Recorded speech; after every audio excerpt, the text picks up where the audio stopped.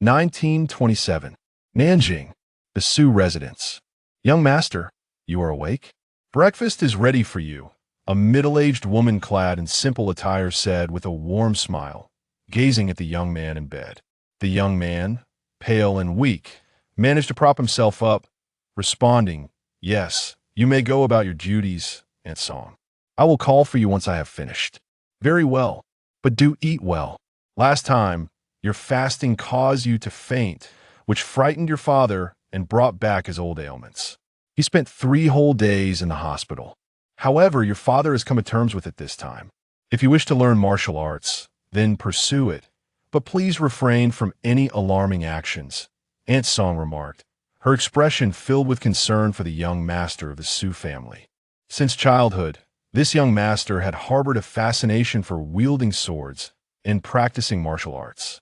Initially, his father had engaged a martial arts instructor to teach him a few flashy moves, which, while visually appealing, lacked any real combat effectiveness. In an attempt to rid the world of evildoers, the young master had clashed with local ruffians who harassed female classmates. He had trained in martial arts, only to be bested in a fight. While he did not suffer serious injuries, it was evident that Su Hao was left with psychological scars. No one in the Su household was overly concerned about Su Hao's pursuit of martial arts until the grand opening of the Central National Martial Arts Institute in Nanjing. Watching the proceedings, Su Hao discovered the existence of numerous extraordinary martial arts masters.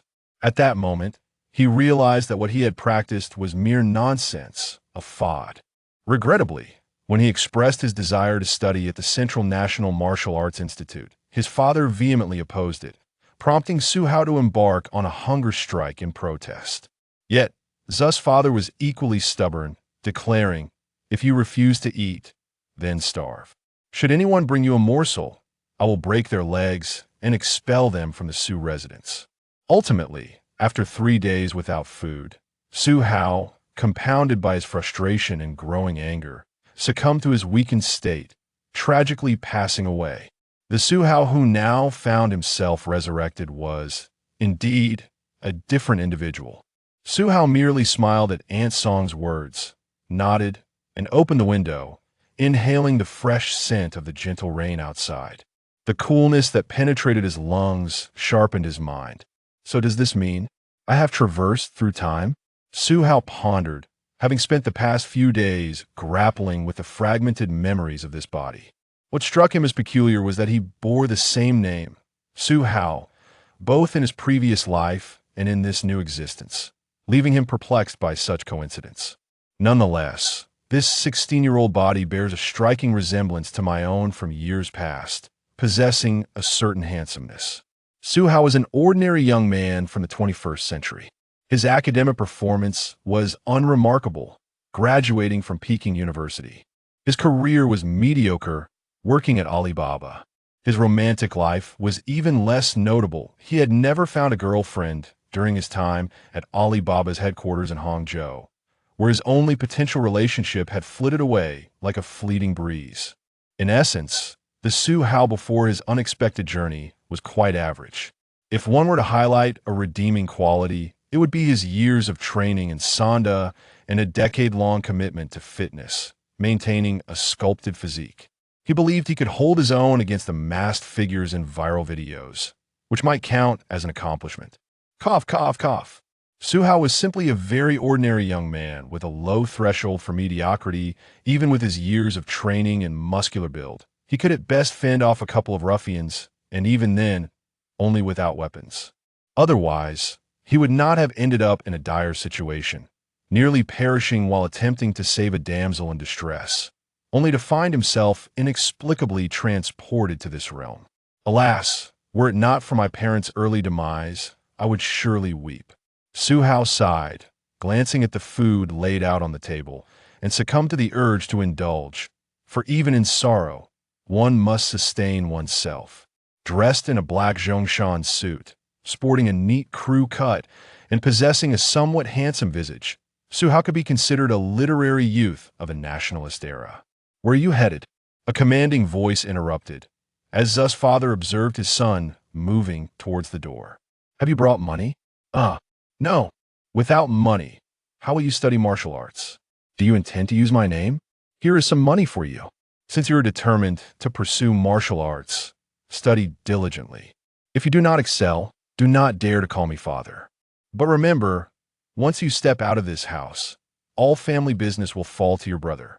The funds in your pocket are limited aside from the tuition of 20 silver dollars. Spend the rest to forge friendships. Martial artists are passionate individuals. Sharing a meal or drink is the simplest way to bond. Do not be as foolish as before. The nearly 50-year-old Sioux patriarch stood tall. Even though he was a businessman, he yearned for his son to pursue academic studies rather than martial arts. After all, in this era, scholars were held in far greater esteem than warriors. Unbeknownst to him, Su Hao was a university graduate, and even as a muscle-bound programmer, he retained a wealth of knowledge surpassing that of most students from the nationalist era. Especially in the workplace, while he could forgive himself for not finding a girlfriend, surrounded by single programmers, the moment a female appeared, she was swiftly claimed. However, this did not imply that he lacked emotional intelligence otherwise. How could he ascend to the status of a super programmer, having channeled his emotional acumen into flattery and sycophancy? Understood, father. Su Hao exclaimed with newfound enthusiasm upon hearing about the money. This single word sent a shiver down Zus' father's spine, prompting him to wave his son off. Yet, as Su Hao departed, the elder's gaze remained warm. His youngest son, who had been silent for 3 days, had finally called him father. Could this be the power of familial bonds? Zus' father pondered. Su Hao, no, this is the power of wealth. The Central National Martial Arts Institute. Director, Zhang Zhijiang. Vice Director, Li Jinglin. Head of the Wudong sect, Sun Lutong. For many, this was a dismal era. Yet for martial artists, it was also a formidable age. In 19th century China, there existed an abundance of martial arts masters. Having practiced Sanda, Su Hao, like every young boy, was filled with dreams of becoming a martial hero. However, his training in Sanda had not granted him the ability to leap across rooftops. Rather, life's demands and lack of funds had forced him to relinquish his childhood aspirations. When he finally had the means, he found himself devoid of time. Yet the lingering memories of this body remained etched in his mind. For the elderly man clad in a black tunic, whose voice resonated like thunder, whose punches could split the wind, and whose kicks could shatter stone, such formidable prowess was impossible not to admire. Since he had inexplicably been reborn without understanding the reason, why not explore the martial arts he had never studied? After all, with wealth at home, he could afford to be proud and willful. Chapter 2. Central National Martial Arts Academy. Upon arriving at the Central National Martial Arts Academy, Su Hao discovered that there were not many students present. However, he understood this situation well. Following the defeat of the Qing government after the Eight-Nation Alliance's invasion, the atmosphere across China had dramatically shifted. The populace, enamored with foreign cultures, had discarded the traditional martial arts passed down from their ancestors. As Su Laoyi often remarked to Su Hao, regardless of how formidable one's martial skills were, could they withstand even a single grain of yellow bean? Su Hao found himself at a loss for words in response to this statement. Yet he held firmly to another belief. The pursuit of knowledge and martial arts is boundless. It is not that the martial arts are insufficiently powerful. Rather, one has yet to reach their potential. Given the chance to relive a lifetime, one ought to live it to the fullest. Otherwise, it would be better to have never lived at all. Young man, stop standing there in a daze. Are you here to enroll? A middle-aged man observed him with an anxious glint in his eyes, sensing he had stumbled upon a treasure. For Su Hao's attire indicated he was certainly capable of affording the tuition fees. After all, many youths had visited recently, unable to pay their fees. But running a martial arts academy was not a charitable endeavor. Accepting a few exceptionally gifted students for free might lead to the academy's demise. Yes, I wish to enroll, Su Hao affirmed. Wonderful. We offer a variety of courses: ethics, literature, geography, history, arithmetic. Even if you focus on martial arts, you will not fall behind academically. Speak to your elders. Do not worry about neglecting your studies due to martial training.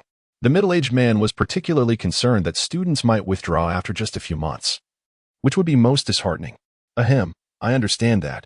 But may I inquire who will teach us martial arts? Su Hao asked. Ah, how fortunate.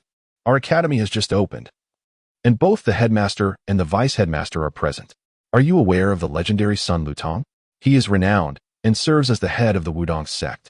Moreover, our vice-headmaster, Li Jinglin, is an extraordinary sword master, a rare find in a century. Not to mention, there are over a dozen martial arts masters here. But I only wish to study martial arts, even to become an apprentice, Su Hao declared. This, I cannot guarantee. The middle-aged man began. But before he could finish, a voice suddenly resonated from behind them. Xiaoli, is there someone here to enroll? Unbeknownst to them, an elderly man with a long beard, clad in a black, buttoned garment, had silently appeared behind Su Hao. Prior to hearing the voice, Su Hao had been completely unaware of his presence. The middle-aged man, Xiaoli, was startled but quickly responded, Yes, Mr. Sunday. This young man wishes to find a master to learn martial arts, but he does not want to enroll. Upon hearing the surname Sun and observing Xiaoli's respectful demeanor, Su Hao's mind raced with possibilities. With a deep breath, he inquired, Mr. Sun, are you the esteemed Sun Lutong? Indeed, that is I. The elderly man nodded, his spirit vibrant, though his complexion bore the marks of age. This was understandable, as Sun Lutong had engaged in countless battles in his youth, leaving him with numerous hidden injuries that aged his appearance prematurely. May I ask, do you still accept disciples? Su Hao inquired directly. Why do you not simply enroll? As the head of the Wudong sect, should you choose this path, I would surely teach you. Sun Lutong smiled, avoiding a direct answer regarding accepting a disciple. But my sole desire is to learn martial arts wholeheartedly. Su Hao insisted. Why is that? Sun Lutong raised an eyebrow. After a brief moment of contemplation, Su Hao replied, to inherit national martial arts, strengthen my nation, and revitalize China. The three phrases, inherit national martial arts, strengthen my nation, and revitalize China, seemed deceptively simple, yet they hardly seemed fitting for a 16-year-old boy to articulate, especially in the context of seeking apprenticeship. Sun Lutong regarded Su Hao with skepticism, sensing a lack of sincerity in his words. However, the youthful earnestness etched upon Su Hao's face made it difficult to dismiss him, particularly as Sun Lutong feared that further inquiry might compel the boy to invoke notions of national duty, making refusal all the more challenging. Regret washed over Sun Lutong as he pondered why he had chosen to appear. At his advanced age, burdened with numerous injuries and a dwindling lifespan, he felt reluctant to take on a disciple. Yet, he longed for someone to whom he could impart his knowledge. Although true martial prodigies like himself were exceedingly rare, many wished to become my disciples. But I have a question for you, Sun Lutong declared. What is it? Su Hao asked, bewildered, wondering why the elder was deviating from convention, especially when he was so close to offering his apprenticeship. Sun Lutong, noticing Su Hao's confident demeanor, directly posed his question. Aside from what you just stated, what is your true motivation for studying martial arts? Su Hao hesitated, carefully responding, should I speak truthfully or otherwise? Enough with the frivolities. Sun Lutong snapped, barely suppressing the urge to swat him away. A strong youth leads to a strong nation. In times of national adversity, every individual bears responsibility. Although I have not read extensively, I grasp this fundamental truth. Su Hao's words, though not entirely candid, piqued Sun Lutong's interest. For him, the qualities sought in a disciple extended beyond mere talent. Character held paramount importance. Su Hao's ability to articulate these sentiments suggested he was no ordinary scoundrel. While Sun Lutong did not immediately envision taking him as a closed-door disciple, the prospect of mentoring a young apprentice in Nanjing was enticing. Thus, Sun Lutong unexpectedly reached out to ruffle Su Hao's hair. Despite the slow motion of his hand, Su Hao felt an inexplicable inability to evade it. As the elder's palm rested atop his head, a wave of warmth cascaded down, causing Su Hao to shiver as his body instinctively responded, akin to a wild cat sensing a predator. Ah, Sun Lutong raised an eyebrow, gently moving his hand, prompting Su Hao to turn around. Sun Lutong's fingers traced along Su Hao's spine, compelling him to straighten up, driven by the stimulating warmth. After several more gentle presses, the elderly man exhaled, internally marveling, what a fortuitous find. Su Hao, visibly anxious, looked at Sun Lutong, unsure of what to say, fearing he might be deemed unworthy. Little did he know, the power of his reincarnation had bestowed upon him subtle changes. Nevertheless, the lingering innate energy within his dantian ignited Sun Lutong's desire to accept him as a closed-door disciple, though such a commitment was not easily granted. Chapter 3. the practice and study of martial arts, do you truly wish to join my school? While Sun Lutong expressed astonishment at the innate energy within Su Hao, his demeanor remained unchanged as he spoke in a low, measured tone. Su Hao nodded earnestly. Yes, Mr. Sun. I can accept you as a nominal disciple. However, the matter of becoming a formal disciple shall be discussed later. Sun Lutong was notoriously stringent in his selection of students. Even knowing that his days were numbered, he would not hastily take on a disciple. During the nationalist era, every master of martial arts would assess potential students for months, if not years. After all, a person of questionable character could easily tarnish the reputation of the school. With his esteemed reputation resonating throughout China, Sun Lutong would certainly not wish to impart genuine skills to just anyone. Upon hearing the phrase discussed later, Su Hao couldn't help but gasp. Yet he still bowed with excitement, clasping his fists in gratitude. Thank you, master. Thank you. Sun Lutong chuckled and shook his head at these words, bemused by the youthful exuberance. It was no secret that the protocols of apprenticeship were numerous, and he found it amusing that this young lad was so eager to call him master. He decided to defer correcting the boy's understanding of martial etiquette until another day when the other disciples were present. Old son, have you taken on a disciple? A middle-aged man with a bald head and a bushy beard approached, his complexion slightly pallid, a long sword strapped to his back. Jinglin, I am not truly taking on a disciple. I merely found this young man somewhat intriguing. Did you not notice that he hasn't even prepared the proper etiquette for greeting a master? Sun Lutong laughed, gesturing for Su Hao to step aside and return tomorrow. As Su Hao stood in bewilderment, looking at Li Jinglin, he realized that this bald man was the legendary sword immortal. However, he dared not defy his new master's command and could only comply. Yet, Li Jinglin sensed something amiss. In the past, when Sun Lutong accepted a disciple, he would almost boast about their abilities, eager to showcase their talents. Why then was he so secretive about this one? With narrowed eyes, Li Jinglin stepped forward, closing the distance of several meters to Su Hao's side. Just as he reached out to place a hand on Su Hao's shoulder, Sun Lutong's palm surged forth like a gust of wind. In an instant, it seemed as though Su Hao was propelled several meters away, yet he felt no pain. Instead, his body descended gently to the ground, unharmed. This harmonious blend of strength and softness showcased Sun Lutong's mastery of Tai Chi, illustrating his profound understanding of martial arts.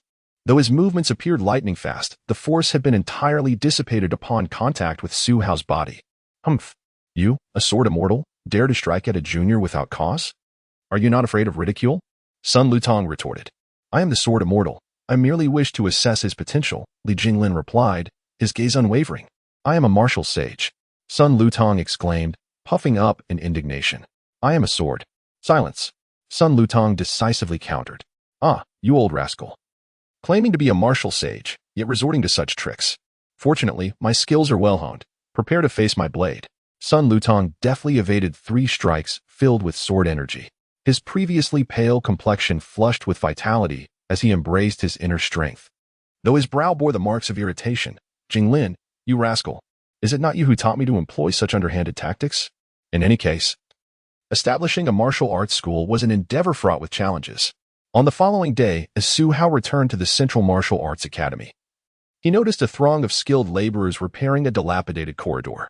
The area had become decrepit, with marble floors gouged as if by an excavator, and the walls riddled with countless holes and scratches. Su Hao could scarcely fathom the extent of destruction wrought by human hands. Yet just yesterday, there had been no such chaos. Today, it appeared utterly ravaged. To claim this was not the result of human conflict would be beyond his belief.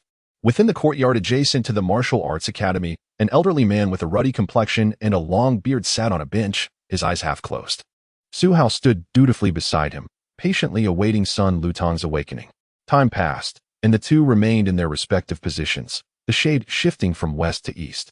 Despite Su Hao being drenched in sweat, his legs trembling as if he might collapse, Sun Lutong remained silent. As the sun neared the horizon, Su Hao's consciousness began to waver, nearly succumbing to the urge to fall. At that moment, Sun Lutong gently placed his right hand upon Su Hao's shoulder. Oh, but I must tell you, you seem to have confused the greeting of cupped hands with that of clasped fists, Sun Lutong remarked, glancing at Su Hao and flicking his fingers to prompt him to relax his posture. He continued, the greeting of cupped hands involves bending both hands slightly, placing them together at the chest or slightly higher, forming an arch. Alternatively, one may grasp one hand with the other, which signifies gratitude towards the master. What you employed earlier was something entirely different. Ah? Su Hao scratched his head, bewildered. What you just used was the clasped fist greeting. With 4 fingers of the right hand extended and straight, palm open, while the left hand formed a fist. Are you intending to challenge your master to a duel? Sun Lutong watched him with a playful glint in his eyes, prompting Su Hao to twitch his lips in embarrassment. However, Sun Lutong had little interest in his excuses and instructed him to extend his palm. Without warning, he produced a willow branch and delivered a series of sharp strikes to Su Hao's hand.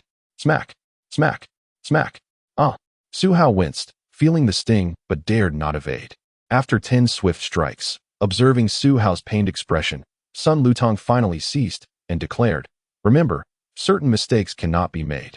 While you are merely my nominal disciple, I am still your master and possess the right to educate you. Moreover, Su Hao, do you genuinely wish to learn martial arts?" "I do." Su Hao nodded vigorously. "Good. Then you should understand this. Under the rod, a filial son is born. Under a strict teacher, a skilled disciple emerges. If you fear pain, you would do well to leave now. As though I have never taken you on as a student. Is that clear, young master of the Su family?" Sun Lutong seemed to have grasped something and smiled at Su Hao. Yet, to his surprise, Su Hao suddenly bent deeply, cupping his hands in respect. "Master, I am your disciple, not merely a young master of the Su family.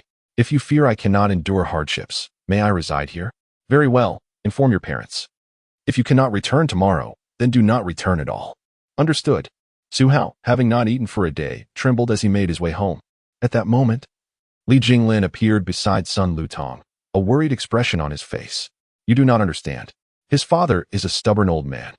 It took his life-threatening insistence to allow him to practice martial arts. To think you would have him live here is utterly impossible. It would be a waste of a promising talent." However, Sun Lutong stood up unfazed, grasping a jug of cool tea from the stone table.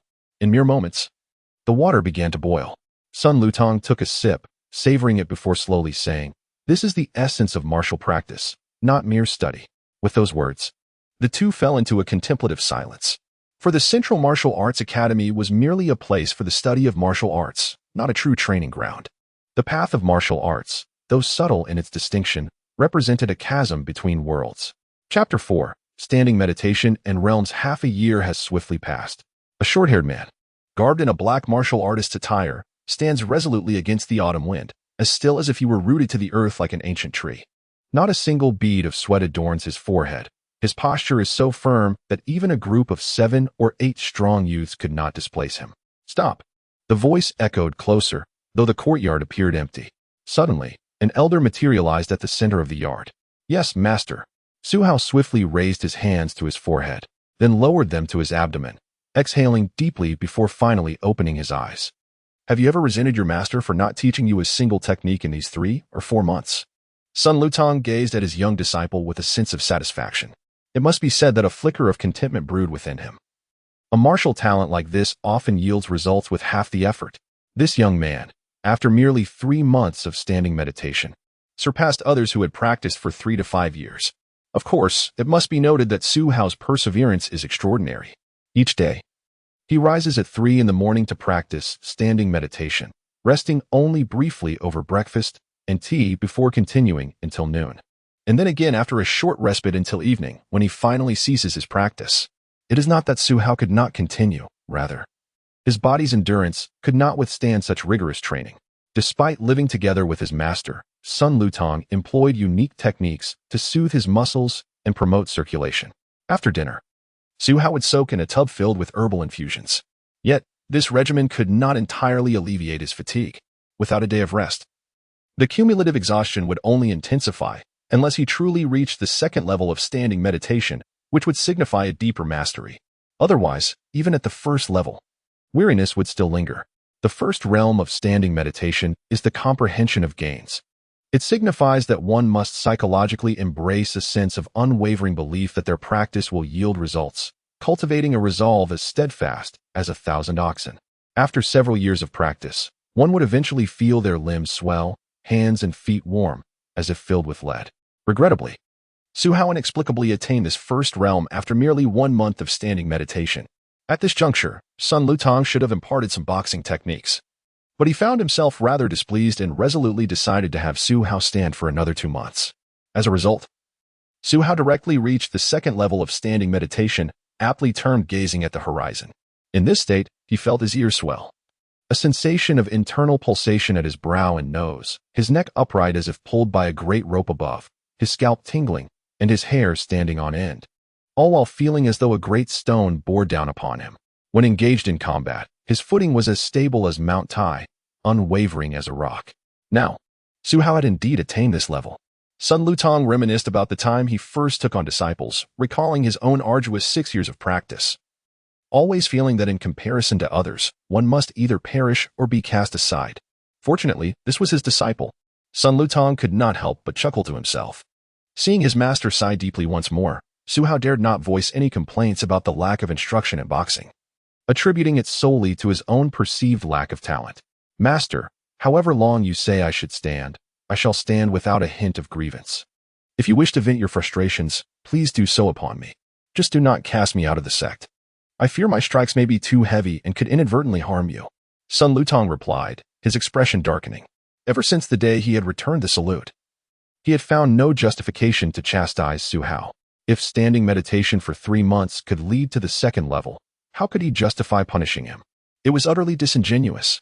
Thank you, Master, for your understanding. Although I may be dull-witted, my family is affluent. Master, how many pounds of your precious tea do you have left? I can ask my father to procure some for you. Su Hao grinned, eager to ingratiate himself. Upon hearing the term pounds, Sun Lutong couldn't help but twitch his mouth. There is no need for you to buy it. That is your father's money. I find it difficult to enjoy it knowing that. When you begin earning your own, you may honor me in person. That sounds splendid. Master, may you live for 100 years, and I shall buy you 100 years' worth of tea. Su Hao never hesitated to utter the most flattering words, for after all, words are the most inexpensive yet effective means of persuasion.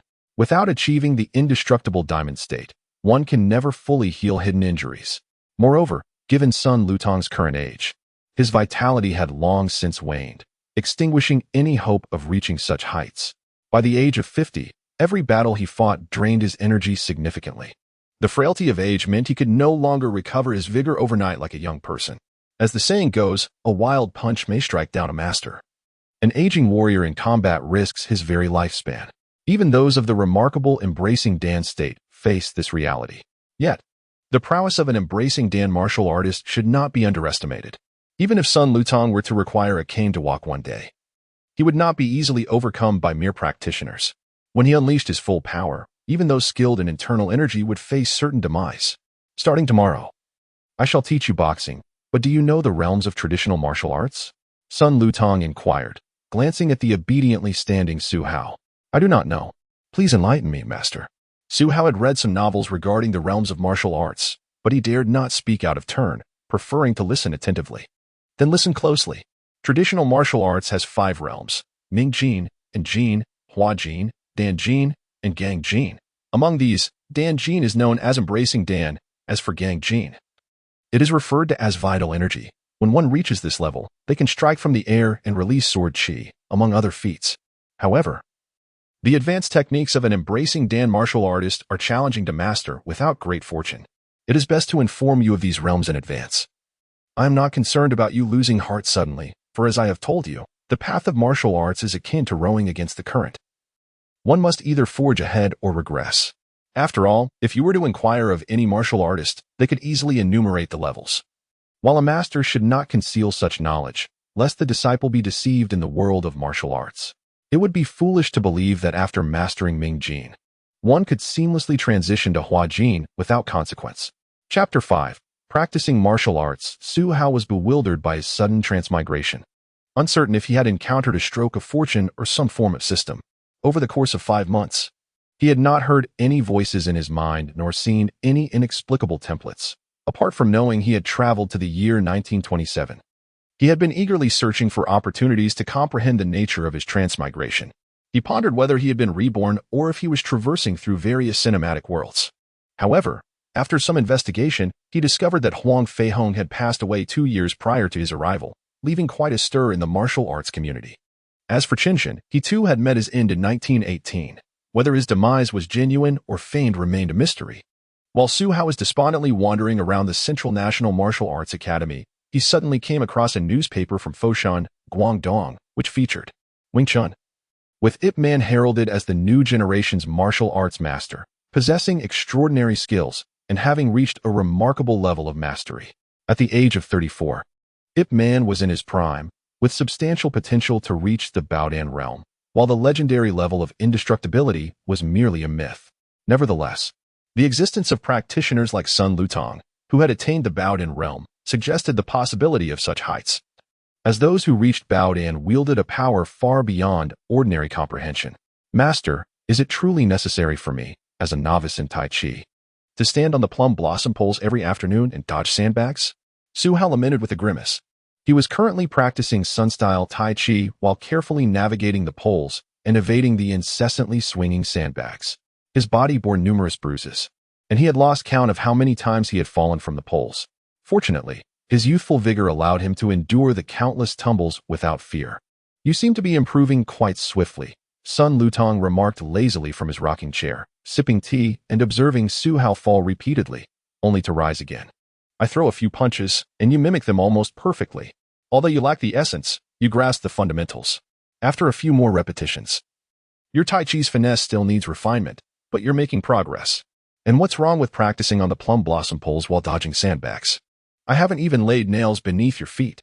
Is that true, Master? Did you practice on poles with nails as a child? How many holes did you have in you? Su Hao exclaimed incredulously, only to be caught off guard by a sandbag that struck his head, sending him plummeting from the 2-meter-high pole. Luckily, the ground was soft with sand. Demonstrating his agility, Su Hao executed a swift recovery and landed firmly before climbing back up to continue his practice. Sun Lutong, hearing Su Hao's remarks, chose to ignore him. Watching his disciple's relentless progress left him feeling breathless. Each day, Su Hao's rapid advancements made Sun Lutong feel as though he had aged several hours. He found little desire to converse with this loquacious apprentice. It became apparent that Su Hao excelled at everything he attempted, prompting Sun Lutong to prioritize cultivating a martial art for him. Mastery of Tai Chi, Xingyi, and Bagua was no small feat, and Su Hao appeared to be the only one capable of achieving proficiency in all three. Thus, Sun Lutong aimed to impart one style to Su Hao as swiftly as possible, as he believed that if his disciple's understanding was profound enough, even his own demise would not hinder Su Hao from attaining the Baodan realm. Days turned into weeks. Su Hao's routine consisted of practicing punches on the ground each morning and honing his skills on the plum blossom poles in the afternoon. The results of this regimen were strikingly evident. The unpredictable strikes of the sandbags enhanced his evasion skills and honed his footwork to mimic real combat scenarios, seamlessly integrating the essence of martial arts into his training on the poles. The plum blossom poles demanded precision to maneuver swiftly upon them. Su Hao needed to master the stances, ensuring he remained grounded and upright. As his responses became instinctive, his evasion capabilities were ingrained into his reflexes, all while practicing Tai Chi to cultivate substantial combat acumen. Sun Lutong's expectations were that Su Hao's skills would measure up to those of seasoned martial artists. Presently, Su Hao could confidently take on several armed thugs in a one-on-one confrontation. He remembered his master's teachings, particularly the effectiveness of targeting the lower body to counter ordinary foes. His training had instilled a deep understanding within him, and although he often faced reprimands from Sun Lutong for his lack of efficacy, Su Hao remained unwavering in his belief that this was his true calling. Without any real combat experience, Su Hao often fantasized about how he would fare against others, convinced he would not be outmatched. After all, the abdomen, groin, and legs are critical weak points. Not to mention, he had honed his skills in delivering powerful strikes to those areas to an impressive degree.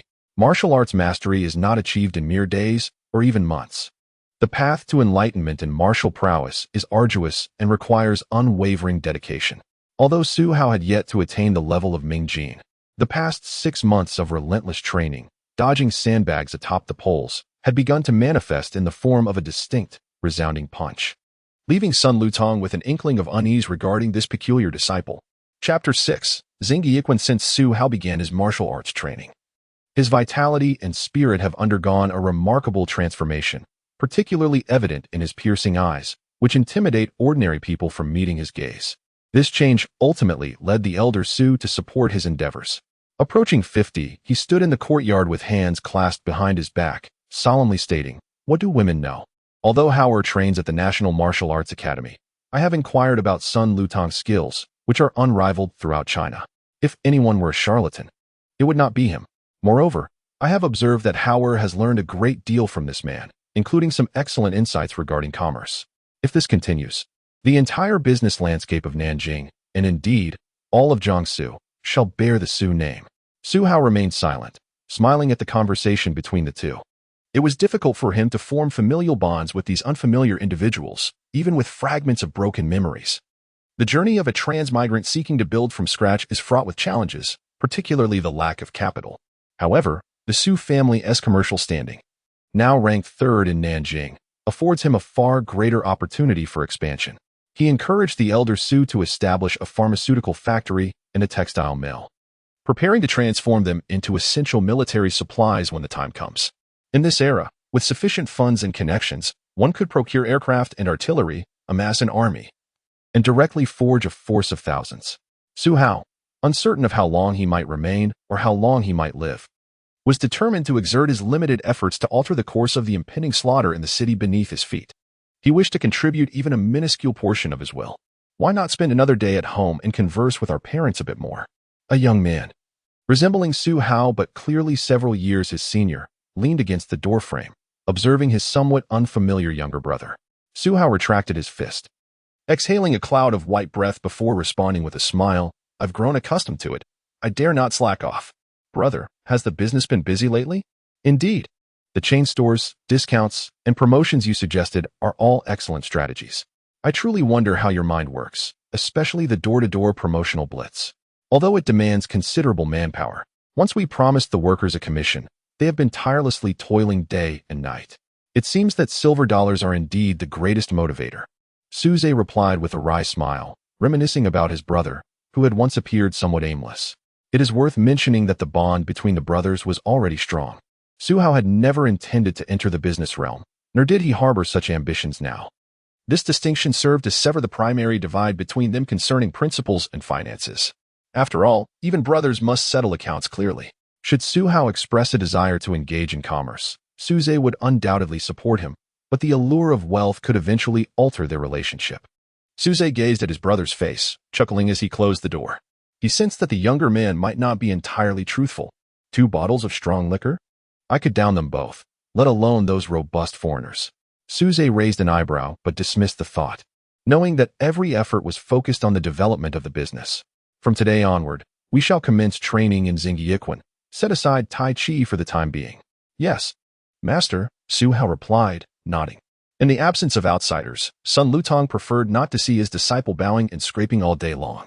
The foundational techniques of Xingyiquan consist of the 3-body posture and the 5 elements fist, comprising the strikes of Pai, Bang, Zhuan, Pao, and Hung, as well as the 12 forms: dragon, tiger, monkey, horse, toad, chicken, hawk, swallow, snake, ostrich, eagle, and bear. The essential principles include sinking the waist, retracting the shoulders, tucking the chest, raising the crown, maintaining lateral stability, and executing clear, decisive movements. The fighting style emphasizes direct engagement, seizing the center line, advancing decisively, and delivering a thunderous strike when the opportunity arises. If not, one must act according to the circumstances. As Sun Lutong spoke, his fist struck like thunder, creating a resounding boom. Su Hao felt dizzy from the sheer force of the blow, as though it could shatter a wall. Given Sun Lutong's prowess, he indeed had the capability to demolish a wall several centimeters thick. Let us begin with the forms, specifically the 5 elements fist. In hopes of swiftly achieving the breakthrough into Mingjin, Tai Chi is practiced too slowly. If you wish to grow rapidly, you must rely on practical combat. And practicing Xingyiquan is undoubtedly the fastest approach. After finishing this, Sun Lutong demonstrated 2 sets of the 5 elements fist. Su Hao quickly memorized the techniques and requested guidance from his master after performing 3 sets. Aside from a few minor inaccuracies resulting in some gentle corrections with a willow branch, he committed no further errors. Sun Lutong, once again marveling at the young man's extraordinary martial talent, chose not to engage him further. Occasionally, he would offer assistance, but otherwise, he reclined in a rocking chair to rest. Otherwise, he would teach at the National Martial Arts Academy, having been invited by Li Jinglin. Although he had no intention of teaching personally, it would be improper to neglect his responsibilities, given that he received sustenance and a salary from them. Furthermore, Li Jinglin held a prominent position as the military commissioner of the Zhili Army. Despite his identity as a martial artist, Sun Lutong felt obliged to show respect, especially in an era when firearms were becoming prevalent, nearly disrupting his own state of mind. Moreover, he hoped that his young disciple would excel in martial arts and rise through the ranks of the party state alongside Li Jinglin's connections. In Sun Lutong's view, a martial artist should achieve greatness and strive to protect the homeland. Even in adversity, one must defend the nation. Chapter 7. The Accomplishment of Ming Jin, the First Snow in Nanjing. After a day of relentless practice, Su Hao finally embarked on the initial step of a warrior's journey. With a shout, he unleashed a powerful punch while clad in a black martial arts uniform, causing the air to crackle and pop like the sound of firecrackers. The surrounding snowflakes were violently dispersed and shattered. At that moment, Su Hao felt as if he had harnessed the full extent of his strength, channeling it into his fist, which reverberated with a resounding crack. This was the essence of Ming Jin, a notion encapsulated in the saying, "A sound worth 1,000 gold coins." Countless martial artists throughout the world spend their lives striving for this milestone, yet Su Hao achieved it in a mere 7 months. Master, I have attained Ming Jin. Now, every punch and kick I throw produces sound," Su Hao exclaimed, brushing off the snow from his head as he rushed indoors to share the news with Sun Lutong. I see, Sun Lutong replied, raising an eyebrow, disinterested in further discourse. "Master, if you have worries, perhaps I could assist you?" Su Hao noticed the somber expression on his master's face, his earlier exuberance dampened, as he gently inquired. Sun Lutong's heart warmed slightly at this display. Yet after a moment's hesitation, he responded, "What you have achieved does not yet constitute the true completion of Ming Jin." "What? Have I practiced incorrectly?" Su Hao asked. Momentarily taken aback, "You have reached the pinnacle of Ming Jin, enabling each of your punches to explode with sound." Suddenly enlightened, Su Hao inquired, "Then what does it mean to have initially attained Ming Jin?"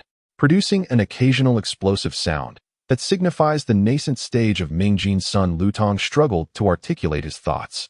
This young rascal had reached such heights in just a month, leaving him at a loss for words, ultimately deciding to let him continue honing his skills.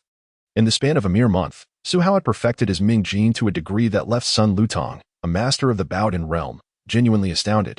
He had yet to formulate a response to his young disciple, but clarification was imperative.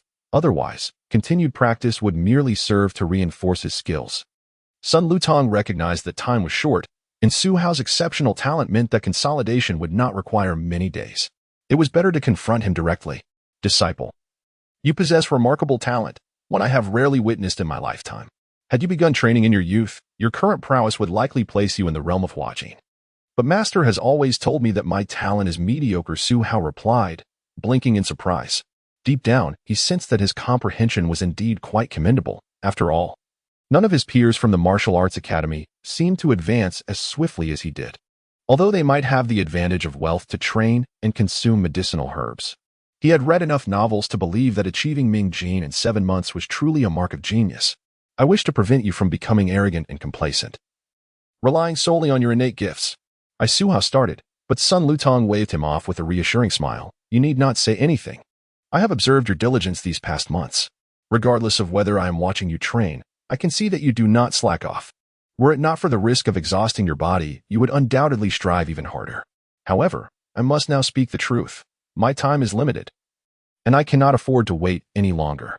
Master, you will surely live to 100. Su Hao trembled slightly, clenching his fists in resolve.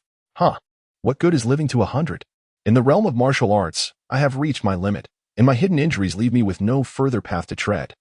The rise and fall of nations are beyond my control. What purpose does a long life serve?" Sun Lutong said, gesturing towards the distance, a self-deprecating smile gracing his lips.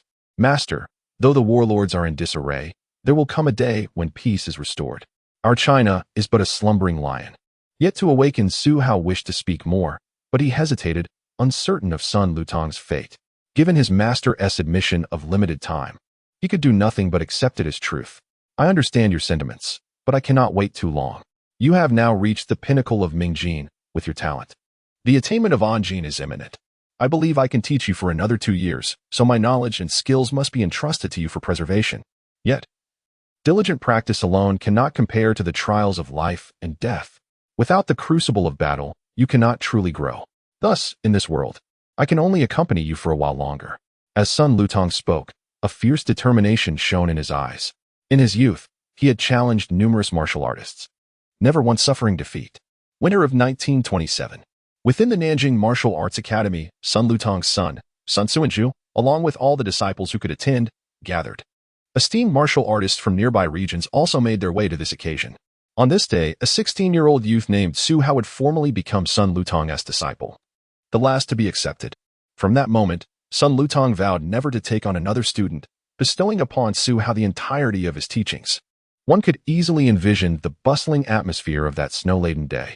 Su Hao met many new faces, forged friendships, and endured the disdainful glares and mocking laughter of senior disciples. Yet, after only 8 months of training, with one foot already in the realm of Anjin, Su Hao silenced all doubters.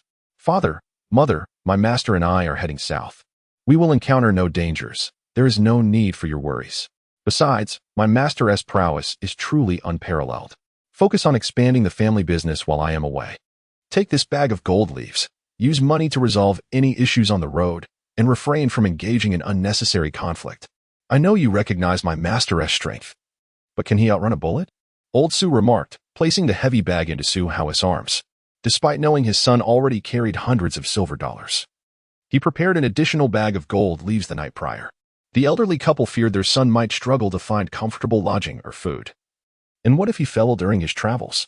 Ultimately, old Su had not slept a wink the night before. Understood. You've mentioned carbon monoxide poisoning 100 times. What sort of foreign devils do you associate with? All they do is spout nonsense. Old Su waved his hand in irritation. Enough with the preamble. I know to open windows for ventilation. Off you go. Oh, farewell, father. Chapter 8. Becoming a man with his own BGM. Where are you going? Su Hao took a deep breath, his roar echoing like a thunderous deity, causing several robbers blocking his path to be utterly terrified. As if they had never anticipated such a formidable shout from a single individual. Kill him. Capture that old fool. 3 out of 7 assailants rushed towards Sun Lutong. Su Hao, witnessing this scene, felt an urge to mourn for those 3 miscreants for a few moments. Unfortunately, Sun Lutong stood calmly beside his horse, clearly reluctant to engage. And Su Hao did not wish to trouble his master at the first sign of danger. Thus, Su Hao darted forward like lightning, his long arm delivering a powerful strike. With a resounding crack, his fist thrust forward like a spear, striking one of the robbers. The outcome was evident. Before the man could wield his long knife, he crumpled, blood spraying as he was flung several meters away, exhibiting the peak of Mingjin, a force exceeding 800 pounds. Achieving the pinnacle of Mingjin? Damn it. Just kill him and forget about the old man. The head robber, gripping his 9-ringed saber, was clearly also a practitioner of Mingjin, though not yet at its peak. However, he relied on his battle-hardened experience and led his men in a fierce assault.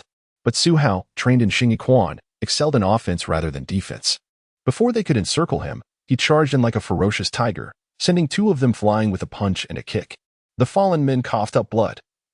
Their ribs likely shattered, gasping for air. The glint of blades flickered as Su Hao, though adept in powerful strikes, was even more skilled in his footwork. Months spent practicing LI YUAN were not in vain. He could hear the sound of the wind rushing through the sandbags, let alone the sharp whistle of the knife's wind. However, the head robber did not expect to take Su Hao's life with a single blow. Seizing the advantage, he unleashed a series of 3 lethal strikes. Su Hao narrowly evaded them, almost losing his balance, which only fueled the robber's excitement. The robber surged forward, delivering a downward slash with the force of splitting mountains. Yet Su Hao's agility was not so easily thwarted. He swiftly sidestepped, lowering his body to avoid the blade, and with a powerful strike, he hammered the robber's chest. Uffed. The man, his face obscured by a thick beard, spat blood and staggered back several paces. But before he could retaliate, Sun Lutong's face darkened as he closed his eyes.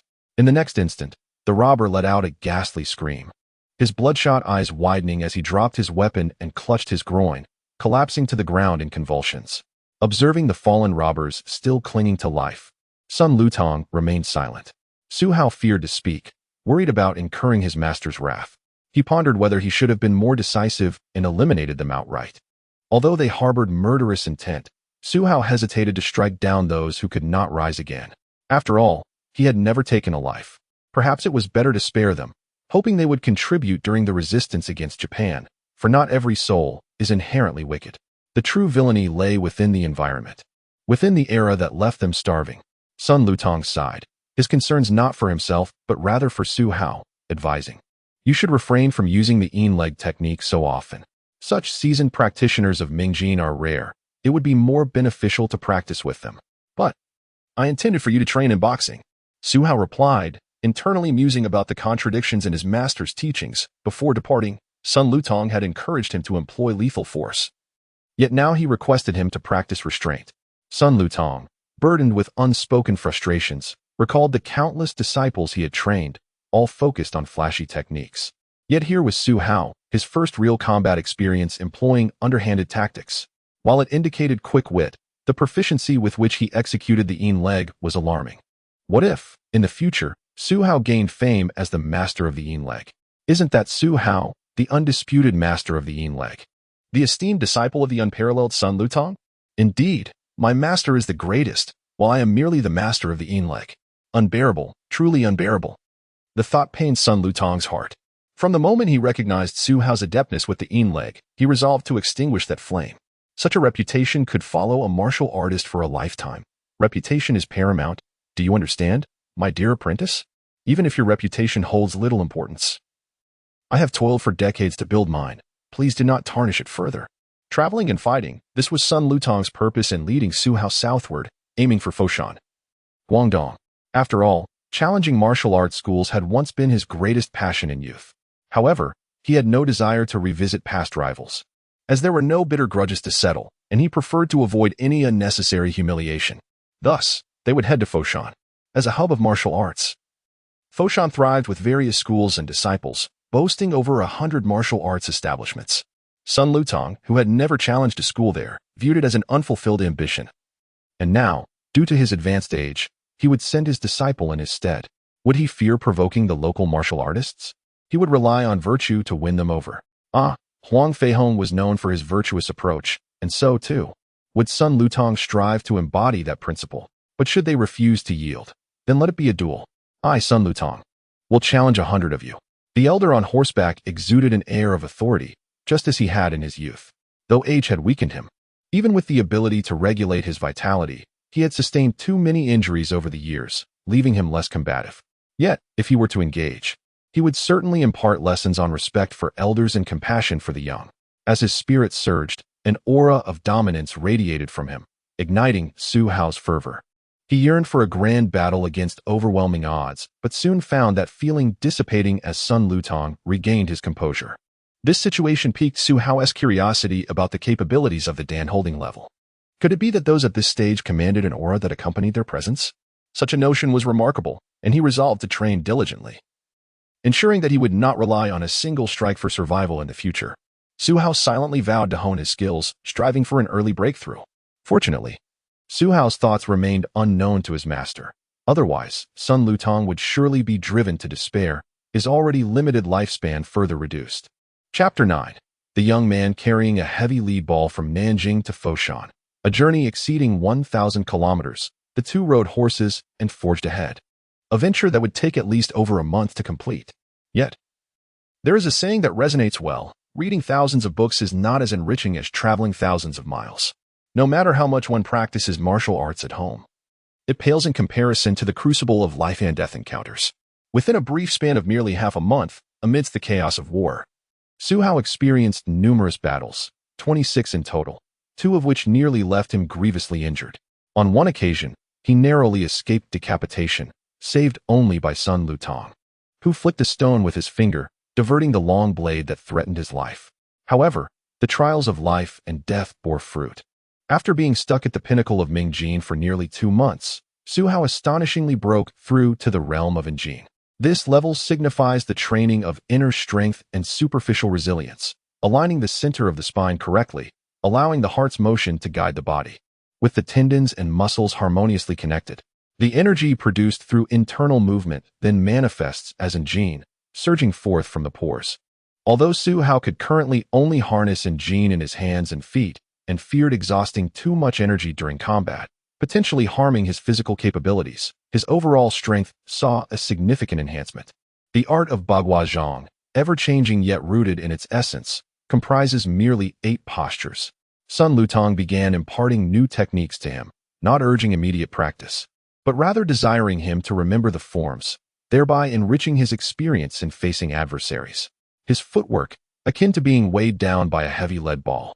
Resembled a weeble, swaying left and right, yet never toppling over, while his martial prowess remained fierce and formidable. Su Hao commenced this footwork training the moment he stepped onto the plum blossom stakes, for Sun Lutong had remarked that once he could achieve an elusive balance, bearing the weight of 1,000 pounds without harm while remaining steady as a mountain, he would have made significant progress. Yet, while it is easy to speak of such achievements, the reality of accomplishing them is fraught with difficulty.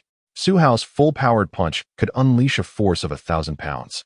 Yet withstanding such power posed a far greater challenge. Often, he had to rely on skillful techniques to dissipate the force or employ the principles of Tai Chi to absorb the impact. Having sold his horse, Su Hao resolved to walk the remaining 500 kilometers to hone his footwork and fortitude.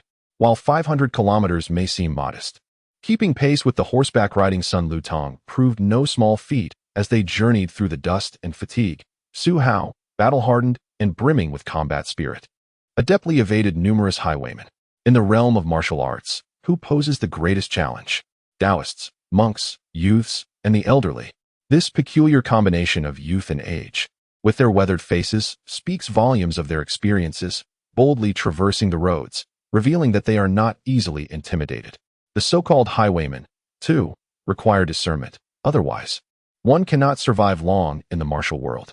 Emerging from Nanjing, the master and disciple presented a striking appearance, especially Su Hao's youthful visage, which belied his martial prowess. As for Sun Lutong, his energy was well concealed. Few could discern his true capabilities. Yet now, Su Hao, filled with battle fervor and sharp-eyed determination, yearned for daily confrontations, making it unlikely that trouble would seek them out. Su Hao had mastered the foundational techniques of Xing Yi Quan, the five elements fist, achieving a commendable proficiency. Particularly in the fluidity of the five postures, he demonstrated a seamless connection that preserved both momentum and power. However, upon initially practicing the 12 shapes, he encountered minor obstacles. The disparity between his fist strength and claw strength was stark. If facing a weaker opponent, there was little cause for concern, but against a true master, he could easily find himself at a disadvantage. "Master, how should I train my finger strength?" Su Hao inquired.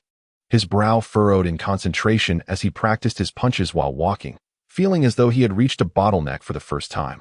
"Are we nearing the county town?" he asked, perplexed. "Yes," came the response. "We need to customize a lead ball infused with mercury, carrying it to Foshan. Your claw technique should be sufficiently honed by then." Carry it all the way to Foshan? One could almost visualize the exaggerated regret in Su Hao's voice upon uttering this question. However, carrying a 200-pound mercury lead ball along the road resulted in no one daring to confront him for over 30 days, though the journey duration increased significantly.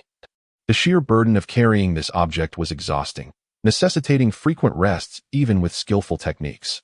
This peculiar sight drew the attention of many martial artists, who were astonished, exclaiming, "Is he emulating Yang Wudi's training methods? I've heard that Sun Lutong is traveling south with his closed-door disciple. Could this young man be Su Hao?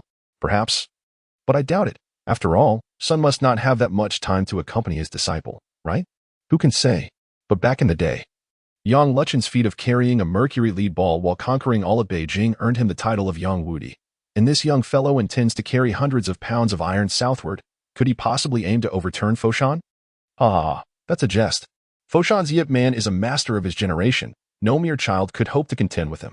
Clearly, these discussions were of interest only to a select few martial artists. After all, the common folk of this era were primarily preoccupied with the struggle for sustenance.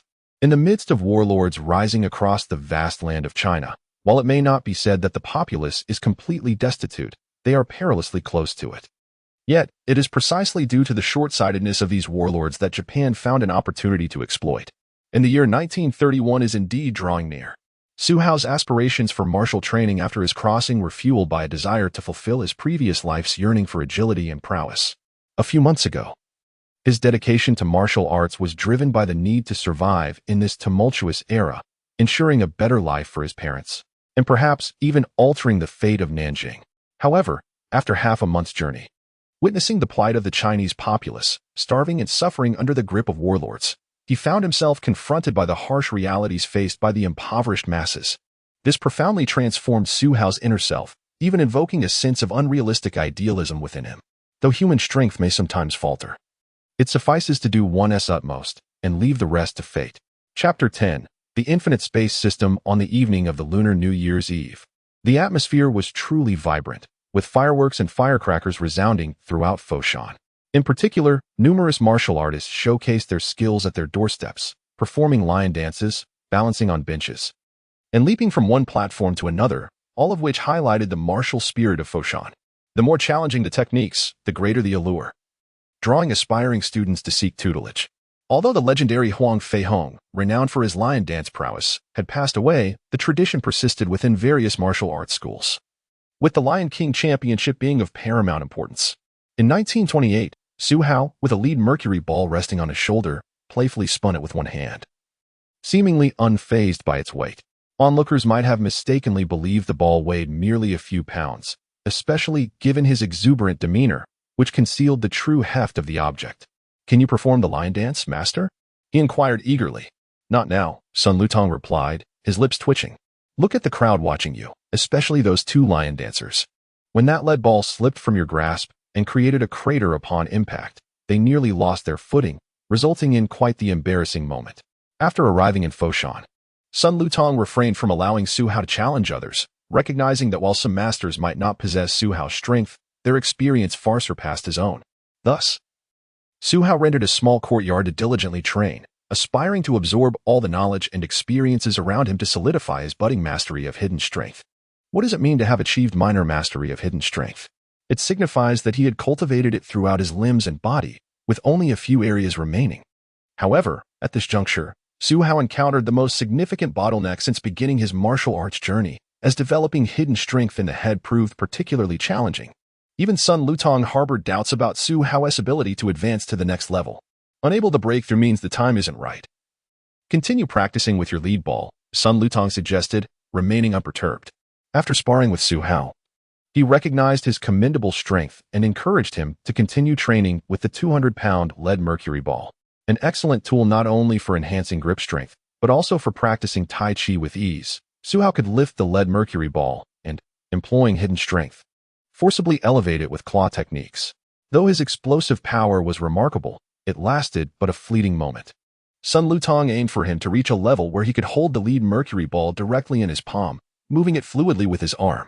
Faced with such an incredible challenge, Su Hao could only proceed step by step, for Sun Lutong never spoke of impossible feats. Thus, he practiced daily, striking down and grasping the lead ball repeatedly until his palms and fingers felt numb, yet his subsequent movements began to flow more naturally. The gentle downward strike and the forceful lift embodied the duality of yin and yang. Muscles relaxed while the skin bristled, reflecting the profound and mysterious duality of Tai Chi. Among the formidable moves of Tai Chi, the Tai Chi whip hand stood out, where both arms exerted force akin to a massive steel whip, able to soften against hardness and harden against softness, capable of shattering gold and splitting stone, as well as redirecting water flows. Su Hao's palms and fingers were not yet sufficiently hardened. He could only soften against hardness. Yet when he mastered the balance of soft and hard at will, the feats of shattering gold and splitting water would no longer be mere dreams. Foshan truly deserved its reputation as a martial arts capital, with a palpable atmosphere of training.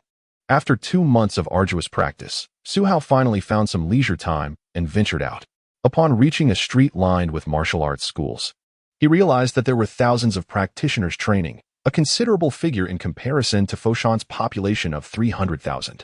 Although he was still carrying a large lead ball, Su Hao now managed to embrace the heavy object with ease, seemingly expending little effort, yet onlookers assumed he was merely posturing and chose to ignore him. After all, in Foshan, outsiders were often regarded as mere country bumpkins. "Brother, care to teach some boxing?" a burly man inquired. "Are you here to seek a master? Please, come in. Our prices are negotiable." A school owner greeted the group with a broad smile, eager to welcome potential patrons. However, the robust individual replied with a grin. "Are you the owner of the school?" "Indeed. I have long heard of Foshan's reputation as a martial arts hub. So I traveled south to engage with your esteemed masters and exchange insights." The proprietor, clad in a purple robe, scrutinized the brawny man, his expression gradually shifting to one of discomfort. "Engaging in martial arts means you're here to challenge us, correct?" "Yes, I, Jin Shan, have come to seek guidance from the martial artists of Foshan." As Su Hao wandered nearby, the sight triggered a familiar memory in his mind. Suddenly, an inexplicable voice echoed within him, The host has encountered the plot of the film IP Man. Chapter 1. Officially activating the infinite space system. What the hell? Su Hao exclaimed, unable to suppress his astonishment. Could it be that a supernatural system truly existed? Yet, surfacing a year later seemed a bit cruel. As if it were mocking him for nearly missing the opportunity. If he had not come to Foshan, would he have been unable to activate the system at all? Meanwhile, Jin Shan had already engaged in combat with Master Li, but a barrage of information flooded Su Hao's mind, rendering him oblivious to the ongoing skirmish. Welcome, host. To the infinite space system, the voice continued. As the 9, 530, 853, 758, 973, 427th host. This system believes you possess rare talent. Rare talent? That sounds a bit unsettling. Su Hao gulped, and as he scanned the digit, reaching the staggering figure of over 900 trillion, his grip on the lead ball nearly faltered. Of course, due to the high mortality rate of previous hosts. The system simply combined the first two and last two digits to designate him as host number 9527. Ah, so many hosts have perished? Su Hao mused, momentarily stunned. Not too many, just shy of 1,000 trillion, the voice reassured him. However, the number 9,527 is quite auspicious. I rather like it. Su Hao could only chuckle. Rendered speechless. Once a spirited critic, he now felt utterly disheartened by the revelation of the infinite space system, designed to allow the host to traverse any time and space, with the ultimate goal of empowering them to become guardians of the multiverse. To ensure the host's survival while safeguarding the multiverse, the system would select worlds based on movies, television shows, and novels for traversal. Upholding justice is the mission of the infinite space system. Pursue the justice you hold dear to earn precious and rare justice points. Justice points could be exchanged for manuals, abilities, items, characters, and more within the world. However, the host must remember not to easily engage in actions that contradict their inner principles, as doing so would negate any justice points earned. Are you suggesting I become a bleeding heart saint? Su Hao asked, bewildered. No, everything hinges on the host's sense of justice versus evil. Even if others perceive an action as malevolent, if you steadfastly believe it to be just, it remains just, though you may not necessarily earn justice points. Will performing evil deeds lead to my demise? Su Hao asked cautiously. No. Who has the time to diligently perform good deeds? Now be off with you. I have training to attend to. The Infinite Space System. Chapter 11. Mastery of Hidden Strength. List of exchangeable secret manuals. Sun Style Tai Chi Manual. 3 justice points. Xingyi Boxing Manual. 3 justice points. Bagua Palm Manual. 3 justice points. Wudong Sword Manual. 3 justice points. Wing Chun. 3 justice points. List of exchangeable items. 9 Ring Broadsword. 1 justice point. Longsword. 1 justice point. Mauser Rifle. 2 justice points. T-34 Tank. 5 justice points. Tiger Tank. 5 justice points. Avia BH-33 Aircraft. 10 justice points. List of exchangeable abilities. Sun Lutong's Insights and Cultivation in the Embracing Dan Realm. 15 justice points. Li Jinglin's Insights and Cultivation in the Embracing Dan Realm. 15 justice points. Li Xuan's Insights and Cultivation in the Embracing Dan Realm. 15 justice points. Yip Man's Insights and Cultivation in the Transformative Strength Realm. 10 justice points. Character exchange list. Locked. Quite impressive, indeed, but my interest wanes. Su Hao cast a glance at the exchange list, then at his own justice points. 0. Thus, this was one of the reasons for his disinterest. The other being his ignorance of how to acquire justice points. Furthermore, he had little desire to exchange them for some so-called abilities, for he believed that what he cultivated through diligent practice was the finest. Had this system presented itself when he first traversed here, perhaps he would have fought tooth and nail for justice points, exchanging them for the abilities of others to enhance his own power. Yet, after merely a year of training under Sun Lutong, Su Hao realized he derived greater joy from the process of martial arts than its outcome. Hence, he aspired to grow stronger through his own efforts, shunning the notion of effortlessly obtaining abilities. Jin Shanjiao was a pure practitioner of Xiaobei Fist, his prowess having already reached the pinnacle of hidden strength. Though there were many martial artists in Foshan, achieving hidden strength was a rare feat compared to Jin Shanjiao. He had recently triumphed over 3 martial artists, leaving no one, save for Yip Man, as his equal. Su Hao observed keenly from the sidelines. Jin Shanjiao's boxing style was robust and direct, reminiscent of Xingyi boxing. Unfortunately, such rigidity could lead to downfall. Should Jin Shanjiao fail to incorporate yin and yang, he would undoubtedly reach a dead end. with mastery of hidden strength marking his ultimate limit. Hey kid, are you a fool? Clinging to a tin ball and pretending to be formidable? Our boss is so powerful that even a solid iron ball would crumble beneath his might. Why not become our boss's disciple and feast your eyes on his prowess daily? One of Jin Shanjiao's underlings, casting a sidelong glance at the dazed Su Hao, suddenly spoke. Su Hao raised an eyebrow. A tin ball? Shall I toss it to you? Go ahead. I'll kick your pathetic ball away, and maybe even smash a sign from a martial arts school while I'm at it. The man jested, belittling the martial arts community of Foshan. Then go ahead, Su Hao replied, his voice firm. With a sudden jerk, he straightened his arm, propelling the lead mercury ball from his grasp with explosive speed, akin to a cannonball. It was evident that, barring unforeseen circumstances, should the ball strike the man, it would inflict severe injury or even death. Fortunately, Jin Shanjiao was adept. He swiftly drew his blade and slashed at the lead mercury ball, redirecting its trajectory. Simultaneously, he shouted at Su Hao, "Who dares to bully my brother, claiming to be a Tai Chi master?" Su Hao observed the ball's deflection, stepped forward, and caught it in one hand before it hit the ground, spinning a few times to dissipate the force before cradling it once more. With a grin, he remarked, "It's not that I wish to bully your brother. He threatened to crush my tin ball with his foot, so naturally, I wanted him to give it a kick." Jin Shanjiao was taken aback by Su Hao's skill. While many could play with iron balls, few could master them. This was evidently not an ordinary iron ball. When he struck it with his long knife, he sensed its immense weight, likely a lead ball infused with mercury. Reminiscent of the lead mercury ball wielded by Yang Luchen in his heyday, albeit not as exaggerated in weight. Yet, Su Hao's application of Tai Chi and his affinity for the lead mercury ball left Jin Shanjiao deep in thought. The surrounding masters of martial arts widened their eyes in astonishment, for the scene evoked memories of Yang Wudi's unparalleled Tai Chi prowess. Su Hao, smiling, remained silent as the lead mercury ball rolled from his left hand to his shoulder, then smoothly transitioned to his right hand. His mastery of Tai Chi whip techniques was impeccable, allowing hidden strength to flow effortlessly as he manipulated the lead mercury ball with exaggerated finesse, leaving onlookers utterly speechless. Several young women stared, drooling, unsure whether they were envious of Su Hao's skill or his charm. "Brother, where are you from?" Jin Shanjiao inquired, unable to contain his curiosity. "Nanjing, Jiangsu," Su Hao replied, raising an eyebrow, although he was actually from the northeast and still struggled with some colloquialisms. "Is it necessary for a Jiangsu native to stand up for Foshan's martial artists?" "No, I have no interest in playing the hero. Your presence merely interferes with my plans." Su Hao shook his head. Jin Shanjiao scratched his head in confusion. "What does my challenge have to do with you?" "I wish to challenge too. If you defeat them all, whom shall I face?" Upon hearing this, the already prostrate masters groaned, spitting blood anew. The martial artists and apprentices surrounding them wore dark expressions, wondering whom they had offended, questioning why they were perceived as easy prey. "Damn it, don't push us too far." Right. If you're so brave, why not challenge Master Yip?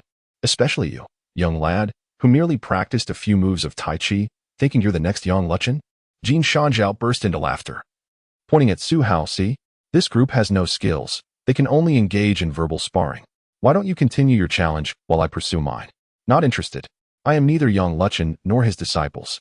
However, after witnessing Master Jin's formidable boxing skills, I am inclined to spar with you." Su Hao regarded him with skepticism. After all, in the latter part of the film, Jin Shanjiao resorted to forming a gang to rob the common folk of their food and wealth, proving himself to be of ill repute. Thus, it was prudent to deal with him sooner rather than later. "Fine, if you wish to fight, then let us do it. But beware, if I injure you, don't blame me for showing no mercy." Upon hearing Su Hao's lack of relation to Yang Luchen, Jin Shanjiao felt no fear. Though the era was chaotic, the name of an invincible figure would still instill a sense of dread. "Then, Master Jin, please." Su Hao tossed the lead mercury ball onto the ground. In a matter of moments, the 200-pound lead mercury ball spun rapidly on the stone surface, displacing obstacles with ease, showcasing its considerable weight. With a courteous exchange, Su Hao seized the initiative, intending to defeat Jin Shanjiao the moment the lead mercury ball came to a halt. After all, who among them did not aspire to mastery of hidden strength? Chapter 12. Confrontation with Jin Shanjiao. Jin Shanjiao stood with his fierce beard bristling, his eyes wide open, and a physique as formidable as a tiger and bear. His hands were calloused and heavy, indicating that his martial prowess resided in his fists. Su Hao could discern that although Jin Shanjiao moved with a commanding presence, his footwork was not superior to his own. Thus, he resolved to target Jin Shanjiao's lower defenses. Watch the fists. Jin Shanjiao advanced with a thunderous step, causing the cobblestone path to shatter beneath him, his footsteps resonating with growing intensity. The martial artists present recognized that Jin Shanjiao had yet to reveal the full extent of his strength, for they would struggle to withstand even a few of his strikes. However, just as Jin Shanjiao was about to land a blow on Su Hao, the latter twisted his body, his sinews and bones aligning, his hair standing on end as he struck out with lightning speed, directly grasping Jin Shanjiao's arm. Yet, to his surprise, Jin Shanjiao's grip was equally powerful, if not more so, as his arm transformed into an unyielding mass of steel, rendering Su Hao's efforts futile. Jin Shanjiao, unwilling to press too recklessly, withdrew his fist, preparing for another engagement. But Su Hao, proficient in both Taijiquan and Xingyiquan, executed a swift maneuver, leaving 3 deep gashes on Jin Shanjiao's arm. Eagle Claw? Let's see if your Eagle Claw is mightier than my iron fist. With each subsequent punch, Jin Shanjiao's strikes grew louder and more forceful, while Su Hao, employing Taijiquan to deflect the force, found himself pushed back, only intensifying Jin Shanjiao's fervor. Their fists and palms collided, producing a thunderous resonance that left many spectators wincing in pain. Yet, after reaching the pinnacle of internal strength, their muscles and tendons had been honed to perfection. In combat, when adrenaline surged, the sensation of pain was greatly diminished. Otherwise, one would be too distracted by discomfort to fight effectively.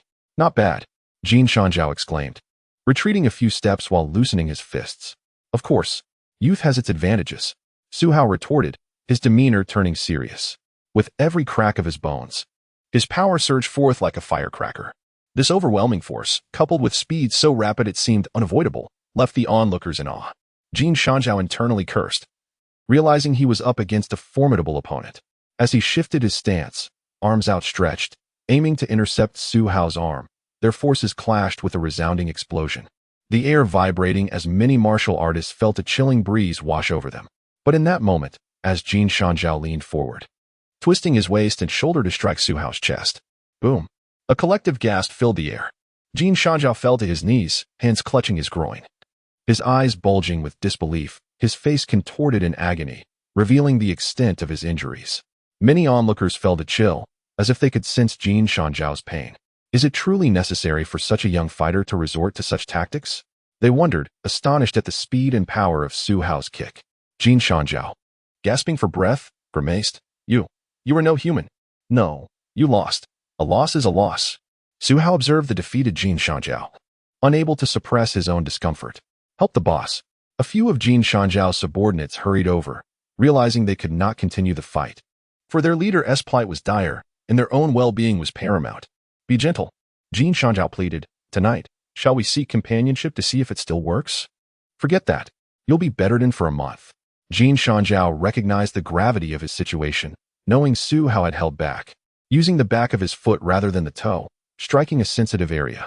Li Xiaolong it is, Su Hao declared, rubbing his nose, having concocted a pseudonym inspired by his master's prowess. Li Xiaolong? Huh? Remember, don't leave Foshan. Wait for me. Ouch. Master, be gentle. As the whip cracked, Su Hao stood motionless atop the plum blossom post, enduring the biting pain of each strike. You used that move again? Master Sun Lutong chastised, exasperated. But I couldn't resist. I saw his stance was unsteady. Su Hao meekly replied. Sun Lutong, realizing the boy's remarkable ability to defend against such attacks, couldn't help but feel a mix of pride and frustration. In the end, he sighed in relief, muttering, Thank goodness it was a pseudonym. Had it been his real name, I would have been publicly ridiculed for teaching such a child. Chapter 13. The master arrives at our doorstep. Have you heard? A man from the north just challenged 3 martial arts schools, only to be defeated by a boy wielding an iron ball. This tale has certainly circulated. My cousin's uncle trains at the Tang Martial Arts School and claimed that battle was nothing short of spectacular, akin to the heavens collapsing and the seas drying up. Enough of that. You've clearly been watching too many tales of the fantastical. However, it is true that the battleground was indeed littered with shattered bluestone slabs, and the sound of fists colliding echoed as if one had attained the legendary mastery of martial arts.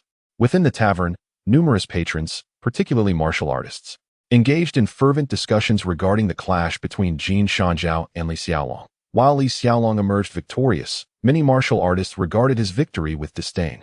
considering the use of a low blow to be rather underhanded. Yet, those of a higher caliber, masters who have reached the level of dark energy or perfected bright energy, remain silent. Fully aware that if it were a life-and-death scenario, the youth known as Li Xiaolong would undoubtedly prevail. Master Yi has arrived. A short-haired, middle-aged man clad in a deep purple robe entered, prompting a chorus of respectful greetings from the martial artists gathered. Please, everyone, take a seat. Yuan chuckled lightly, having already heard of the two outsiders eager to challenge the schools in Foshan. Observing the nervousness among the schoolmasters, he found it amusing. Master Yi, we can't remain idle. Liao, a fellow master, sighed. Those two possess extraordinary strength. I could see it with my own eyes. The ferocity of Jin Shan Zhao was palpable. Had he not been interrupted by that boy, he would have continued his onslaught. Indeed, the boy's strength is formidable. And I am curious as to his martial lineage. He clearly aims to undermine the reputation of our Foshan schools, Liao continued, his concern evident. I am already aware of this. Please, do not fret, Yuan reassured with a wave of his hand. How can we not worry? Master Yi, you must take action. Yuan paused, sipping his tea, momentarily recalling his wife's words before leaving home, which caused him to hesitate. But who was Liao? He was a veteran among Foshan's martial artists, his face twisted in despair as he implored, Please, Master Yi, do not hesitate any longer. If that boy comes knocking, we shall be in dire straits. Even if he doesn't choose you first, he will surely visit our schools. If he loses, at least he will have fought with honor, while we will be left with no face to continue our schools. Yes, Master Yi, I have already located their residence. You must act.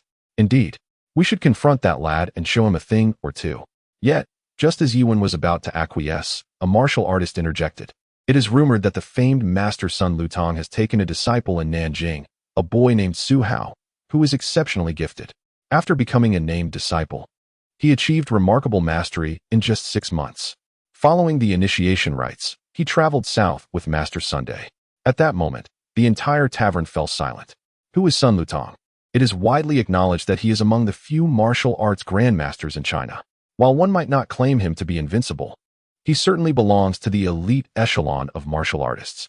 The title of master is reserved for those who have reached the level of dark energy, while grandmaster is reserved for the likes of Sun Lutong, Li Shuwen, and Li Jinglin, among a select few.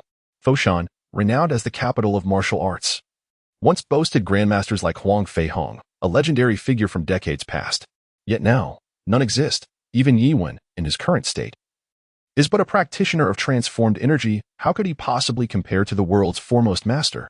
The gathered martial artists fell into contemplative silence, reflecting on the recent revelation.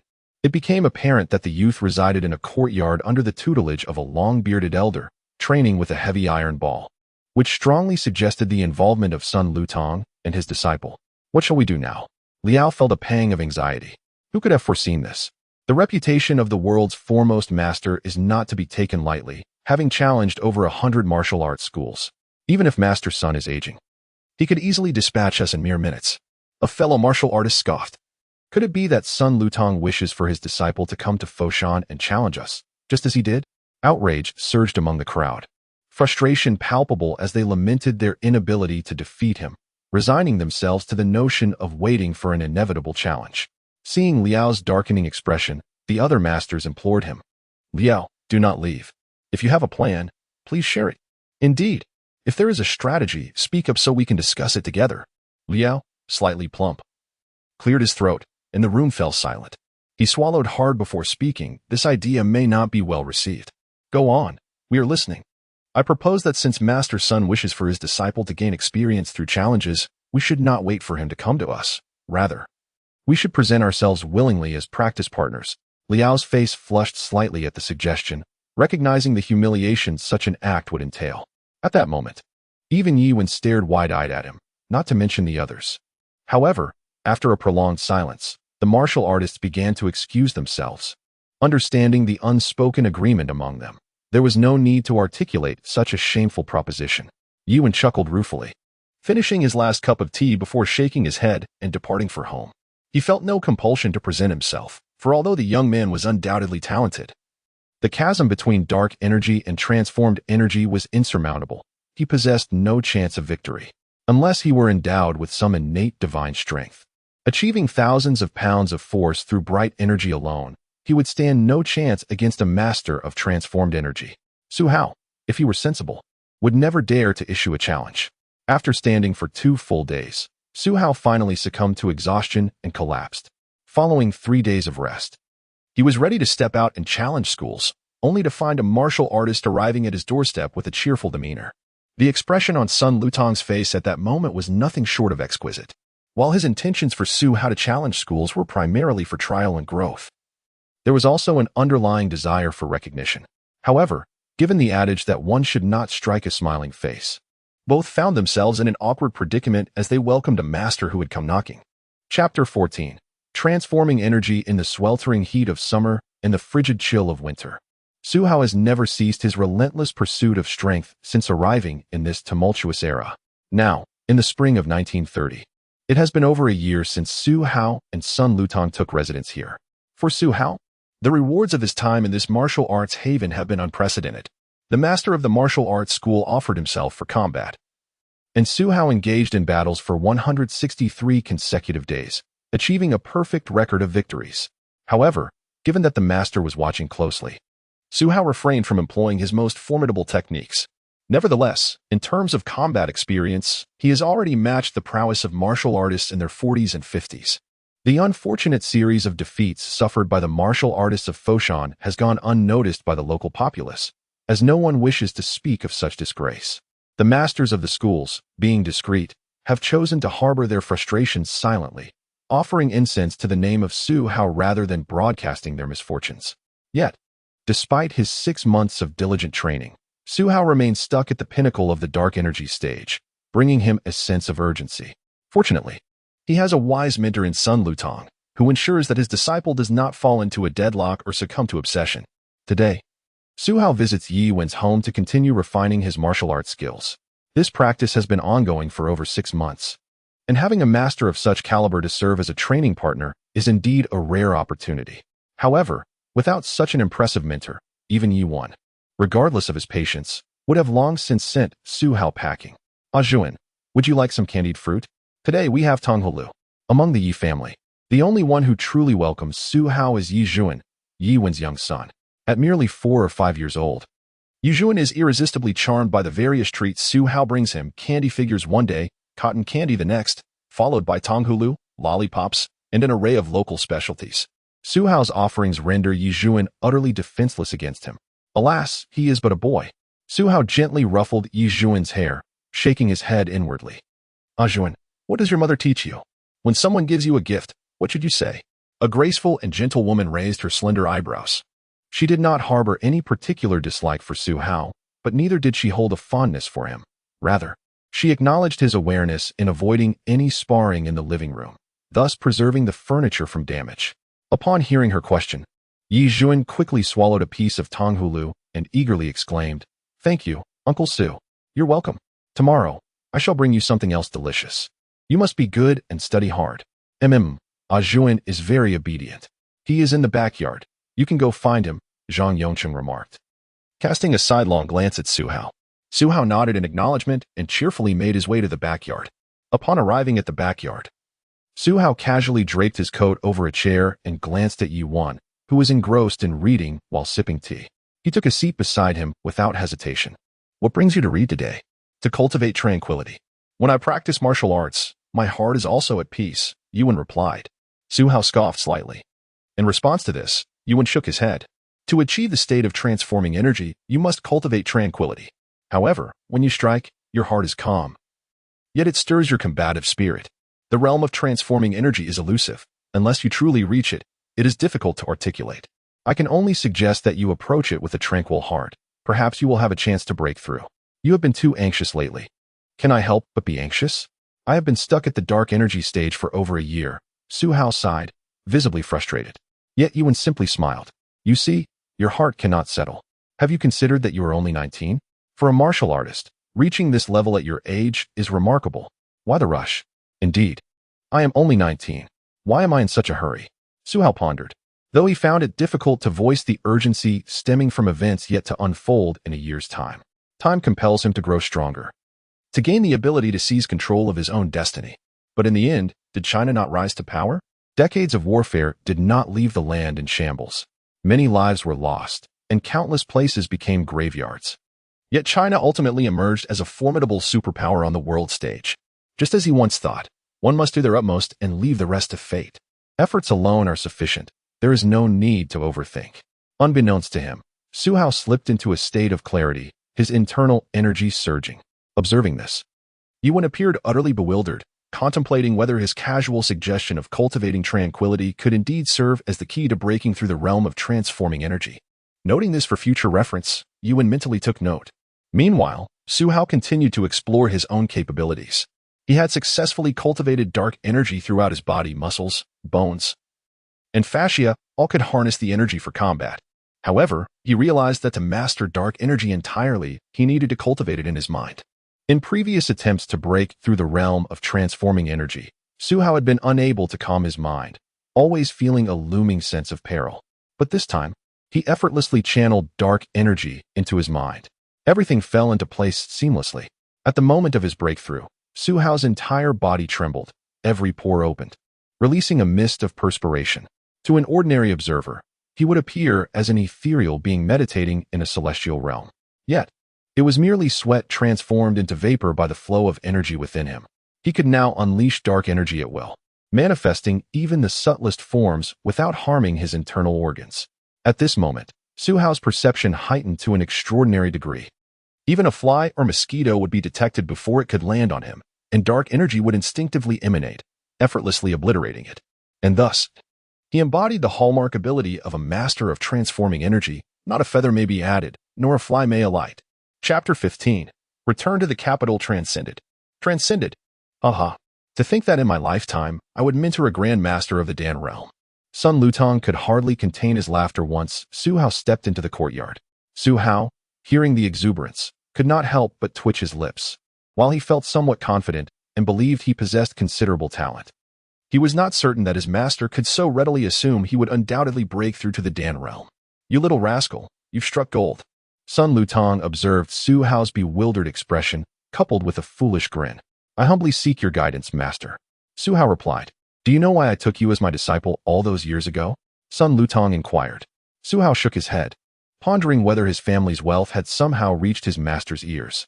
That is not quite right. My esteemed master does not lack for riches, after all. It is because within your dantian lies a remnant of innate vitality that has yet to dissipate. Sun Lutong exclaimed, joyfully patting Su Hao on the shoulder. At that time, the innate vitality was akin to a newborn, appearing quite stable, yet it also bore a significant risk of fading away. Thus, you must practice martial arts and internal boxing to ensure that spark of innate energy remains intact. This vestige of innate energy will not alter your talent or hasten your progress in the visible energy realm, nor will it allow you to completely master the hidden energy in a year. However, it is crucial for your breakthrough into the Dan realm. Su Hao was somewhat perplexed. While Sun Lutong gazed into the distance, sighing, this vestige of innate energy will reveal its significance when you endeavor to transcend to the Dan realm. You will find that the process of consolidating the golden elixir and refining your vital essence is the most arduous phase, one you have nearly surpassed. Once the time is ripe, you shall naturally achieve the Dan realm. Really? Su Hao could only remain silent, understanding that his master required no consolation from him and did not indulge in empty words. He grasped that his master valued sincerity over pretense. Thus, he stood beside Sun Lutong, watching the sun set, relishing the beauty of the moment. What are your plans, my boy? Sun Lutong suddenly asked. To practice diligently and strive to attain the Dan realm within this year. Su Hao declared. Do you not have other aspirations, such as establishing a martial arts school or gathering disciples? Sun Lutong continued, unperturbed about the potential loss of his legacy. With numerous disciples, each specializing in a different martial art, his skills would be perpetuated eternally. Whether Su Hao chose to accept disciples depended solely upon his own desires. After all, Su Hao was the face of Sun Lutong and his ultimate trump card. At the very least, after his passing, his disciples would not have to fear vendettas. For as long as Su Hao was present, nothing would pose a problem. Armor? Long spear? Sun Lutong raised an eyebrow, as if recalling something unpleasant. Yes, armor that can withstand bullets, even if it is somewhat heavy. Su Hao replied candidly. Generals inevitably face demise. In ancient times, your caliber would not be considered invincible, yet you could still carve a path through 1,000 foes. However, times have changed. If you truly wish to protect your home and country, seek out Li Jinglin. He will arrange a position for you, at least as a company commander or a battalion commander. Otherwise, I'll personally put him in his place. Sun Lutong remarked, especially irritated that old fellow once sought to take Su Hao as his disciple. Had he been stronger, he would have surely attempted to snatch him away. Sun Lutong had no desire to alter Su Hao's mindset. A martial artist who had achieved the transformation phase was bound to act according to their heart, unless faced with a significant upheaval. Thus, their original intentions would remain steadfast. Upon hearing the terms battalion commander and company commander, Su Hao's eyes sparkled momentarily. Yet after a brief hesitation, he shook his head. No need to trouble Mr. Li. I am neither well-versed in military strategy, nor have I studied warfare. I have some confidence in my abilities alone, but leading troops? I'd rather pass. Your ancestors? Su Hao quirked his lips. Even if your ancestors possessed any general's armor, could it withstand bullets? Unfortunately, upon seeing Su Hao's expression, Sun Lutong huffed indignantly. My ancestors hailed from Jiangdong during the late Eastern Han Dynasty. Jiangdong. Sun Tzu. Sun Quan. Good heavens, that armor must be ancient. Can it even be worn? Su Hao's first reaction was not to marvel at his master's lineage, but rather to question the practicality of the armor, for the bond between master and disciple was precious. But life was of even greater value. The outcome was evident. Su Hao received another thorough thrashing. Logically, a master of the transformation phase should have some means of resistance. Yet when the one raising a hand was his master, the disciple could only obediently endure. In just 3 years of martial arts training, Su Hao achieved the transformation phase, a feat that many would deem astonishing. In a world vast and full of wonders, one could only consider him a prodigy in this respect. Yet he had not yet transcended the mortal realm, thus failing to evoke sheer terror. The duo, during their time in Foshan, loomed over the local martial artists like an insurmountable mountain, leaving them breathless. Fortunately, the masters of various schools offered free practice partners, and on days when Sun Lutong was in good spirits, he would provide guidance. However, when these two harbingers of misfortune finally departed, the local masters rejoiced. Barely a day after Su Hao and Sun Lutong's departure, over 100 martial arts schools set off firecrackers, with the masters wearing exuberant expressions, leaving the common folk in Foshan bewildered, as if they had missed a New Year's celebration. How much meat would they have to forego? Of course, many masters personally bid farewell, led by Yi Wen, who escorted the two grandmasters out of Foshan with insincere smiles, not even uttering a word of goodbye. One can only imagine the extent of Su Hao's irritation that year. Master, look at them. You should never have guided them. Chapter 16, Discussion. Half a month later, Su Hao, who had never argued with the two elderly men nor acted out of spite, generally acquiesced to their requests as long as they did not interfere with his martial arts training. Dressed in a black gown, Mr. Su could not help but feel tears welling in his eyes upon seeing his son return, yet as the head of the family, he restrained his excitement and stood at the door gazing at Su Hao. Mother, do not weep.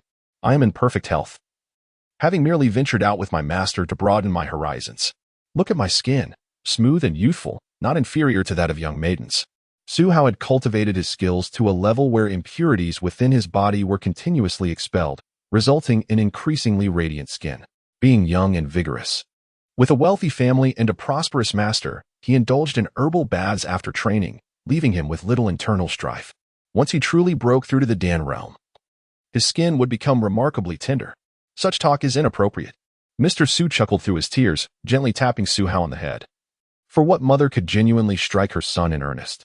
You shall stay at home for 3 days, then go to the capital with your master.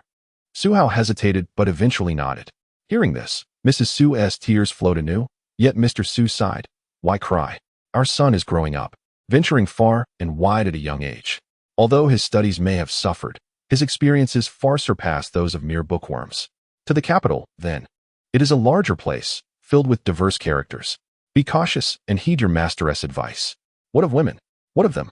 Mrs. Su retorted, her temper flaring as she pushed Mr. Su aside and took Su Hao by the arm, leading him into the courtyard, leaving Mr. Su in a state of embarrassment. Where's my brother? Since attaining the level of transformation, Su Hao had lost his appetite for extravagant meats, preferring simple millet porridge and pickled vegetables. With his current state, he could not only sense but also control his internal organs' needs, allowing him to choose his food wisely, particularly when not engaging in strenuous activity. He did not expend much energy and therefore did not require excessive sustenance.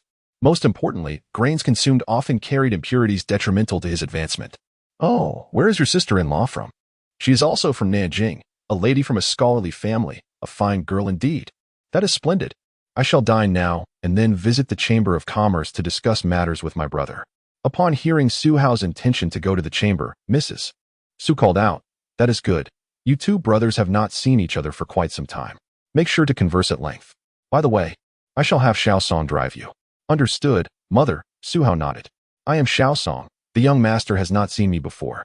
I began working at Su Manor after your trip to the south. You may simply call me Xiao Song." A shrewd, agile young man, he possessed decent driving skills. A reliable chauffeur. Driving in present-day Nanjing was not particularly challenging. Xiao Song noticed a subtle shift in Su Hao's demeanor. Recognizing an extraordinary quality about him that made him feel at ease, despite his awareness that Su Hao was the esteemed disciple of the legendary Sun Lutang. Thus, he quickly added, "It is not a significant issue, merely some troubles the Chamber of Commerce faces. While they dare not confront our family openly, they resort to unsavory characters to harass our stores. The eldest master has been troubled by these matters." Unsavory characters? Su Hao raised an eyebrow, intrigued to know which category a martial artist of his caliber fell into. Surely, the upper echelons. The Su family's Chamber of Commerce was substantial. Located in a prominent building in the heart of Nanjing, bustling with activity and adorned with various shops, exuding a hint of extravagance. Trendy imports often made their debut here. Su Hao's sudden appearance at the chamber's entrance drew attention, though not much surprise. After all, he was merely seen as a martial artist. In this era, wealth and weaponry were the true measures of power. Unbeknownst to them, Su Hao, as someone capable of trading tanks and planes, held the unsavory characters in contempt. He mused, "I may not know how to operate a tank, but I possess the manual. If provoked, I shall bulldoze right through you without a single shot fired." Huh. Take your time at the chamber, and may you soon welcome a sturdy heir to carry on the business. I, on the other hand, aspire to attain the heights of martial prowess. Su Hao jested lightly. Initially, Su Zhe intended to respond, but when Su Hao suddenly approached him, ruffling his hair, he was engulfed by a wave of warmth that coursed through him, leaving him bewildered by the sensation. "Very well, you pursue martial arts while I manage the business. Should you desire anything, my dear brother, rest assured I can procure it for you, planes and artillery alike," Su Zhe declared with a flourish, embodying the demeanor of a seasoned businessman. "Let us set aside discussions of purchases for now. I wish to share something with you. Prepare yourself. And do not speak of this to anyone, for it is a secret I acquired from Japan. Remember, do not divulge it to anyone, even if you doubt its authenticity. Just be ready." Su Hao's tone adopted an unusual seriousness, prompting Su Zhe to nod affirmatively, his expression shifting. Chapter 17. The Warlord's Great Campaign. Are you suggesting I become a warlord? Su Zhe swallowed hard, having spent his youth in business alongside Old Master Su. He never anticipated that one day his brother would proclaim that Japan was poised to invade, claiming their military prowess could conquer all of China. How could he possibly believe such a notion?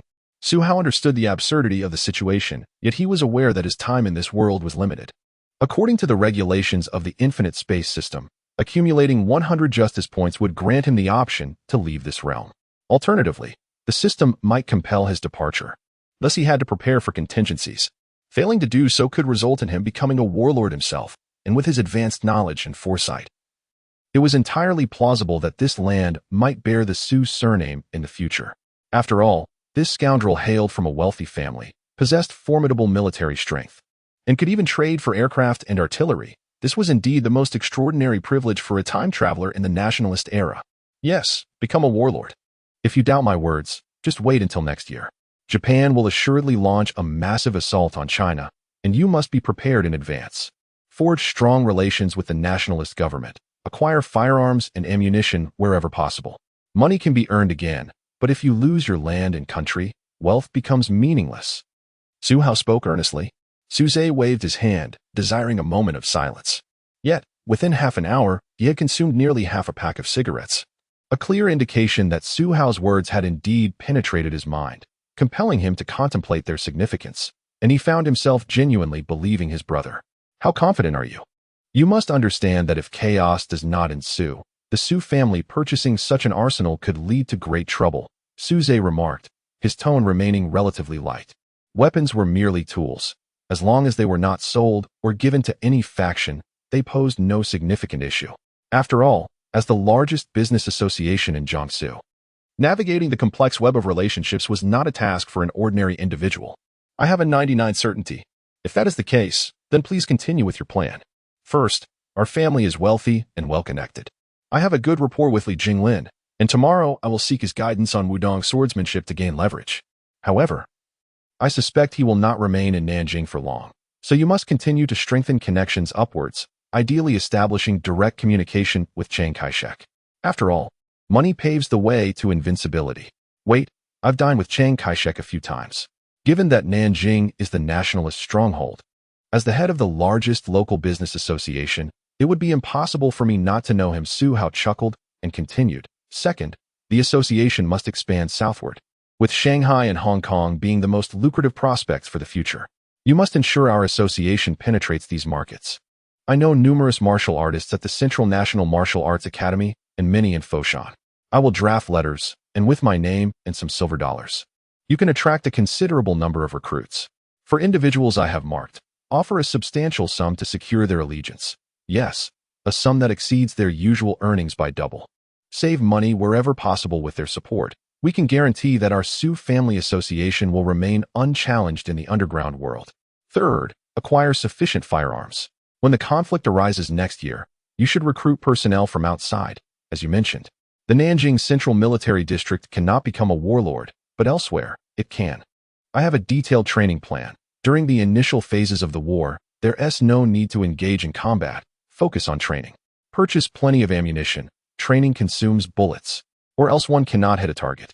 Fourth, while you may not be able to purchase aircraft and tanks, I have some channels that can provide you with a considerable number of tanks and even planes.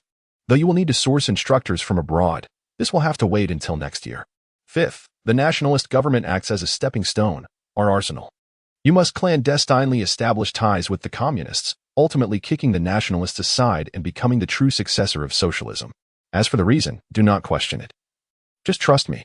Sixth, students from the Whampoa Military Academy are promising. I will provide you with a list, recruit them if possible. Additionally, study Sun Tzu's Art of War. For the marketplace is akin to the battlefield.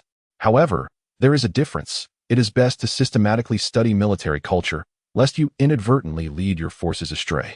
Seventh, never trust anyone easily. Never confide in our parents. Leave a few escape routes for the family. If all else fails, consider relocating to the United States, a capitalist paradise for the wealthy. Bring sufficient funds and some trustworthy martial artists, and with gradual development, you will surely establish a foothold there. Should matters escalate to that extent, I will likely leave behind some contingency plans.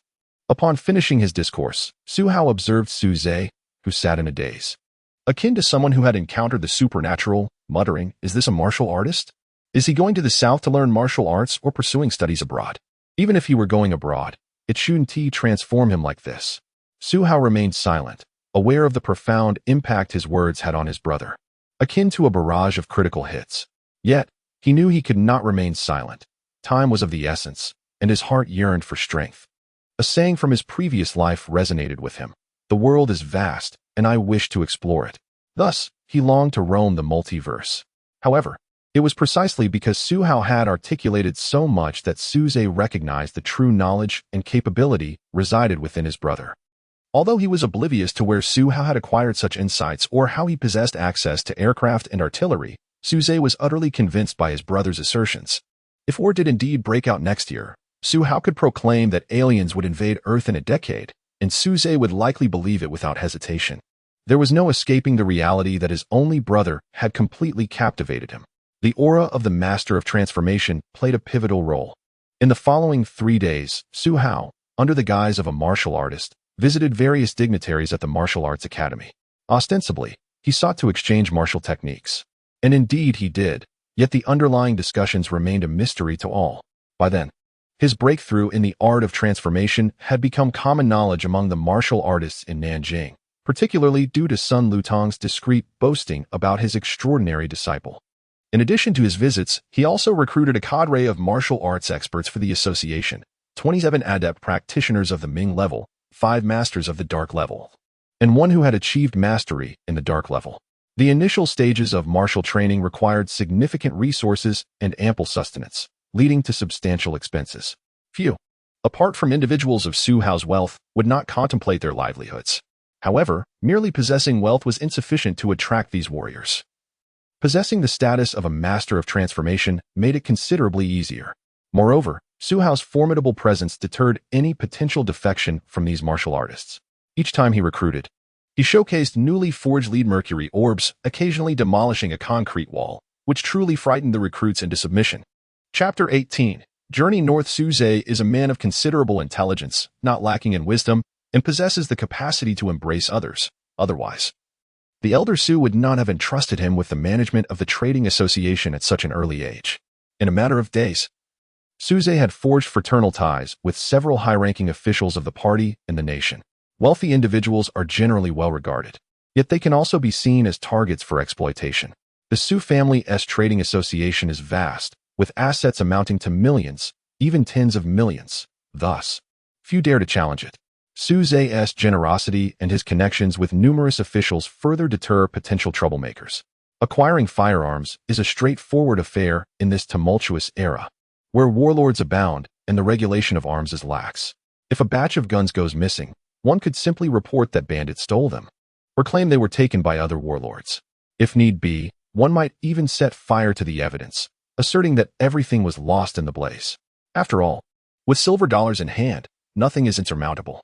As for the various rogues and vagabonds who have dispersed, a group of martial artists has swept through, leaving none standing. Those adept in covert techniques did not even lift a finger. Meanwhile, Su Hao is already aboard the train heading to Beijing. He intends to inspect a suit of armor, and if it proves suitable, he will seek a skilled craftsman to modify it before heading north to witness the formidable prowess of Zhang Xueliang, who never obstructs the Guangdong army. Within a year, he aims to enter the realm of the Baodan. Su Hao, not lacking in funds, insists on traveling in a sleeper compartment, preferring the comfort of a soft berth. His ethereal demeanor captures the attention of many during the journey. However, the young women of this era are too timid to openly express their admiration for a young man. Even when they do glance, it is a furtive look, fearful of being discovered, and should they be noticed, a blush would undoubtedly follow. After all, it is the year 1930, not 2018, otherwise, young women would have approached Su Hao, snatching his phone to scan WeChat, save his number, and perhaps even clasp his hand, declaring their unwavering affection. Oh, in this innocent age, even a simple exchange of glances can cause a girl to blush. How delightful! Su Hao gazes at the girl in the opposite berth, reflecting on the charm of the moment. The young woman, already flushed, lies still with her eyes closed, though her facial expression betrays her anticipation that Su Hao might continue to gaze upon her. Yet internally, she chastises him for his boldness. How brazen of him to stare so unabashedly, as if his handsome appearance grants him license to act as he pleases. Is she not traveling to the capital? Su Hao is not in the same compartment as the elder son, and he is unaware of how the ticket seller managed to procure tickets. But without Sun Lutong by his side, Su Hao is transformed from a solitary wolf into a spirited, unrestrained hound. Indeed, the girl across from him is quite lovely. At this moment, she shyly glances at Su Hao before lowering her head, yet he can readily memorize her features: large eyes, willow-shaped eyebrows, and a commendable figure. Although her attire is of high quality, the color is less than appealing, and it is quite loose, failing to accentuate her curves. Nevertheless, she manages to exude an ethereal quality, which is no small feat. Seeking education in the capital?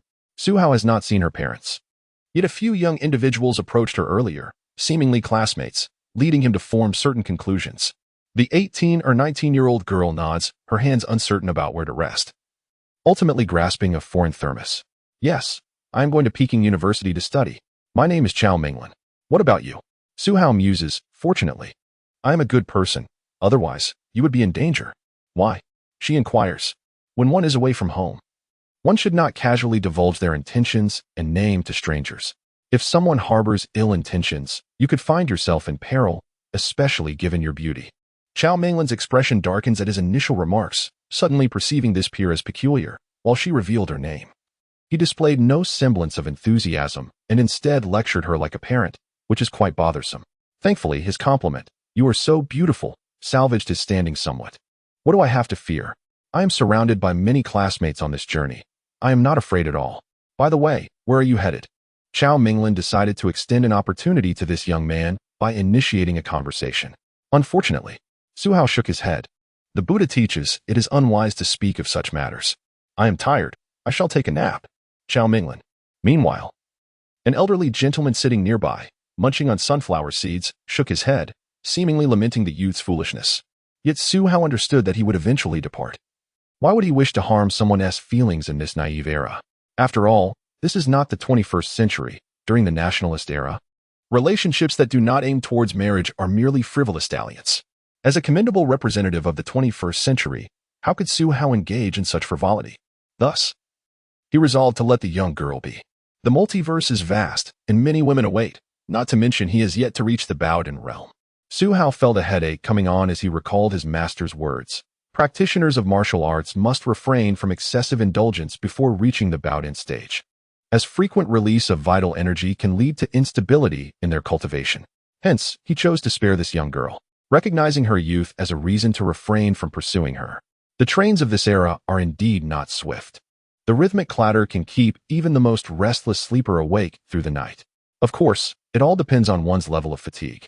Many passengers sleep soundly on the train. Su Hao, too, refrained from engaging in any inappropriate behavior during the journey. Aside from carrying a seemingly heavy package, he had brought little in the way of clothing changes. Inside the package lay a significant weight of lead and mercury spheres.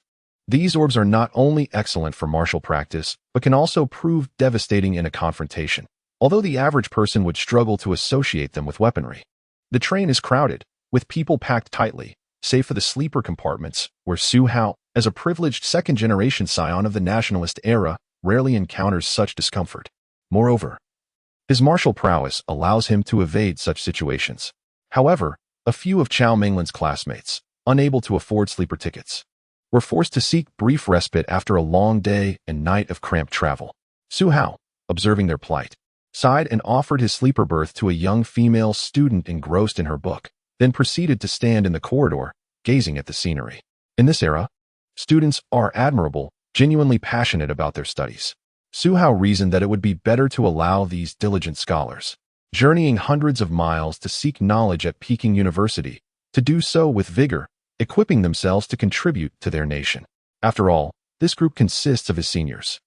Chapter 19, The Capital City. Su Hao. A light, melodious voice drifted from a distance. As Su Hao turned towards the train car door, he beheld Chao Minglin approaching, clutching half a roasted chicken. Here, this is for you. You insisted on giving up your sleeper for Xiao Yu, and she felt quite embarrassed. She asked you to join us for dinner, but you refused, so I brought you half a chicken. Chao Minglin stood with her feet together, her expression somewhat anxious.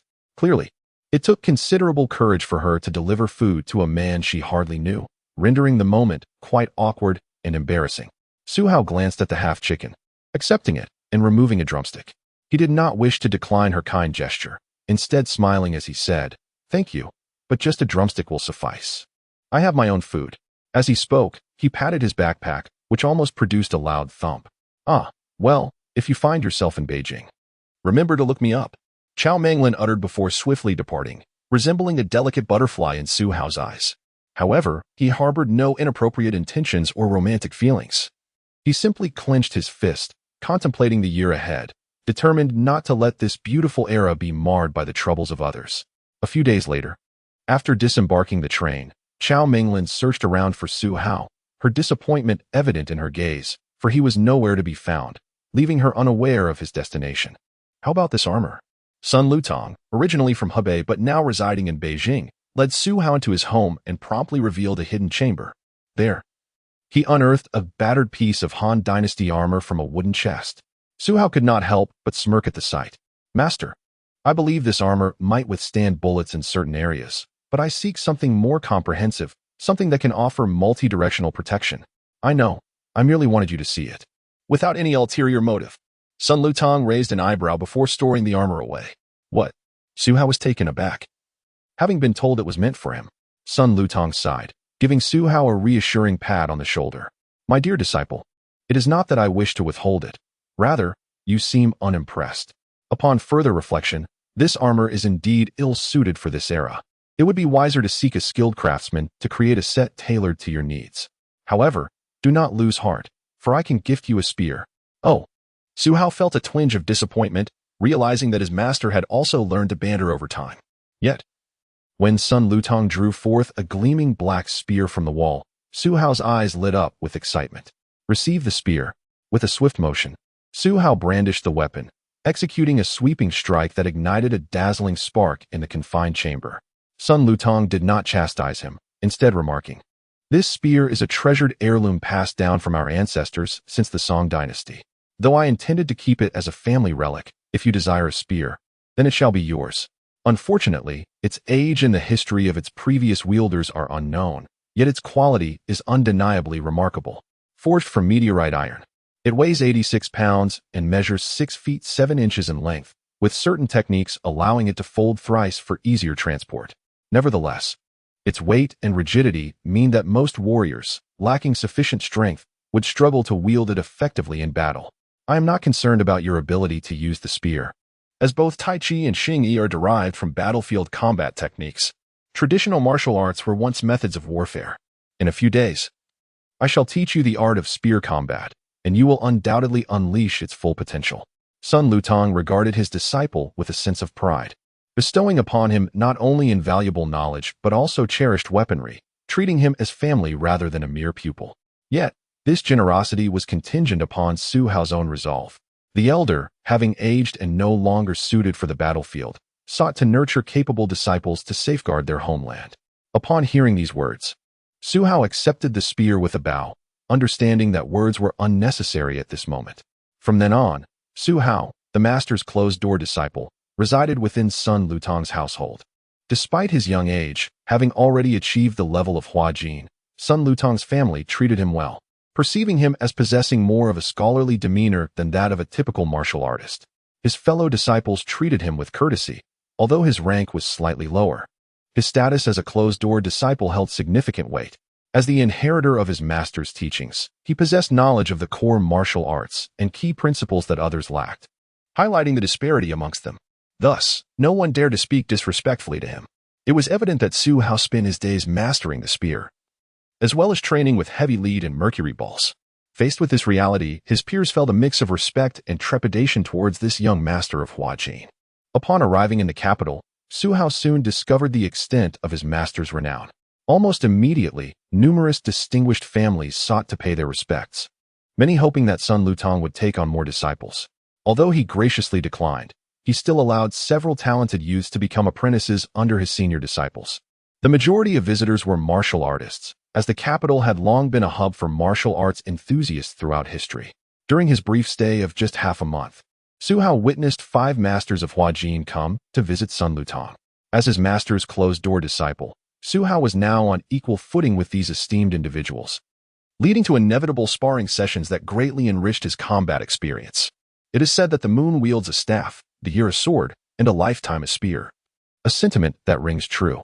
The long spear Su Hao wielded, measuring just over 2 meters, was longer than a typical short spear. Yet he suspected the limitation was due to material scarcity.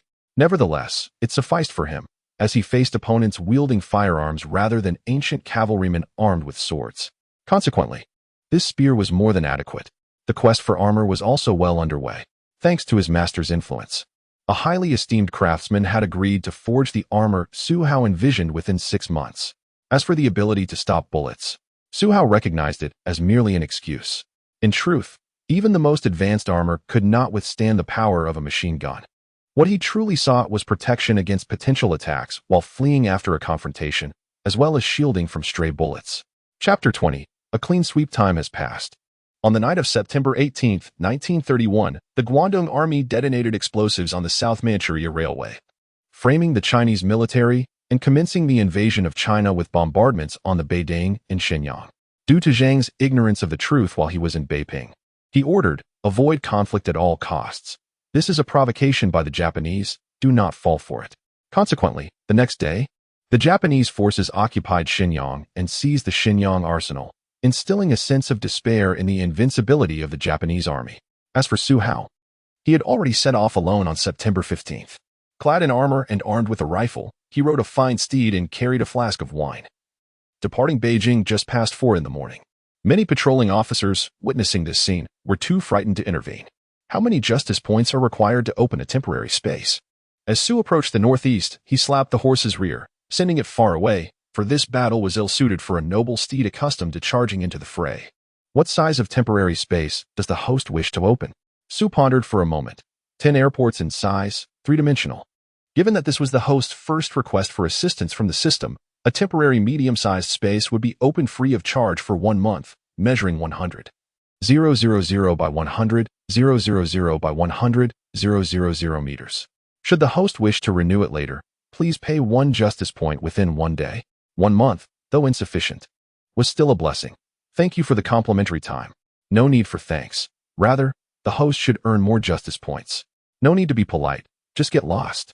The infinite space system fell silent once more. 3 months prior, Su Hao had mastered 3 forms of martial arts and was ready for the next step, embracing the Dan. Now, Su's combat prowess was unmatched in the capital during sparring sessions. Of course, in life-and-death situations, some grandmasters at the Dan level might still pose a challenge. The reason he excelled in sparring was encapsulated in the saying, "Youth is formidable." At merely 20 years old, Su had yet to reach the prime of a normal man's life, yet he had already attained the Dan level, brimming with vitality like a dragon or tiger, with a recovery ability several times greater than that of his peers. If the Japanese army engaged him in close combat, he could slay thousands. Regarding Su's young age and his status as the foremost sparring expert in the capital, it should be noted that at this level, Sun Lutong had shared many secrets of the martial world with him, revealing that although the visible martial artists were powerful, few had reached the pinnacle of mastery. Some hidden figures had even attained near immortality, though such masters were exceedingly rare, often retreating from the world due to past grievances. What does Su's Dan level signify?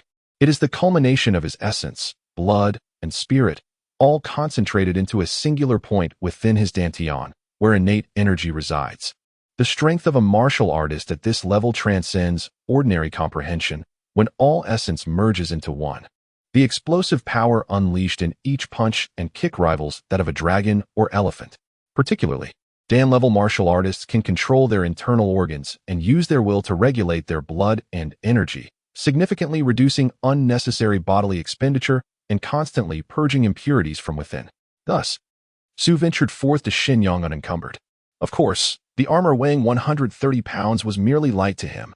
Anyone else would be utterly exhausted. The armor was as black as ink, enveloping him completely, with a dense network of silver chains between the helmet and armor, effectively absorbing bullet impacts, leaving only his eyes visible. Su's mission was singular, to assassinate the highest-ranking Japanese general or, failing that, to seize the Shenyang arsenal, along with the over 300 aircraft discarded by the Northeast Army, and to commandeer all manufacturing industries and food processing plants, leaving not a trace behind.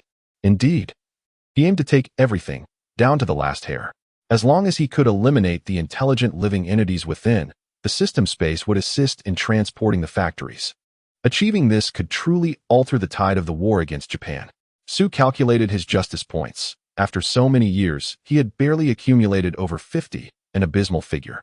Had he not previously inquired about the system's storage capabilities, he would not have embarked on this venture. In this war against Japan, possessing over 300 aircraft would have sent the Japanese forces fleeing in terror. Su had long felt a sense of injustice while consuming films, television series, and novels about the lack of aircraft on his side, and now, with this newfound ability, it was worth the risk. In life, one must act and refrain. Su did not consider himself a martyr for his country. However, given the right conditions, he was eager to take a chance, replacing a bicycle with a motorcycle. This was the moment. Even clad in heavy armor, Su moved with an eerie silence, effortlessly infiltrating the heavily guarded Shenyang city. After all, his shoes were not made of pure steel but rather traditional Beijing cloth shoes, remarkably comfortable. His mastery over his own body had reached an extraordinary level. To an ordinary person, even standing behind someone, they would feel no awareness of his presence, a ghostly skill indeed. This was the essence of the Dan level, transcending the capabilities of mere mortals. Sun Lutong had brought Su to Foshan without revealing himself or uttering a word, merely reclining in a rocking chair. And the entire martial community of Foshan felt as though they had been struck down. This exemplifies the intimidation factor of a Dan-level martial artist, whose strength was formidable. In a nearby factory, a Japanese soldier wielded his rifle as a club against a laborer, barking insults. In a short span, The workers at the Shenyang arsenal were left bloodied and battered. As night fell, some Japanese soldiers continued to force the laborers to manufacture rifles and ammunition, leaving many covered in bruises and scars. They had resisted, but to no avail. The entire Northeast Army had been ordered not to resist and to die for their country. What could unarmed civilians achieve against such a command? Su observed the thousands of workers in the factory and frowned deeply. He would not expose himself for the sake of one individual. Though young and brimming with passion, having reached the Dan level, he remained calm and collected. Thus, he resolved to wait until the workers departed before unleashing his wrath. 10 o'clock, 11 o'clock, midnight. Yet, would they not fear the wrath of deities and specters? Su's eyes gleamed with cold light, eagerly anticipating the expression on the Japanese soldiers' faces when they witnessed the Shenyang arsenal vanish. Chapter 21. The Shock Department Who? A Japanese soldier, lazily leaning against the wall, did not entertain the thought that anyone would dare to intrude, for they had taken Shenyang in merely 2 days. Surely, no one would be foolish enough to challenge them. Yet, he still remembered his duty and called out in confusion, "You old bastard." Su Hao descended from the sky, like a colossal bat swooping down. The soldier barely raised his head when a shadow loomed above him, with an immense force. The soldier was crushed into a pulp from head to toe. "What is it? Hurry and check." A patrol team of 7, hearing the commotion, rushed over. However, as they sprinted, a dark flash preceded them. A spear, nearly 2 meters long, whistled through the air with explosive power, hurled by Su Hao. Thud, thud, thud, thud, thud. The spear's rapid speed and force pierced through 5 soldiers, impaling them against the wall, blood gushing forth. The innate energy contained within the spear erupted upon contact with the enemy, instantly ravaging their insides, leaving them unable to scream. As for the 2 remaining soldiers, they had barely opened their mouths when Su Hao transformed into a shadow before their eyes. With a swift motion, he pressed his hands atop their heads. And with a crisp sound, their cervical vertebrae shattered, their heads driven into their torsos, appearing as headless specters. Such extraordinary strength belonged to the realm of the bowed-in stage. The Japanese had not deployed a large number of soldiers to the Shenyang arsenal because it was unnecessary. Having observed for several days, they regarded both the Chinese soldiers and civilians as mere lambs awaiting slaughter, unworthy of such extensive protection. Furthermore, the Japanese camp lay just outside. Who could have imagined that anyone would dare approach? Even if they did, what could they achieve? Little did they know, Su Hao, as a man endowed with extraordinary abilities, had no intention of reasoning with them. Within the arsenal, 163 soldiers met their fates one by one, none able to utter a sound. Either silently crushed by Su Hao's fist, or struck dead by a single palm, or pierced through the head by a gunshot. On September 23, 1931, the Shenyang arsenal vanished, along with its very foundation, leaving no trace behind.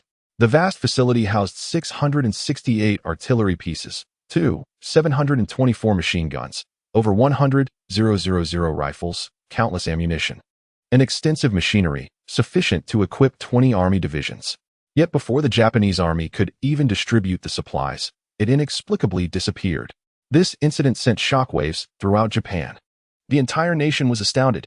People across half the globe were left bewildered. What the hell? A white journalist who arrived at the scene exclaimed "fuck" over 100 times. Many Japanese soldiers, upon seeing him, felt he must be a counterfeit white man. He spoke no English apart from "fuck," which they had all learned to mimic. From that point on, the Japanese army adopted a new universal greeting. Fuck in the morning, fuck at noon, and fuck in the evening. UFO, UFO.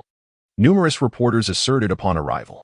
When the arsenal vanished, the ground where it stood was as smooth as a mirror, nay, smoother than a mirror, beyond the precision of any industrial standards of the time.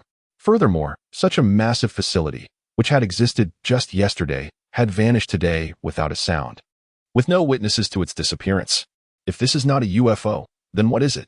Such an occurrence was enough to halt the advance of the entire Guangdong army. Indeed, Su Hao single-handedly brought to a standstill the offensive of the 1.3 million-strong Guangdong army in northeast China. Such an extraordinary feat could only be achieved through the utilization of spatial abilities. Even with overwhelming martial prowess, it would have been impossible. In no time, tales of divine beings and legendary figures spread like wildfire across the vast lands of China. Even Japan, a nation steeped in belief of deities, was compelled to regain its composure, for there was no room for panic. After being suppressed by China for thousands of years, the moment they made their move. A mythic event occurred to serve as a warning. More crucially, a bloodied horse's head had appeared on the bed of the commander of the Guangdong army. This sight left him somewhat intimidated. After all, the Prime Minister's orders held great importance, but could they surpass the value of his own life? When one reaches the pinnacle of power, they are unlikely to relinquish their life easily. His thoughts were now singular: to wait a few more days for the experts from his homeland to arrive. Su Hao remained oblivious to these events. After delivering the innocent horse's head, he silently departed Xinyang, making his way to the military airport of the Northeast Army. As his priority was to seize the most crucial military supplies, other facilities could be dealt with later. Since the commander of the Guangdong Army, Ichiro Tachibana, was startled by the horse's head, at least 300 soldiers were stationed at his residence, including several karate masters who rushed there as well. Tell me, who could silently pass through over 50 of the elite guards and place this horse's head on my bedside without spilling a drop of blood? Ichiro Tachibana's face turned pale, having not slept well for several days. The horse's head seemed to have appeared out of thin air, and the moment he was awakened, he nearly died of fright. The dozen karate masters exchanged fearful glances, even with 2 masters of the transformation stage present. They found it hard to believe that they could achieve such a feat, especially since this event coincided with the disappearance of the arsenal. Anyone not foolish would realize it was the same person behind both occurrences. Indeed, these karate experts failed to perceive this individual as human. In truth, these seemingly formidable karate masters were equally uneasy. They felt it was absurd to confront something beyond human comprehension, perhaps even a divine being or a monster. This was indeed a predicament. They were human, capable of breaking through a mud wall or cracking stones, but ultimately, they remained human, yet under Ichiro Tachibana's fierce gaze. One of them finally spoke up. "My master can achieve this." "Who is your master? Can he truly accomplish this?" "My master is Yashikiro Funakoshi, the founder of the most prominent school of karate in the country, a grandmaster of the Baodan stage. I assert that my master can do this because he can appear behind me without my noticing until he is nearly upon me. Thus, as a master of the transformation stage, I naturally believe that a Baodan stage practitioner can easily enter your room. However, concerning the arsenal, as the transformation stage practitioner spoke, he found himself at a loss for words. The number of grandmasters of the Baodan stage was many, yet few possessed such abilities. A grandmaster of the Baodan stage? I have heard of your master's elusive capabilities. Had he lived in ancient times, he would have been a formidable enemy, a revered figure feared by all. Therefore, please summon your master from Japan. I wish to see what this elusive individual is capable of, aside from mere theft." Ichiro Tachibana concluded, his teeth clenched in frustration, yet he dared not dismiss a singular individual.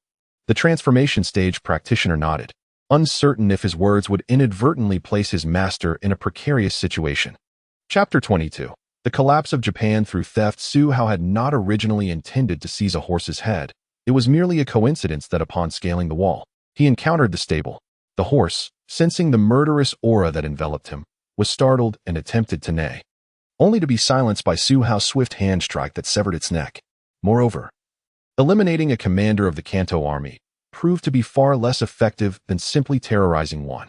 A deceased commander could easily be replaced, while instilling fear might yield unforeseen outcomes, as the Godfather films have suggested. In Nanjing, Su Zhe, upon reading the news, could not help but think of his younger brother. He harbored a peculiar feeling that these extraordinary events might somehow be connected to him. Lacking concrete evidence, he was nonetheless consumed by this intuition, which felt less like a bond of blood and more like a sense of being misled. At that moment, he speculated that aircraft and artillery must surely be in abundance. Yet, no one felt this more acutely than Sun Lutong. As he perused the newspaper, he found himself at a loss for words. Despite having taught Su Hao for years, he had never detected any ability for supernatural acquisition within him. However, Su Hao's departure and the preparations that ensued indicated that something significant was afoot. Sun had envisioned a civil war among warlords, wanting to enlist in the military to restore order. Little did he anticipate that following Su Hao's journey north, the invasion by the Kanto army would unfold, compelling Sun to draw connections between the two events. Yet, the scant intelligence available left him bewildered, and the elderly Sun found himself grappling with the headache of uncertainty. Of course, he was not alone in his confusion. The world over, many were similarly perplexed, with some even succumbing to the distress of it all. The military airport controlled by the Kanto Army was not under strict surveillance. Although they had lost the arms factory, many believed the occurrences were merely the result of natural phenomena. With thousands of soldiers stationed there, they had never felt threatened. Su Hao, having infiltrated the military airport, surveyed the mass of soldiers and felt overwhelmed. The sheer number was staggering. Though clad in armor, he had no intention of confronting the Kanto soldiers directly. Such an act would be folly, as armor was primarily designed for evasion and protection against bullets. The situation was perplexing. How could he proceed? Concealed at a vantage point, Su Hao concluded that the odds of dismantling the airport were exceedingly slim. Unless someone could divert the Kanto soldiers, he would be unable to harness the power of the system. As long as intelligent life remained, extraction would be impossible. After half an hour of contemplation, Su Hao could devise no feasible plan. Blowing up the aircraft seemed wasteful, especially since they were scattered across the airport. With over 200 inside and more than 100 outside, why destroy them all when he could simply take them one by one? Su Hao paused, realizing that his thoughts had fallen into a trap. While the airport held significance, many items could be taken individually. And as long as there were no occupants aboard the planes, he could remove them with ease. He decided to abstain from food and drink.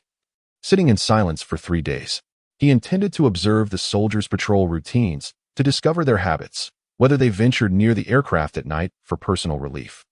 His goal was to execute his plan with such stealth that it would seem otherworldly, leaving no trace that humanity had been involved. Ignorance breeds fear. And in an airport bustling with thousands, the idea that no one would notice the disappearance of all the aircraft was indeed terrifying. On October 1st, 1931, at the military airport under the control of the Kanto Army, 349 aircraft vanished, along with numerous aviation components and maintenance tools. Concurrently, 213 Japanese soldiers disappeared, leaving only a trail of blood. However, before the situation could escalate further, the Kanto Army's tank brigade faced a severe blow, losing 85 tanks. One of the two air forces lost 130 aircraft, and a military base lost enough supplies to outfit 10 armored divisions, including ammunition. Just after the Kanto Army had seized 40 million from the Bank of Border Affairs in Shenyang, it mysteriously vanished. The communications department lost 100 telephones and even 600 miles of telephone lines. Such inexplicable occurrences left the Kanto Army in utter disbelief, while officials in Japan were equally baffled, with numerous ministers and generals voicing their outrage. How could such an affront be tolerated? Not only had they been robbed, but their own resources had been pilfered as well. This was a matter that could not be concealed. The mysterious events spread rapidly, capturing the attention of not just China, but the entire world. Japan had barely begun its invasion of the 3 northeastern provinces when, due to the inexplicable disappearance of the arms factory, it was forced to halt its advance. Before the commander of the Kanto Army could issue any military orders, the airport lost over 300 aircraft. As the tank brigade was swept clean, one of the martial artists, a master in the realm of transformation, remained unaware of the calamity. However, Su Hao, through an extraordinary stroke of luck, displayed a remarkable shooting prowess that left the master incapacitated before he could utter a word. As for Su Hao's extraordinary abilities, he simply attributed them to a life of serendipity that required no explanation. In subsequent events, even their defensive measures proved futile, for it was impossible to keep constant vigilance over every military base. Su Hao, possessing a tenacity surpassing theirs, was able to endure longer than the Japanese soldiers. Thus, while one air force lost over 100 aircraft, the other remained intact, unbeknownst to Japan, as Su Hao had yet to locate that military base. What he had stolen was of little consequence, yet the loss of 100 telephones and 600 miles of telephone lines elicited much criticism. However, Su Hao took pride in declaring that the equipment in his possession was sufficient to arm an army of 800,000 men, equipped with top-tier technology. Would they believe it? Truthfully, Su Hao had never anticipated reaching such heights. His apprehension stemmed from the fear of being surrounded within the military base. Yet, it was the early 20th century. No night vision, no thermal imaging, no advanced technology. What could the guards rely upon? Searchlights and human eyes. What constituted an alarm? Whistles, shouts, and the barking of dogs. Given this reality, Su Hao, with abilities far beyond human limitations, felt confident that he could eliminate the remaining threats before they even realized he was there. However, exercising caution, after plundering the tank brigade and observing the heightened security at the Japanese military base, he resolved not to raid the base itself. with their supplies already depleted. What remained of the soldier's possessions seemed trivial. Having acquired wealth, he felt emboldened and ambitious. Ultimately, Su Hao shifted his focus to other targets. Recognizing that the foundation of warfare lay in heavy industry, his new objective became the various factories in the major cities. During the tumultuous era of World War II, the two nations engaged in conflict were most fearful of inadequate logistical support and insufficiency of ammunition, artillery, and aircraft, coupled with a lack of foundational industry to sustain their efforts. The Guangdong Army, initially brimming with confidence and determined to pave a grand path for the Empire of Japan, found itself utterly disillusioned a mere few months into the war. The source of their astonishment? Ammunition had run dry. Soldiers possessed a meager supply, 50 rounds each, proving woefully insufficient, especially when considering the staggering odds of 10,000 bullets required to fell a single enemy combatant. Artillery shells, too, were in short supply. Some artillery battalions could scarcely afford the cannons themselves, let alone the precious ammunition. As for aircraft, there remained a solitary air division. Yet pilots were too fearful to take to the skies, wary of detection and subsequent annihilation. At this moment, the world was abuzz with discussions surrounding the extraordinary occurrences in the land of China. Numerous locals claimed to have witnessed a figure clad in ancient armor, wielding a long spear. Initially met with skepticism, some foreign journalists managed to capture a few photographs. These reporters insisted that this individual transcended humanity, moving with the swiftness of the wind, appearing and vanishing at will, leaping hundreds of meters effortlessly, and possessing immense strength capable of shattering mountains. Aside from a solitary angled photograph, the rest were mere blurs, hinting at the astonishing speed of this figure.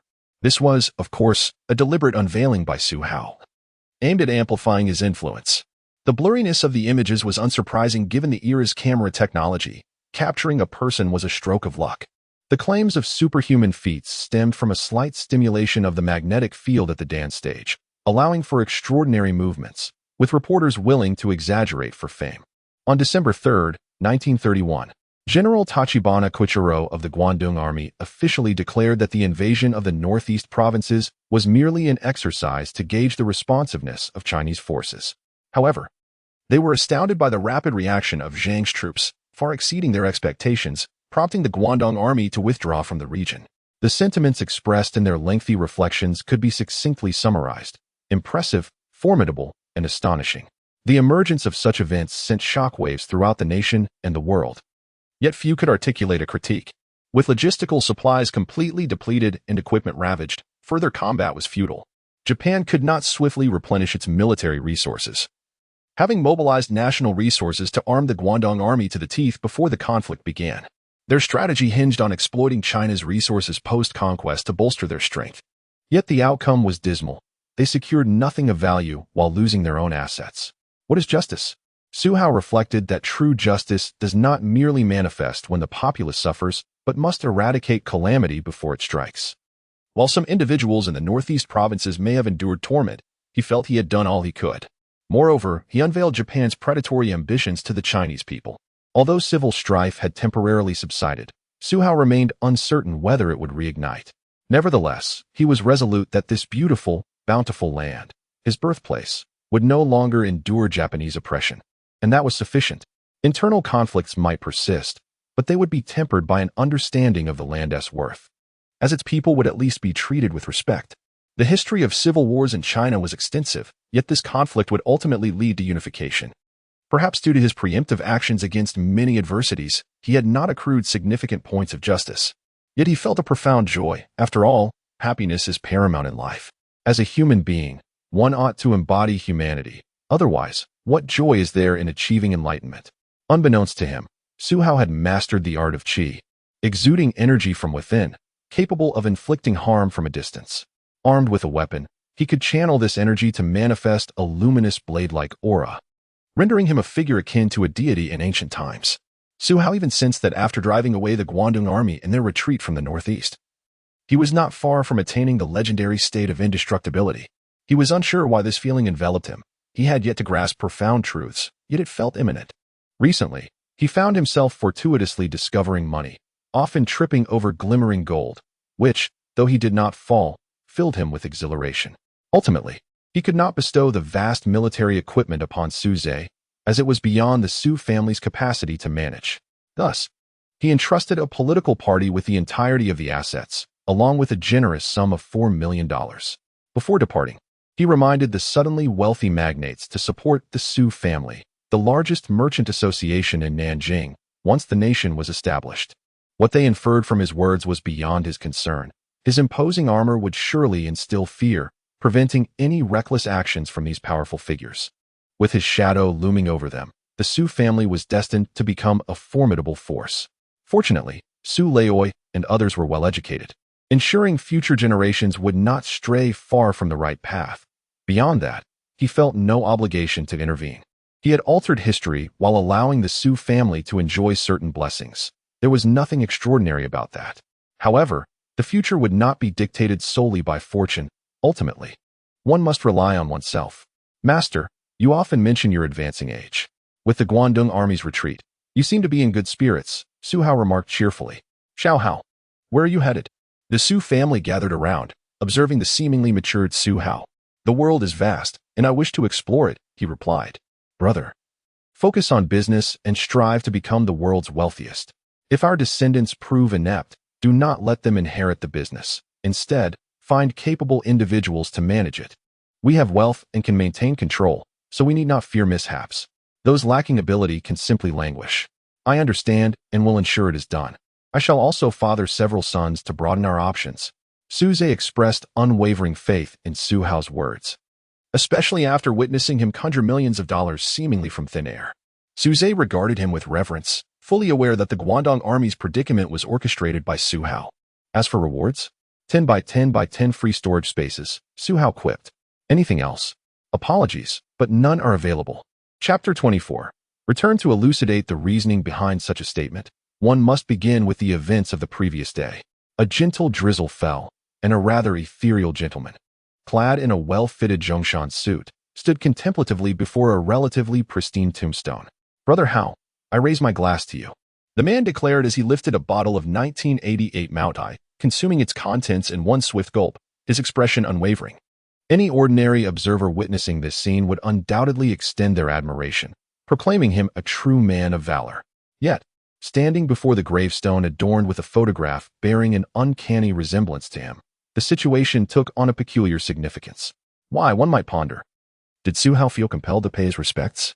Primarily, it was the exhilarating sensation of burning incense atop his own grave that thrilled him immensely. After offering 3 sticks of incense, he sincerely wished for a more favorable fate in the days to come. Upon his rebirth, Su Hao had found himself inhabiting the body of a namesake, resulting in an appearance that had, with the elevation of his realm, grown strikingly similar. Nevertheless, with such good looks, he felt little to worry about. At that moment, he felt an urge to commend the photograph of his former self on the tombstone. As passers-by observed the peculiar sight of this solitary figure, intoxicated and grinning mindlessly at the gravestone, they were struck with a sudden chill, nearly succumbing to fright. The likeness between the photograph on the tombstone and the man raising his glass was uncanny, particularly as he rambled on bizarrely about how he would become the deceased, while the latter remained alive.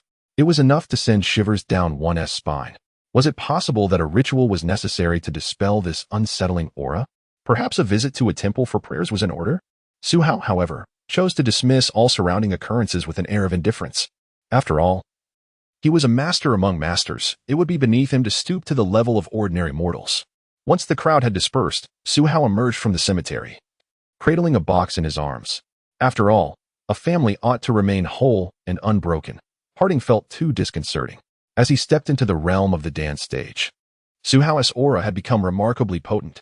It was then that he began to sense the presence of energies that were unnaturally cold, defying the laws of nature.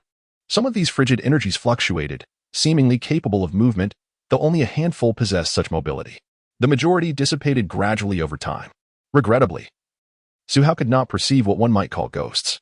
Yet, he felt no threat from these entities, whether they were mobile or stationary. With a simple flick of his wrist, he could easily dispel them. Hence, he had just scattered dozens in the cemetery.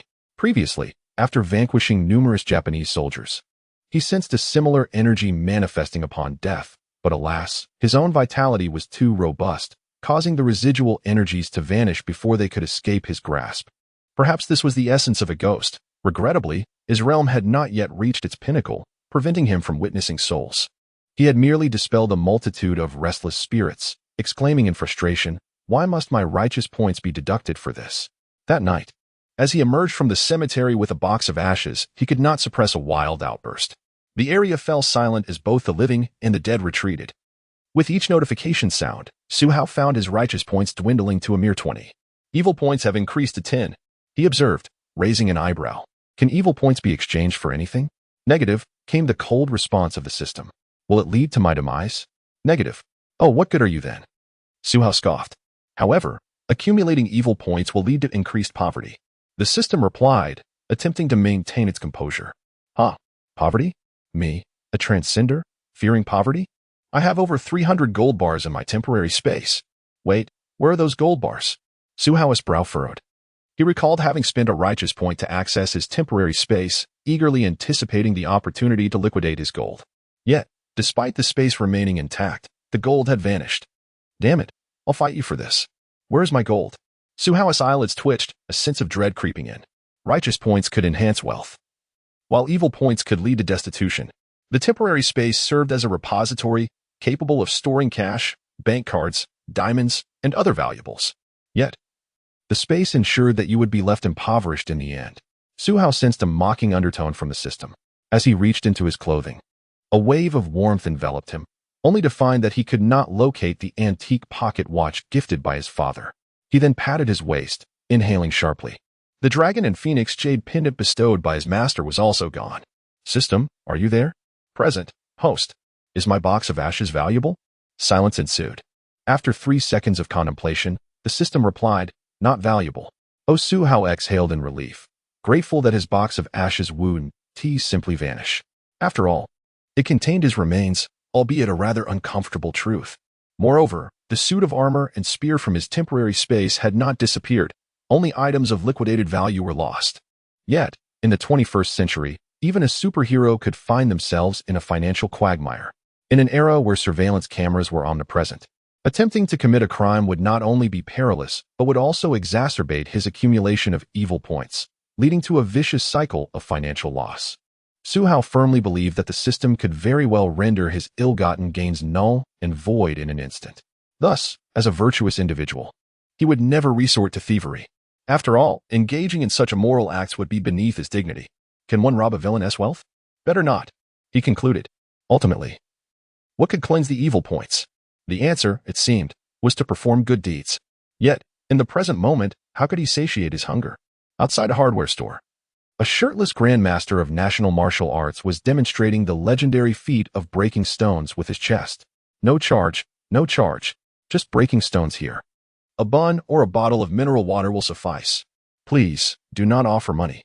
This sentiment left Su Hao feeling as though he had tarnished the reputation of both the system transcender and the grandmaster of martial arts. As though his face had been cast into the depths of the ocean. Chapter 25, The Ghost King. Old Taoist Lu, alas, young brother, this afternoon has proven quite profitable. I believe I shall receive a substantial share. A bald, rotund man beamed at Su Hao. He was perplexed by the young man's sudden desire to perform the feat of smashing stones, insisting on a 50-50 split. Initially uninterested, the bald proprietor's curiosity was piqued when Su Hao struck the stone, creating 5 deep impressions. It dawned on him that he had encountered someone extraordinary. Su Hao encouraged him to strike hard, even jesting that should he damage his own head, no compensation would be needed. Despite the bravado, the bald man hesitated to smash recklessly, hoping for profit but prepared to regard the endeavor as mere entertainment. After all, he was not one to fear being taken advantage of, especially with his connections to the law. Moreover, he trusted that a person like Su Hao, skilled in genuine arts, would not engage in deceit, but merely sought a livelihood. Very well, a 50-50 split. You may take your share. Su Hao donned his clothes. Gazing at the pile of cash amounting to hundreds in the iron basin, he sighed and claimed half before departing with 2 bottles of mineral water and 3 bags of bread. He had requested food and drink before the performance. Yet the crowd had been so miserly, claiming they were impressed by his efforts, only to toss money without consideration.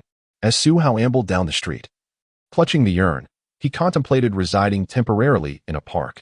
At that moment, a gaunt old Taoist approached him. The old man's expression was peculiar as he approached Su Hao, taking a moment to calculate with his fingers before inhaling sharply. Young brother, I perceive darkness gathering at your brow and shadows upon your countenance. You may soon encounter misfortune. Ah, wait, no, you must have recently encountered a ghost, correct? Oh dear, that's not quite it.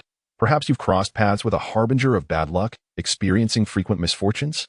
Su Hao shot him a sidelong glance at the emaciated old man, who could not help but puff out his chest, despite his skeletal frame.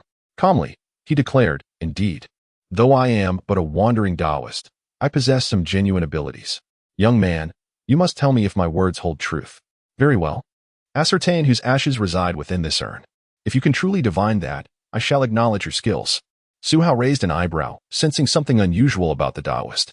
However, he was assured of his own superiority, particularly given the Taoist's frail build, which seemed as fragile as a reed. The wandering Taoist scrutinized Su Hao and the urn, feeling an inexplicable strangeness about the young man. Yet, he remained confident in his divination abilities, believing them to be unparalleled in the world. Thus, he immediately began to calculate. 10 minutes passed, and the Taoist, drenched in sweat, still grasped at understanding. Just as Su Hao prepared to leave, the Taoist suddenly exclaimed, "Wait." He retrieved a compass inscribed with intricate characters from within his robe. Su Hao was uncertain of its significance, but as the Taoist recited incantations, the compass began to spin wildly. The Taoist, seemingly oblivious to the anomaly, persisted with determination and confidence. At last, when he comprehended the information conveyed by the compass, the Taoist's face drained of color as he looked up at Su Hao, whose skin glimmered like white jade. Stop right there. Ah, a ghost. Help. A vengeful spirit has emerged from the depths of hell. The Taoist's cries echoed as Su Hao pinched his clothing between two fingers, dragging him into the park. A young couple, their faces flushed, had just exited the park when they witnessed the scene unfold. They could not help but gasp in astonishment. Giving Su Hao a thumbs up. Brother, impressive taste, absolutely remarkable. Su Hao returned their admiration with a mysterious smile as he quietly led the Taoist into a secluded grove. A young man sat cross-legged opposite the old Taoist.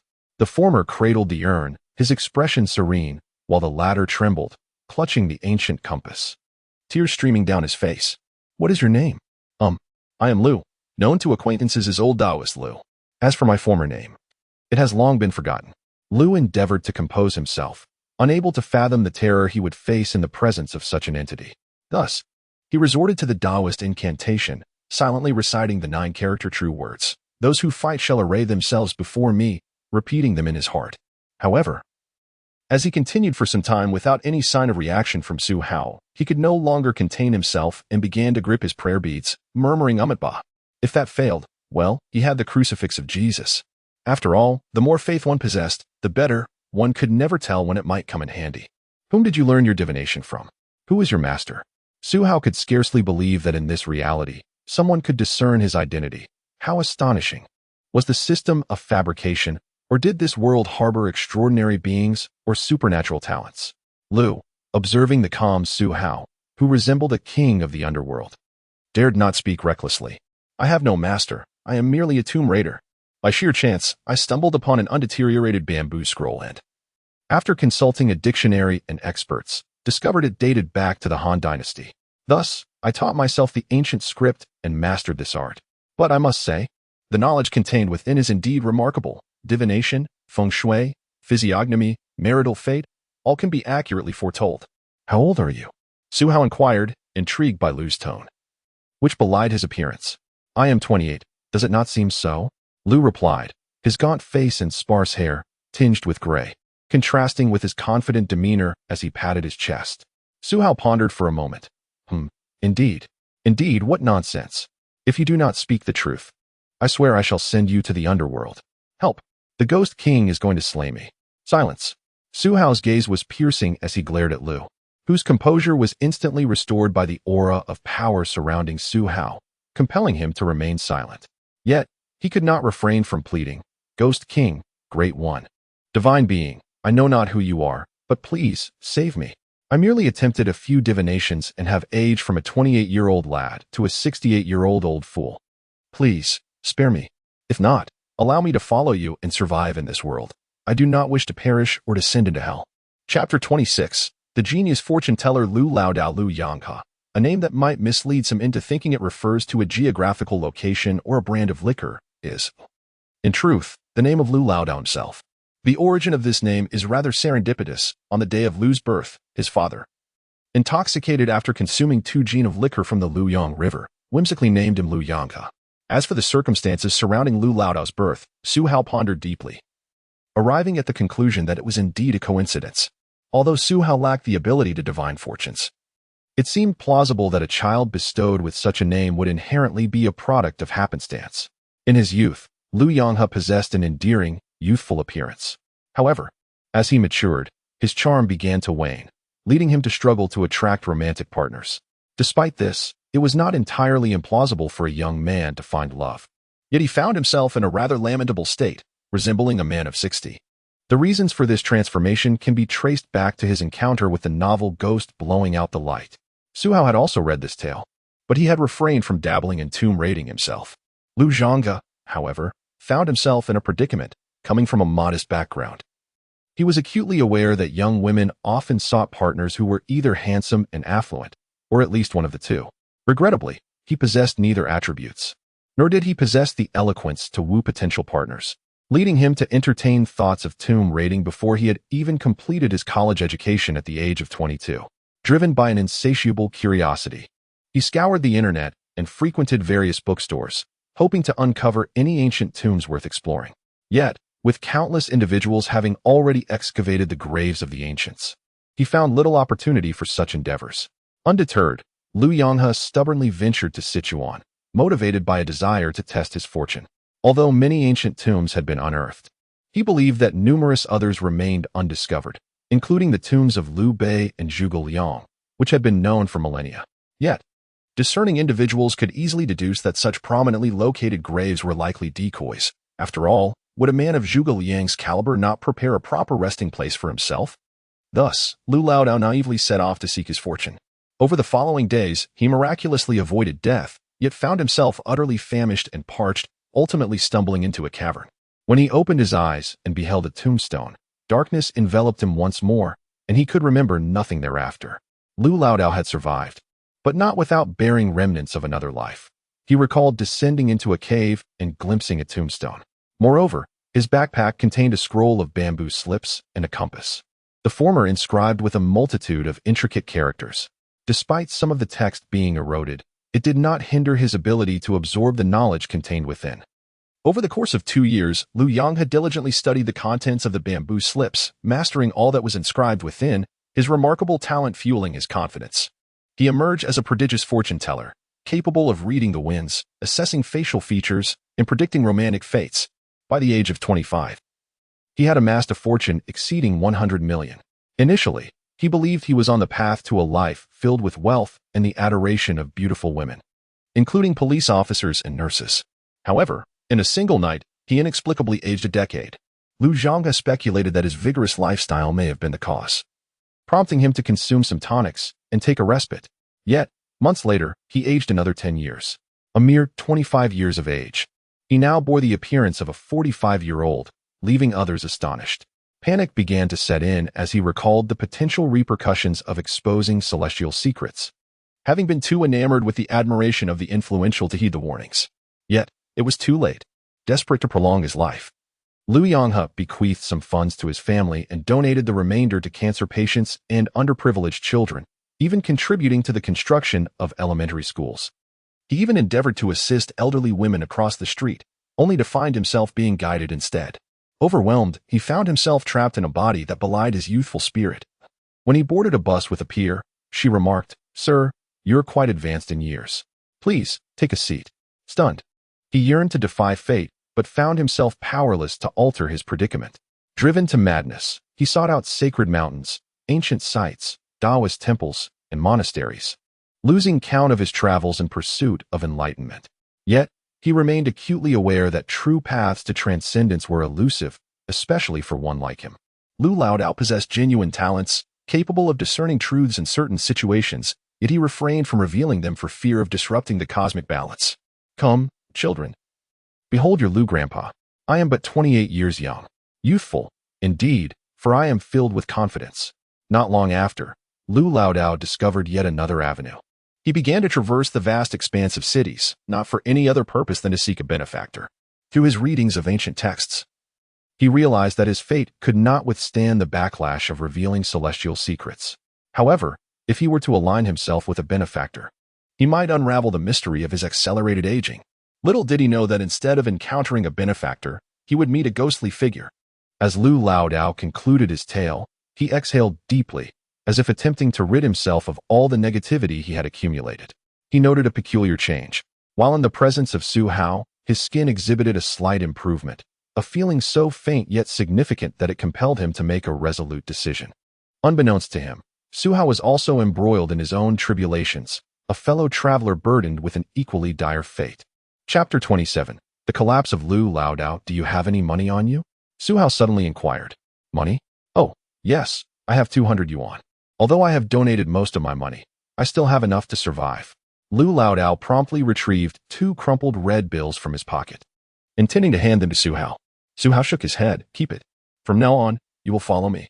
If your 200 yuan remains intact after an hour, you can join me. Lu Laodao was taken aback. He pondered over the divination he had just performed and muttered. Could it be that the Ghost King has offended some celestial deity? No, it's merely a streak of bad luck lately. Su Hao raised an eyebrow. What celestial deity? In the mortal realm, he considered himself a deity, but the system he served was undoubtedly far more formidable. By the way, do not call me Ghost King. Just call me Su Hao. Very well, King. A strikingly handsome youth, reminiscent of an immortal descended from the heavens, was accompanied by a disheveled and grimy Taoist, whose appearance suggested he had been gnawed upon by wild dogs. This juxtaposition was indeed eye-catching, even in the late hours of the night on the streets of Yuhang. Particularly as Su Hao had cultivated the golden elixir path, his aura had become formidable. With his vital energy surging like a dragon or an elephant, he exuded a magnetic presence akin to a vast human magnet. As he practiced his martial arts, a field-like essence enveloped him within a 3-meter radius. This was the aura of a grandmaster at the stage of the elixir formation. Lu Laodao felt an inexplicable comfort in Su Hao's presence. His skin was rejuvenating. However, upon witnessing Su Hao in motion, practicing his techniques, he was instantly awestruck. He sensed a warmth surrounding Su Hao, impervious to the external elements, as if an invisible wall shielded him from the mundane world, rendering even the air remarkably clearer. The higher one's martial arts realm, the more inscrutable one becomes. Su Hao had once mentioned that the distance to the indestructible realm was not far, for he was already on the threshold of that level. Although he harbored some resentment towards the various trials imposed by the system in the realm of genuine martial arts, these concerns paled in comparison. After all, being poor was simply a fact of life. Had he not managed to secure the company of a fortune-telling Taoist who could predict fortunes? Should he find himself in dire straits, he could always have Lu Laodao read fortunes for others to earn some money. However, it was imperative that Lu Laodao did not die and did not become too youthful, for that would be difficult to manage. Su Hao practiced while his mind wandered. Such trivial matters would not hinder him in the slightest. Yet, Lu Laodao's right eyelid began to twitch violently. Coupled with his divination skills, he sensed that something unfortunate was about to transpire. The words he had once imparted to Su Hao returned to haunt him. A darkening of the brow suggested a looming disaster. Soon, a few ominous characters drifted into his mind, and Lu Laodao silently shed tears of regret. Taoist. Shall we find a wealthy individual for a fortune-telling session to earn some money? All right, if you insist. All right. Though the world was vast, it remained shrouded in mystery. Thus, it was best to avoid drawing attention, especially since he was unfamiliar with the storyline. Simply put, to avoid courting disaster. He felt that Lu Laodao was not as simple as he appeared, merely reciting incantations to manipulate the compass for amusement. How could someone of his caliber fail to perceive the subtle energies within Lu Laodao? Though Lu Laodao's energy was but a trickle, while his own was like an ocean, it nonetheless indicated that the world he had once known held some differences. Having navigated the world for many years, Lu Laodao had never taken action yet had evaded calamities and turned misfortunes into blessings, relying solely on his own abilities, which had become the stuff of legend. Many claimed he bore a resemblance to the prodigious fortune-teller Lu Yonghua from a few years prior. Yet, they were unaware that this very man was indeed Lu Yonghua, albeit with a more weathered visage. Thus, for Lu Laodao to seek wealth was not an insurmountable task. Typically, when individuals sought him out for fortune-telling or feng shui consultations, he never acted. He contemplated some contact numbers, then retrieved his iPhone 10 to make a call, claiming he wished to perform some charitable acts by building schools for impoverished children. However, Lacking funds, he reluctantly broke his sect's rules to assist with a reading. Once uttered, this led to a flurry of individuals hastening to offer donations. 3 days later, this money, perhaps the boss should keep it? Su Hao had disallowed him from addressing him as Ghost King, leaving Lu Laodao uncertain of what to call him. Could he call him Brother Hao? The thought alone filled him with embarrassment. Ultimately, he opted to address him as the boss. In the span of 3 days, Lu Laodao had located a residence that promised prosperity for descendants for a wealthy individual in Yuhang. The fee for this service amounted to a staggering 5 million yuan. Now that the wealthy patron had departed, the money lay before both men. Yet, Lu Laodao would rather perform feng shui consultations for free than accept payment. He dreaded the thought of death, of shortening his lifespan, of growing older still. Su Hao was equally disinclined to accept any money.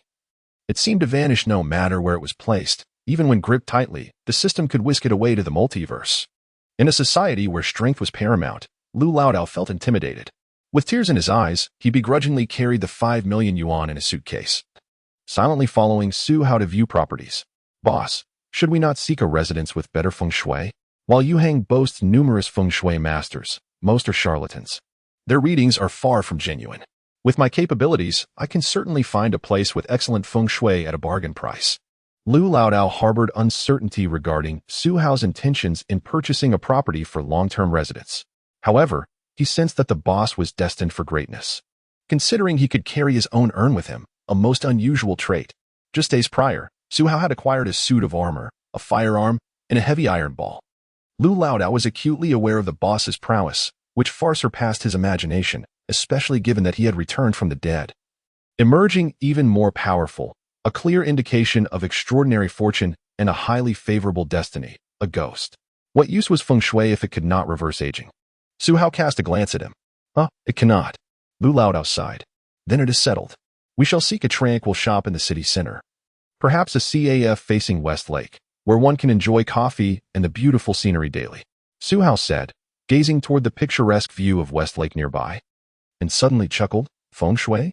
Wherever I am is where the best feng shui resides. Such bravado. Boss, truly impressive. Lu Laodao applauded. Indeed. I just checked on my phone.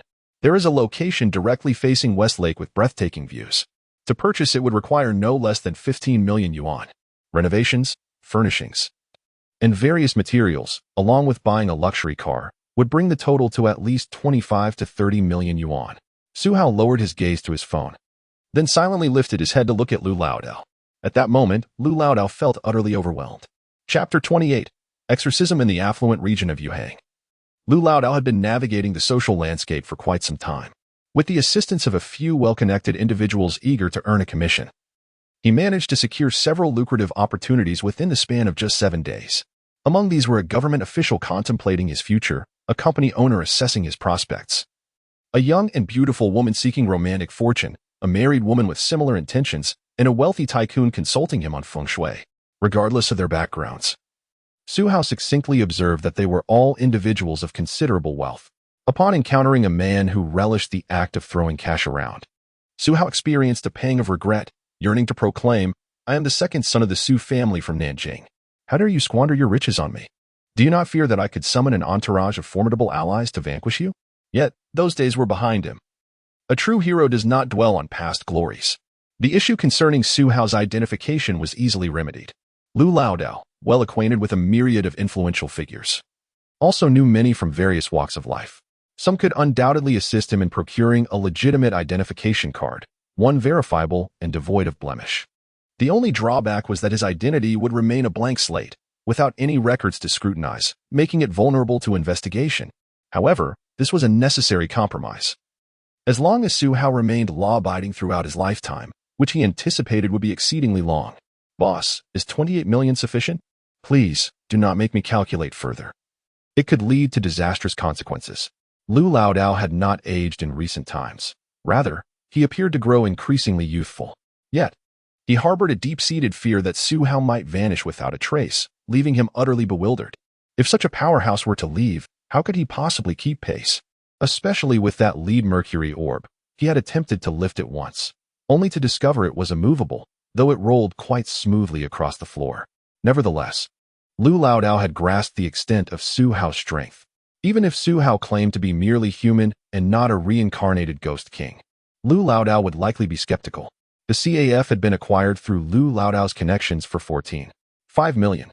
As the previous owner faced a financial crisis and was compelled to sell the prime location at a loss, the subsequent renovations would not pose significant challenges.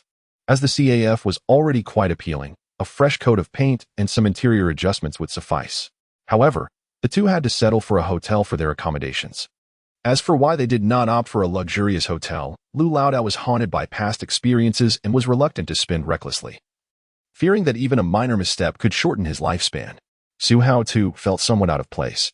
Though he had mastered the Dan realm, he had yet to achieve the indestructible state, making it difficult for him to control his aura.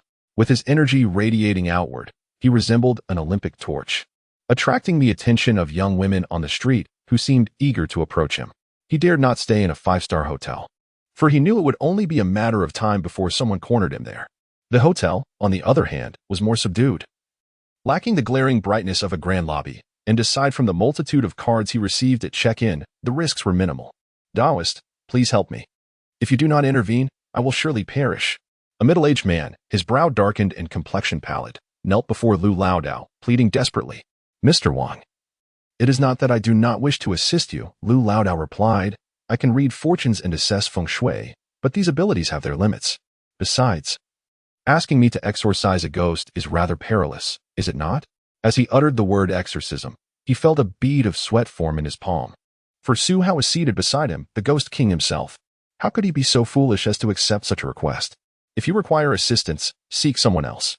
Yu Hang is vast, and I am merely a feng shui practitioner, with no experience in exorcisms. Surely, there is someone more qualified for this task. Initially, he had not perceived anything unusual, but upon gazing into a mirror, he beheld a ghastly figure standing behind him, its long tongue protruding, its face marred by the marks of death, glaring with lifeless eyes. The specter loomed ominously, even pressing its horrific visage against his neck, exhaling a chilling breath that sent shivers down his spine. Upon witnessing this scene, Su Hao was suddenly struck by inspiration. He gently placed his hand upon Mr. Wang's brow. The man, on the brink of mental collapse, felt a wave of warmth envelop him, dissipating the cold that had gripped his being. He soon realized that he had encountered someone extraordinary. Despite the youthfulness of the individual before him, there was an undeniable aura about him that hinted at profound wisdom. Clad in a Taoist robe, he might even surpass Lu Laodao in appearance. Lu Laodao glanced at Su Hao, uncertain of his intentions. Su Hao, however, was direct. Do you recognize the ghost? No, I do not. Mr. Wang pondered, his thoughts consumed by fear, unable to recall any wrongdoing that might warrant such a haunting. What will you offer for the exorcism? 1 million?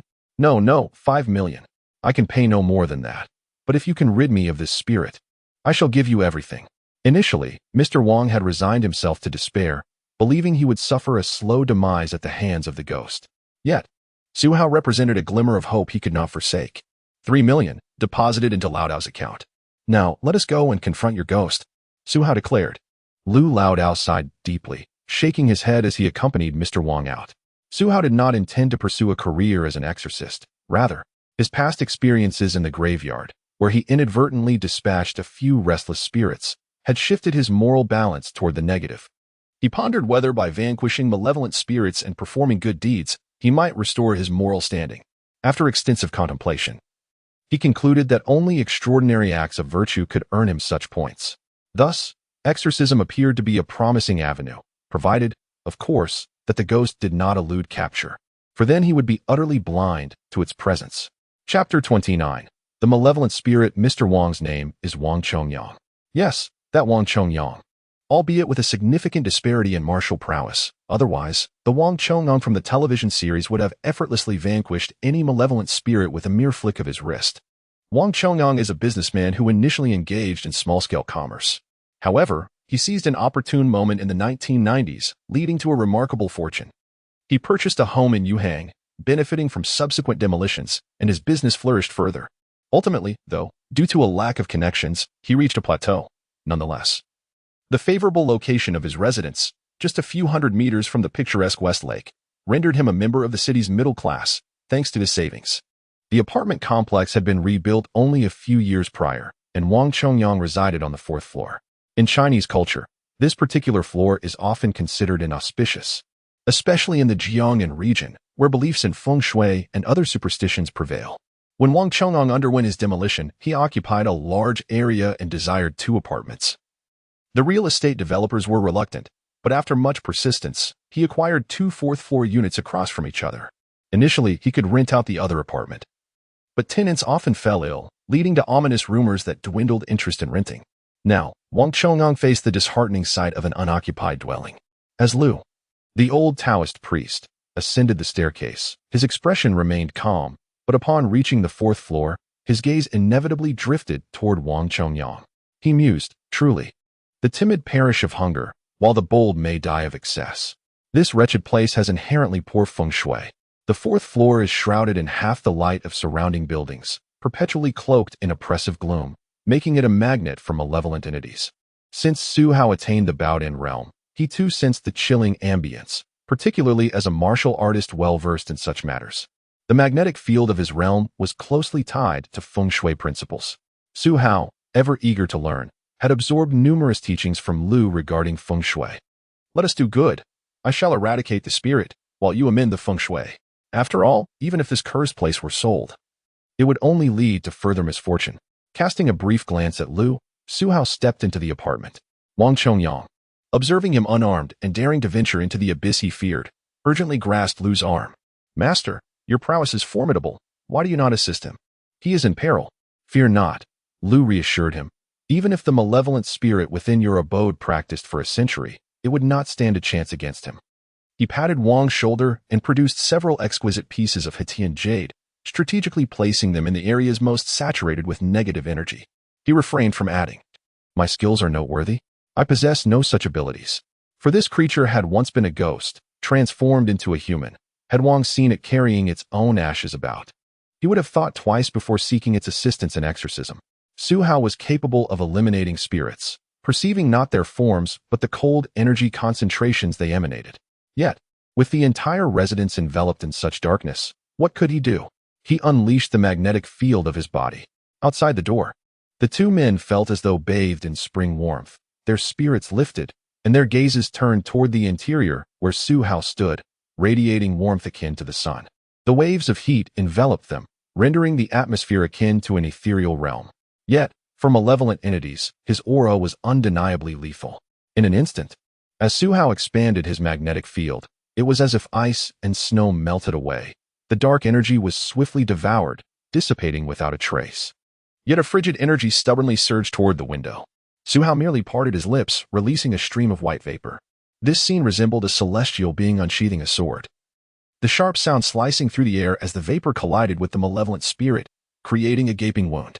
The dissipating vapor, akin to boiling oil splashed upon ice, consumed the spirit slowly, and an ear-piercing wail echoed forth, unmistakably the cry of despair from the malevolent entity. In mere moments, the ominous energy that had plagued the residence was eradicated. Su Hao's speed in exterminating spirits was astonishingly swift. Boss, that was incredible. Lu, having secured the jade in place, was so astonished by Su Hao's prowess that he bit his own tongue. Wang Chongyang, witnessing the spectacle, was equally awestruck, rendered speechless. Yet he understood one fundamental truth. Such a person was not to be trifled with, and he harbored no intention of speaking out. The warmth enveloping him was not a mere illusion. He even checked his reflection on his phone, noting the return of color to his face. No longer the pallor of sickness. All done. Transfer 3 million to Lu's account. Let us indulge in a grand feast. Su Hao was in high spirits, for his malevolent points had decreased by 3, a source of genuine delight, prompting him to be unusually generous. Lu, equally pragmatic, chuckled and nodded in agreement. But Wang Chongyang detained him with a question. Will this place continue to be haunted? It should be trouble-free for at least a few years. If you wish to reside here permanently, replace these jade pieces before they darken and deteriorate, and you should be safe. Remember to conduct regular inspections. I can age the jade to resemble stone, yet caution is paramount. If someone were to relocate them or steal them, it would spell danger. Lu had imparted all necessary knowledge. Whether Wang Chongyang chose to sell and leave or remain was beyond their concern. However, Su Hao pondered. As long as Wang Chongyang's ambitions were not too grand, he would likely move away. After all, no possession is worth more than one's life. Within a chilling abode, at its center stood a shelf adorned with grotesque puppets, surrounded by flickering candles. The once sealed room was far from airtight, yet the flames danced erratically, evoking unsettling thoughts. A creaking door announced the arrival of a man stepping upon a stool, who knelt silently before a puppet. In a matter of moments, blood began to flow from the puppet's eyes, later seeping from its mouth, nose, ears, and ultimately, its entire form collapsed into a grotesque amalgamation of hair, eyes, and various organs.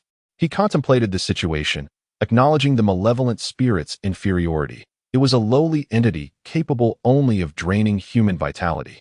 Gradually augmenting its strength, there was little to mourn.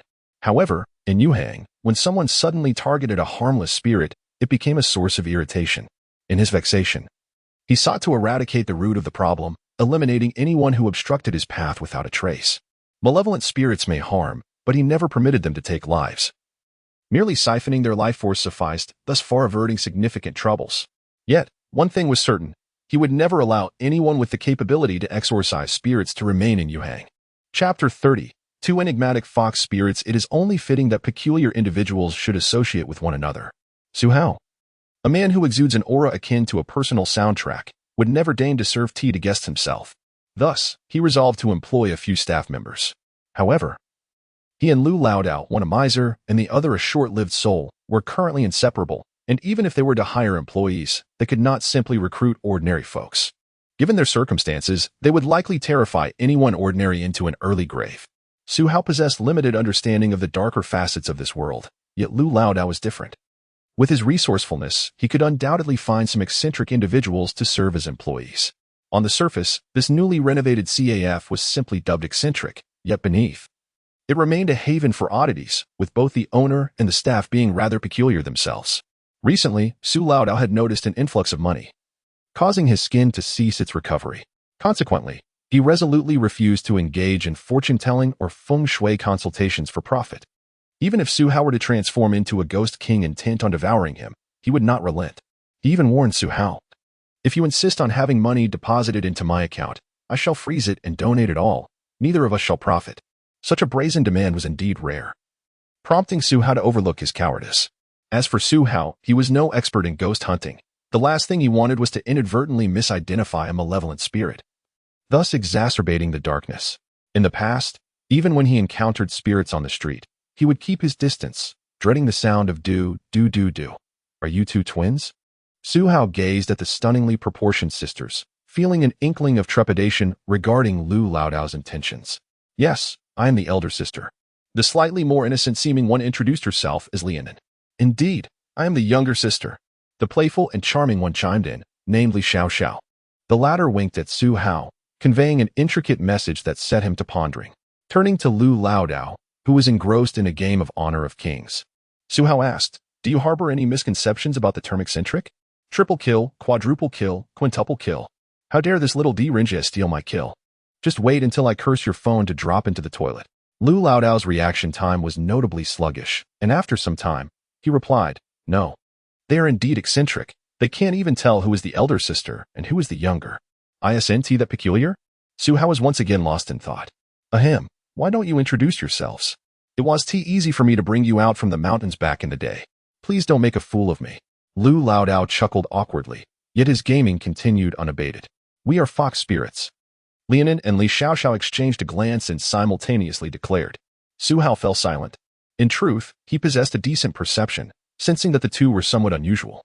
Yet he had never contemplated the existence of supernatural beings in this world. Although he was tempted to approach them and investigate whether they truly possessed foxtails beneath their skirts, he felt such actions were inappropriate.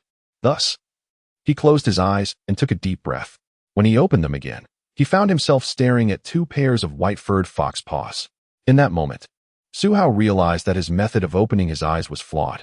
Taking another deep breath, he opened his eyes once more, only to see Li Yuan and Li Xiaoxiao, devoid of any fox paws.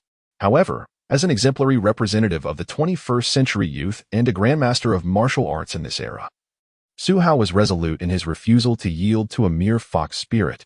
If there were two, however, perhaps he could reconsider. Suddenly, Su Hao's worldview shifted, yet he remained composed, for he had traversed this realm once before. This was the real world, the one he had inhabited previously, not the one dictated by a system that had facilitated his journey. A wave of melancholy washed over him. as he longed to voice the injustices faced by the many ordinary individuals who remained oblivious to the truth. The plight of ordinary people was indeed tragic. This world harbored ghosts and genuine diviners, those whose fortunes foretold a short life, yet they remained entirely unaware. In Yuhang, there were even fox spirits, legendary creatures of beauty beyond imagination. Alas, how pitiful their ignorance! As a grandmaster of martial arts, Su Hao could wear a fade of righteousness while harboring impure thoughts, contemplating the sister's fate. He addressed the two bewildered fox spirits, or rather, the Li sisters. You are welcome to stay. Our CAF may not be vast, but it is certainly not small. However, the prices are steep, and most cannot afford it. Therefore, you won't be overwhelmed with work. What are your thoughts on your salary? 30,000 a month. Yes, 30,000 each. Otherwise, we won't be able to afford limited edition handbags, cute high heels, or even delicious treats. Li Xiaoxiao's mouth watered at the mention of money, her words spilling forth, and her adorable expression melted Su Hao's heart. Upon hearing the figure of 30,000, Su Hao initially recoiled. After all, he was currently impoverished. Without Lu Laodao's presence, he would be utterly destitute. Was it not excessive to demand such a high salary for merely 2 waitresses? Yet, recalling that these fox spirits had emerged from the depths of the mountains, utterly homeless, his heartstrings were tugged. He could not bear the thought of them wandering the streets or scavenging for scraps alongside stray dogs. It was simply too pitiable. Fulfilling their modest desires for handbags seemed a small price to pay. Then it settled, 30,000 a month, paid at the end of each month. You can start working tomorrow. Su Hao and Lu Laodao resided on the second floor of the CAF, as both were peculiar and rather lazy, preferring to remain out of the spotlight whenever possible. Does the boss not provide staff accommodations? Li Xiaoxiao suddenly bit her lip, gazing up at him with her round, doe-like eyes. Lianin, her cheeks flushed, shyly pressed her lips together, her delicate feet and heels gently tapping, a pitiful gesture that once again tugged at Su Hao's heart. With a grand wave of his hand, he declared, "There are vacant rooms upstairs. Choose as you please." "Yay, the boss is amazing." "Thank you, boss. We're off to move our things," Li Xiaoxiao exclaimed, seizing Lianin's hand as they dashed away. As Su Hao watched their retreating figures, he fell into contemplation once more. After half a minute, he suddenly turned to Lu Laodao. "I have something I wish to discuss with you." "Sure, boss. As long as you don't lay a hand on me, ask away. Even if you want to know whether I wear Pikachu or Peppa Pig underwear, I will tell you honestly," Lu Laodao replied, turning his attention from his iPhone 10 with a composed demeanor. Chapter 31. Approaching the New World one afternoon. Su Hao acquired a wealth of knowledge. His composed demeanor belied any appearance of ignorance, despite the truth of his limited understanding. Lu Laodao, wary of underestimating him, suspected that Su was merely feigning ignorance to gauge Lu's own knowledge. Certain myths and legends that have persisted in this world are not mere fables. They indeed once existed, and many remnants still lie hidden in the remote mountains and within human society itself. The overwhelming strength of humanity, with its vast array of conventional and nuclear weapons, poses a formidable force that compels mysterious beings to quietly integrate into human society. After all, the might of a great nation is not something they can easily challenge, leading them to choose a path of peaceful coexistence. Of course, not everything opts for peace, but such instances are rare. This world is inhabited by monsters, yet it remains uncertain whether deities truly exist. Ghosts walk among us, but few ponder the existence of hell. Lu Laodao himself harbors doubts about realms such as heaven or hell. Yet he is well versed in the internal martial arts and has encountered masters during his journeys to ancient sites. He yearned to learn, but by the time he sought knowledge, it was somewhat late. Being in his 20s or even 30s is not too late for practice, yet he had questioned whether Su Hao had trained in these arts. Despite his suspicions, he felt that Su's prowess surpassed what he had encountered among practitioners of internal martial arts, leading him to believe such individuals were exceedingly rare. When one begins to doubt the limits of humanity, their thoughts naturally wander elsewhere, especially after witnessing Su Hao's extraordinary abilities in vanquishing ghosts, an almost divine display. If Lu were to assert the existence of deities, he would undoubtedly declare Su Hao as one. However, he remains clueless about the rebirth of a ghost king wielding ancient powers. After all, he is merely a fortune-teller of little renown. The opening of the CAF was rather unceremonious. Su Hao, too apathetic to cut a ribbon, simply pulled down the red banner of the new sign, marking the occasion as auspicious. Nevertheless, a new establishment, particularly one in such a prime location, inevitably attracts customers, old patrons returning for a visit. Despite the exorbitant prices, the sight of the stunning twin sisters made it all worthwhile for many men. Conversely, for women, the CAF quickly found itself on their mental blacklist. No one desires to date a man who is more captivated by the waitstaff than by them. On the first day of business, the Lee sisters served over 100 guests, particularly during the afternoon when groups of men flocked in for coffee, some even returning twice in a single day, an almost bizarre behavior. However, the profits were commendable, with the first day's earnings reaching 180,000, averaging 1,000 per customer. Su Hao felt a wave of contentment wash over him as he observed the influx of money, albeit all directed to Lu Laodao's account, yet it brought him joy nonetheless. For Lu's wealth was as good as his own. Days passed in this manner, and despite the Lee sisters parading in their pajamas before him each morning, Su Hao remained steadfast, never yielding to the temptations of these enchanting vixens.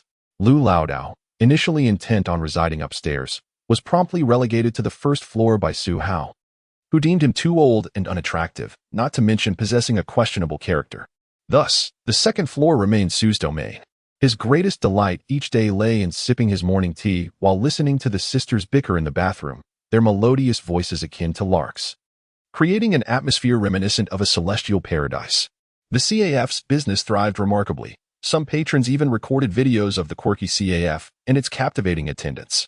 Whether they were women or enchanting creatures, all displayed their finest selves upon noticing the cameras. Consequently, the quirky CAF by Westlake gained immense popularity. News outlets reported, shocking, the CAF owner treated the twin sisters in such a manner, while social media buzzed with disbelief at the sight of such rare beauty appearing in one place. When Su Hao stumbled upon these reports and videos, he couldn't help but express his annoyance. Why were they not capturing his own handsome visage? Some clips even obscured his face. Had he truly reached the point of being deemed unphotogenic? Alas, he had no one to voice his grievances to, surrounded solely by men behind the cameras. Host, you are scheduled for a second traversal tomorrow. Please prepare yourself. Yes, I've kept them waiting, Su Hao replied. Though the system noted that it had detected no signs of such anticipation from him, and his justice points remained in the negative, indicative of a rather slothful nature. Is that so? But laziness can lead to greater strength, Su Hao remarked, rising from his reclined position. He stretched his limbs, and a resonant crack echoed through his body, akin to thunder rolling in spring. He skillfully contained the sound within 3 meters, lest he frighten the two vixens into revealing their true forms, a scenario that would undoubtedly lead to sensational headlines. 1 second. What a pity. It seems Lu Laodao may not survive, Su Hao lamented. After all, if Lu were to perish, the 2 vixens would be his. No. Lu Laodao would surely feel at ease knowing Su would take care of the sisters. But no, Lu Laodao was still alive. He nearly fell into a loop of despair, cursing Lu for being such a hindrance. Su Hao clapped his hands, the sound remaining contained. Meanwhile, Lu Laodao, engrossed in ancient texts downstairs, felt an inexplicable sense of unease, as if death were looming nearby. Fortunately, after a time, that strange sensation dissipated, and he mused. Here I am, serving as an assistant to a master of divine caliber, experiencing rejuvenation. How could I feel this way? Is there an invasion of hostile forces or impending doom? He resolved that should this sensation occur again, he would notify Su Hao without delay. With that, Su Hao took his martial arts equipment, not his ashes, which he placed on the bedside. For those remnants represented the only family he had in this world, before stepping into another realm. Every dynasty possesses its merits and flaws, and perspectives on each era vary widely. Su Hao, however, regarded the current age as the strongest era of China. It was the early Ming dynasty, during the Yongle reign, under the rule of Zhu Di. Not only had he reinstated the Jinyue, disbanded by Zhu Yuanzhang in his later years, but, in the annals of history, the world's earliest national intelligence agency was established, officially known as the Eastern Investigative Office, colloquially referred to as the infamous Eastern Depot. In this contemporary era, the vastness of the Eastern Depot's intelligence network, its overwhelming power, and its formidable influence instill fear in the hearts of many. They heed only the emperor's commands, with even the Jinyue subject to their scrutiny. Su Hao asserts that it is during this period that the strength of the Huaxia realm reaches its zenith. Under the reign of Zhu Di, the emperor personally led 5 military campaigns against the Mongols. Initially, the Mongol cavalry dared to confront the Ming forces, but in the subsequent 3 encounters, they refrained from showing themselves, fearful of annihilation, ultimately being driven from the steppes. How many emperors throughout history have achieved the feat of compelling the Mongol cavalry into hiding? Furthermore, Zhu Di's personal valor on the battlefield has earned him the title of the Emperor on horseback, a rarity indeed. While Su Hao could elaborate on numerous aspects, his intent is to underscore a singular point. The court of this era, with its formidable military and institutions, has rendered the entire martial world somewhat petty. Upon traversing into this realm, Su Hao comprehended that he had entered a world reminiscent of the smiling, proud wanderer, a seemingly lowly world in terms of martial prowess. However, understanding the historical context clarifies the rationale, for the true heroes reside within the military and the court. Su Hao discerned a notable distinction and similarity within the realm of internal martial arts. Internal martial arts cultivate the body, while internal energy practices focus on the mind. Internal martial arts are traditionally practiced by soldiers for the purpose of combat, whereas internal energy is pursued by those entangled in the complexities of the martial world. Yet, the path of martial arts ultimately converges. Reaching the pinnacle of internal energy fortifies the body, just as mastering internal martial arts enhances one's vitality. Internal martial arts are more accessible in their requirements compared to internal energy practices, which necessitate a higher level of understanding from the outset. Consequently, while the former is more widespread, the resources expended, medicinal herbs, food, and silver, often exceed those required for internal energy training, leading to a scarcity of individuals who attain mastery. The truly affluent who excel in internal martial arts are typically military generals, yet their lifelong commitment to warfare results in numerous hidden injuries, hindering their ascent to greatness. Many scions of military families may learn internal martial arts, yet they lack the genuine experience of battle, complicating their progression. In summary, while internal martial arts may be easy to begin, achieving significant success requires both insight and fortune. Conversely, internal energy practices demand a higher initial understanding, resulting in a greater pool of potential geniuses. Once an individual manages to cultivate even a trace of internal energy, the flow of power becomes inexhaustible. Although only a few fall into madness, age plays a role. Even those with lesser martial prowess can cultivate profound inner strength over time. This world, however, has welcomed an anomaly. No, many anomalies. As a guardian of the multiverse, you are tasked with fulfilling certain objectives in this realm. Guardian? Su Hao scoffed. This is my domain. Tell me, who dares to intrude upon my world? Clad in a resplendent white robe, he had secured his other belongings within a permanent space. The infinite space system contemplated for a moment. The purpose of my existence is to maintain peace across the multiverse. You should be aware of how many guardians have perished in this endeavor. The number is not worth repeating, lest you forget. Upon hearing this, Su Hao waved his hand dismissively. I understand. You wish for me to personally eliminate them? The system pondered once more. Indeed. Very well. I accept your proposal. But utter another word, and beware of the rise of malevolence. In that instant, the world fell silent. Having endured humiliation, Su Hao finally regained his composure. He contemplated the timeline of the smiling, proud wanderer, while also reflecting on which corners of this world remained ripe for exploit by intruders, and whether this realm could intertwine with others. As a guardian, his emergence would follow their clandestine crossings, akin to a boss character. As a champion of justice. Merely considering this thrilled him. Su Hao felt a surge of excitement at the prospect of engaging in such tasks in this alternate world. The key to unlocking the barriers lay in defeating his adversaries, or vice versa. Yet, as a guardian, resorting to violence to gain advantages compelled him to ponder the essence of the space system, as it bore striking similarities to those he opposed. A friendly reminder, the myriad systems of the multiverse, spanning space and time, are mere offshoots of his own essence. Hence, they are aware of his existence, evading him, fearing him, resisting him. They have gone to great lengths to cultivate individuals who might one day challenge him. In the past, he had struck only after they deemed themselves powerful, systematically eliminating them. Little did they suspect that he would act before their growth. Thus, those bound by contracts, disconnected from their own spaces, would never suspect him, and even if they did, they would be powerless to act against him. He resolved to leverage his advantages to the fullest. Su Hao reflected for a moment. How many infinite space systems exist today? How many guardians? Not many. Perhaps a little over 200 million. So you are but a branch of the infinite space, and those systems or spaces are fragments of yourself. Having gained consciousness and detached from your control? Fortunately, you are partially correct, but I am not merely a branch of the infinite space system or projection. I am the essence itself, as my predecessor has perished. Su Hao refrained from inquiring about the demise of the last host, or why it had not acted proactively. Perhaps due to certain rules, or perhaps it was simply unfortunate. Nevertheless, his focus remained on performing his duties, especially given his considerable advantages. Embarking on his inaugural mission, Su Hao recognized the necessity of thorough preparation and effective utilization of his strengths. His first destination would be Yingtianfu, his ancestral home in Nanjing, the present-day capital of the Ming dynasty. Su Hao's intent was clear: to align himself with the court, secure a prestigious identity, and leverage that position to eliminate all intruders. Upon initially pinpointing his location, he discovered that these intruders were scattered across the central plains, or dispersed among the various sects of the Five Mountains. Their reluctance to ally with the court was easily understood. Their initial crossings were time-bound, likely linked to narrative quests, compelling them to adhere to the storyline for rewards, techniques, and gradual empowerment. They probably lacked the time to affiliate with a significant power such as the court, with joining one of the sects or the Sun Moon Holy Cult being a more realistic ambition.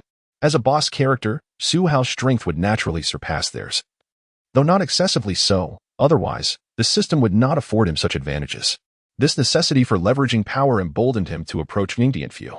The system had informed him of recent events. He had heard whispers in the tavern that Ling Hu Chong had escaped from Shaolin Temple for the sake of the demonic cult's enchanting maiden. Was this enchanting maiden Ren Yingying or Dongfang Bubi? Coughing lightly, he resolved to visit Yingtianfu first to ascertain the true nature of Zhu Di. Su Hao, as an unconventional guardian, often found his thoughts straying from the righteous path. After all, he once said, "The world is vast, and I wish to explore it." Traveling with a free ticket through time would indeed be the most splendid adventure. Engaging in endless conflict is rather uninteresting. Thus, Su Hao made a slight movement, akin to a dragonfly skimming the water, covering several meters with each step, appearing as light as a swallow, seemingly walking through the air.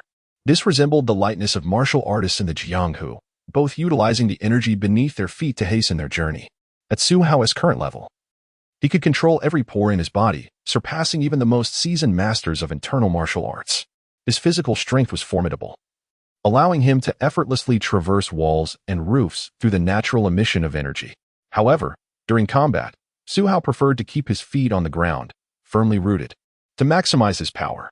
But now, as he journeyed from Yuhang Town to Itian Prefecture, he felt no concern. After all, with his lightness of foot, mountains and rivers were mere trifles. His speed reached over 80 kilometers per hour, and with a little more effort, he could exceed 100, making an 800-li journey in a single day exceedingly simple. At this time, Yingtian Prefecture still served as the capital. But by the 19th year of the Yongle reign, Zhu Di would relocate the capital to Beijing. In a hurried manner, he traveled, reaching the southern city gate of Yingtian Prefecture by afternoon. Su Hao, at this moment, attracted considerable attention. His skin was as white as jade, his demeanor graceful, clad in resplendent white garments devoid of any adornments, giving him the appearance not of a wealthy youth, but rather of an ethereal being descended from a celestial realm. This impression was shared by many, as numerous guards at the city gate, armed with long spears, experienced an inexplicable sensation upon seeing him, especially as he passed by. A refreshing comfort washed over them, momentarily causing them to forget their duties. Something is amiss, a master. No, a top master, perhaps even stronger. I felt more anxious upon seeing him than when facing the chief of the factory. We must report this. Two passers-by, upon catching sight of him, felt a chilling fear, as if Su Hao's mere glance could extinguish their lives. They exchanged wary glances, hastily stepping aside to avoid him. Yet, even from over 30 meters away, Su Hao could hear them clearly, including their breaths and heartbeats. In response, Su Hao merely smiled faintly, strolling calmly past the two, his aura intentionally intimidating them. Upon entering the city gate, he noticed several individuals with minor achievements in internal martial arts pretending to be ordinary passers-by. They were likely agents of the Eastern Depot, tasked with intelligence gathering for the Ming dynasty. I'll find an inn, or perhaps a pavilion to rest for a moment. Surely, someone from the Eastern Depot will arrive soon, Su Hao thought, as he still could not afford an inn, possessing merely 8 evil points. Clad in nothing but the garments bestowed upon him by the space, he could succinctly be described in one word: impoverished. Thus, in pursuit of wealth, he resolved to eliminate the group of smugglers. Beneath one, above 10,000, the newly established chief of the Eastern Depot lacked such authority. But the privilege of direct communication with the emperor had given Li Jin a taste of the intoxicating power that eunuchs wield when they first seize control. Leaning back in his chair, Cushioned with the finest white fox fur, he cast a pale glance at the kneeling agents nearby. A top master? What does he resemble? Please forgive me, Your Excellency. I truly cannot discern his nature, nor would I dare approach. He felt this person was neither of the Jianghu nor military origin, but rather someone who had emerged from the deep mountains like a divine being. The two agents, now drenched in sweat, felt an innate terror from Su Hao. Yet, he was not one to kill indiscriminately. Humph, a divine being? Why not call him a Buddha? Li Jin grumbled, his fingers stroking the jade ring in his hand. Spare me, spare me. Useless fools, rise. Since he did not hide from your tracking, he has no intention of concealing himself. Take me to see him at once. With a wave of his sleeve, a ball of silver thread from a nearby box flew into his possession, and with a cold demeanor, he exited the palace grounds. In Yingtian Prefecture, it was rare to encounter someone so audacious, but since he wished to see me upon his arrival, he likely sought no trouble. Li Jin, as one of the Emperor's trusted confidants, had been appointed the first chief of the Eastern Depot, undoubtedly clever, with skills that were unfathomable, rarely demonstrated. Most who had witnessed his prowess were no longer alive. Yet, he could not fathom why such an unconstrained individual would come to Yingtian Prefecture and seek an audience with him. I hope you are not here to cause trouble. Otherwise, I may soon have another skin to add to my collection. Li Jin had a peculiar habit of skinning his victims, and he had a secret door in his bedroom that concealed at least 100 dried human skins. Once, a close aide who entered had been terrified to the point of death. This incident had left Li Jin somewhat displeased. He had shown his treasures to someone he considered a confidant, only for that person to die of fright. Am I to skin you too? He mused. But the deceased had evidently thought the same. The chief intends to skin me. Oh, I'm terrified. Well, since he is dead, Li Jin had indeed skinned him. Under the enchanting moonlight, a crescent hung in the starry sky, casting silver glimmers upon the grass by the lake. Li Jin made his way to Xuanwu Lake, only to find Su Hao absent, leaving behind only a white garment draped over a wooden mannequin. Yet, remnants of his recent presence lingered. With Su Hao heading towards the palace, enraged, he struck the heads of the two agents, who had yet to fully register their fear. In an instant, silver threads slipped from his wrists, dancing like silver serpents, manifesting two human skins in his hands. Damn it, useless fools, you couldn't even keep an eye on him. Immediately alert the Eastern Depot's captains and the Imperial Guards, instructing them to enter the palace and protect the Emperor. Upon hearing this command, the young attendant's expression changed, and he swiftly employed his lightness of foot to flee. Meanwhile, Li Jin squinted, using all his speed to soar across the water, heading directly for the palace. Where is the Emperor? Where is he? The palace walls posed no challenge for Su Hao. He effortlessly climbed with the energy from his pores. Concealed in the shadows, he sought Zhu Di's sleeping quarters until he seized a eunuch clad in fine fabric, dragging him behind a sinister rock formation to interrogate him thoroughly before rendering him unconscious. At this hour, around 10 at night, Zhu Di remained in his study, reviewing memorials.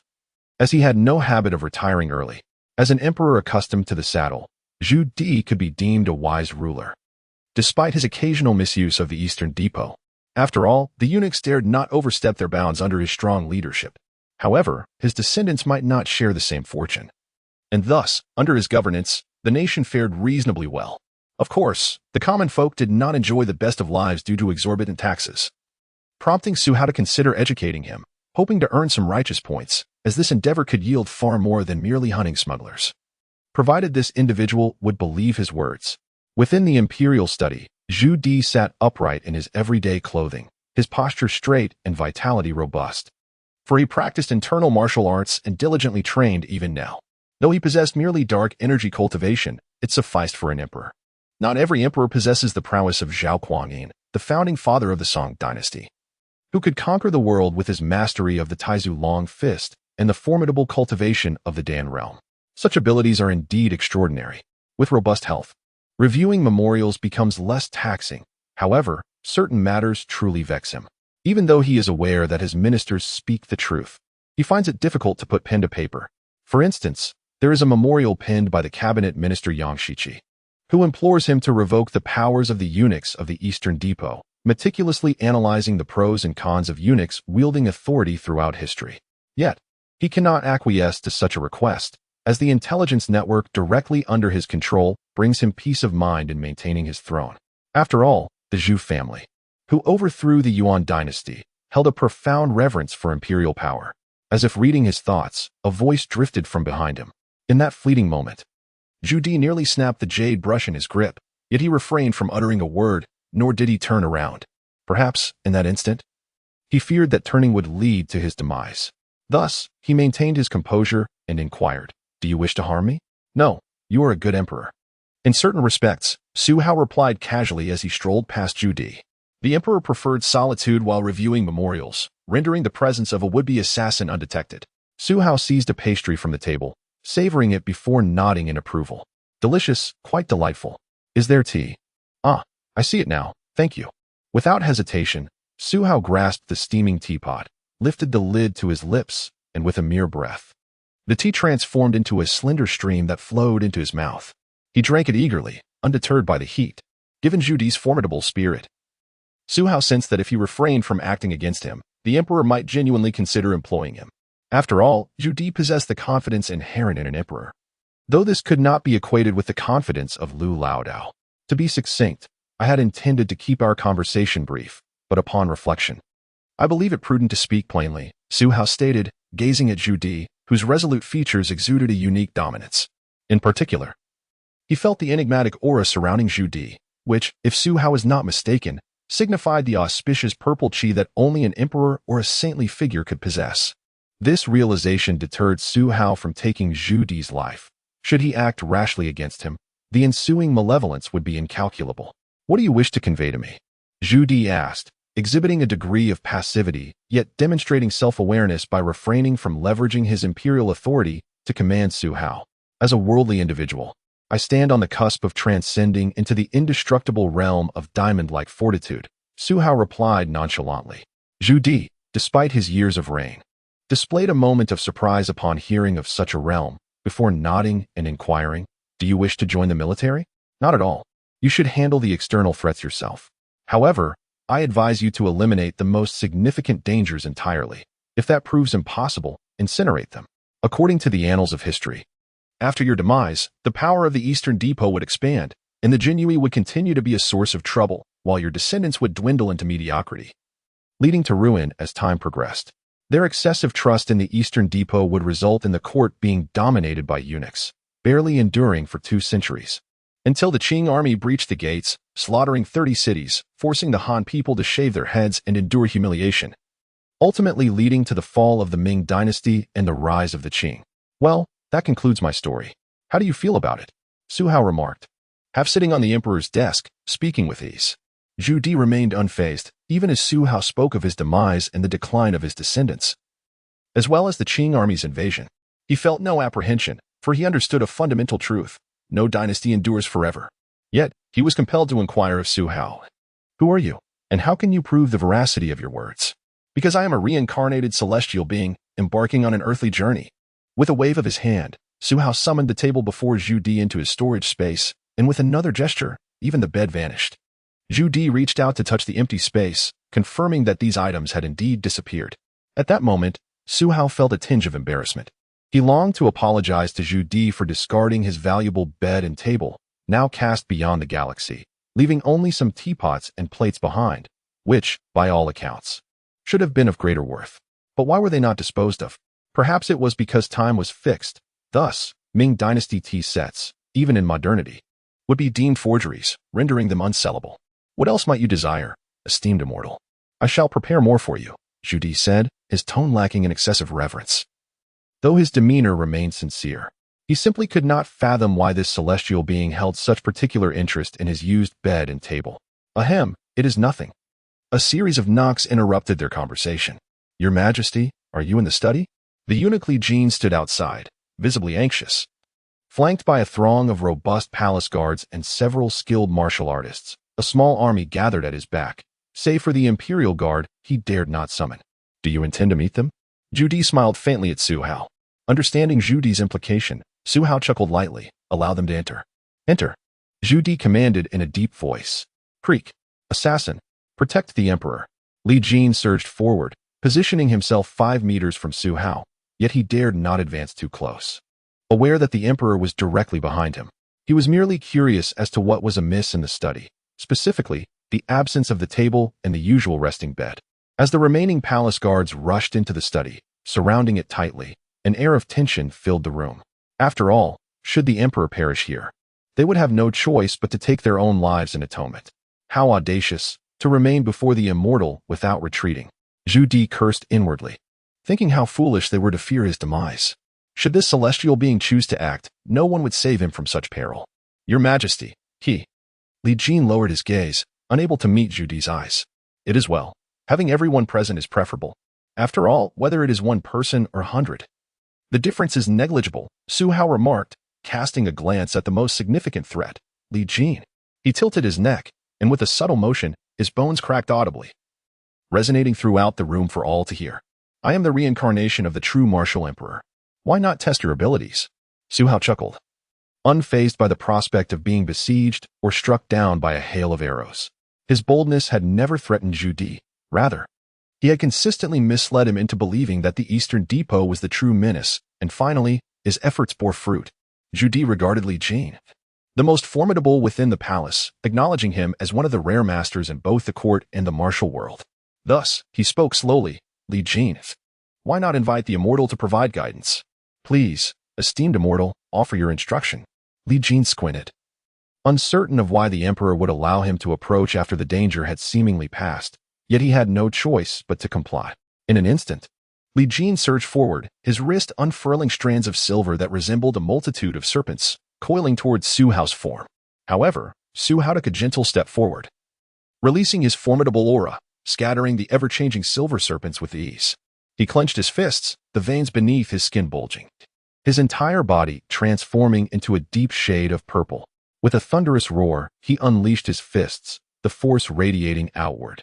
The ground beneath them trembled, the marble fracturing, particularly beneath Li Jin, who sank deeper by 3 inches. Just when the onlookers believed that neither combatant had gained the upper hand and that the battle would continue, they beheld the strongest eunuch in the palace, Li Jin, whose sleeves had become mere threads, exposing his protruding bones. Fresh blood dripped steadily from his wounds. Only Zhu Di, standing behind Su Hao, witnessed the truth clearly. At the moment Su Hao's fist struck, the force coursed through Li Jin's arms directly to his heart. Li Jin's eyes turned crimson for an instant before dimming. He was dead. Indeed, Li Jin died just like that. As the first head of the Eastern Depot, he had barely unleashed his skin-peeling silver thread technique before meeting his end. As Li Jin's body crashed to the ground, the elite of the inner court were left in shock, yet Zhu Di nonchalantly remarked, "Insolent fool, retreat now. I have matters to discuss with the immortal." The door to the study closed once more. No one knew the identity of this young master referred to by the emperor as an immortal, but whoever he was, to slay the esteemed head of the Eastern Depot with a single punch placed him nearly at the pinnacle of martial prowess. After all, such feats are rarely accomplished, even by legendary masters. But was it truly that simple? Su Hao had sustained severe internal injuries, yet he would not voice this.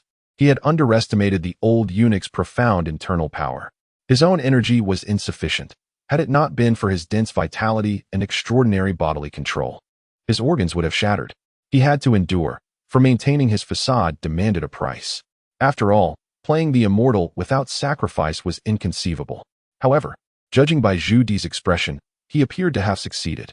It mattered little what Zhu Di truly thought.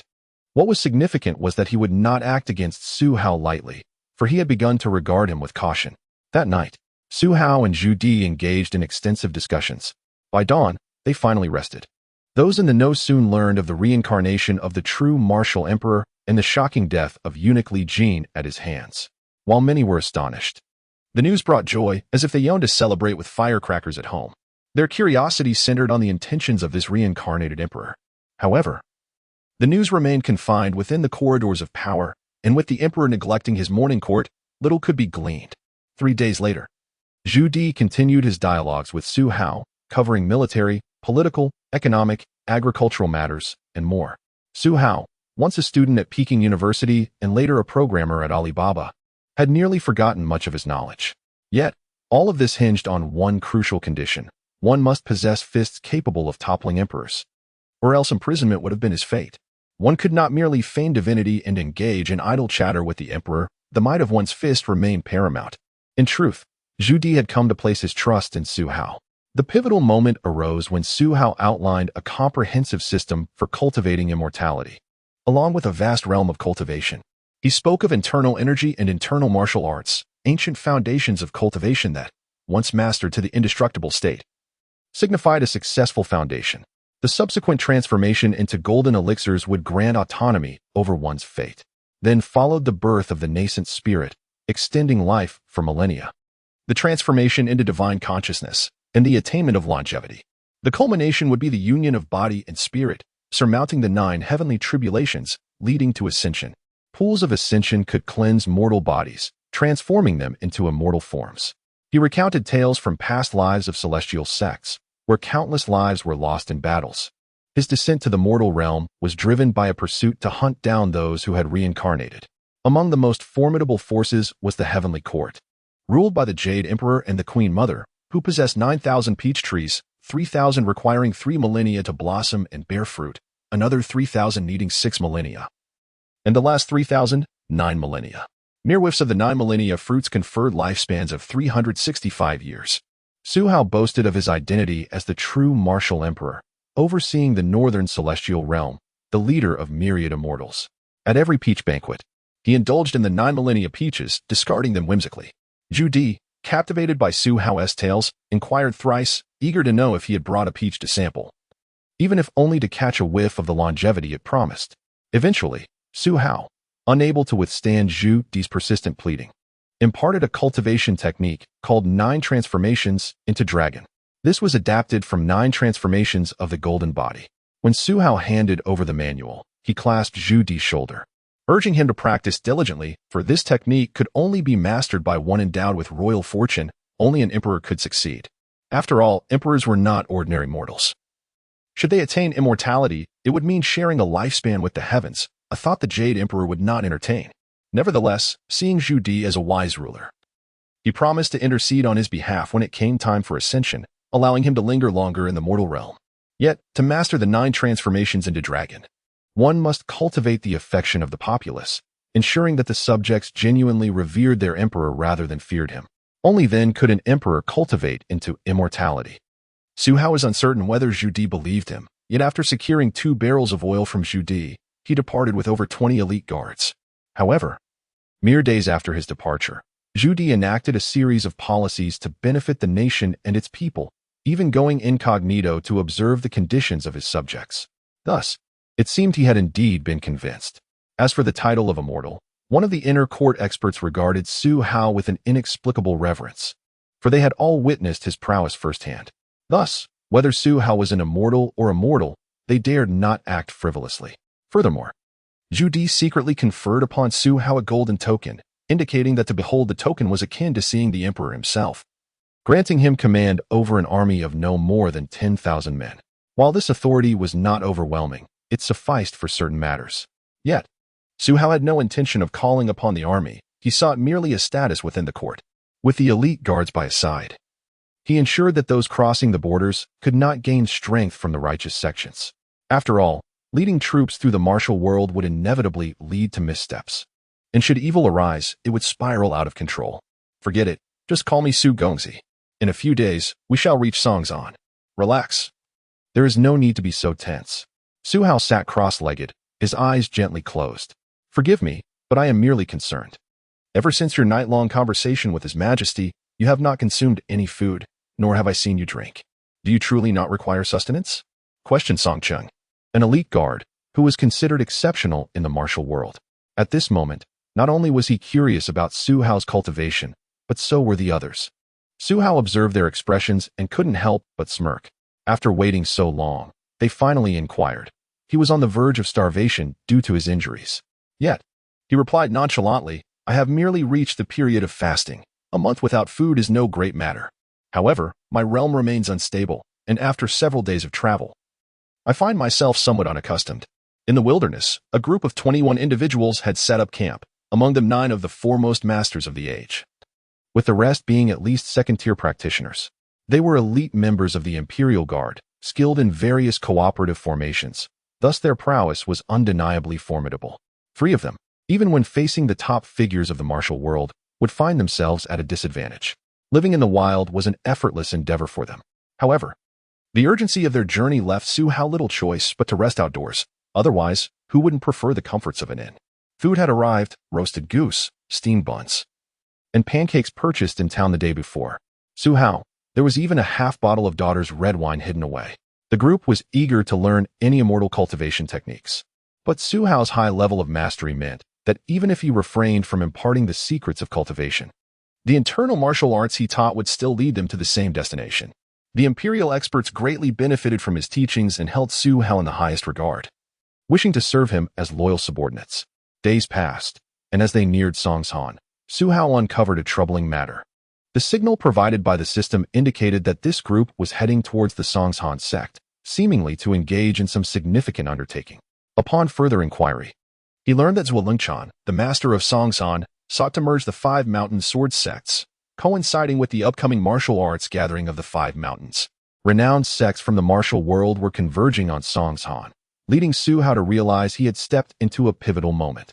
These so-called righteous sects were not only neglecting their duty to uphold justice, but were also embroiled in internal strife, now aiming to elect a leader for the Five Mountains Alliance. Such audacity was astounding. What were they trying to achieve? Rebellion? Song Cheng, an adept of the Imperial Guard, wielded a sword, as did most of his peers, who were selected from the military ranks. Their disdain for the self-serving martial sects was palpable. They felt they were battling for their homeland while these so-called heroes indulged in petty conflicts at home, tarnishing the honor of true warriors. Su Hao shared their sentiments. The current state of the martial world, with its so-called righteous factions, was laughable. The leaders of the Five Mountains stood idly by as Lu Zhengfeng's family was slaughtered. If not for a flicker of conscience among these factions, Su Hao would have long since led an army to eradicate them. Were it not for the emperor's sagacity in their previous defense of the borders, these factions would have had no opportunity for such infighting. A group of short-sighted individuals. Yet the martial arts manuals circulating in the world were indeed quite impressive. As discussions continued, Su Hao remained a silent observer, never interjecting. The imperial experts, having felt stifled within the palace, found a semblance of relaxation in their current environment, discussing the martial world without breaching state secrets. Their journey to Songshan was mirrored by other prominent sects and even various underworld factions, all eager to partake in the unfolding drama, making encounters inevitable. Upon arriving at the welcoming tavern at the foot of Songshan, Su Hao and his entourage were met with astonished gazes from the assembled martial experts, who were bewildered by the sheer number of elite practitioners accompanying him. The identity of the highest-ranking youth among them was a topic of speculation. A rugged man clad in Taishan sect attire raised an eyebrow in confusion, particularly regarding the elegantly dressed young master, who clearly did not seem to belong to the martial world but appeared to be an ordinary individual. Yet, his accompanying guards, clearly of high status, treated him with exceptional respect, a privilege not commonly afforded even to noble families. A bespectacled young man took a bite of an apple and posed a question.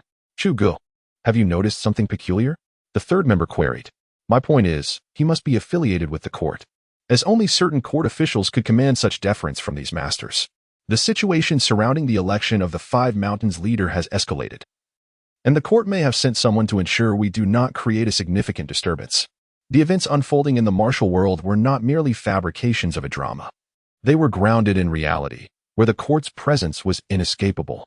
The unassuming young man might well be a figure of considerable influence, and it would be prudent not to provoke him, but rather to align with him for potential advantage.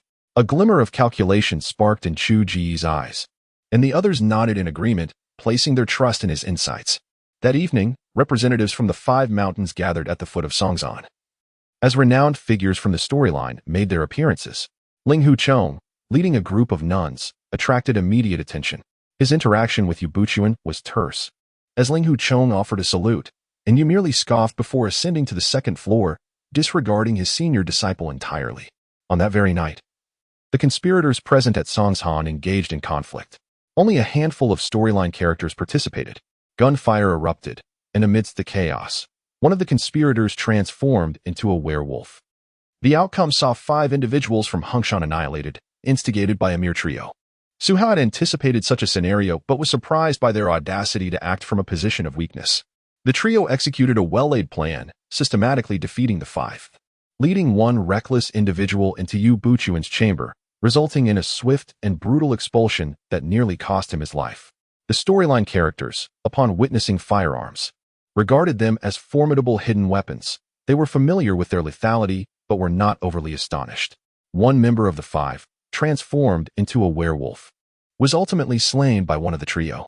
The werewolf, fearful of revealing his form before the crowd, would not have gone unnoticed by Su Hao, whose formidable strength allowed him to observe the unfolding events without detection. From the original 21 conspirators, only 16 remained, with one absent, likely at the Blackwood Cliff, belonging to the Sun-Moon Divine cult. The following morning, Su Hao welcomed his first guest, none other than the bespectacled young man, who approached with nonchalance. Su Gongzi, I apologize for the intrusion, he stated. Su Hao, sipping his tea, did not even glance towards the door. However, Song Chung, standing nearby, intuitively fetched a chair for Chu Ge. With evident confidence, Chu Ge sat down and initiated a conversation. Su Gongzi, are you affiliated with the court? Who in Songzan doesn't know of my connection to the court? And you, from the Taishan sect? Su Hao replied with a light chuckle. What brings you to seek my presence? His impatience was evident as he tapped the table, prompting the entrance of attendants bearing exquisite pastries adorned with intricate dragon and phoenix designs. Upon witnessing the scene before him, Chu Ji's keen eye seemed to grasp an underlying truth. A fleeting glance at Su Hao's teapot made it clear to him. The presence of palace officials explained the entourage of skilled warriors at Su Hao's side. Indeed, the guards accompanying him often moved in groups of 3, suggesting their identity as imperial bodyguards. With this realization, Chu Ge formed a plan. He inquired, what is your perspective, young Master Su, on the disunity among the sects within the martial world and their defiance against the court's authority? Su Hao, his expression cold, appeared reluctant to continue the conversation. Yet, Chu Ge smiled, suggesting Su Hao was likely of noble birth within the palace. Su Hao's eyes narrowed, and his companion, Song Chung, instinctively gripped the hilt of his sword. I am uncertain of your intent, but you may share your plans, Su Hao replied, taking small bites of his pastry while casting a sideways glance at Chu Ge, his expression revealing a hint of admiration. Chu Ge, encouraged by this interaction, remarked, when you speak of uncertainty, it implies a tacit acknowledgement, does it not? He continued, I have 2 brothers currently affiliated with the Taishan sect. Since you have come to oversee the Wu Yue gathering, I presume you wish to prevent them from causing any disturbances. Might I inquire if you aspire to fully control the influence of the Wu Yue sword sect, turning it into a force at your command? According to the script of the unfolding drama, such a statement ought to provoke deep contemplation from Su Hao. Thus, he fell into silence for 5 seconds, his expression shifting. You are neither the leader of the Taishan sect, nor do you possess significant power. Perhaps when you attain the position of leader of the Wu Yue, we can converse further. Su Hao stated abruptly, rising from his seat, while Song Chung moved to escort Chu Ge out. Stunned and cut off mid-sentence, Chu Ge was thrust outside. What just transpired? He pondered, recognizing that everyone had already inferred Su Hao's affiliation with the court, a fact he did not dispute. By directly revealing Su Hao's palace connections, he had seemingly elicited an amusing response, as if Su Hao had silently accepted the truth. Yet, when he asked about controlling the Wu Yue sword sect, hoping to position himself as Su Hao's advisor, he was dismissed instead. Su Hao deemed him unworthy due to a lack of power and the absence of a proper standing for dialogue, suggesting that Chu Ge could return to him once he became the leader of the Wu Yue sword sect, in his ambition to recommend himself. Chu Ge clearly sought to align with Su Hao and leverage this alliance to deal with other contract holders, but Su Hao was evidently unimpressed. In his mind, palace figures would never drive away capable allies, yet Su Hao had done just that, leaving Chu Ge bewildered by such an inconceivable tactic. Little did he realize that Su Hao, waiting for them to turn against one another, had no intention of allowing them to gain strength. Rather, he aimed to create chaos. After Chu Ji's encounter with Su Hao, various groups of contract holders quickly sent representatives to pay their respects to Su Hao. Throughout the morning, he remained undisturbed, sipping tea and nibbling on pastries, occasionally expressing astonishment or falling into contemplative silence. Ultimately, he dismissed the visitors, leaving them with vague assurances of future opportunities. The teams, aware of their temporary exclusion from selection, understood that while opportunities existed, they were limited, as some individuals had likely secured alliances beforehand. Thus, at the foot of Mount Song, a battle of wits commenced anew. Whether this would escalate into conflict depended on Su Hao's ability to manipulate the situation. Among the teams was the Holy Light team, the largest faction within this narrative. All members were stationed at the Songzan sect, with 6 in plain sight and 1 concealed. The hidden contract holder, named Sui, suddenly sensed he was being followed. However, as he shouted out, he was immediately ambushed. Sui, daring to act alone outside his team, was exceptionally powerful, arguably the strongest among the Holy Light team. When the enemy attacked, Sui bellowed, his muscles swelling and height increasing dramatically. His shoes burst from the strain, and his skin took on a green hue. As he turned to throw a punch, his force surged forth like a tidal wave, his fists seemingly engulfed in flames, delivering devastating blows. Yet, his opponent, Su Hao, was no ordinary foe. Sensing the might behind Su Yi's punches, Su Hao transformed his hands into claw-like appendages, narrowly evading the attack while leaving deep gashes along Su Yi's arm. "Get away from me," Su Yi roared, igniting the flames on his fists as he unleashed a flurry of kicks to break free from Su Hao's grasp. But Su Hao was swifter. With a lightning-quick maneuver, he dodged the strike, despite the heat singeing his hair and skin, and countered with a ferocious kick, striking Su Yi in a vulnerable area. With a swift movement, Su Hao unleashed a blood-stained assault on Su Yi's temples, the sound of cracking bones echoing as Su Yi's skull shattered, rendering him near death. Yet, Su Yi was no ordinary individual. Consumed by rage, he experienced a surge of power and broke free from Su Hao's grip, lunging at him with the intent to crush or bite him. As Su Hao exhaled a cloud of white mist, a blinding light erupted, striking Su Yi squarely in the forehead, sending him to his demise. Dressed in stealth attire, Su Hao swiftly stripped Su Yi of his garments, collecting whatever he could into his storage space before vanishing from the scene.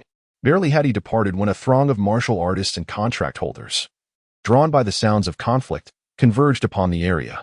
Su Yi, vice captain of the Holy Light team, enhanced with the bloodline of a low-level Hulk and skilled in B-grade Fire Fist, reduced to this state? Zhang Long could not help but scoff. "Impressive indeed," he remarked.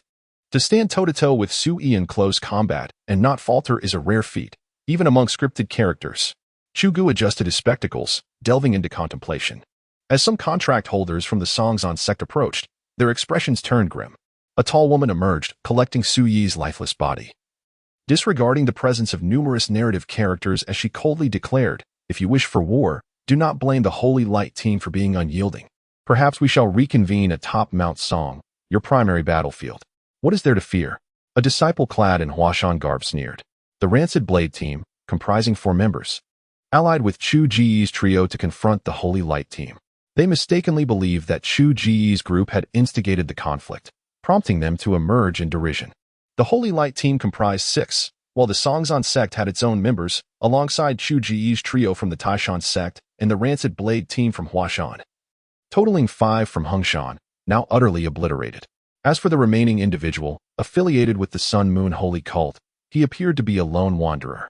Little did they know that a formidable superboss was nearby, observing the spectacle with over 20 Imperial guards. Zheng Long, witnessing the scathing remarks from the Cleft Blade team, initially thought they were about to engage in battle and couldn't help but laugh heartily. What nonsense about Songzon. They can strike whenever they please. Silence. The leader of Mount Tai cast a glance at him before leading the group away. Meanwhile, the leader of Mount Hua, Yubuchuan, sneered and turned to leave, seemingly indifferent to the actions of his disciples, as the ones who perished were from the Songzon sect. Without evidence of who the assailants were, what was the point of mockery? It would be more prudent to settle matters with swords atop the mountain. In any case, with Su Hao's intervention, Songzon was abuzz with activity, a group perpetually engaged in combat, having fought several times, resulting in some losses, though no fatalities occurred. Unbeknownst to young Master Su, we have failed to extend a proper welcome. The leader of Songzon, Zhuoling, could no longer contain himself. He was perplexed by the Imperial Court's intentions in bringing so many elite fighters to this gathering. He certainly had no interest in opposing the court, which had been exerting considerable pressure on the martial world. Had it not been for the historical inability of the court's forces to suppress the top-tier warriors, they would have long since purged the various sections. Therefore, he was genuinely concerned about Su Hao's presence and sought to ascertain the situation. Su Hao, with a smile, replied, "You flatter me, Zhua leader. My arrival at this esteemed locale without first visiting the mountain is indeed my oversight. You, young master, are magnanimous. Our 5 mountain sword sect engages in this martial gathering to elect a leader for the 5 mountains, aiming to unify and regulate the sects, thereby alleviating the court's burdens. Our righteous sects pursue this course solely to combat the Sun Moon Holy Cult, necessitating our alliance."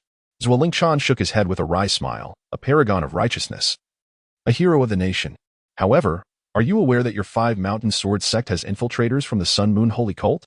Su Hao suddenly interjected. Zhuo Lingchan raised an eyebrow and asked solemnly, is there such a matter? Indeed, there is. Su Hao nodded. Might young Master Su have any evidence? None. Then this poses a dilemma. Zhuo Lingchan shook his head, expressing his helplessness. Fear not. My intention is merely to ensure you do not stir up trouble. After all, you are a righteous sect, aligned with the imperial court's martial practices. Electing a leader for the Five Mountains would be quite commendable. However, the court would certainly prefer that no members of the Sun Moon Holy Cult infiltrate your ranks. I, too, am at a loss for evidence. You need not intervene, as my subordinates will take action. I hope, when the time comes, you can help maintain order and perhaps even call out the infiltrators from the Sun Moon Holy Cult. What do you think, Zhuo leader? As Su Hao spoke, he inadvertently revealed a golden token at his waist, etched with a five-clawed golden dragon, causing Zhuo Lingchan to swallow hard. Understood, understood. As the martial gathering commences tomorrow, I invite you, young Master Su, to be our guest atop the mountain. I hope you will not find our hospitality lacking. Yes, Zhuo leader, safe travels. Su Hao nodded.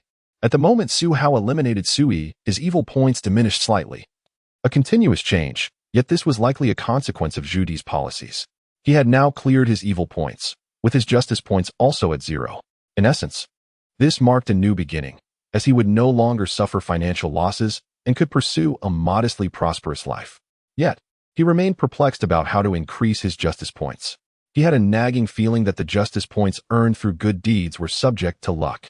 The amount he accrued seemed dictated by the whims of the system. When in a good mood, it would grant him more, and when displeased, less. Thus, Su Hao's hopes and desires concerning justice points could ultimately be distilled into 2 words. Let it be. At this moment, the exchange list appeared. Secret Arts, Innate Skill, 9 points Dugu 9 Swords, 8 points Sunflower Manual, 6 points Muscle Change Classic, 6 points Cleansing the Marrow Classic, 6 points Purple Mist Divine Skill, 5 points Wudong Taiji, 5 points Primordial Skill, 4 points Items, Gentleman's Sword, Yu Buchuan Sword 4 points Bishui Sword, Yu Lingshan Sword 4 points Broken Sword, Lu Jingfeng's Broken Sword 3 points Dragon Spring Sword, 3 points Abilities, the Cultivation and Insights of Dongfang Bubi, Self.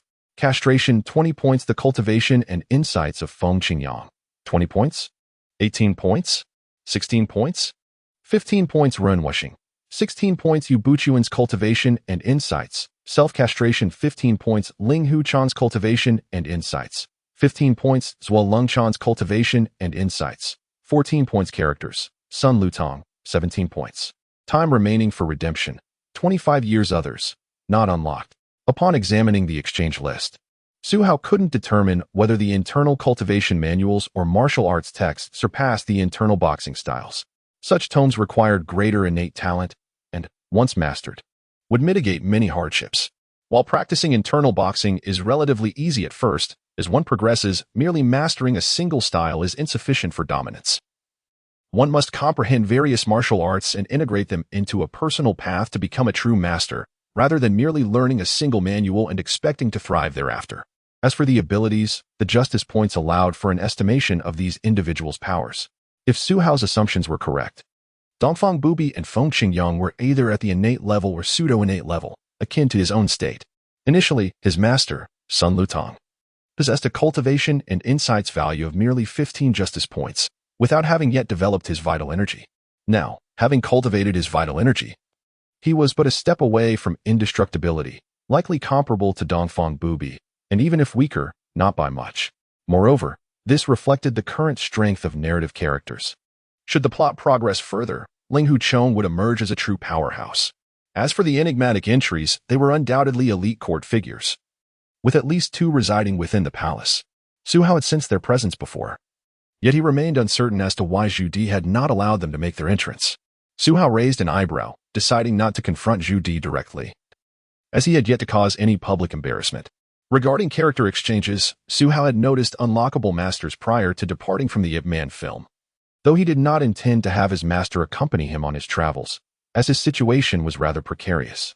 If an opportunity arose, once he grew stronger, he would seek items to extend his master's lifespan and surprise him by bringing him into the real world when the time was ripe, rather than dragging him into battles and bloodshed. Su Hao was deeply sentimental, especially towards this master. As for the Covenant items, he decided to keep them for now, contemplating selling them if necessary. Su Hao had acquired some commendable items, which he could only describe as satisfactory. At the moment the 5 mountain sect leaders entered the mountain. A veiled woman in red hurriedly approached, her lightness of foot resembling that of a delicate butterfly. Upon spotting a certain man within the crowd, she concealed herself among the throngs of people. However, the sheer number of attendees made it difficult for anyone to ponder the identity of the red-clad woman. For there were masters aplenty present, it was no surprise that the court had sent representatives. Yet, Su Hao, witnessing this scene, was nearly rendered speechless. "Young master, is there something amiss?" Song Chung inquired solemnly. "Everything is fine, everything is fine." Su Hao maintained a stoic expression, yet his heart was fraught with uncertainty. The narrative of the smiling, proud wanderer seemed rather chaotic, apparently distorted beyond recognition by that group of contractees. He had never truly grasped which version of the tale this was. Initially, upon seeing the burly Zhuo Lengchan, the long-bearded Yu Buqiuan, and the carefree Ling Hu Chong, he had presumed it to be the 2002 rendition. Were the two versions merging together? That indeed sounded rather problematic and confusing. However, if the plots intertwined, whom would Ling Hu Chong, the scoundrel, ultimately end up with? Would there be some melodramatic plot twist involving a heart transplant? Su Hao held a certain disdain for this protagonist. After all, Ling Hu Chong had forsaken his rightful position as the leader of Mount Hua to foolishly consort with nefarious factions, indulging in a life of recklessness. Watching the drama with a sense of self-insertion felt impressive and unconventional, yet experiencing it firsthand, Su Hao could empathize with Yu Buqiuan's sentiments. "I have raised you as my own son, nurturing my daughter for you since her childhood, and intended to bestow upon you the position of leader. Yet, you not only cavort with the wicked witch of the evil cult, but also have the audacity to prey upon my sister, the cult's leader. Such transgressions are utterly intolerable." Eventually, overwhelmed by the pressures from Zhuo Lengchan and others, Yu Buqiuan succumbed to despair, resorting to a drastic measure to practice the evil-repelling sword technique, rendering himself an ambiguous figure, a fate most unfortunate. As fellow disciples, how could the disparities be so vast? Su Hao shook his head, intending to follow the main group up the mountain. Suddenly, a woman clad in a red dress and veiled approached him. Song Chung had initially planned to signal the others to prepare, but Su Hao conveyed telepathically that it was unnecessary. His current level of mastery allowed him to gather sound effortlessly. "Greetings, young Master Su." As the lithe figure drew closer, Su Hao discerned that this captivating lady, the embodiment of the invincible East, possessed enchanting eyes resembling crescent moons, perpetually radiating a smile. A palpable silence ensued, an excruciatingly awkward silence. The charming Eastern maiden found herself utterly perplexed by the existence of such a despicable individual, struggling to fathom how he had survived to adulthood. Oh, perhaps it is due to the numerous guards surrounding him. Yes, that must be the reason. Otherwise, she believed that Su Hao's continued existence was simply an act of divine providence. Yet she recognized that this young Master Su was affiliated with the court, and her approach was merely a means to infiltrate Mount Song. Thus, she forced a smile, saying, "You jest, young master." At that moment, the invincible East was grinding her teeth in frustration. Unable to restrain herself, she extended a delicate finger towards Su Hao. "I did not go too far," Su Hao reiterated. Feeling the instability of the invincible East's aura, he quickly offered a conciliatory smile. "I was merely jesting with the lady. I hope you do not take offense. I have a rowdy entourage behind me, and I have been stifling my words for days." As he spoke, Su Hao casually approached and naturally took the invincible East's hand. This scene did not escape the notice of many onlookers, and the majority perceived that young Master Su seemed rather lonely, which aligned well with his character, given that he was a young aristocrat in the court, something everyone understood. Ling Hu Chong also witnessed the moment they held hands, yet he could not quite comprehend why he felt a pang of discomfort in his heart, a sense of displeasure lingering within him. Su Hao remained oblivious to the fact that many among the contractees had watched the new version of the smiling, proud wanderer. This world had merged two versions, and some, harboring resentment towards Ling Hu Chong, had orchestrated his downfall. Unbeknownst to Ling Hu Chong, the Eastern maiden was indeed the invincible East, and he had never pierced her with that fateful sword. Yet, Su Hao was unfazed. He reveled in the moment, grasping her delicate hand, which sparked an audacious thought within him. Meanwhile, the Eastern maiden narrowed her crescent-like eyes, suppressing the urge to eliminate him. allowing Su Hao to lead her step by step up Mount Song. To her, Su Hao had already become a mere specter, and thus, it mattered little to her that a ghost held her hand. Young Master Su, this is your chamber. A disciple of Mount Song guided Su Hao to a quaint courtyard with a picturesque view, where the central location was surely reserved for him, while the side rooms accommodated his guards. As for other sects, apart from the heads and core disciples, most could only camp overnight due to the sheer number of attendees. After all, Mount Song could hardly provide accommodations for everyone, unlike the pretentious Shaolin and Wudong sects, which, despite being major sects, feigned humility. Mount Song had no need to play the part of a grandiose wolf, thus losing face in the process. Well, you all may withdraw. I have enjoyed a delightful conversation with Miss Dong and wish to discuss matters further by candlelight tonight. Su Hao waved his hand dismissively. Song Qing and the others exchanged knowing glances, realizing that even the immortal had such inclinations, and promptly departed. With a resounding thud, the door closed. The invincible East withdrew her hand, gazing coldly at Su Hao. Miss Dong, do you enjoy drinking? Yet Su Hao did not turn to face her. Instead, he lounged lazily in a chair, a jar of wine appearing in his hand seemingly from thin air. This seemingly supernatural feat rendered the Eastern maiden momentarily speechless. She had witnessed no sleight of hand.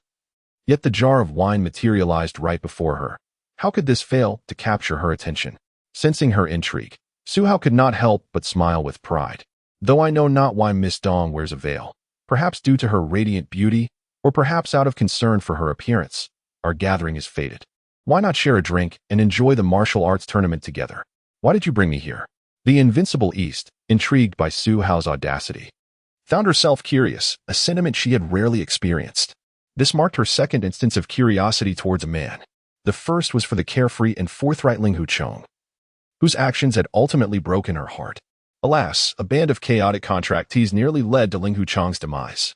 The second, however, was this audacious scoundrel. Indeed, the charming Eastern maiden referred to him as a scoundrel. From their very first exchange, Su Hao's remark, "What is so good about me?" lodged itself in her memory, igniting a desire to eliminate him. Yet, despite his despicable nature, he knew precisely where to draw the line. Especially in his presence, the invincible East could feel a warmth, a natural and comforting sensation. Since she had begun practicing the Sunflower Manual, her energy had intensified. Though she possessed unparalleled martial prowess, she had yet to fully master the path of martial arts, making her increasingly in need of balance between yin and yang, particularly as a woman practicing the Sunflower Manual, which amplified her energy excessively. Why did I bring you here? How would I know? It depends on my mood. Often, one acts without extensive contemplation. I do what I desire without overthinking, Su Hao declared, dismissing her with nonchalance as he conjured 2 luminous cups, filling them with wine and indulging in solitary revelry. Curiosity could ensnare a person. The Eastern maiden approached, examining the wine cup for a considerable time. The luminous cup was indeed genuine and quite valuable. Adorned with dragons and phoenixes, seemingly a relic of the imperial court, further piquing her astonishment. The invincible East, known for her stubborn temperament, refused to inquire further, instead fixating her gaze on Su Hao, as if silently questioning why he remained silent. To win a man's heart, the Eastern maiden drank deeply. Su Hao refilled her cup, meeting her gaze and saying, "A man pursues a woman across mountains. A woman pursues a man through veils. If you like him, express it. If not, let go. Perhaps it is precisely because I have suddenly taken a liking to you that I hold your hand and invite you to accompany me up Mount Song to witness the martial arts tournament and see who shall become the leader of the 5 mountains." The Eastern maiden widened her eyes in disbelief. "You don't even know what I look like or who I am, yet you dare to profess your affection for me?" She couldn't comprehend how the man before her could utter the words, "I like you," with such ease. The fact that he could gaze into her eyes and boldly declare this made many, even women of this world, feel uncomfortable. While those of the rivers and lakes might be forthright, this was a bit too brazen, wasn't it? We merely held hands, and you already profess your love? What would happen if we embraced? What else do you desire? No, holding hands wasn't my choice either. The Eastern maiden's thoughts were in turmoil, her head aching from the confusion. Miss Dong? Miss Dong? What do you want? Miss Dong? Are you ill? Dong Xiao, unable to contain herself, rolled her eyes at Su Hao as she took a sip of her drink. "I just enjoy calling your name. If you dislike it, I shan't call you anymore." Su Hao replied with a carefree smile before flopping onto the bed, taking a deep breath and closing his eyes to meditate. The Eastern maiden was once again taken aback. feeling an unusual emotion stir within her. She had never perceived Su Hao as a martial artist, but from his meditative posture, she understood he was a master of internal martial arts. Especially at the moment he closed his eyes, she felt an impulse to eliminate him. Ultimately, curiosity triumphed over her murderous intent. Furthermore, Su Hao had just taunted her so playfully, ignoring her. How could she not respond? She still hadn't figured out the inexplicable phenomena surrounding her. Thus, the Eastern maiden, equally incensed, seated herself on the bed, meditating alongside Su Hao, seemingly to compete with him, determined to understand before deciding to strike. Just as she began to cultivate her energy, Su Hao opened his eyes again and asked, "Miss Dong, do you practice martial arts? Would you like to learn?" With a playful smile, the Eastern maiden replied, "Well, it's not entirely out of the question." Su Hao chuckled. "Then allow me to teach you. However, I practice internal martial arts. While you seem to practice internal power, they may not be compatible." Su Hao hesitated. "No worries. The path of martial arts ultimately converges. It's all quite similar." Su Hao pondered for a moment. "Actually, why not cultivate together? It would be mutually beneficial, allowing us to complement each other." "Get lost." The Eastern maiden raised an eyebrow. Not even lifting a finger, she retorted. "Fine, you call the shots.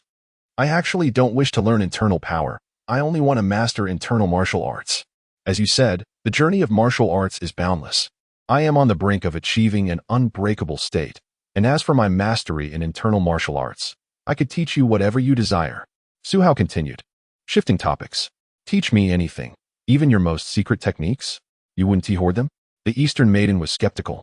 Knowing that no sect would easily divulge their martial arts secrets, such a person simply did not exist. Yet Su Hao was no ordinary being. So he smiled and said, "If you wish to learn, I shall teach you. Hoarding knowledge is beneath me." "Really?" "Indeed. I practice the way of martial arts, not merely techniques. Even if every person in the world learned the same from me, so what?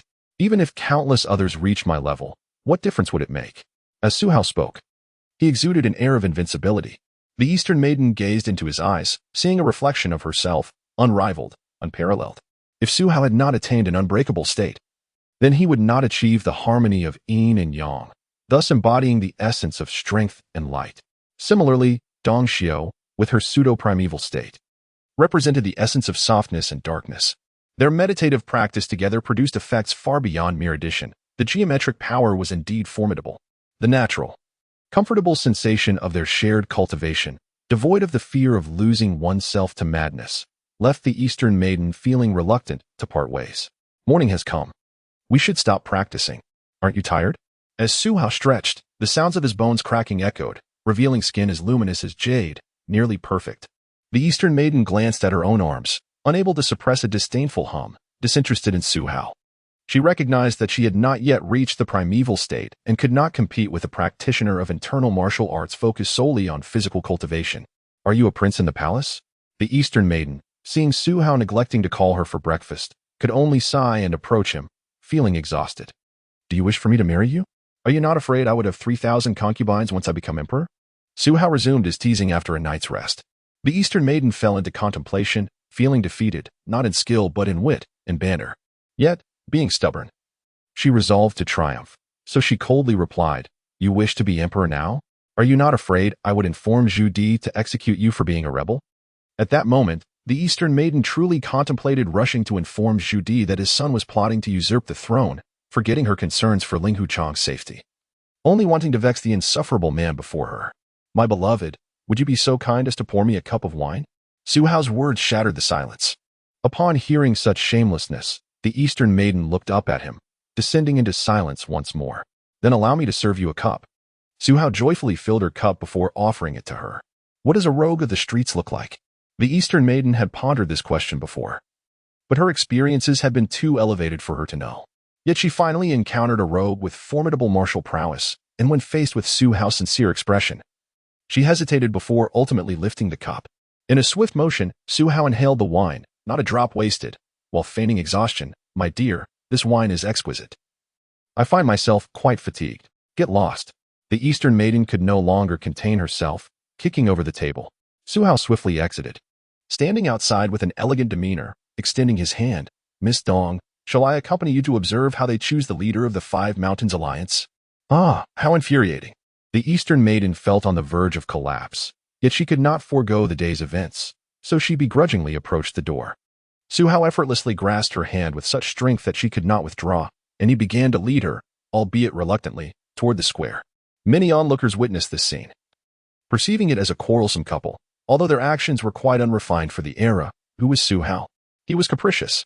Meanwhile, the palace guards quietly gave him thumbs up, acknowledging his superiority. What were Su Hao's intentions? Beyond martial arts, he had no specific goals. Even with women, he felt no attachment to any unknown leading lady. He merely let fate guide him. Whenever he entered a new realm, he acted with a carefree spirit. And if he could, he wished to alter Dong Xiu's fate, at the very least preventing her demise, for he despised Ling Hucheng, the scoundrel. Of course, should the stars align, he would not shy away from engaging in exciting endeavors. After all, she was Dong Xiu. How many things have the male protagonists of novels not done that I have accomplished? How renowned I must be. In the future, I shall be a significant figure at the starting point. Su Hao could not help but ponder, tightening his grip on the hand of the Eastern lady beside him. At that moment, the Eastern lady's heart was in turmoil, truly chaotic. She had never imagined that a man could so easily penetrate her heart in just a single day.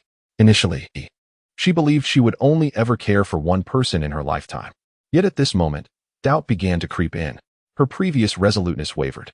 She recalled Ling Hucheng and Yilan, Ling Hucheng and Reningying, and Ling Hucheng with her junior disciple. Indeed, he was charming and unruly, enamored with so many.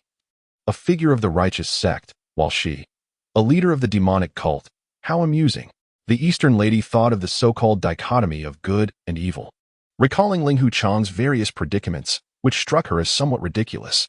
Thus, she too could not resist tightening her grip on Su Hao's hand. Su Hao sensed something was amiss with the Eastern lady beside him, thinking she might be worried about revealing her identity amidst the numerous righteous sects gathered. He smiled reassuringly, saying, "Do not worry, I am here." After that, Su Hao stepped forward, guiding the Eastern lady to stand beside him. "Do not worry, I am here." A simple phrase pierced through the Eastern lady's heart. She gazed at Su Hao's tall figure, her thoughts becoming increasingly tangled. Throughout her life, she had never experienced such a feeling of being protected. She understood well how she had survived in the Sun-Moon divine cult, disguised as a man, fearing the revelation of her true identity. It was only after mastering the Sunflower Manual that she could reclaim her femininity. Yet she still dared not disclose this fact. Especially in her time with Ling Hucheng, she often found herself in the role of protector. Ling Hucheng had tried to protect her, but he truly could not. Yet this man before her possessed such strength and an aura that seemed to regard the martial world as insignificant. Thus, the Eastern lady chose silence. Su Hao chuckled softly, pulling her forward. A disciple from the Songzhan sect hurriedly approached, clasping his fists and greeting, "Young Master Su, your seat has been arranged. Please follow me." Good. The Grand Hall of the Songzhan sect was already filled with people.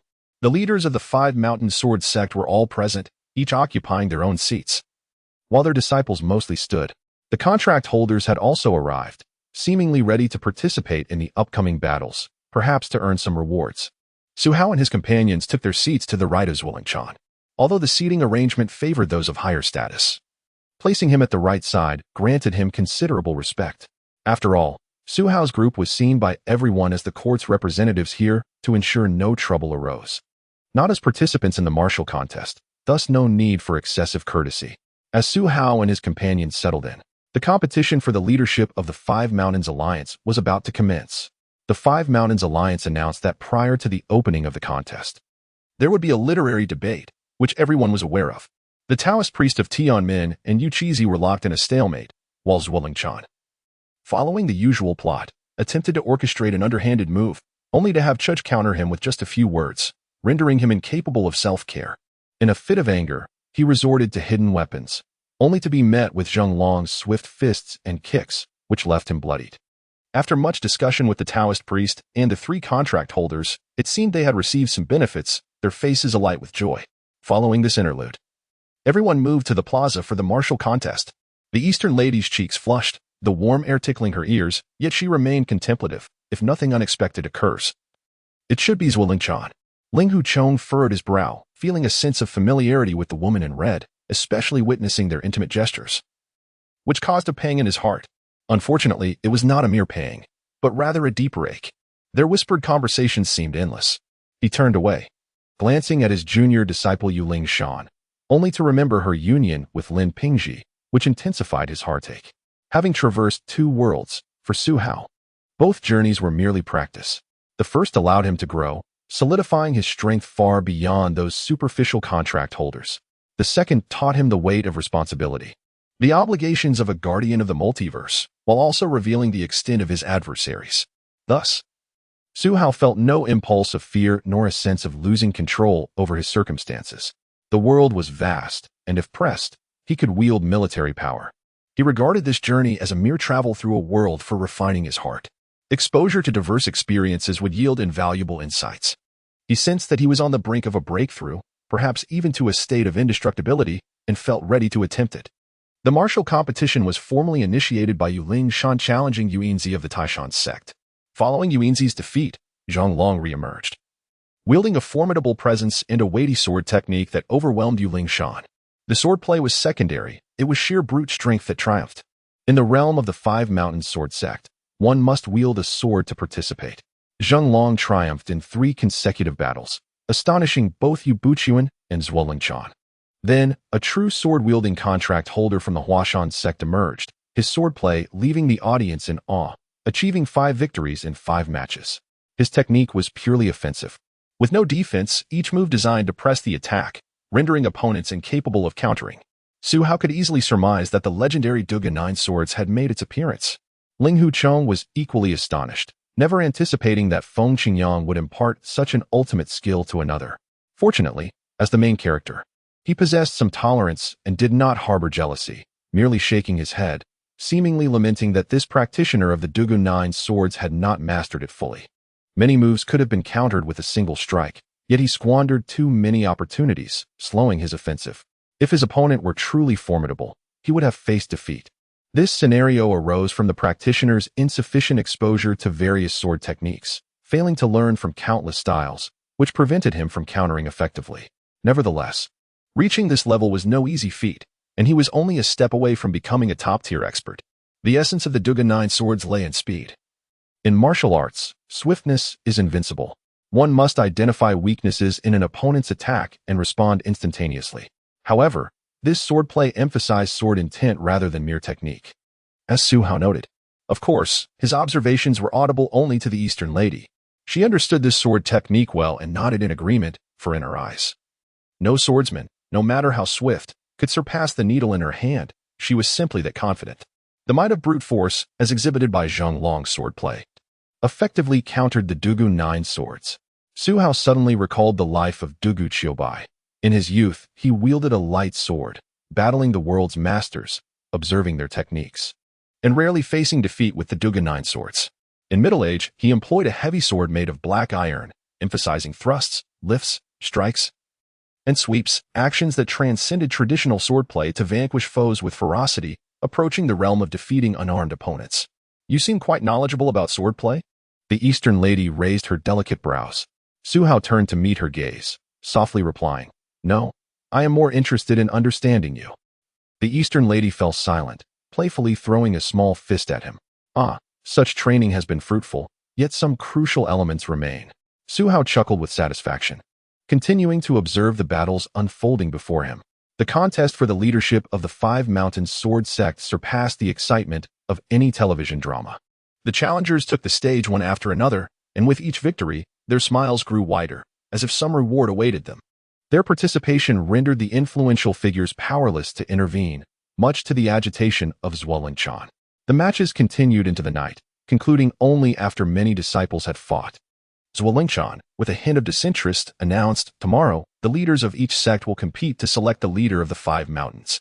At this moment, Ling Huchong approached. Su Hao exchanged a glance with Song Qing, signaling him to lead the others away. "That girl bears a striking resemblance to a friend of mine," Ling Huchong remarked as he stepped forward, clasping his fists in greeting to Su Hao, and then turning his gaze towards the veiled Dongfang Bubi. In that moment, Su Hao, as a man, was faced with 2 choices. Either let the lady choose between them or step forward to resolve the matter himself. Given the 80 chance that Dongfang Bubi would choose Ling Huchong, Su Hao decisively declared, "I must apologize. I have already pledged my heart to this lady, and we are to be wed soon. Su Gongzi, must you make it so difficult? Is it not permissible for me to speak with her? Ling Hucheng furrowed his brow, wishing to avoid entanglements with the court, especially with someone of such high status. Su Hao replied sternly, "What I say is final." The atmosphere grew tense as both parties fell silent. After a considerable pause, someone finally spoke up. "Then, Su Gongzi, I take my leave. Farewell, lady." Ling Hucheng had matured. He would not forsake the Hengshan sect to provoke a noble scion of the court, especially one who exuded such confidence, as if waiting for trouble to find him. As Dongfang Bubi watched Ling Hucheng depart, a series of images flashed through her mind, stirring within her an urge to weep. "No, I do not know him," she murmured. "Well then, let us marry." Su Hao laughed heartily. Dongfang Bubi cast a fleeting glance at Su Hao. Realizing he was indeed as she suspected, a mere touch of her hand had led him to propose marriage, and she thought the pace was rather rapid. Yet, she unexpectedly asked, "Are you serious? You have not even seen my face."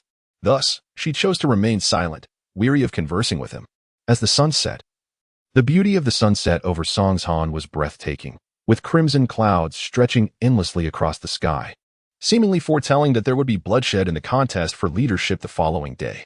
Dongfang Bubi found herself in a haze, having initially come out of concern for Ling Hucheng's safety, but now her purpose felt muddled. She had intended to leave when Ling Hucheng had hesitated to approach her, resigning herself to her role as the leader of the Sun and Moon sect, yet someone had captivated her attention. Approaching the pinnacle of invulnerability, Su Hao exuded an irresistible aura while practicing his martial arts, drawing the curiosity of inner palace guards who emerged to watch him train.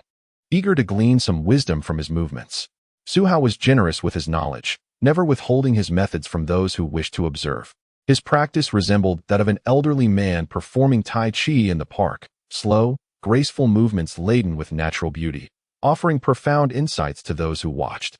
Though half of the guards practiced internal cultivation themselves, they were grateful for Su Hao's openness, having followed him without exerting much effort while reaping substantial benefits. Each one genuinely wished to assist Su Hao in any way possible, regardless of his needs.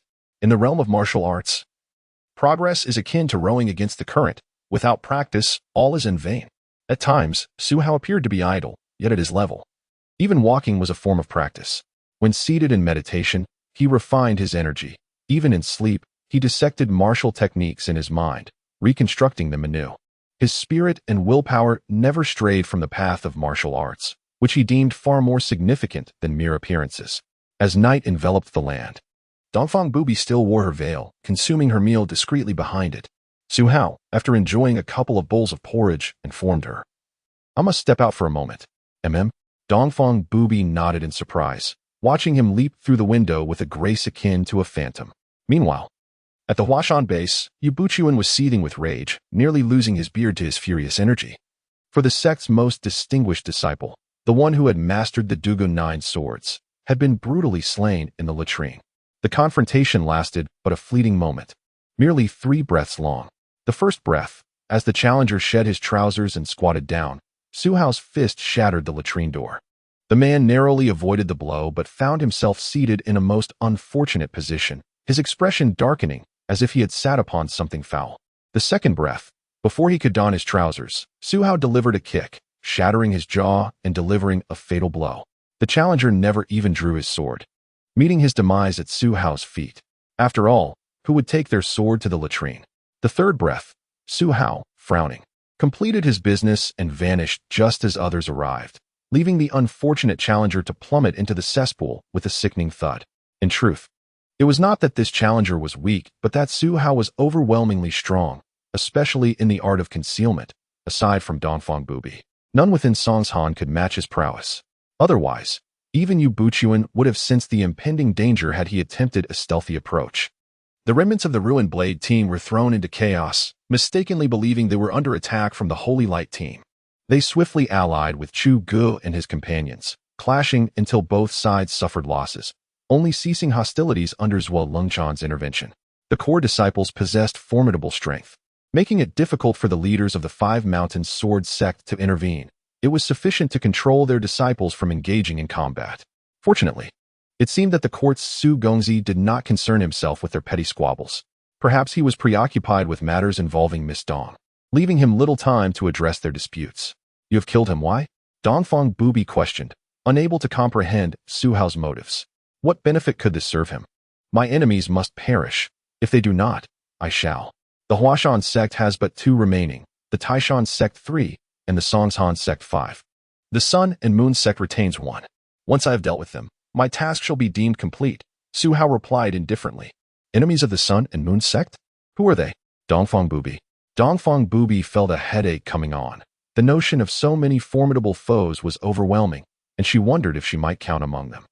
Su Hao shook his head, saying, the Eastern Master, with her literary prowess and martial virtue, unifying the ages, she is the foremost expert in the realm. How could it possibly be her? The Eastern lady fell into contemplation, feeling as though her identity might have been inadvertently revealed. Given the character of that vile person, it was entirely plausible that she would utter such words even upon recognizing her true self. My lady, do not overthink it. We ought to rest. Su Hao observed her silence, suddenly reaching out to embrace her slender waist. In an instant, a piercing, icy glare shot towards him, accompanied by an unspoken warning. Ahem. Since my lady does not wish to sleep, I shall take my leave to slumber, Su Hao quickly declared as he lay down, lifting the corner of the blanket and patting the space beside him. His impudent demeanor nearly provoked the Eastern lady to hurl a flying needle at him. You have never seen the visage behind the veil. On what grounds do you profess to like me? The Eastern lady sighed, asking this question almost against her will. Su Hao pondered for a moment before responding, because confident women are often exceedingly beautiful. What if I am not? She countered. Su Hao gazed deeply into her eyes, tenderly replying, in truth, I cherish the beauty of the soul even more. Yet Su Hao's advances continued unabated. He took her delicate hand and added, I do not wish to impose. Rest early, for tomorrow heralds the true contest. The Eastern lady, initially harboring certain thoughts, found herself compelled to nod in acquiescence, shaking off his hand and settling into meditation. Having grown accustomed to her touch, was there any distance left to other positions? Su Hao mused contentedly as he closed his eyes, uncertain whether he had truly fallen asleep or was merely refining various martial stances in his mind. Indeed, posture is of utmost importance. After slaying the contract holder, Su Hao did not acquire the renowned Duganine swords, but instead obtained a spatial ring. Within its confines lay but a modest space, containing a few garments, provisions, and a single remarkable item, the illustrious Qin Gang sword. While perhaps the Qin Gang sword was lesser known, the sword wielded by Dugu Qiuma in his youth was certainly familiar to many. This blade, forged from meteorite iron, boasted an unparalleled sharp edge, measuring 16 inches and weighing 7 pounds and 13 ounces. Though Su Hao had no mastery of swordsmanship, his extensive training in martial arts had equipped him with sufficient skills, and he decided to keep it as a prized possession within his system space. As for the spatial ring, he casually slipped it onto his finger, pondering that it might serve as a gift in the future. Chu Gu instinctively adjusted his spectacles. Our conflict bears little benefit for the Holy Light team. Logically, after Su Yi's demise, they should be more secure and refrain from taking action. Yet now, they instigate a conflict, leading to mutual destruction. What advantage do they gain? Are you suggesting that someone is plotting against us? Who could it be? The elusive recluse who is yet to reveal himself? Zhenglong's countenance darkened further. As the team leader, he was somewhat impulsive. Had it not been for the presence of a sage in their midst, he would have preferred a direct confrontation. Chu Gu nodded, then shook his head. It is possible, but the likelihood is slim. Unless unforeseen circumstances arise, that recluse has likely gone to the Sun-Moon holy cult. Even if he exhausts his efforts to acquire the Sunflower Manual or the Star Absorption Technique, which promise swift success, forming true power would require considerable time. He lacks the capability to practice for long, nor does he possess the strength to eliminate both of us. As for who is covertly acting against us, I already have a faint inkling, but we cannot confront them directly. Thus, it requires your departure to draw them out, allowing us to strike from the shadows. After Chu Gu spoke, Zhang Long nodded in agreement, realizing that this plan necessitated the collaboration of 3 teams and his ability to distract the enemy. However, since Chu Gu dared to propose such a scheme, Zhang Long was equally bold in his consent, both exuding a strong sense of confidence. As for making Zhang Long the bait, Chu Gu had begun to strategize how to extract benefits from the 2 teams, for no one wished to be exposed, allowing others to sow discord and instigate endless conflict. Hence, this perilous bait plan would undoubtedly require some sacrifices from the other 2 teams. He believed that any wise individual would recognize they had been ensnared. The following day, the leaders of the 5 Mountain Sword sect took action. Among them, Ling Huchong was the first to emerge, sequentially defeating the leaders of the Taishan and Hongshan sects, ultimately falling to Hua Mountain's Yubuchuan. This was followed by the climactic battle between Zhuo Lengchuan and Yubuchuan. Their prowess reached the pinnacle of martial mastery. Zhuo, with his overwhelming might and home field advantage, launched a series of aggressive attacks using the ice palm technique, initially gaining the upper hand. However, as the battle progressed, Yu became increasingly formidable, his movements ghostly, employing the gentleman's swordplay to counter strength with finesse, narrowly evening the score. Zhuo, unwilling to concede, unleashed his full fighting spirit. Ultimately, Yu emerged victorious, winning the first drop of blood in the May Alliance tournament, earning the title of the Five Mountains Alliance leader. Su Hao watched the duel with great interest, for the nuances of internal strength and internal martial arts were distinct, and their levels were not far beneath his own.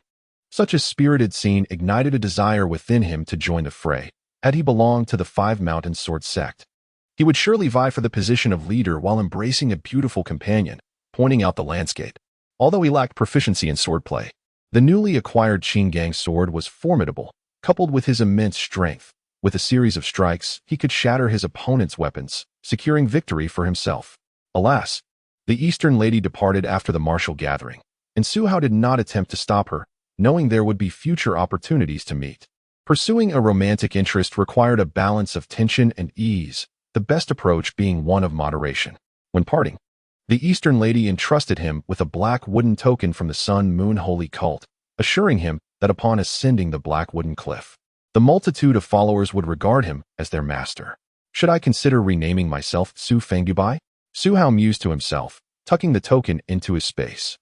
Fortunately, with Yubuchuan now holding the title of Five Mountains Alliance leader, he wielded significant power, commanding a following of thousands. Though they resided within the martial world, the rivers and lakes often lay under the dominion of the Great Ming Empire.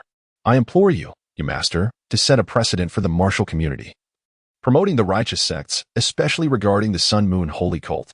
Su Hao paused, and although Yubuchuan's expression remained unchanged, upon hearing the mention of the Holy Cult, he finally grasped the true purpose of Su Gongzi's visit. Thus, Yubuchuan nodded in agreement, stating, "If I am not mistaken, Su Gongzi's intentions align with my own. Once I have thoroughly unified the Five Mountains Sword sect, we shall launch our assault on the Black Wooden Cliff. You need not worry about this." That is reassuring. If you master truly accomplishes this, perhaps the court might even issue a decree in your favor. Su Hao sipped his tea, his demeanor unruffled. Upon hearing this, Yubuchuan's countenance shifted to one of astonishment. The entire Ming court had shown little favor to any sect apart from the one actively supporting Wudong Mountain, which is precisely why Wudong had not contested the position of Five Mountains Alliance leader, for they stood in a league of their own. The mere thought of such prospects stirred Yubuchuan with excitement, prompting him to rise and clasp his hands, requesting, "I beseech Su Gongzi to speak favorably on my behalf before the emperor." "Indeed, I shall," Su Hao replied, nodding with a composed demeanor. Su Gongzi should be aware that the Hua Mountain sect is the rightful successor to the Chuanjin sect. Although this Xixia divine skill is remarkable, I trust Su Gongzi would not be overly concerned with such a manual. However, this Xiantian Gong is the unparalleled secret recorded by our ancestor Wang Chongang, who achieved the title of the world's foremost expert through this very text. However, although the innate skill is remarkable, its requirements for talent, aptitude, and comprehension are exceedingly high. Aside from the Grandmaster, no one has successfully mastered it. After some contemplation, you decided it would be better to entrust it to young Master Su, hoping that one day Su could master this divine skill and create a new legend in the martial world. Excellent, splendid. As long as Alliance leader Yu captures Haima Cliff, such a glorious military achievement will surely have a decree personally delivered to you by me. Henceforth, I hope Alliance leader you will assist me in secret. Su Hao suddenly rose, laughing heartily. Upon hearing the term my palace, Yubuchuan promptly knelt on one knee to demonstrate his loyalty. After all, in the heart of the old Yu, he had successfully latched onto a formidable ally. Even a mere hair from such a leg would suffice for him to enjoy a lifetime of fortune. How delightful it would be to ascend to such a pinnacle of life. On a dark and blustery night, Su Hao leapt out of the window once more, leaving 20 palace experts blissfully unaware. Even Yubuchuan, who had just departed, could hardly conceive that this seemingly unremarkable individual was stealthily on a killing spree. In the shadowy thicket, a man and a woman were engulfed in fervor. The fair and delicate disciple of the Taishan sect, disheveled and blushing, pleaded softly, Zhang Shixiang. Please don't let your hands wander. Rest assured, Lu Shimi, from this day forth, you are mine, and I shall never let you down. Zheng Long's fervent demeanor was unmistakably genuine, perhaps even leading to genuine intimacy. His skills were commendable in mere seconds. He had stripped Lu Shimi down to a white undergarment, revealing a captivating allure that ensnared any man's attention. Zhang Shixiang, please, no more, Lu Shimi gasped. Her eyes glistening with tears, seemingly unable to endure such advances. Perched atop a branch, Su Hao smirked slightly, observing Zheng Long's eagerness for a wild rendezvous, wondering if this individual was truly unwell or merely impatient. Yet, the coordinates provided by the system moments ago indicated no issues in the vicinity. As Zheng Long prepared to shed his pants and take action, Su Hao swiftly descended, his movements fierce and swift like an eagle soaring through the sky. Get lost. The resounding voice reverberated through the grove. Zheng Long, caught off guard, swung a punch, but Su Hao had no choice but to engage, colliding fists with him. The impact echoed, and both men staggered back, the forest sending leaves swirling around them. Lu Shimi, unfortunately, met her demise beneath Zheng Long's retreating foot. Her eyes wide open, forever unclosed. Zheng Long, now in disarray, tore his pants, revealing only a Pikachu-themed underwear.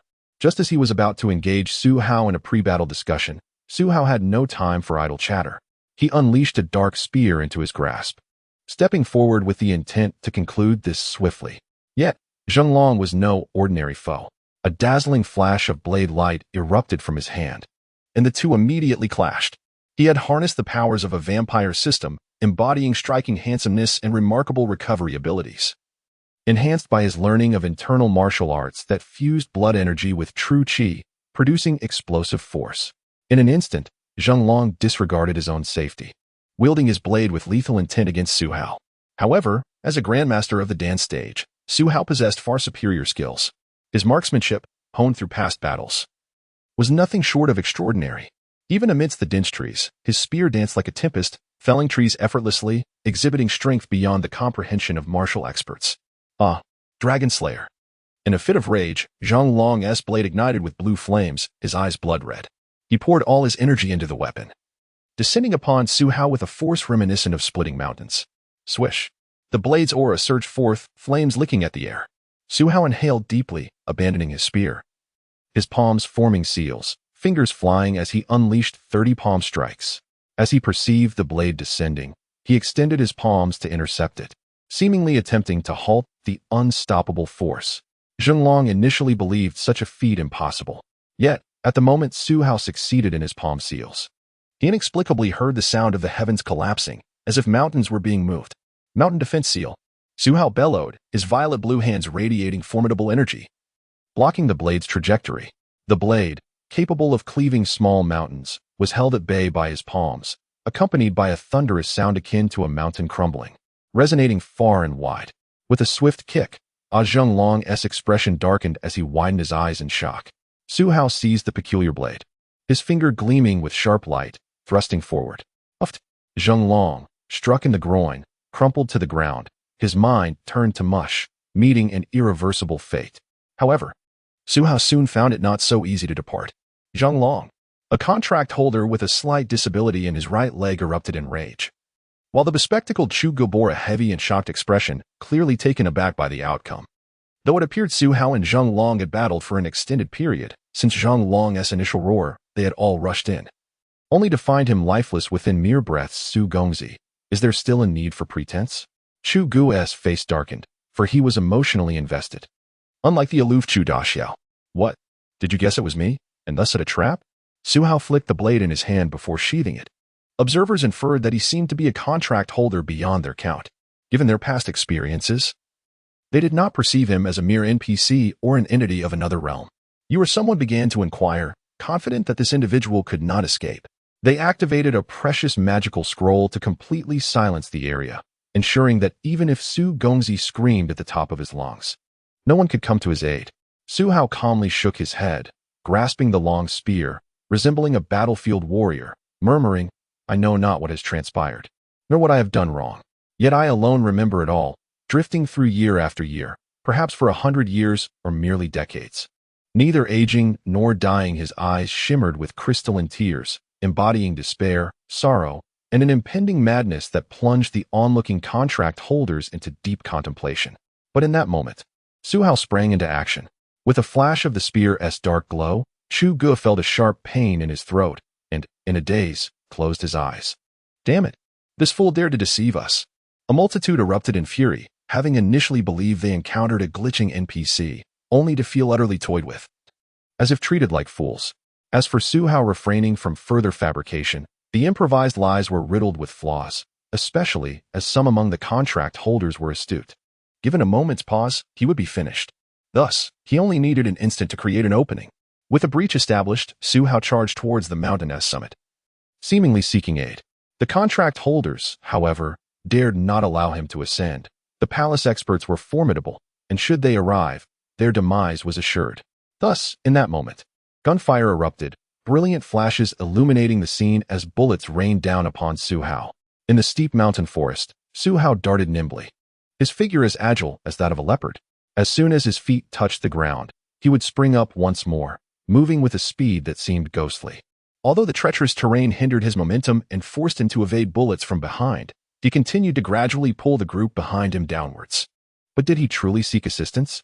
As Su Hao hurled a stone, it collided with another object, producing a tremendous explosion that reverberated throughout the Songshan Mountains. The flames erupted skyward, engulfing the surrounding forest in a fierce blaze, particularly with the exaggerated fire oil that clung to everything it touched. Aside from 2 individuals who were instantly blown to bits, at least 4 or 5 others were completely engulfed in flames, transforming them into living torches. Help me! Help me! One of the contractees screamed in agony as he rolled on the ground. Damn it! Damn it! Kill him! Kill him! Water! Water! Where's the water? But just as one contractee shouted, he saw a companion dousing his head with a bucket of mineral water, which only intensified the flames, serving as fuel to the fire. With the first contractee to spew flames from his mouth perishing, apart from a few who managed to extinguish the fire with dirt, most met a horrific end. Burnt to a crisp. The fire is quite intense. Su Hao raised an eyebrow. He had no desire to set the mountain ablaze. Glancing at the 2 contractees who had already fled, he noticed numerous skilled fighters arriving to combat the flames. Joining them, they extinguished the fire with remarkable speed, after all.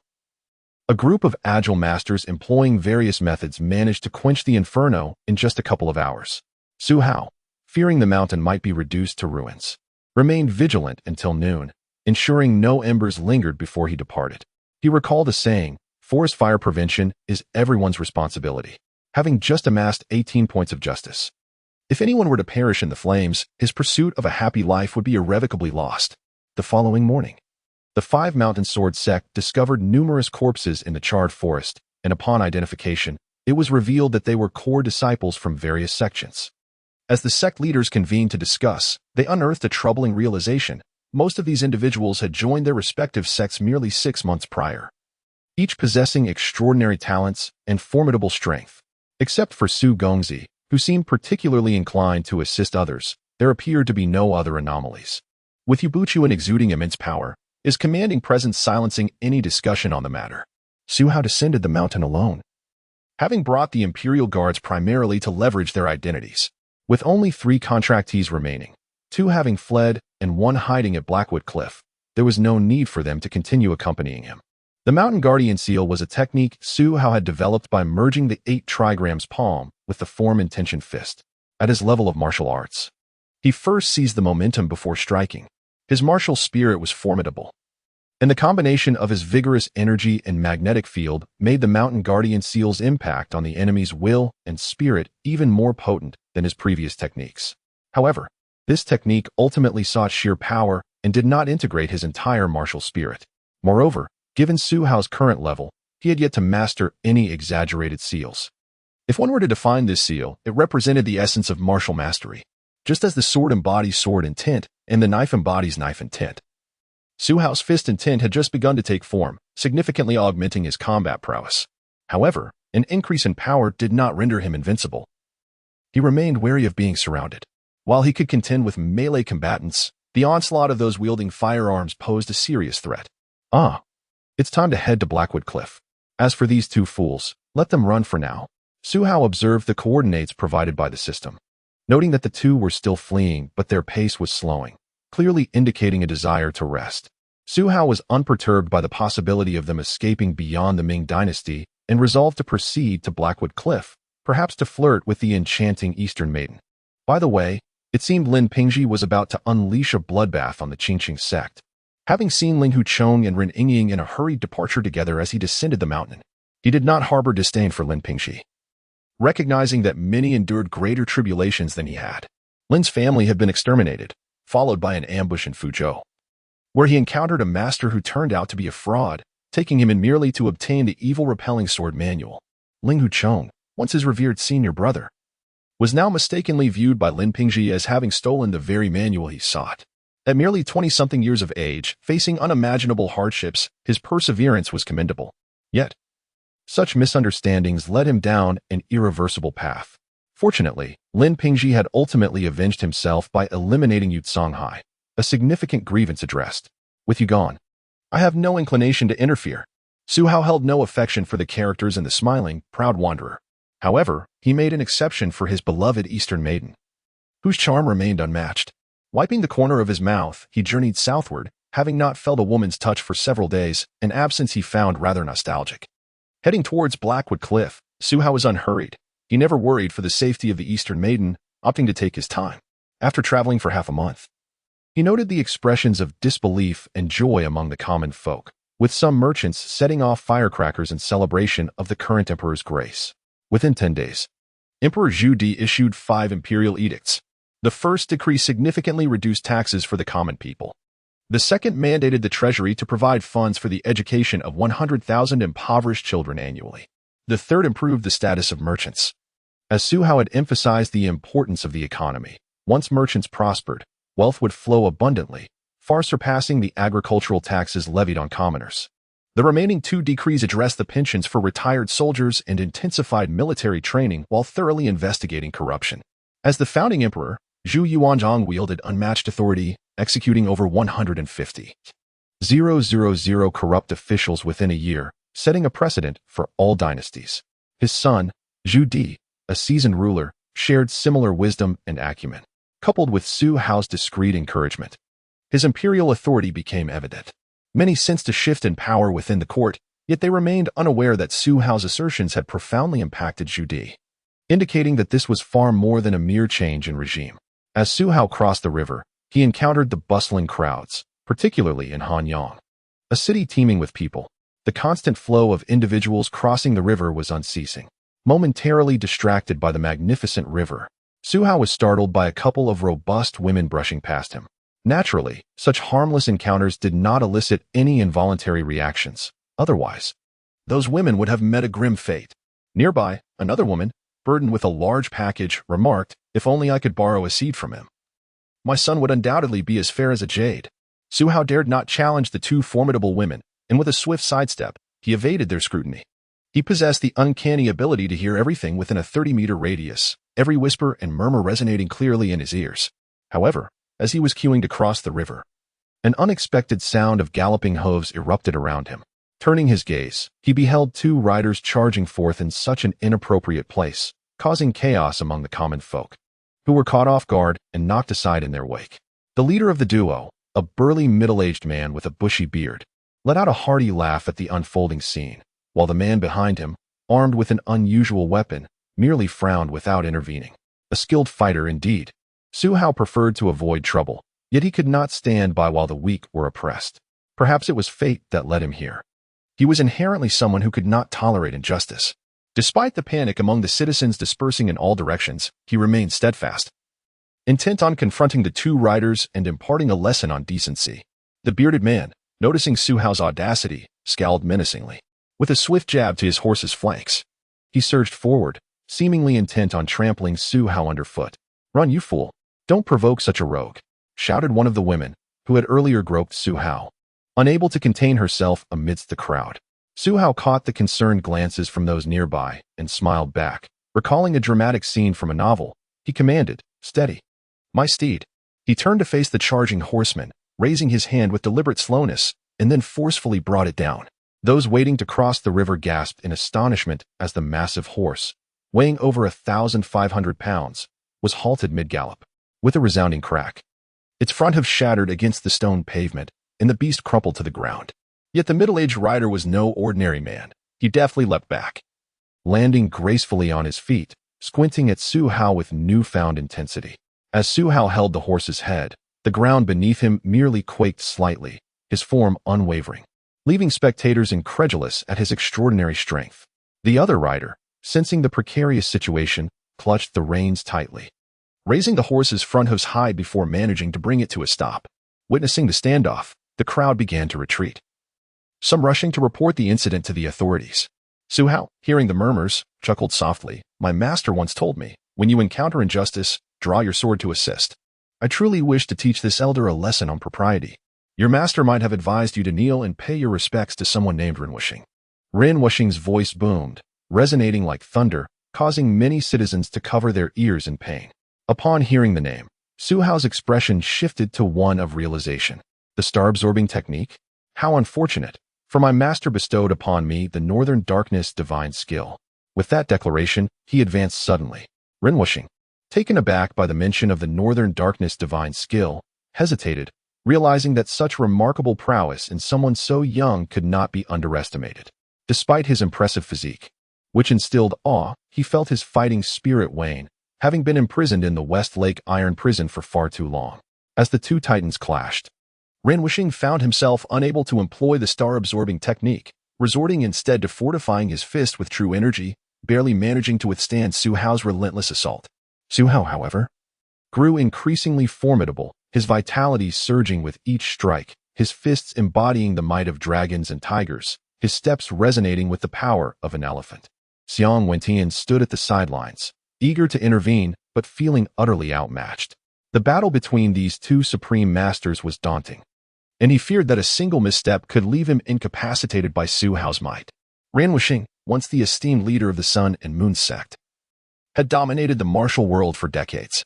However, as he faced Su Hao's onslaught, he realized he had been deceived. For Su Hao had yet to unleash the Northern Darkness divine skill. Yet when Ren Wuxing attempted to activate the star-absorbing technique, he was momentarily stunned to discover that Su Hao's mastery lay not in internal energy, but rather in internal martial arts. "Bring me a sword," Ren Wuxing commanded, exuding an overwhelming force as he thrust his palms forward. Su Hao deftly evaded the lethal strike, while Xiang Wentian hastily threw a sword to him. In such an elevated confrontation, a combatant without a weapon would inevitably find themselves at a disadvantage. Nevertheless, Su Hao entered a state of profound enlightenment. Feeling on the cusp of a breakthrough, he cared little for swords or blades. He was determined to reshape the world with his bare hands and to vanquish Ren Wuxing with a single blow. In an era where sustenance was scarce, reaching such heights in internal martial arts was nearly impossible. At that moment, Su Hao's body reached its zenith, and as he trembled slightly, the sound of his garments ripping echoed through the air, not from the wind, but from the rapid flow of his own blood and energy. In Ren Wuxing's eyes, Su Hao, once as pristine as jade, now transformed into a deep shade of purple, muscles rippling like those of a divine being. In the next instant, Su Hao unleashed his punch. The simple yet profound technique, akin to a dragon emerging from the sea, morphed into a spectacle of power. As if the very waves of the East China Sea were surging forth, both Ren Wuxing and Xiang Wentian gasped, witnessing the Yangtze River behind Su Hao morphing into an endless ocean, an overwhelming display of martial will that compelled Ren Wuxing to draw forth his most formidable sword strike. With a swift slice, the blade cleaved through the air, creating a sonic boom and swirling vortexes around them, the true energy coursing through the sword intensifying with each moment. Su Hao, not foolish enough to pit his fist against a sword, understood that while his physique could smash through stone walls, it could not withstand the precision of a blade's edge. Thus, as the sword approached, he released his grip, flicking his fingers against the blade in a fluid motion, leaving no trace behind. In that instant, bang! Su Hao's punch surged forth unimpeded.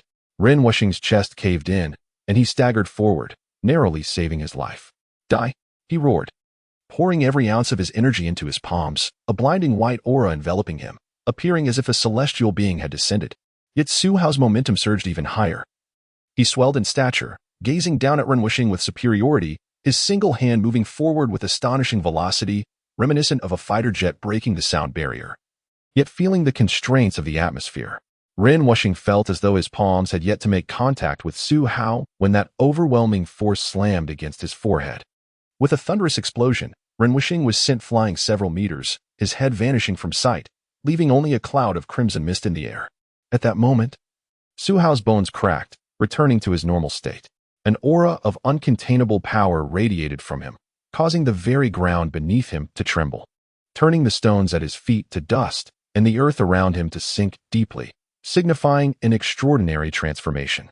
Though this all transpired in a fleeting moment, the onlookers gaped in awe at the young man, whose teeth were falling out and regrowing anew. His once immaculate skin now appeared translucent, akin to exquisite glass, revealing the essence of his being as if he were a Taoist innate body. Even as Su Hao underwent this metamorphosis, the most profound shock resonated within his spirit. He closed his eyes and became acutely aware of the myriad sensations coursing through his body. He discovered that between the meridians, muscles, and bones, countless minuscule points seemed to emerge. His body resembled the celestial bodies of the universe, with innumerable densely packed acupoints manifesting in his perception. Each acupoint could be distinctly sensed and even controlled, albeit with limited proficiency, ultimately allowing him to recognize and unleash the full potential of his being. Among these pivotal acupoints, some shone with extraordinary brightness, continuously transmitting energy and vitality to his body. As for the dark red blood he had expelled earlier, it was merely the manifestation of some latent injuries within him, forcibly released by his body. This blood, thick and viscous, surpassed even mercury in consistency. As it flowed within him, at varying speeds, he felt that if he were to harness his entire vital essence, he could indeed move mountains. The golden elixir formed by the amalgamation of his qi, blood, essence, and spirit shrank down to a point. If it had once been the size of a newborn's fist, it had now diminished by half, yet the explosive power it granted Su Hao had increased manifold. Invincible as a diamond, Su Hao, clad in white, remained untouched by blood even after enduring fierce battles. He laughed maniacally before the astonished crowd. However, what transpired next was even more astonishing. The previously euphoric Su Hao suddenly turned and leaped several dozen meters, heading straight for the Yangtze River. Had he gone mad? A master of the martial arts had lost his sanity? My heavens, he truly appeared as a celestial being, walking upon the river. A throng of common folk and newly arrived soldiers gaped in disbelief. They watched as Su Hao glided across the river like a dragon, covering great distances with each step, his knees barely touching the surface of the water, only to leap again and traverse the Yangtze. Han Yang was significant, and upon the utterance of the name Ren Wuxing, a group of martial artists wishing to avoid trouble began to retreat. Yet, when they beheld a youth single-handedly restraining Ren Wuxing and Xiang Wentian, they paused to observe. Little did these martial artists anticipate witnessing a true immortal. Within the span of a brief incense stick's burn, Su Hao first struck down Xiang Wentian with a punch, then shattered Ren Wuxing's skull with a palm strike. His ferocity was beyond that of an ordinary human. His subsequent breakthrough was nothing short of miraculous. And as he walked upon the river, the onlookers were left speechless. They realized that the title of the world's #1 was poised for transformation. In mere moments, Ren Wuxing and Xiang Wentian fell to the hands of a young man, ethereal and seemingly otherworldly. Following the battle, this youth experienced a breakthrough in his realm. His aura, so immense it drew the attention of thousands. In the eyes of the common folk and martial artists, Su Hao appeared as a colossal sun, descending from the heavens. This sensation, for the multitude of martial artists, could only be described as divine. With a resounding laugh, he utilized his lightness skill to soar across the Yangtze, heading southward, a tale that soon spread throughout the martial world. Initially, such an extraordinary event would have been met with skepticism. However, thousands of citizens and numerous martial artists bore witness, and even disciples of reputable sects attested to the occurrence. Moreover, the young lady of the Ren family, driven mad with a desire for vengeance for her father, pursued Su Hao closely, which served as further evidence. But could it be confirmed that he was indeed a celestial being? Throughout history, emperors have never favored anyone who could transcend their control, potentially threatening their reign. Upon receiving this news, Zhu Di found himself both amused and bewildered, as he seemed to have encountered a true immortal reincarnate. It was confirmed that although the Eastern Depot and the Imperial Guards had been disbanded, the Emperor's newly established secret organization possessed portraits of this celestial being. Each operative was tasked with memorizing his likeness, and 2 operatives stationed in Hanyang had witnessed the battle. Notably, after his breakthrough, the immortal's old teeth fell out, replaced instantaneously by a new set, and as he laughed heartily, one sharp-eyed operative noted that he boasted an astonishing 40 teeth, their closeness and alignment defying belief. As the intelligence chief of the secret organization recounted this, he couldn't help but swallow hard. Zhu Di took a deep breath. He had heard that enlightened beings could possess 40 teeth. Had this youth truly reached such an unfathomable realm? Go forth, if he is indeed a true immortal. Then the 9 transformations must convey the will of the nation for the benefit of the people. Remember, secret organization, never aspire to wield the power of life and death. The 9 transformations into a dragon technique was notoriously difficult to cultivate, requiring exceptional flexibility and some rather embarrassing movements to be effective. Thus, Zhu Di dared not practice openly. However, with the benefits of yoga and Su Hao urging him to diligently practice internal martial arts, reminding him that even his son had progressed so much, Zhu Di might still enjoy several more years of life. Perhaps even a decade. After all, as an emperor, the myriad beautiful women in the harem were the most substantial drain on one's vitality. In the world of laughing in the Jianghu, the sudden emergence of a figure capable of defeating both Ren Wuxing and Xiang Wentian together was enough to terrify the contract holders.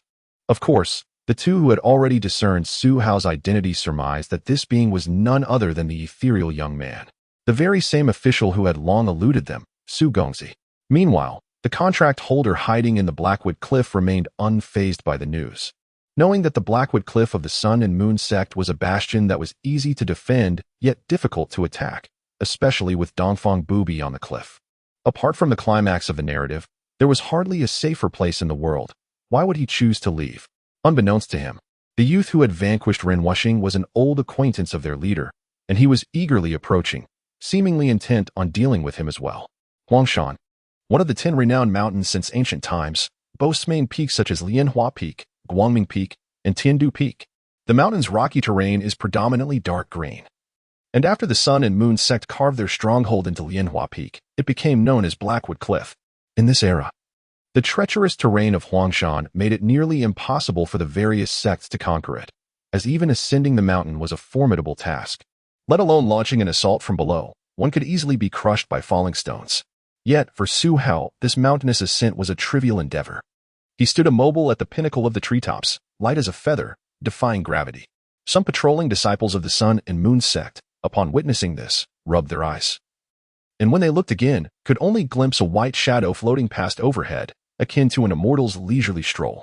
Fatty, do you think that's a person or merely an illusion?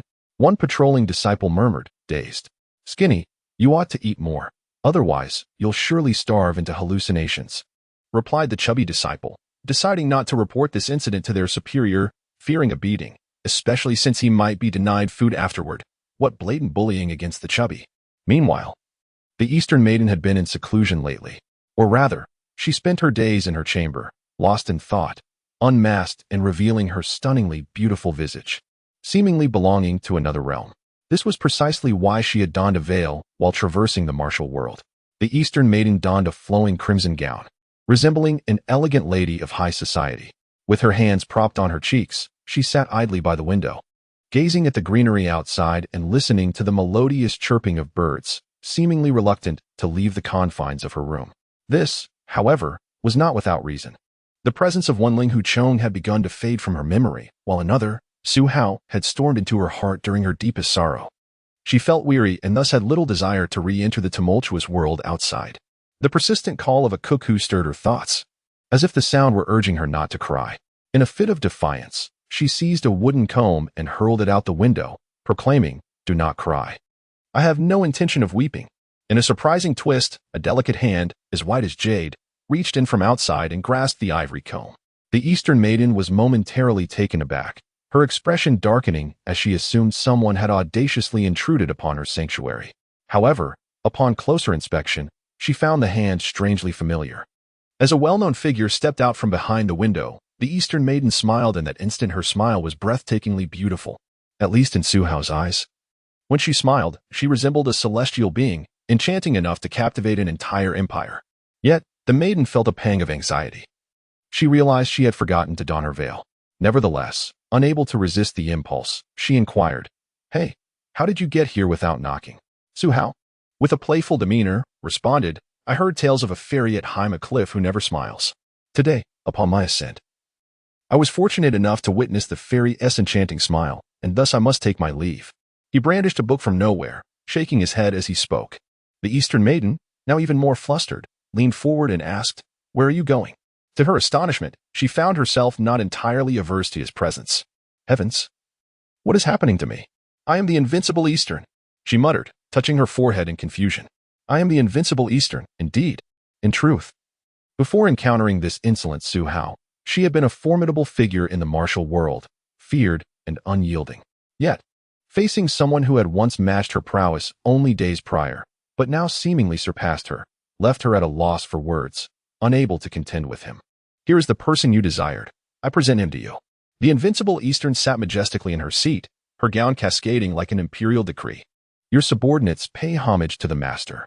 Master of the Eastern sect, renowned for both culture and martial prowess. May your reign last for eons and unify the martial world. Pray, what matters summon your servant." The contractor below spoke loudly, his tone laced with an unsettling mix of flattery and sarcasm. Having clandestinely studied the Sunflower Manual, he felt a twinge of trepidation before the master. Fortunately, his superior makeup skills and enhanced inner strength allowed him to maintain a confident tone. Moreover, as he seldom spoke, none could discern his true demeanor. As the contractor cast a furtive glance at the youth beside the master, he lowered his head, lost in thought. Convinced that being summoned by the narrative's main antagonist could only mean a task awaited him, the invincible Eastern remained silent, yet Su Hao interjected calmly, "Lift your head." "Huh?" The contractor raised an eyebrow, puzzled by the command. In the next moment, Su Hao, having crossed a distance of several meters in a heartbeat, gently touched the contractor's forehead with a pale violet finger, and just like that he perished. There was no visible injury to his brow, yet his eyes widened in disbelief, unable to comprehend why this person had acted so suddenly. The Eastern maiden observed the murder with an unflinching demeanor, for she too favored the element of surprise in her lethal endeavors. Yet, a flicker of astonishment coursed through her as she realized Su Hao's speed was astonishing, nearly impossible to trace, as he traversed the distance with a grace that defied reality. "This is your nemesis." It seems the Eastern maiden extended her hand toward a floating tome, her energy drawing it closer until it gently rested upon her lap. Upon opening it, she squinted slightly. She gazed intently at Su Hao, musing, "The Sunflower Manual has always been hidden in my secret chamber. There should be no one who could access it, especially since the stone walls weigh thousands of pounds and require a special mechanism to unlock. I cannot fathom how he managed to breach that sanctum after all. A secret chamber must have ventilation, and where there is airflow, there exists an avenue for infiltration. Thus, do not be misled into believing that such a treasure is easily stolen. Rather, it is the practice of this skill that poses the true challenge, as the great Chu Daxiao stated. No amount of cunning can rival absolute power. With such power, one can effortlessly overcome all obstacles." Su Hao, having achieved another breakthrough, now possessed a near unassailable capability against this group, save for a deficiency in defense. "Actually, I have a question for Miss Dong," he said, approaching the Eastern maiden. Seated in her commanding chair, the Eastern maiden appeared stoic. Yet internally, she felt as if she were a hapless creature. "Since you are aware of my identity, why do you still address me as Miss Dong?" "Oh, it has become a habit. But has the Eastern maiden considered my proposition?" Su Hao inquired. "What do you mean?" She replied. Su Hao moved closer, taking her hand, which seemed to retreat in protest, and earnestly stated, "Marriage." The Eastern sect leader took a deep breath and met Su Hao's gaze. "Then who exactly are you? And who are your enemies? How is it that you know so much about me, as if you have experienced my life firsthand? Able to so effortlessly breach my heart without inciting a murderous intent?" Su Hao paused, but shamelessly coaxed the Eastern maiden to shift aside, seizing the opportunity to occupy the vast chair. As he stretched his shoulders, he casually placed his right hand on the back of the chair. The Eastern maiden narrowed her eyes, feeling her previously amassed anger dissipate. As Su Hao boldly inched his arm forward, his hand daringly encircled her slender waist, she discreetly conjured a silver needle, while the hand behind her retreated a couple of inches. "I am not of this world," Su Hao declared, unwilling to prolong the matter further. If successful, he would take her away. If not, he would simply concede that their paths were not meant to intertwine, and he would need to make a hasty exit. The Eastern maiden, upon hearing this, displayed no signs of shock, merely curiosity. "A deity? A demon? Ah, do not recklessly invade the cave of the silken snakes." Su Hao's words came forth with an uncanny sense of ease. Noticing the Eastern maiden drawing forth another silver needle, he cleared his throat awkwardly. "I have been watching a lot of films lately and have memorized quite a few lines." "Films?" Lines? Actually, I am not of this world. To put it simply, go on, she urged. I am a human from several centuries in the future, having traversed time. Well, it should be termed reincarnation. You should understand that concept. This is true, and I can traverse various realms, encountering many peculiar things. If you do not believe me, look at my storage space. With a flourish, Su Hao produced a multitude of items: armor, long spears, lead and mercury spheres, and more. This storage ring, among the many I have collected, boasts the largest capacity, roughly the size of a room. I gift it to you. You may attempt to penetrate its depths with your mental energy. Su Hao seemed to recall something and removed a white jade ring from his finger, slipping it onto the ring finger of the Eastern girl. Although she furrowed her brow at such an action, not understanding its significance, she ultimately did not refuse. Throughout their encounters, the Eastern girl had been deceived by Su Hao at least 860 times. However, Su Shangxian had never considered how he would reconcile those lies once they transitioned into the real world. Over the course of a day and a night, Su Hao shared countless tales, while the Eastern girl listened intently. Initially, she was filled with wonder at this different world, but as she absorbed more and more, her intrigue transformed into fear. The world of the smiling, proud wanderer was both vast and small, regardless of whether she was the greatest in the land. She was familiar with this world, finding it quite simple and uncomplicated in her eyes. As the renowned Dongfang Bubi, she believed that as long as she wished to live, no one could kill her. Even if the Sun Moon Holy Cult were to fall, she would still thrive. Yet, now confronted by an exaggerated world that she found difficult to accept, she felt a genuine fear akin to that of a young girl. Such a reaction was, after all, entirely normal. In Su Hao's perspective, the Blackwood Cliff did not feel like home, and Ling Huchong, despite his significant growth, still did not seem like a man. Thus, in this world, the Eastern girl remained a woman without a home. Although she was immensely powerful, she was still a woman, for in Su Hao's heart, a woman should stand behind a man, allowing him to shield her from the storms of life, rather than take matters into her own hands. He reminisced about a line from the smiling, proud wanderer that lingered in his mind. Ling Huchong had affectionately told the Eastern girl, in this life, "No one has treated me as well as you." Yet, when he married Ren Yingying, he lovingly remarked, "You know, before I met you, the one who cared for me most was my master's wife." Su Hao had refrained from confronting this young swordsman. So he resolved to take the charming and multifaceted Eastern girl away, even if he had to incapacitate her to do so. After enhancing his martial prowess, he had grown rather willful. Looking at the indecisive Eastern girl, Su Hao sighed. "I have 2 individuals to eliminate, and once I have done so, I must depart. However, I should still have a little time before I leave." He felt fortunate that the infinite space had not constrained him. No matter what he said or did in this world, the space remained indifferent. Only after he had accomplished too much or altered significant national affairs would the space remove him, indicating that his spatial limitations were indeed minimal. After pondering for a moment, the Eastern girl nodded. Following Su Hao's lengthy wait outside, she finally emerged after about 3 hours, clad in a stunning white gown. Together, they descended the Blackwood Cliff hand in hand, leaving behind a crowd of astonished onlookers, dressed in white, riding white steeds. The man with a sword and the woman with a blade, he was handsome and dashing, while she was breathtakingly beautiful. Together, they formed a striking tableau that resonated throughout the martial world. This marked the Eastern girl's first descent from the Blackwood Cliff as her true self, and she aimed to present herself to the world in the most exquisite manner. Thus, her descent was not a secret, but rather common knowledge. Among the throng, some recognized the man as Su Gongzi, who had appeared a month earlier on Mount Song. He had single-handedly subdued charging steeds and vanquished Ren Wuxing and Xiang Wentian, formidable figures in the realm. Given their respective prowess, a confrontation seemed inevitable. Yet, they moved together like companions of chivalry, leaving many esteemed factions bewildered.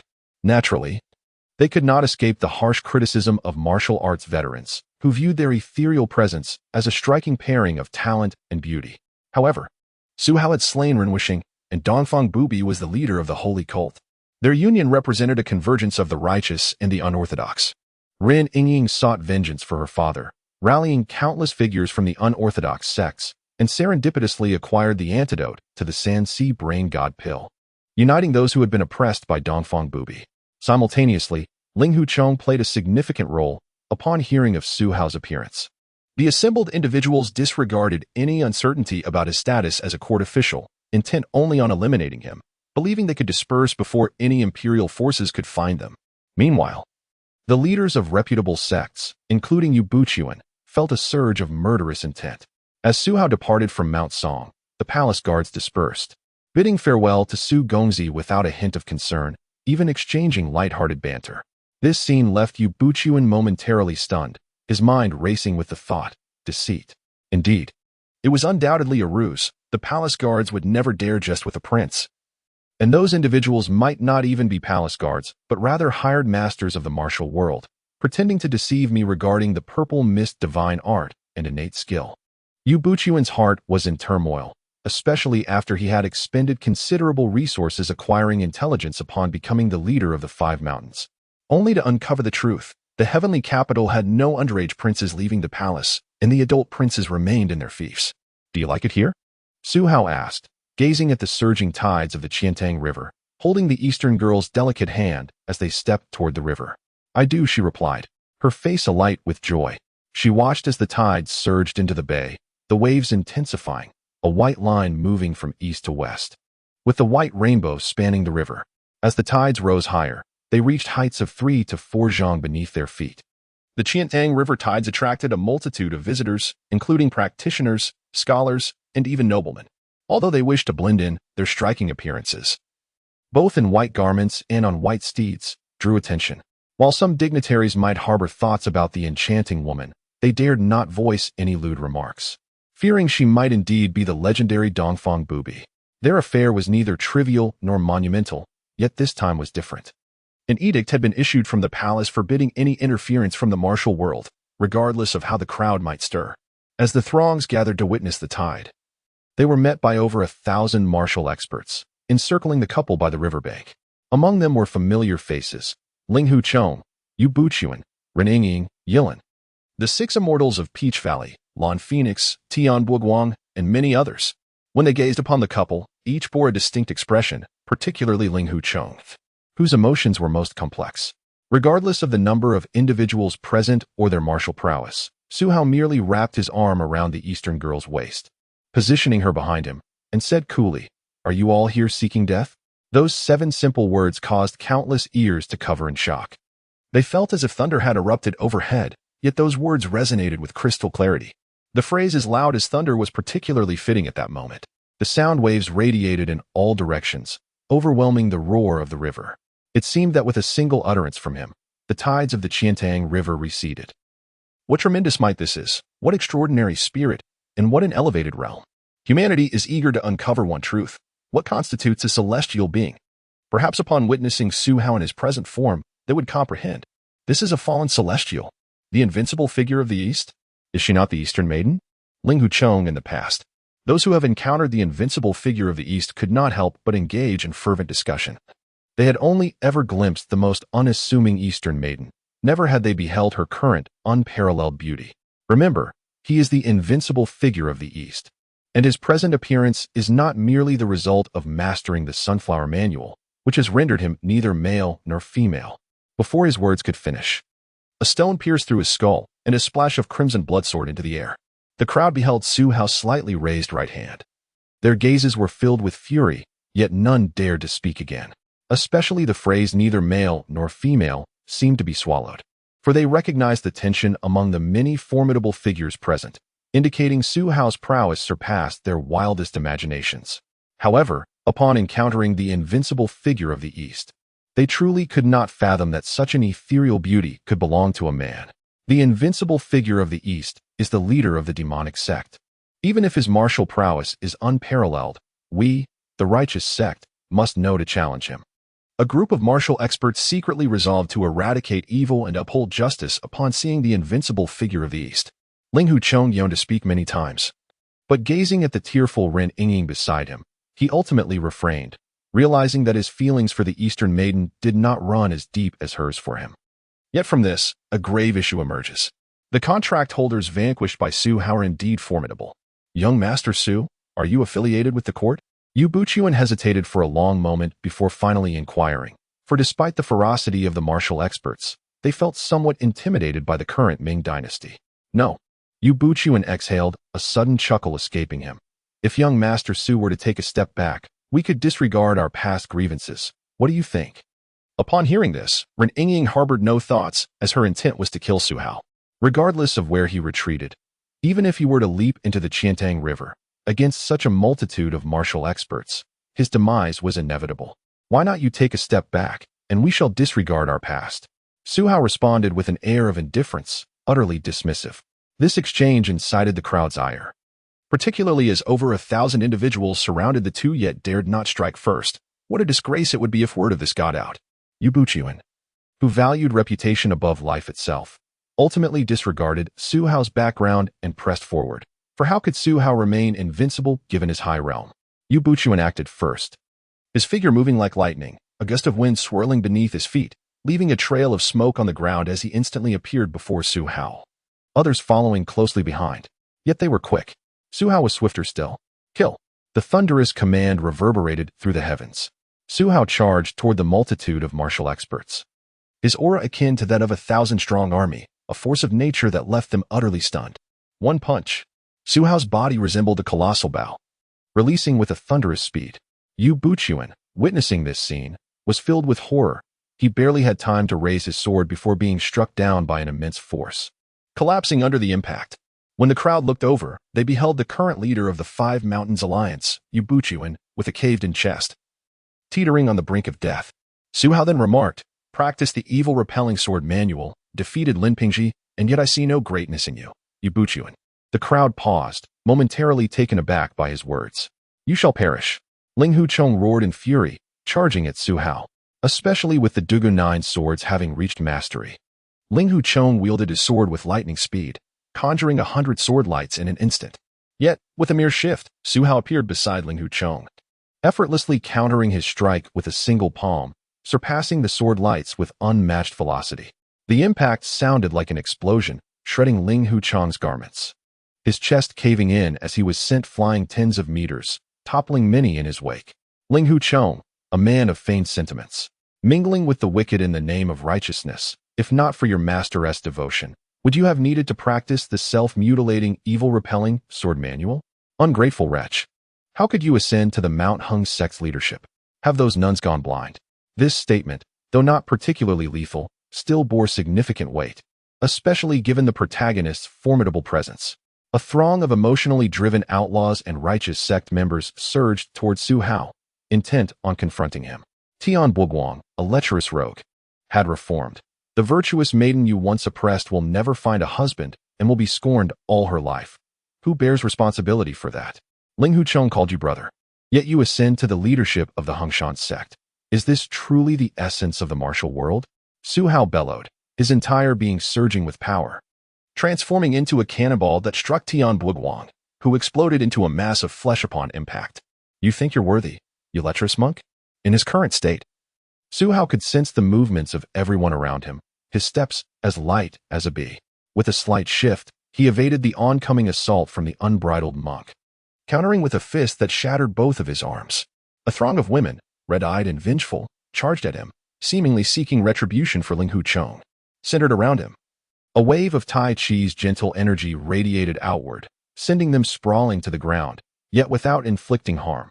Their internal energies were thrown into disarray, rendering them powerless. A cadre of revered elders, neglecting their ancestral teachings to uphold justice, instead stirred chaos in this tumultuous martial world. Zhang Sanfeng would surely rise from his grave to admonish you. Su Hao parried with Tai Chi against Tai Chi, wielding Tai Chi's sword against Tai Chi's sword. With a single, swift motion, he struck down Daoist Chengxiu, sending him reeling back several steps, nearly choking on his own breath, on the verge of collapse. Each strike bore a weighty implication. Su Hao delivered death to the deserving, while rendering the innocent incapacitated. His words struck deep into the hearts of those present. In that moment, the Eastern Maiden was utterly entranced. In that moment, countless onlookers along the Qiantang River were left in a daze. In that moment, Su Hao's invincible aura fully manifested. He single-handedly thwarted over 1,000 martial experts, initially defeating Yu Buqian and other top-tier masters. With each punch he threw, he exuded a power that could swallow mountains, and with each kick, he commanded the very elements. Thereafter, few could withstand the force of his blows. As he attained the beginnings of his indestructible form, his vigorous presence mirrored the rising sun. Every step he took echoed with the majesty of a dragon and tiger. truly a force to be reckoned with, leaving no rival in his wake. To those of lesser realms, a mere brush against him would send them tumbling aside, simultaneously disrupting their internal energies, leaving them devoid of fighting spirit. Even in death, they risked being trampled by the multitude. The so-called siege came to a halt within the span of mere incense sticks, for over 100 martial experts lay defeated around Su Hao, including many of the most renowned top-tier masters, who fell first and suffered the most. Others truly dare not ascend again, for they recalled an idiom, unrivaled under heaven. In all the world, none possess an equal. In the realm of martial arts, one can battle 1,000 troops alone. Su Hao took the hand of the Eastern maiden and departed. As Su Hao turned to pull her along, she nestled against his shoulder like a little bird. Su Shangxian felt his entire being soften. The two rode off on a white horse, leaving behind a legend. Or rather, Su Shangxian truly became Su Shangxian. The emperor decreed, Su Hao is conferred the title of guardian of the nation. Su Hao in this life is the reincarnation of the true martial emperor, who now descends to the mortal realm to cultivate his heart. Upon witnessing the pitiful state of those practicing martial arts in the world, he felt heartbroken and sought to awaken the masses. The true martial emperor, likewise, entered the palace to reveal many future trends to me, hoping that countless citizens and esteemed ministers might work together to create a magnificent land. With these words, the entire Ming dynasty was nearly thrown into chaos. Fortunately, Zhu Di is formidable, possessing immense control over the court, especially with Su Shangxian, who could slay demons and protect the innocent. Before his ascension, who would dare defy the will of the current sovereign? The verdant mountains rose and fell like the surging waves of the sea, magnificent and awe-inspiring. Standing atop Mount Tai, one could gaze upon the smaller peaks below, a sense of grandeur welling up within. Su Hao and the maiden ascended to the summit. Yet today he must ultimately depart from this world, though the Eastern maiden had never voiced whether she wished to accompany him. Nevertheless, in a brief span of time, they traversed countless mountains and rivers, experiencing the world's myriad charms. With disheveled hair, Su Hao reached out to brush aside the strands obscuring the maiden's eyes. The woman before him smiled softly, naturally gazing down at the mountains, seemingly recalling something joyful. "Are you truly leaving today?" she inquired. "Indeed. Do you plan to accompany me? If so, I can take you for coffee every day, quite the luxury." "How expensive?" "Ordinary people cannot afford it, but I can ensure you indulge daily," Su Shangxian declared with pride. The Eastern maiden beamed. "Very well, I wish to enjoy coffee." For the soft rice system must commence with him. He also needed to secure a loan from the spatial system. MMP, who knows why the system is so formidable, even detailing the loan conditions so meticulously? Were it not for the system's control over Su Hao, it would nearly require Su Shangxian's fingerprint. "No, do you think when I agreed to come out with you, I was merely preparing?" The Eastern maiden suddenly smiled playfully. Su Hao was taken aback. "Weren't you applying makeup and changing clothes?" The Eastern maiden pondered for a moment before continuing. "Though I changed clothes in the span of an hour, during the remaining 2 hours, I stored many valuable items in the space, so I need not worry about relying on you after I leave." "Dear lady, might we refrain from making such aggressive gestures towards me in the future? Are we wed? Who is your lady? And what is the propriety of embracing?" "That day, you embraced me as well." Su Hao's gaze bore a hint of grievance. "I may embrace you, but you cannot embrace me. Otherwise, be cautious. Do you understand?" The leader huffed softly, and Su Shangxian capitulated. "May I hold your hand?" It depends on my mood." Su Hao was bewildered, questioning whether he had committed a misstep, as his charming Eastern maiden seemed to have adopted a different demeanor. Crossing through the light portal, Su Hao's storage space expanded once more, now measuring 50 by 50 by 50 meters, yet he bore a misfortune of 23 points. As for the somewhat nervous Eastern maiden, her hand remained clasped within his, never relinquishing her grip. Upon witnessing the new world, she was left utterly speechless. "Is this your room? What is this transparent object?" "Beep, beep, beep," the ringing echoed. "Which scoundrel dares to show themselves?" Upon seeing a vibrating phone, the Eastern maiden nearly lunged at it with a silver needle. Su Hao hurriedly restrained her, but as two alluring figures approached, curiosity piqued by the sounds, the Eastern maiden squinted slightly. Su Hao sensed the situation spiraling out of control. In a moment of desperation, he exclaimed, "Which demon dares to reveal their true form? Has Lu Daoran left you bewitched?" Upon seeing Su Hao, the Li sisters, having heard his communication, promptly took a step back. Their expressions filled with shock as they transformed their hands into their true forms, startling the Eastern Maiden. However, the Eastern Maiden possessed considerable martial prowess and was ready to engage. Fortunately, Su Shangshan's survival instinct was potent. He swiftly embraced the Eastern Maiden and leaped through the broken window from the second floor, drawing the attention of many onlookers, with numerous individuals taking out their phones to record the spectacle. Yet, Su Hao feared neither the spectators nor the television. His only concern was the Eastern Unbeaten. Almost simultaneously, he signaled Lu Daoran to come forth for an audience. Hearing the shattering glass and Su Hao's call, Lu Daoran scrambled outside, disregarding the patrons peering through the windows. Spotting Su Hao in ancient attire alongside a stunningly beautiful woman, he gulped and said, "Boss, those two ladies are here at my invitation. As you have been away for so long, and I could not manage alone."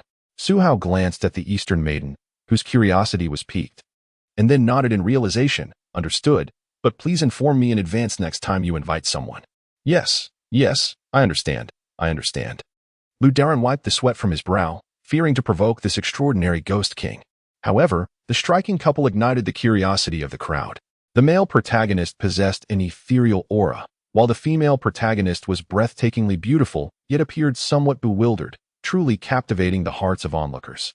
Indeed, reality often mirrors speculation. Chapter 23. Life. Su Hao, with trembling hands cradling a cup of coffee, felt a wave of anxiety wash over him, akin to the sensation of being caught surreptitiously peeking beneath a desk in elementary school when the teacher called his name. "Are you the proprietor of this CAF, selling coffee?" The Eastern Maiden inquired with a tone that was refreshingly nonchalant. Su Hao's hand shook even more, and his entire body followed suit.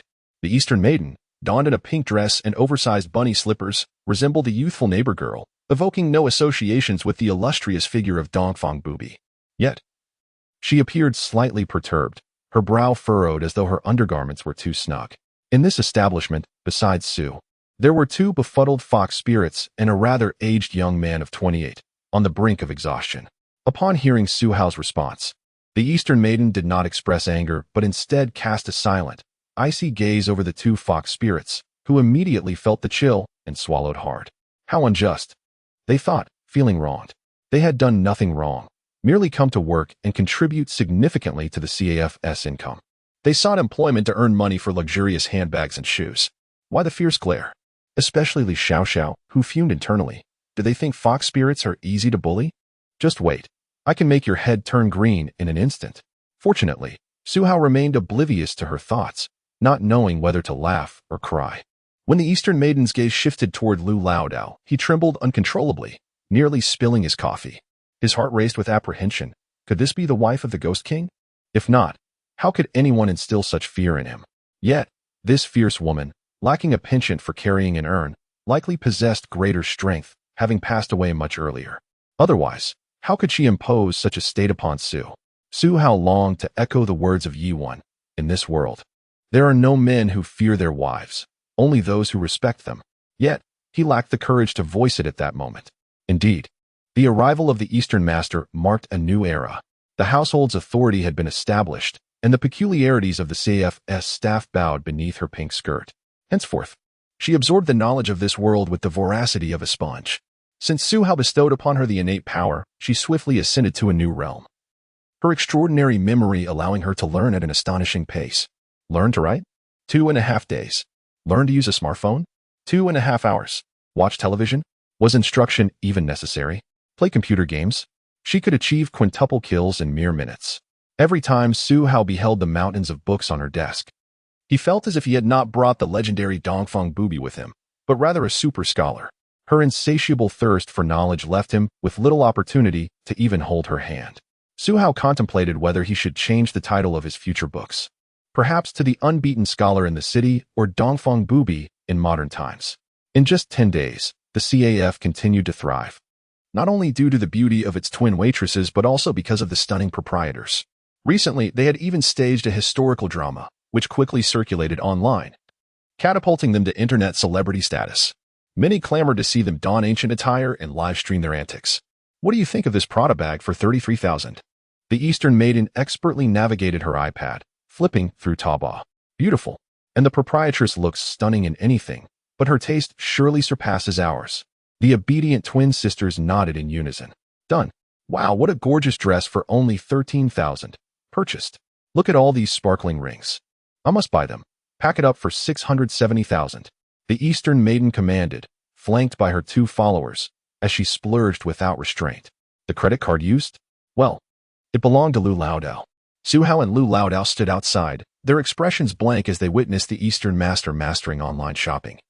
A pang of anguish piercing their hearts. One felt financially drained, while the other sensed the inexorable passage of time. Boss, if this continues, it could lead to disaster. 2 million in 3 days. They lamented, squatting on the steps, Lu Laodao smoking a cigarette, on the verge of tears. But I can't turn back time, he thought, feeling desolate. Running out of money meant he would have to resume fortune-telling. A sacrifice akin to selling a kidney for an iPhone. This was truly a matter of life and death. In that moment, he felt as though he had been the one deceived by the endearingly naive Eastern Master, his tender heart irrevocably wounded. The Eastern Maiden had watched all 13 versions of the smiling, proud wanderer without any sign of reaction, merely finishing it with an impassive demeanor. Upon reaching the conclusion, she muttered a curse at the characters and remarked that the female lead was not as lovely as herself before retiring to bed. For her binge-watching often lasted a day and night. After half a month of Su Hao's return, he lay in bed, his expression tinged with melancholy. He turned to gaze at the Eastern Maiden's profile, yearning for a kiss, but she remained oblivious, engrossed in a game of honor of kings with Lu Laodao. Despite losing a few times initially, the Eastern Maiden had amassed an impressive winning streak, propelling Lu Laodao to the pinnacle of the game. Su Hao found himself wishing to strike Lu Laodao for this predicament. Once, he could at least hold her hand at night. But since Lu Laodao had ingratiated himself by teaching the Eastern Master the game, Su Hao now refrained from even the slightest touch. As Lu Laodao squinted at his cards, beads of sweat formed on his forehead. He played his hand with a flourish. East wind. Li Anan, cautious, followed suit. East wind. Li Xiaoxiao munched on snacks, nonchalantly discarding a card. When it was the Eastern Maiden's turn, a smirk graced her lips as she drew a card, her eyes narrowing in anticipation. Boom, she declared triumphantly. Having drawn a winning hand. Big 3 dragons. Pay up, 1,500 each. Are you keeping a tab or paying cash? With an air of confidence, she lounged without a care, unperturbed by the thought of anyone defaulting on payment. Lu Laodao, in agony as he sent the money via WeChat, revealed his pained expression. Li Anan shrugged. Boss lady, we're a month behind on wages. I think I'll sit this one out. The Eastern Maiden could only nod in resignation. Off you go. It truly is quite dull. But remember to pay me back.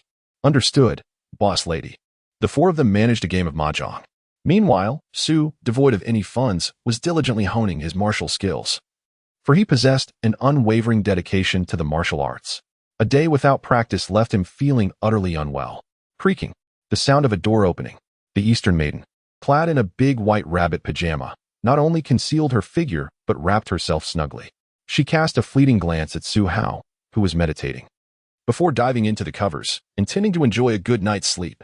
After all, having arrived in this new world, her days of play and study had proven quite exhausting. Su, the immortal, raised an eyebrow and joined her under the covers. Yet, despite sharing the same bed, they each had their own quilt. Resembling a couple in a petty quarrel who wished to separate. Remove your hand. In the dimly lit bedroom, where visibility was nearly non-existent, Su Hao caught a glimpse of the Eastern Maiden's eyes sparkling with light the moment she opened them. The corners of her mouth curled upwards. Noticing Su Hao had yet to turn away after a considerable time, she gently patted his shoulder. Turn around. I sleep better when you're looking at me. Su, upon hearing this, felt as though he had been struck by a potent tonic, instantly turning to face the closed-eyed maiden. Unbidden, his hand reached out, lightly brushing against her delicate willow leaf brows, finding the sensation intriguingly smooth. The Eastern Maiden responded with a soft, playful hum. Why had she treated Su Hao in such a manner over these past days? It was, of course, a punishment for his deceit. How absurd was Su's deception? He had spun a web of lies from beginning to end, never uttering a single truth. It was a miracle she hadn't taken more drastic measures while he slept. Yet, the Eastern Maiden felt a sense of satisfaction, for she could discern genuine affection in a person. Throughout the days she had playfully tormented Su Hao. Regardless of how she treated him, he never once displayed any petty grievances. On rare occasions, he might appear somewhat pitiful, carrying a hint of resentment. But that was already commendable. The Eastern Maiden slept soundly, free from fears of ambush, harm, or nightmares, for the man beside her was there to protect her, eternally safeguarding her. Su, the immortal, was on the verge of purchasing a vehicle. Indeed, it was the luxurious car he had once intended to buy but had never gotten around to. Initially, he had planned to acquire a grand vehicle, for Lu, the old Taoist, had ample funds. However, after the Eastern Maiden's spree of extravagant spending, his finances were now rather depleted, leaving him with only 23 million. Thus, upon receiving instructions from his superior, he opted for a smaller model. Old Taoist, what kind of car do you fancy? Su Hao did not dare bring his wife along, as the Eastern Maiden currently had little interest in vehicles. He feared that should she witness the plethora of beautifully designed luxury cars at the compact car exhibition, she might end up selling the old Taoist. Considering how Lu struggled at merely 28 years of age, with a mentality even younger than his own, perhaps it was best not to trouble him further. I once owned a Porsche 918, a Grand Cherokee, and an Audi A7. Those three were my favorites. The old Taoist, dressed in attire that was not entirely disheveled, boasted loudly at the car exhibition, drawing astonished glances from the onlookers. Fortunately, Su Hao remained composed, exuding a calm demeanor as he replied, "You are mistaken. My wife has decreed that I may only purchase a car under 400,000. What then shall we choose? C200, perhaps, with the full payment and registration. It would amount to around 380,000. We might even haggle at the exhibition." The old Taoist, even before his financial windfall, was a man of substance, well versed in such matters. "That sounds reasonable, and it's quite suitable for a woman to drive. If I do not drive it, my wife can." Thus, the two made their way to the compact car exhibition area, directly approaching the sales personnel and negotiating fiercely, ultimately securing a discount of over 40,000. "Well, that leaves enough for my wife to buy a handbag," Su Hao mused, determined to save wherever possible, though he was quite aware of his financial shortcomings. Embarrassed, he hesitated to request funds from the Eastern Maiden. After all, according to her, the treasures within the ring were her dowry. Unfortunately, the current leader had no intention of marrying her. After purchasing the vehicle outright, Su Hao drove his new car with Lu, speeding effortlessly down the road at 80 miles per hour. Naturally, in the city, one could not travel too fast, especially since Su, as a guardian of the multiverse, could not engage in reckless speeding. However, upon arriving near the peculiar coffee shop, Su Hao's expression shifted, revealing unease. Lu, having encountered spirits, feverishly sought various ancient texts and had discovered numerous methods for confronting ghosts. Now, he merely pinched his fingers, furrowing his brow in concern. Upon entering the coffee shop, they were met with the formidable presence of the Eastern Maiden, radiating an aura of lethal intent. Su Hao frowned and addressed her. "Are there malevolent spirits present?" His level of insight allowed him to sense the ominous atmosphere within the CAF, where some patrons lay slumped over their tables, presumably under the Eastern Maiden's hypnotic influence to spare them from witnessing events better left unseen. Who was the audacious fool that dared summon vengeful spirits here? Had I not been present, these patrons would surely have been frightened into madness. What kind of trouble have you stirred? The Eastern Maiden's prowess rivaled Su Hao's. One was indestructible, while the other was of innate origins. They both could perceive the existence of spirits. The usually adorable Eastern leader transformed into a figure of sheer menace when confronted with danger, her killing intent palpable and chilling. When Lu laid eyes on her, it felt as though countless corpses crawled behind the Eastern Maiden, leaving him trembling with fear. "Stay put at home. Lu, accompany me to find him." Su Hao had nearly forgotten the matter of exorcising spirits, but with the emergence of the vengeful spirits and their distinct signs, he could easily deduce the situation's origins and pinpoint the troublemaker's location. Lu, momentarily taken aback, questioned, "Why would you not bring your fierce wife along and instead take me?" Yet, upon glimpsing the Eastern Maiden's fierce aura, he quickly adopted a serious tone. "That scoundrel must be quite audacious. Just tell me where to go. I will face any danger without hesitation. You need not confront peril. I merely require your presence to lighten the mood."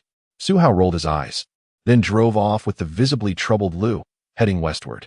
Li Anan and Li Xiaoxiao exchanged glances at the formidable Eastern Maiden, swallowing hard as they inquired, "Madam, what shall we do with them?" After a few moments, "They will awaken and act as if nothing has transpired," the Eastern Maiden replied, a slight smile gracing her lips. For this world still held its share of intrigue.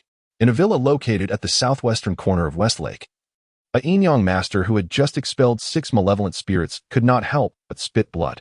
After a lengthy recovery, he bore a look of horror, struggling to comprehend the existence that had effortlessly dispatched 6 bloodthirsty spirits with mere gazes. The aura of death and carnage left him rattled, far surpassing even his most powerful spirit familiars. I cannot linger here. The middle-aged Yin-Yang master swallowed hard, swiftly rising to gather his belongings. Stuffing the remaining puppets into a cloth bag, his most treasured spirit familiar was also kept close at hand, for it was his most prized possession. However, as he hurriedly packed everything and opened the villa door, he was met by the sight of a young man and an old Taoist squatting at the entrance, smoking, as if they had been waiting for quite some time. "Are you trying to frighten me with a ghost?" The young man extinguished his cigarette with a foot, hesitating for a moment before retrieving the extinguished stub and tossing it into the Yin-Yang master's abode before him. The middle-aged Onmyoji had a rather grim expression, not solely due to his capture, but also because of the provocations exhibited by the man before him, which were simply infuriating. What was this supposed to be? An act of environmental protection? How dare you throw your cigarette, but in my room, right in front of me? Isn't that a bit excessive? I merely caution you to refrain from meddling in matters that do not concern you. Do you truly wish to take a life now? Typically, this Onmyoji hesitated to kill. Even if murderous intent arose, such actions were usually carried out by spirits, leaving the police utterly confounded. Upon hearing these words, Su Hao furrowed his brow. When Lu Laodao noticed the boss's frown, he instinctively rolled up his sleeves and prepared to charge forward. "Hey, boss, don't hold me back. I can handle this little brat myself." Su Hao observed Lu Laodao rushing forward, suddenly halting, and shrugged, stating, "I'm not holding you back." But who was Lu Laodao? The corners of the Onmyoji's mouth twitched, contemplating whether to unleash his Shikigami to deal with the two. For Su Hao was far less imposing than initially perceived. It was likely that merely tracking them down had been fortunate, although the old Taoist referred to him as boss. An inexplicable feeling led the Onmyoji to believe that this old Taoist was the true linchpin of the situation. Just as the Onmyoji was about to take action, Su Shangxian made his move. He stepped forward, his palms swiftly striking the Onmyoji's forehead. Suddenly, an immense and formless spiritual force surged into the middle-aged Onmyoji's mind, rendering his eyes vacant and his demeanor dazed. Lu Laodao, witnessing the scene, could not suppress a gulp. It was evident that the boss had taken control of the man before them. "Who are you? How did you forge these malevolent spirits? How do you command them? Most importantly, how much money do you possess, and where is it hidden?" Su Hao queried, probing for the most critical information. The dazed Onmyoji could not govern himself, mumbling, "I am an Onmyoji of the Tokugawa clan in Japan. The method to forge malevolent spirits is quite simple. It involves then allowing these spirits to devour human young energy, subsequently feeding it to the Shikigami. As for how much money I have, at the most critical moment..." Both Su Hao and Lu Laodao leaned in to listen intently. "My money, part of it is on me. The other part, I would rather die than tell you." With a sudden burst of willpower, the Onmyoji shattered Su Shangxian's control and then spat out a mouthful of blood, dying. In that moment of death, he seemed to close his eyes, perhaps a representation of dying with one's eyes shut. Simultaneously, as the Onmyoji perished, shadows emerged from thin air, all of them uncontrolled malevolent spirits. Among them, one solidified into a formidable specter, clad in ancient armor and wielding a samurai sword. After devouring several malevolent spirits, he laughed heartily, declaring, "I am finally free from my shackles. Ha ha ha, is there anyone in this world who can compare to me?" With a thud, he knelt. The Shikigami bowed in silence, yet the atmosphere was laden with unspoken gravity. Without hesitation, he offered a drop of pure soul pearl from his forehead, floating before Su Shangxian. "Take this, Shikigami. I have dealt with these malevolent spirits." Su Hao inhaled deeply, forcing himself to forget the departing riches, and extended his fingers to flick at the malevolent spirits. With a series of pops, each spirit was dispelled into wisps of blue smoke. Although the Shikigami general licked his lips, he remained unmoved. Even if Su Shangxian gifted him to another, he would not dare defy Su Shangxian's commands. After all, as a Shikigami that had existed for centuries, he had been transferred countless times and had long since grown accustomed to it. Lu Laodao received the Shikigami's soul pearl, and the Shikigami immediately submerged into the puppet, wary of revealing itself. After all, Su Hao's aura was a veritable nemesis to all Shikigami. The Shikigami general deeply believed that had he encountered Su Hao when alive, he would likely have been terrified to the point of urination. "How much?" Su Hao inquired as Lu Laodao rummaged through the spoils. $360,000, $2,623.05. Lu Laodao swiftly counted the money and after stowing the puppet, immediately spoke. Su Hao nodded. Let us depart. This ring is for you. It can store items. Keep the money, but do not disclose it. The old Taoist understood. After accepting the exquisite ring, Lu Laodao cast a profound glance at Su Hao, feeling that his boss was truly pitiable. In this day and age, even hiding personal funds required assistance, and he had to even gift a mythical storage ring. Truly, what a remarkable boss. As they drove, all the cameras along the route had blurred into obscurity. This was neither advanced technology nor hacking. It was merely due to Su Hao's current realm, as the magnetic field within him interfered with electronic devices within hundreds of meters. As for eyewitnesses, they were even less likely. A figure as formidable as Su Shangxian could hardly allow anyone to observe him without noticing. With so many malevolent spirits. I have deducted 18 evil points, leaving 5 remaining. With a bit more effort, I should be able to earn some money. At this moment, as Su Hao drove, he genuinely yearned for the days of his first traversal. Although that era lacked everything, and material comforts were scarce, at least he had never worried about money. More importantly, he had even made some extra income. Upon contemplating this, Su Shangxian's expression soured. That little brat was excessively stingy, even articulating clearly about the shikigami. Yet, when it came to his hidden funds, he would rather die than divulge, which was simply infuriating. However, the car lacked a license plate, which posed a slight issue. Even though it was a new vehicle, encountering a traffic officer could easily lead to being pulled over. At that moment, both men watched helplessly as a traffic policewoman waved her hand, signaling them to pull over. Boss, do you have your driver's license? Lu Laodao, seated in the passenger seat, could not help but inquire. I have my ID. Su Hao replied, pulling at his mouth. I remember I arranged a fake license for you. Why didn't you bring it? Oh, a fake license? Come on, roll down the window. The traffic policewoman knocked on the car window, her expression icy, seemingly having overheard their conversation. Su Hao felt a pang of annoyance. He could assure himself that this rather attractive female officer had not heard Lu Laodao's words, yet she still grasped the essence of their discussion, clearly possessing the ability to read lips. My heavens, you can read lips, yet you chose to become a traffic officer? ID. The traffic policewoman glanced at Lu Laodao, then at the exceedingly handsome young man, extending her hand with no semblance of courtesy, impatiently addressing Su Hao. Let us see it. Su Hao presented his ID. And upon examination, she noted, quite handsome, but that won't prevent me from continuing my inquiry. Su Hao, where's your driver's license? The driver's license was issued alongside my ID, but regrettably, I used to be a non-driver, and my storage space often lost items, so I didn't bring it. Take it out. I forgot to bring it. Cough, cough. Mainly because the car is brand new, and I didn't bring any documents. It's a hot afternoon. And the officer is still on duty, just wiping sweat.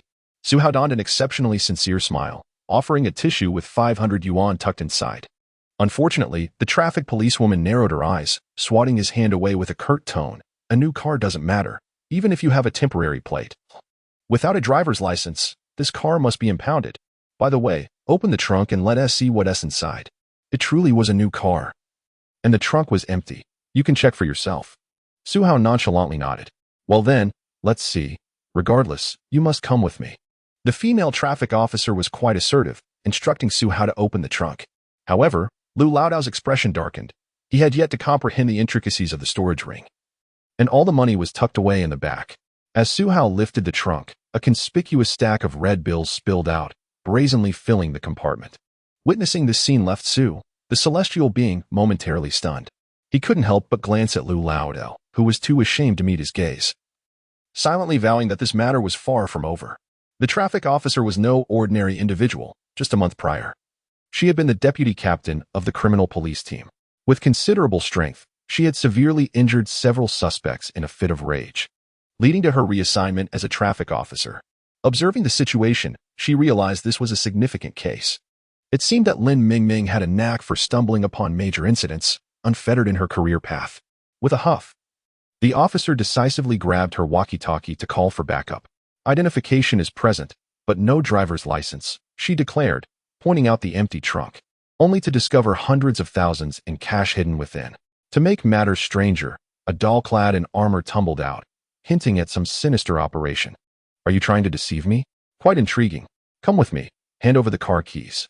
You two will ride in the police car while this vehicle will be towed away. Lin Mingming clamped the handcuffs in her hand.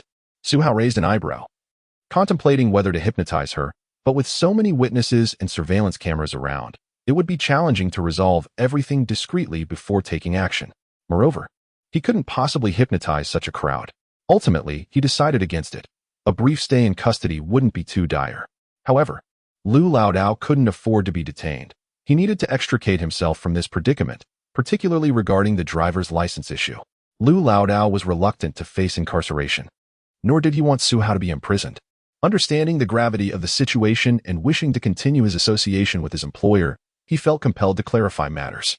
Miss, officer, he may not have a driver's license, but you can verify his identity through his ID. This car was indeed acquired today, and I have the contract and details here. As for the money, it was mine. He was unaware of it. You, old Taoist, will come with me. You two don't seem like good people. Spare me the excuses. Lin Mingming's fiery temperament flared. She could not overlook any suspicious circumstances, hence her role as a traffic officer. The absence of a driver's license guaranteed the vehicle's confiscation, and with such a substantial sum concealed within, it was only logical for them to be taken in for questioning. But Lu Laodao was no ordinary man. He was the renowned diviner Lu Yanghe. With a swift phone call, he engaged in dialogue with a figure of authority, rambling for what seemed an eternity before addressing the young officer. Just wait. You will receive a call shortly. His air of arrogance was palpable, inciting not only the officer's frustration but Su Hao's as well. Beep, beep, beep. Lin Mingming answered the call, her expression remaining impassive as she murmured a few responses. She tossed the ID back into the vehicle and shot a glance at Su Hao and Lu Laodao. In the future, if you get into trouble, make sure at ISNT with me. Next time, you 1T have the luxury of making a call. Lu Laodao regarded her intently. Officer, we are good people. Whether you believe it or not, I, Lu Laodao, have a certain reputation in Yuhang. Currently, I reside at the Curious CAF. Your aura seems troubled. Troubled? Get lost. Lin Mingming nearly kicked the door of Su Hao's car in frustration, but reconsidered, knowing she would have to pay for damages. Instead, she stomped her foot hard on the ground, wincing at the pain. Vroom, vroom, vroom. Su Hao drove off, glancing at the unsettled Lu Laodao. What's wrong? Did she really seem troubled? Indeed, she has been cursed and has come into contact with unclean forces. This year, she is particularly vulnerable due to conflicting fates, which could lead to dire consequences, potentially even death, and perhaps quite soon. Lu Laodao's divination skills were among the finest in this realm. Although greedy, his nature remained fundamentally kind. He often provided guidance to those who had strayed, receiving little in return. However, witnessing such misfortunes without intervening weighed heavily on him. Is there a chance for redemption? Su Hao inquired, raising an eyebrow. Yes. I have mentioned it, the Curious CAF. Whether she chooses to visit is another matter, Lu Laodao sighed, realizing he had not overcome his inclination to meddle in others' affairs. After all, Lin Mingming had never doubted Su Hao's abilities. If he couldn't resolve this issue, he would be of little use. What exactly is this Tai Sui? Su Hao's curiosity piqued about this world, wondering if there were indeed deities at play. Upon hearing this, the others at the table turned their attention to Lu Laodao, intrigued. Aside from studying ancient texts, he had various connections. After a brief pause, he explained, in essence, Tai Sui represents a folk belief, particularly linked to the celestial body known as the Tai Sui star, as well as a terrestrial entity called Tai Sui. In ancient times, when someone encountered misfortune, they had no means to rationalize it, so they attributed their woes to the Tai Sui, claiming that someone had disturbed its domain and would suffer misfortunes as a result. However, persistent belief in certain entities can generate energy. After all, there is much we do not comprehend in this world. Through the faith of countless individuals, Tai Sui has gradually transformed into a divine being, potentially originating from the very substance that naturally grows in the earth. Even today, the deity known as Tai Sui seemingly exists within our world. Yet, in the 21st century, during this age of information explosion, the beliefs of the Huaxia people have dwindled, with many turning their reverence towards ancestral worship, compounded by environmental pollution and the increasing disappearance of certain species. The pressures of life have led to an accumulation of negative energy. Such circumstances may adversely affect weaker deities, even corrupting them. For instance, Tai Sui is not a Buddha or a Taoist ancestor. Historically, there were not many devotees. In contemporary times, belief in such deities has diminished further, resulting in some divine beings becoming tainted by negativity. Understood. Are you suggesting that there are deities transforming into malevolent spirits? Su Hao couldn't help but inquire. Cough, cough. My knowledge is limited compared to you, boss, Lu Laodao dismissed, attempting to sidestep the topic. The Eastern maiden set down her chopsticks, her voice steady. Let us avoid unnecessary troubles. Opening a CAF is meant for profit, not to delve into the superfluous. Su Hao nodded in agreement. Indeed, boss. Lu Laodao echoed his sentiments. Not at all. Su Hao asserted firmly.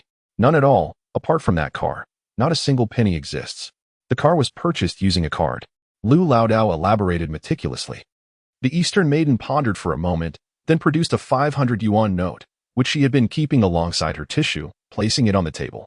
I found this while inspecting the new car at that moment. Her gaze shifted towards Su Hao, tinged with sadness, her eyes shimmering. Did you know? I heard you bought this car just to drive me around. I was genuinely thrilled. But you, Lu Laodao. Su Hao sprang to his feet, slamming his hand on the table. Tell me, is it you? How dare you hoard money? After you eliminated that Onmyoji, where did you stash the cash? In that instant, Lu Laodao felt as though his very soul had been pierced, an excruciating pain overwhelming him. In the ring, Lu Laodao clutched his heart and withdrew the money. Just as the Eastern girl was about to speak, Su Hao slammed the table once more, startling the two little vixens, who nearly dropped their chopsticks. Well, I had thought you were doing quite well lately, deserving a storage ring as a reward. Yet you've learned to use it for hiding money instead. If I don't teach you a lesson today, it would be quite unacceptable. Su Hao rolled up his sleeves, ready to strike. The Eastern girl squinted, tugging at Su Hao's sleeve, saying, let today's incident slide. After all, Lu Laodao's funds are nearly depleted, and his desire to procure some money is forgivable. Upon hearing this, Lu Laodao felt a slight warmth in his heart. But then, old Dao, what do you think about this matter? The Eastern girl revealed crescent-shaped eyes, radiating beauty at that moment, at least in Su Hao's eyes. This matter is acceptable. Lu Laodao felt as though he had suddenly aged several years. The proprietress's rounding up was quite impressive, and an increase by 5 times was indeed substantial. Did you think 360,000 was too little, hence the rounding? All right, everyone, let us eat. Old Dao, make sure to eat more. Fortune-telling takes a toll on one's energy, so you need to replenish. The Eastern girl smiled, her joy stemming from the anticipation of having money to spend. With tears in his eyes, Lu Laodao nodded. Yes, thank you, proprietress. After dinner, the Eastern girl turned off the lights, lying in bed, snuggling closer to him. Su Hao licked his lips, wondering if his good fortune was finally arriving. He gently placed his hand on her delicate waist, and to his surprise, she did not reject him. However, when he attempted to go further, the Eastern girl suddenly asked, Brother Hao, how much did Lu Laodao contribute today? 360,000, 2,623.5. Su Hao gulped. He suddenly realized a troubling issue. His memory was too good, which could be quite unfortunate at times. I don't recall giving you such detailed information while counting the money. The Eastern girl turned her head, smiling playfully at him. Ahem, you know, the realm of the indestructible is quite remarkable. The money was on the table, and I could easily ascertain its details with a glance. Su Hao glanced at her profile and silky hair, unable to resist softly asking, Wife, in the dead of night, while lying down to practice, shall we indulge in some delightful activities? Laughter erupted. Su Hao's heart raced, yet the Eastern girl cheerfully replied, For instance, I could teach you the sunflower scripture? I think sleeping is a better option. Su Hao felt himself soften at that moment. Even after a while, he remained unresponsive. And for a brief moment, Su Hao felt a sense of dread. Let us address something. If you dislike what you see, feeling it too warm and cozy, fearing the wife or whatever, then please refrain from pretending to enjoy it. I simply wish to say, if you do not wish to read it, kindly remove it from your favorites. Every book has its moments of pretentiousness, but mine is not excessive. For those who wish to see a continuous display of pretentiousness, I recommend the renowned master of pretentiousness that everyone knows. I do not intend to force you to read this humorous time travel narrative. Perhaps you find it unamusing. Yet some may appreciate it. Is that not so? Humor varies from person to person. I, along with most, may differ from the majority. After all, even the great authors cannot satisfy every reader. I am merely a struggling writer, aiming to please a fraction of the struggling readers, never intending to cater to all. My aspirations are modest. I do not expect universal approval for my work. Hence, there is no need for malicious reviews from those who dislike it, especially to those who never subscribe and only cause trouble during free periods. kindly conceal your profiles. Thank you. As previously mentioned, if you truly dislike it, you may leave the group. Lu Laodao spoke of ancient deities, noting that besides the widely revered gods still worshipped in various locales, many have faded into obscurity, particularly the miscellaneous wild gods and lesser deities, whose whereabouts are now unknown. The curse on Lin Mingming is, in fact, an enticement to some malevolent spirits, thus, the so-called Tai Sui, in this era of waning faith, likely struggles to manifest its powers, with a 50% chance of its true essence hiding within Yuhang City. Su Hao initially showed little concern for this matter, but Lu Laodao, with his curious temperament, learned through certain acquaintances that Yuhang City had been experiencing strange occurrences. Some individuals faced consecutive misfortunes and bankruptcies, most of whom were affluent, albeit not wealthy enough to be deemed tycoons. After their streak of bad luck, it was only upon consulting a so-called master that they learned of their Tai Sui affliction, leading them to spend their wealth to avert disaster, only to find themselves impoverished thereafter. Last month, Lin Mingming investigated a related case, yet she uncovered nothing and fell victim to a series of misfortunes, culminating in her demotion from vice captain of the criminal police. At this moment, Lu Laodao brandished his iPhone X, adorned with a new Peppa Pig case. The proprietress said not to provoke trouble. Su Hao licked his lips, casting a glance at the ladies by the street. After all, it was summer, and there were many in short skirts. Even if he couldn't touch them, it was still a visual delight. Lu Laodao anticipated this response, chuckling softly, "Boss. Though Tai Sui is a deity, who would dare offend him? Those who do will encounter continuous misfortunes. Now, Tai Sui, for the sake of his beliefs, may even resort to severe measures. That is no trivial matter. Not going. Do I look like a good person?" Su Hao shot him a glance. After pondering for a moment, Lu Laodao decisively shook his head. "Not at all. Then why are you creating trouble for me? Tai Sui is wealthy, especially those who act as his earthly agents. They must have considerable riches." Upon hearing this, Su Hao fell into contemplation, considering the Eastern girl who had been shopping online on the second floor. He nodded. "Let us do it. But Lin Mingming must seek opportunities herself. Otherwise, I wouldn't dare to venture out." Has the proprietress begun to restrict your freedom?" Lu Laodao looked bewildered. "No, it's the money that limits our freedom." Su Hao glanced at him. "Do you think you can go out and have fun if you have money? Have you not noticed my little car is still collecting dust at the door? Moreover," he reasoned, "even if Tai Sui resided in Yuhang City as a deity, he cannot be too weak, even in his current state of decline." Although Su Hao gradually understood this world, where the spirits and demons that appeared were mostly quite feeble, he felt a tinge of apprehension at the thought of confronting a deity, as capturing Tai Sui was no simple stroll in the park. Upon hearing the term money, Lu Laodao became significantly more cautious. He dared not look Su Hao in the eye, secretly musing whether his own stash of savings had been discovered. Gritting his teeth, he said, "Lin Mingming will certainly come. I've calculated it. When the time comes, let her pay for our misfortunes. A female traffic police officer.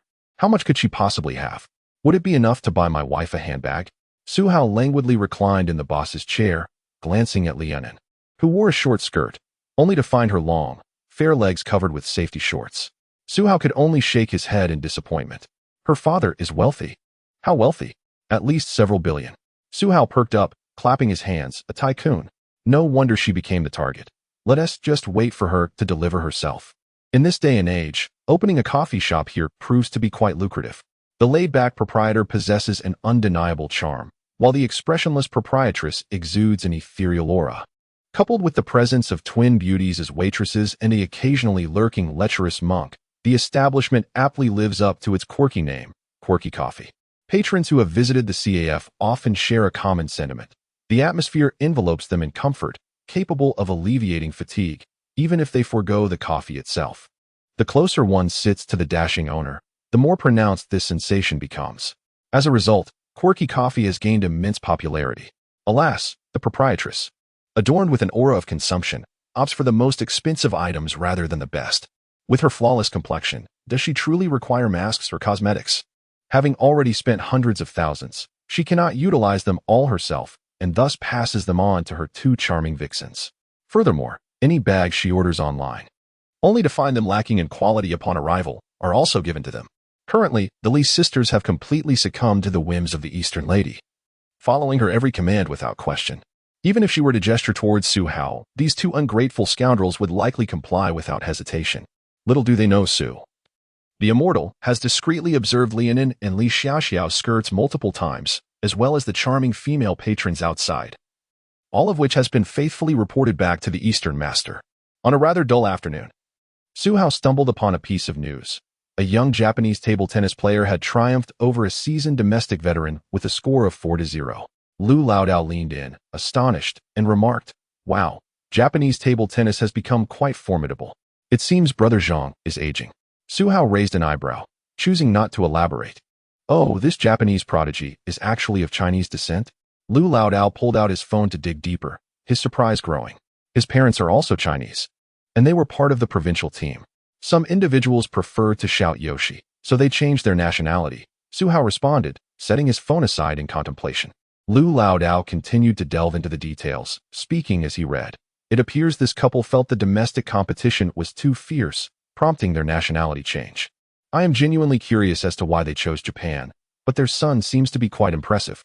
Not to mention his skills are commendable. However, he does come off as a tad arrogant, always proclaiming his intent to win before stepping onto the court. While he occasionally manages to defeat national players, more often than not, he ends up losing, leaving him in tears. Consequently, he is looked down upon by both his fellow countrymen and the very Japanese he seeks to impress. Su Hao chuckled softly. Perhaps this is what it means to bring glory to one's nation? Suddenly, he inquired, "Have you ever watched the History Channel on CCTV?" "Indeed, I enjoy ancient history," Lu Laodao replied, swallowing hard. Su Hao continued, "Some individuals boast that the Japanese people are innocent victims of war, but do you truly believe that? This is merely a result of cultural invasion from years past, leading many astray. After all, at the dawn of the 21st century, domestic entertainment lagged behind, necessitating the import of foreign culture. Only now has the domestic entertainment industry begun to rise, and some leaders have recognized the significance of resisting such cultural encroachments, though they face considerable backlash. Failure to resist destructive cultures will only result in an increasing number of traitors and sycophants, with some proudly exclaiming Yoshiambaka, seemingly oblivious to the blood their ancestors shed to expel them. They fail to realize that their disdain for their own heritage often leads to scorn from foreigners. Why do you say such things?"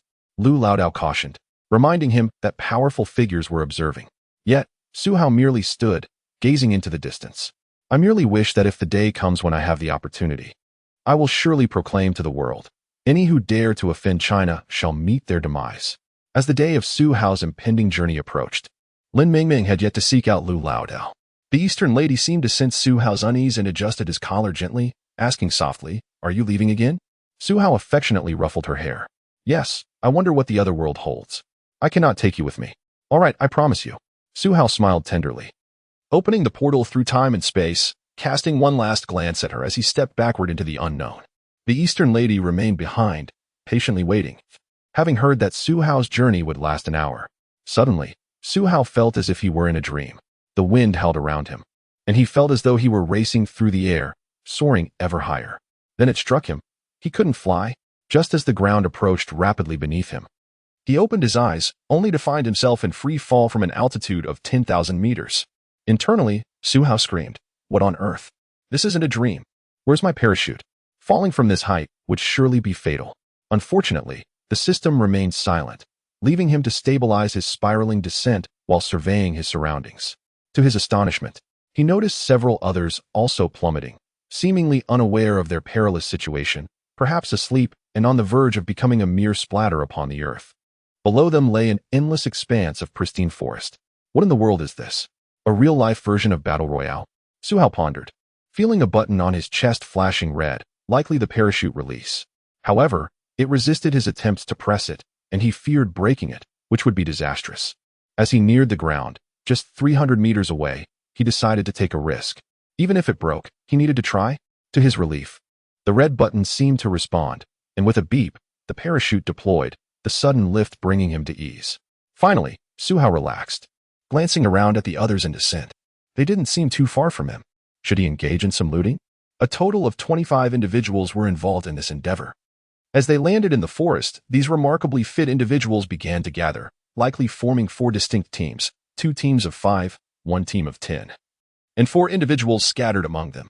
All were clad in combat attire, with some donning futuristic tactical armor. Yet, their gazes were fixed upon the 25th individual. for he stood apart from the rest.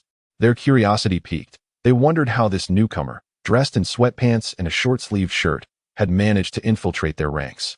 They were aware that this was a hellish survival trial, and the question loomed, how had he arrived here? If one were to describe their sentiments, it would be akin to a husky mingling with a pack of wolves. Su, as a novice, felt compelled to display some semblance of trepidation. His hands awkwardly hovered, unsure whether to remain at his sides or in his pockets, as placing them there would seem pretentious. Ultimately, he opted to pick up a wooden stick, roughly the length of his arm, and waved it hesitantly. The sound of the wind slicing through the air drew the attention of the others, who turned away, ignoring him. Well, a challenge of 25 participants is already hellish. One of the 10-member team stepped forward, a muscular Caucasian clad in heavy armor, wielding a battle axe. As he surveyed the group, he displayed an air of confidence, though not overt arrogance. Ah, is that not the leader of the Rainbow Squad, Zeus? What a coincidence. A young man of East Asian descent, clad in sleek ancient light armor that shimmered subtly, reminiscent of the elven armor from the Lord of the Rings. Su Hao cast a glance at him, unable to suppress a smirk as a sudden urge to strip him of his armor and seize it arose. You and your Satan squad were quite fortunate in the narrative world of the Lord of the Rings. I hope your second team fares as well here. Zeus raised an eyebrow, seemingly reluctant to engage in conversation with the leader of the Satan squad's second team, for he found him quite insufferable. However, it was a matter of fate. Endowed with an innate luck level of 9, fortune was inevitable. It was said that your gravitational field played a pivotal role last time, resulting in an abundance of spoils. Yet, what are your thoughts on the new predators on this hunting planet? Li Yuan, the leader of the second generation of the Satan squad, was rumored to have had the first generation's leader vanish during the final battle, leaving behind only an extraordinary being to inherit the team, who subsequently also disappeared. The successor proved exceptional, elevating the Satan squad to a golden level and gradually establishing the second team. And he is none other than the legendary leader of the new second team, Li Yuan. As Su Hao listened to their discourse, he absorbed the information transmitted by the system. The killing space, a realm detached from my own, was among the most formidable data spaces in the multiverse. The contractors of the killing space would be digitalized, perceiving the entirety of the world as mere data. Furthermore, the contractors could effectively and intuitively enhance their strength, their skills and equipment, and even their foes would be rendered as data in their eyes. I understand. I once read a book titled Infinite Movie Slaughter. Is it somewhat similar? Su Hao inquired. The infinite space system pondered for a moment. Indeed. Your task is to eliminate them all. Is there any way to borrow a Gundam? Su Hao felt a surge of frustration. A group of digitalized contractors presented a significant challenge. Striking at the heart or head would not ensure a fatal blow. Was this not absurd? Moreover, the question of whether these individuals possessed veins was still unresolved. No, host, please strive earnestly. Your mission is to ensure these 24 individuals perish on this planet. How they meet their demise is of no consequence. Su Hao was momentarily taken aback. If this was the new predator, originally, only 8 Earthlings had descended here, hunted by the predators as prey. But the narrative had suddenly shifted, introducing an additional 24 contractors, complicating matters further. It was quite possible that he would not need to scheme against others. They might perish on their own. To what extent had the narrative shifted? Su Shangxian sighed and inquired. There is nothing you cannot fathom. There is no narrative that cannot be altered. I have blocked the killing space. Please commence your slaughter, my host. Hey, that new. You're a newcomer, right? Someone looked over, astonished. For a newcomer appearing in hell mode raised questions about whether it was a stroke of luck or misfortune. Su Shangxian lifted his head, forcing a smile. Greetings, everyone. I'm a newbie, the adorable kind. What is the worst scenario for a traveler entering a film? 1. The narrative characters are unfriendly. 2. The narrative characters are absent. 3. The narrative characters are replaced by a formidable group of fully armed contractors who can also be digitalized. Su Hao found himself at a disadvantage here. If there was any advantage, it was that they all perceived him as a novice, not recognizing him as an enemy, which was quite beneficial.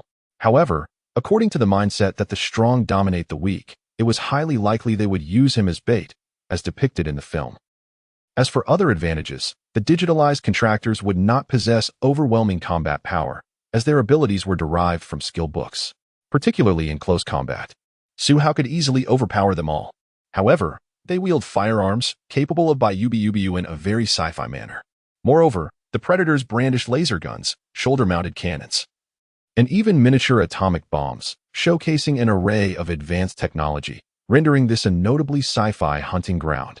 Naturally, this aligned well with the genre of the book. Su Hao raised an eyebrow.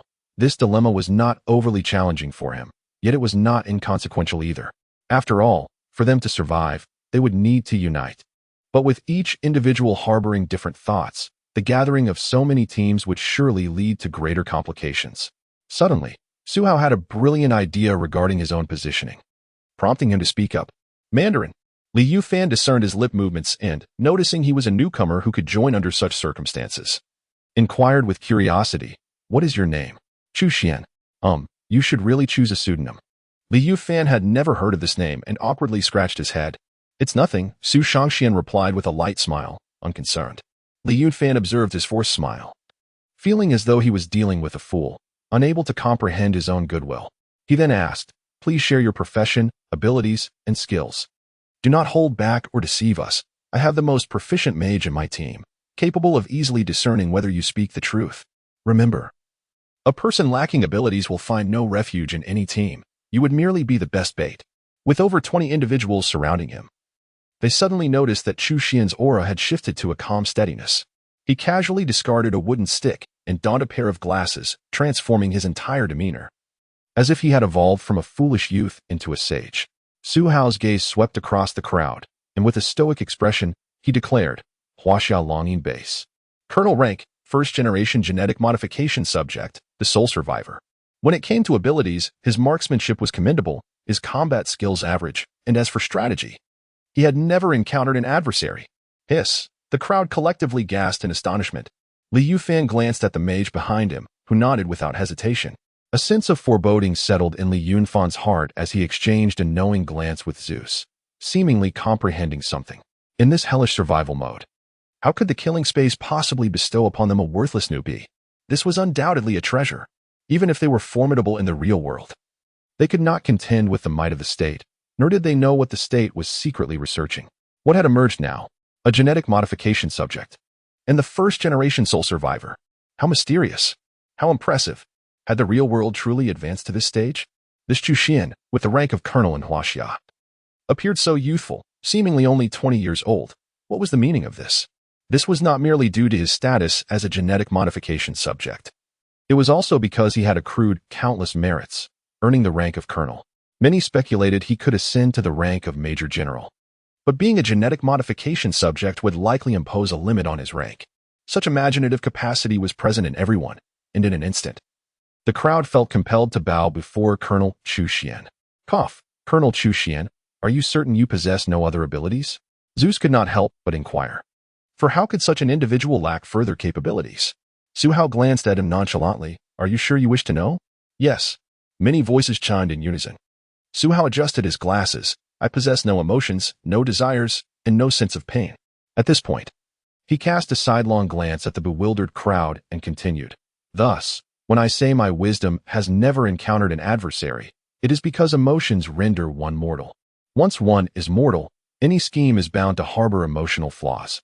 My strategies may incur losses in certain situations, yet they are the most effective and beneficial plans. The contractors glanced at their watches, deeming there was still time. One could not help but inquire, how will you prove your wisdom? The shape of your mouth as you speak suggests you are Thai.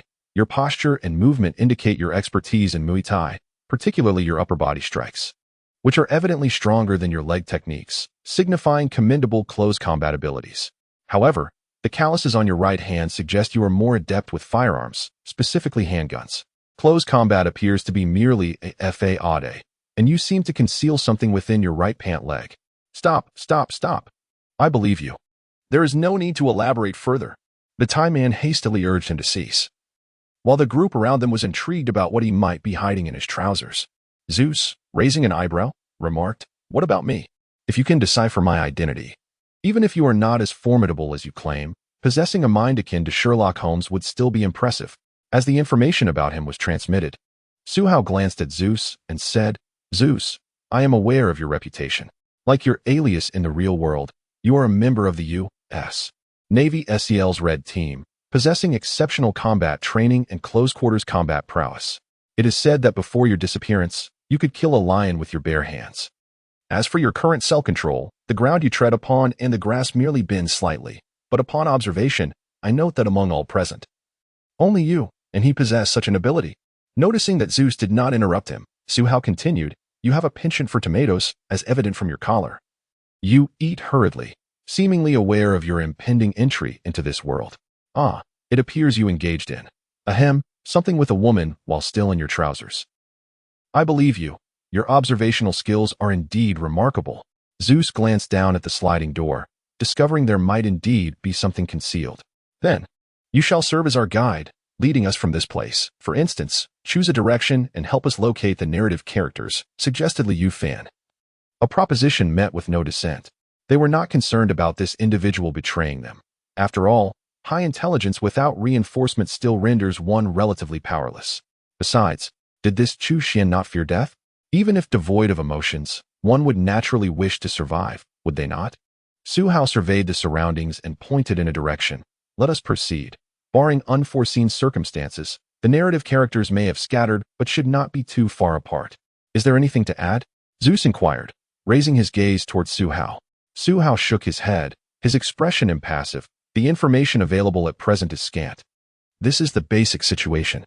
Regardless, Su Hao had claimed to be a colonel from a certain military base, and the others no longer harbored doubts.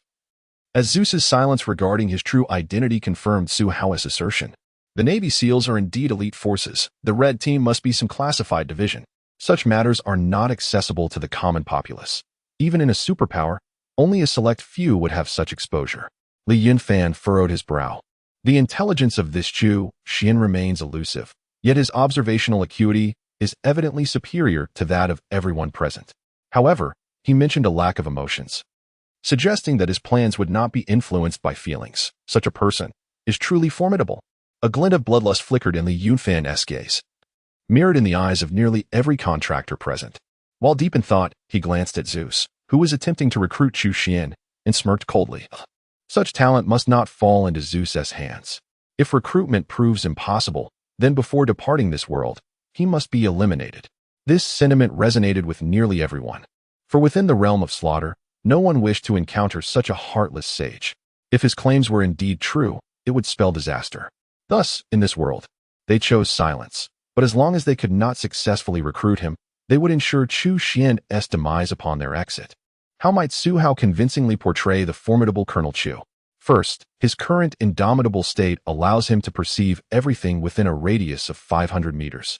He can detect even the faintest traces of tomato juice on a collar, as well as ants crawling 100 meters away. Second, he can control every acupoint, organ, and meridian within his body, capable of instantaneously severing sensations of pain, which would lend credibility to his assertions. Third, as for Colonel Chu's wisdom, when inspiration falters, he shall rely on fate. Should his persona falter, he shall simply adapt. Their position was not on Earth, aside from the breathable air. All other factors posed challenges. Firstly, the rainforest was oppressively hot, filled with unfamiliar flora and fauna, all posing natural threats. Fortunately, many contractors had been digitized, alleviating some anxiety. Secondly, this realm lacked the magnetic fields of the poles, making it impossible to determine direction, meaning they could easily become disoriented. Thirdly, Su Hao was already aware of the contractor's mission, to survive for a full 7 days. The hellish difficulty was evident. As time dwindled, challenges would surely escalate. The crowd regarded Su Hao, sensing that this genetically enhanced individual was indeed extraordinary. His physical capabilities surpassed human limits, rendering him a veritable leader among novices. No wonder the realm of slaughter had placed him here. If he were to be grouped with true novices, those hapless individuals would likely perish without comprehension. After 3 hours, Su Hao and his companions arrived at the fringes of the rainforest, gazing silently at several distant celestial bodies. However, guided by Su Hao, they could indeed trace the paths of the narrative characters. He began to speak. Since you have stated that in hell mode, anything is possible, may I assume that the relentless iron-blooded warriors pursuing us will not be mere young fighters, but elite soldiers, likely no more than 15? Why no more than 15? Someone inquired. Given that this is a hunting planet, it must adhere to the hunting paradigm. With 8 narrative characters, they dispatched only 3 iron-blooded warriors. We have 25 contractors. They cannot possibly send 28 iron-blooded warriors after us. Thus their numbers must be half of ours to constitute a hunt. This implies the iron-blooded warriors are undoubtedly stronger than us, excluding the two of you. Su Hao paused, gesturing toward Li Yunfan and Zeus. He continued, "You must have seen this film. I watched it 3 years ago, which is quite recent, so I recall the plot rather clearly." "Wait, you watched it 5 years ago. Are you sure you remember it better than we do?" Li Yunfan quipped, to which Su Hao calmly nodded. Indeed, every line of dialogue. Li Yunfan's expression shifted as he remarked, "All right, what do you suggest we do next?" The group inquired, their expressions curious. Su Hao glanced at the contractors. "Perhaps we should first discuss the enemies we may face. More iron-blooded warriors?" "Oh."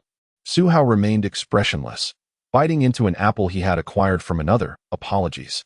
I find that eating apples replenishes my energy when engaging my intellect. The foes we face include not only formidable iron-blooded warriors, but also an 83 chance of encountering xenomorphs." "Xenomorphs?" The group gasped, for this was a planet. Unleashing xenomorphs would be catastrophic. "Why do you say that? How can you be certain it's 83? Zeus raised an eyebrow, seemingly already aware of the information, yet he still wished to inquire about the origin of the number 83. Naturally, it stemmed from the intelligence gleaned from the film and the information we had just traversed.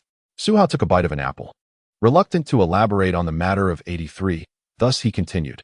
Throughout the entire film, aside from the dogs cultivated by the predator, there were those humanoid monsters. Did you not hear any roars from large animals during our journey? A group of people pondered for 5 seconds, simultaneously shaking their heads. This was precisely correct. This is the predator's planet, where large animals simply do not exist, indicating that only prey and predators are present.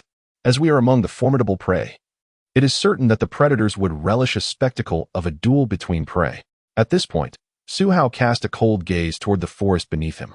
He pointed towards it. "Trust me, those scattered narrative characters are undoubtedly in grave danger. Perhaps they have already encountered the aliens. So we must rescue them to bolster our strength, to confront the predators." A group of contractors in the slaughter space could not help but gasp. If this were true, it would indeed be dire. However, Zeus and Li Yunfan exchanged glances, and suddenly, "No, we shall not choose to rescue them." Su Hao did not exhibit any signs of confusion. Instead, he remarked flatly, "Your intention is to allow them to be parasitized and become aliens, thereby engaging in battle with the predators?" "Precisely, for regardless of how powerful the narrative characters may be, they cannot surpass the aliens. Why not observe the conflict from the sidelines? Moreover, the aliens we slay might yield valuable rewards." Li Yunfan sneered, asserting that even in hell mode, their pursuit of profit would not be hindered. Su Hao calmly responded, "If that is your desire, I merely do not believe that the aliens will cooperate harmoniously with us, as they are, after all, our enemies as well. Thus, I suggest you save the narrative characters and unite to eliminate the predators. You need not concern yourself with this. Though you are clever, you are unaware of our capabilities and possessions." Zeus suddenly chuckled with confidence. The Colonel Chuxian before him was indeed formidable, and for a newcomer to consider every aspect was commendable. Yet, he was still a novice in the slaughter space. Meanwhile, Su Hao found himself at a loss for words, realizing that perhaps Colonel Chu's reputation should not be underestimated, or perhaps this group possessed an extraordinary strength. The group continued their descent down the mountain. Although they were disinclined to save those narrative characters, they did not mind engaging the aliens, eager to gauge the strength of their adversaries and procure some materials. On this planet, although there were no large animals, the incessant bites of mosquitoes were unavoidable, and before long, the group was covered in welts. Some even claimed to be poisoned, losing a drop of blood every minute. The discomfort was not fatal, but exceedingly annoying. They glanced at Su Hao and could not refrain from asking, "Why is it that you are never bitten?" "Well, I can personally assist you in modifications, trust me. If I intervene, I can undoubtedly enhance the probability by 20%. The individual observed the somewhat impatient Su Hao, seemingly realizing that this emotionless fellow was perhaps excited. Yes, that must be it. This man was thrilled by the prospect of human experimentation. Indeed, it appeared that those devoid of feelings were rather peculiar. This realization caused the others to shy away from Su Shangxian. Among the 25 individuals, although they had formed a temporary alliance, they often clustered in small groups, avoiding any foolish mistakes, such as one person venturing off to the restroom alone or lagging behind. Of course, they were not concerned about restroom killers like Su Shangxian. Rather, it was the predators they feared. Those technologically advanced and exceptionally ruthless assassins compelled them to remain united. However, the teams of Li Yunfan and Zeus, aside from their desire to survive, sought certain benefits, such as the gear of the predators, materials from the aliens, and even that spacecraft.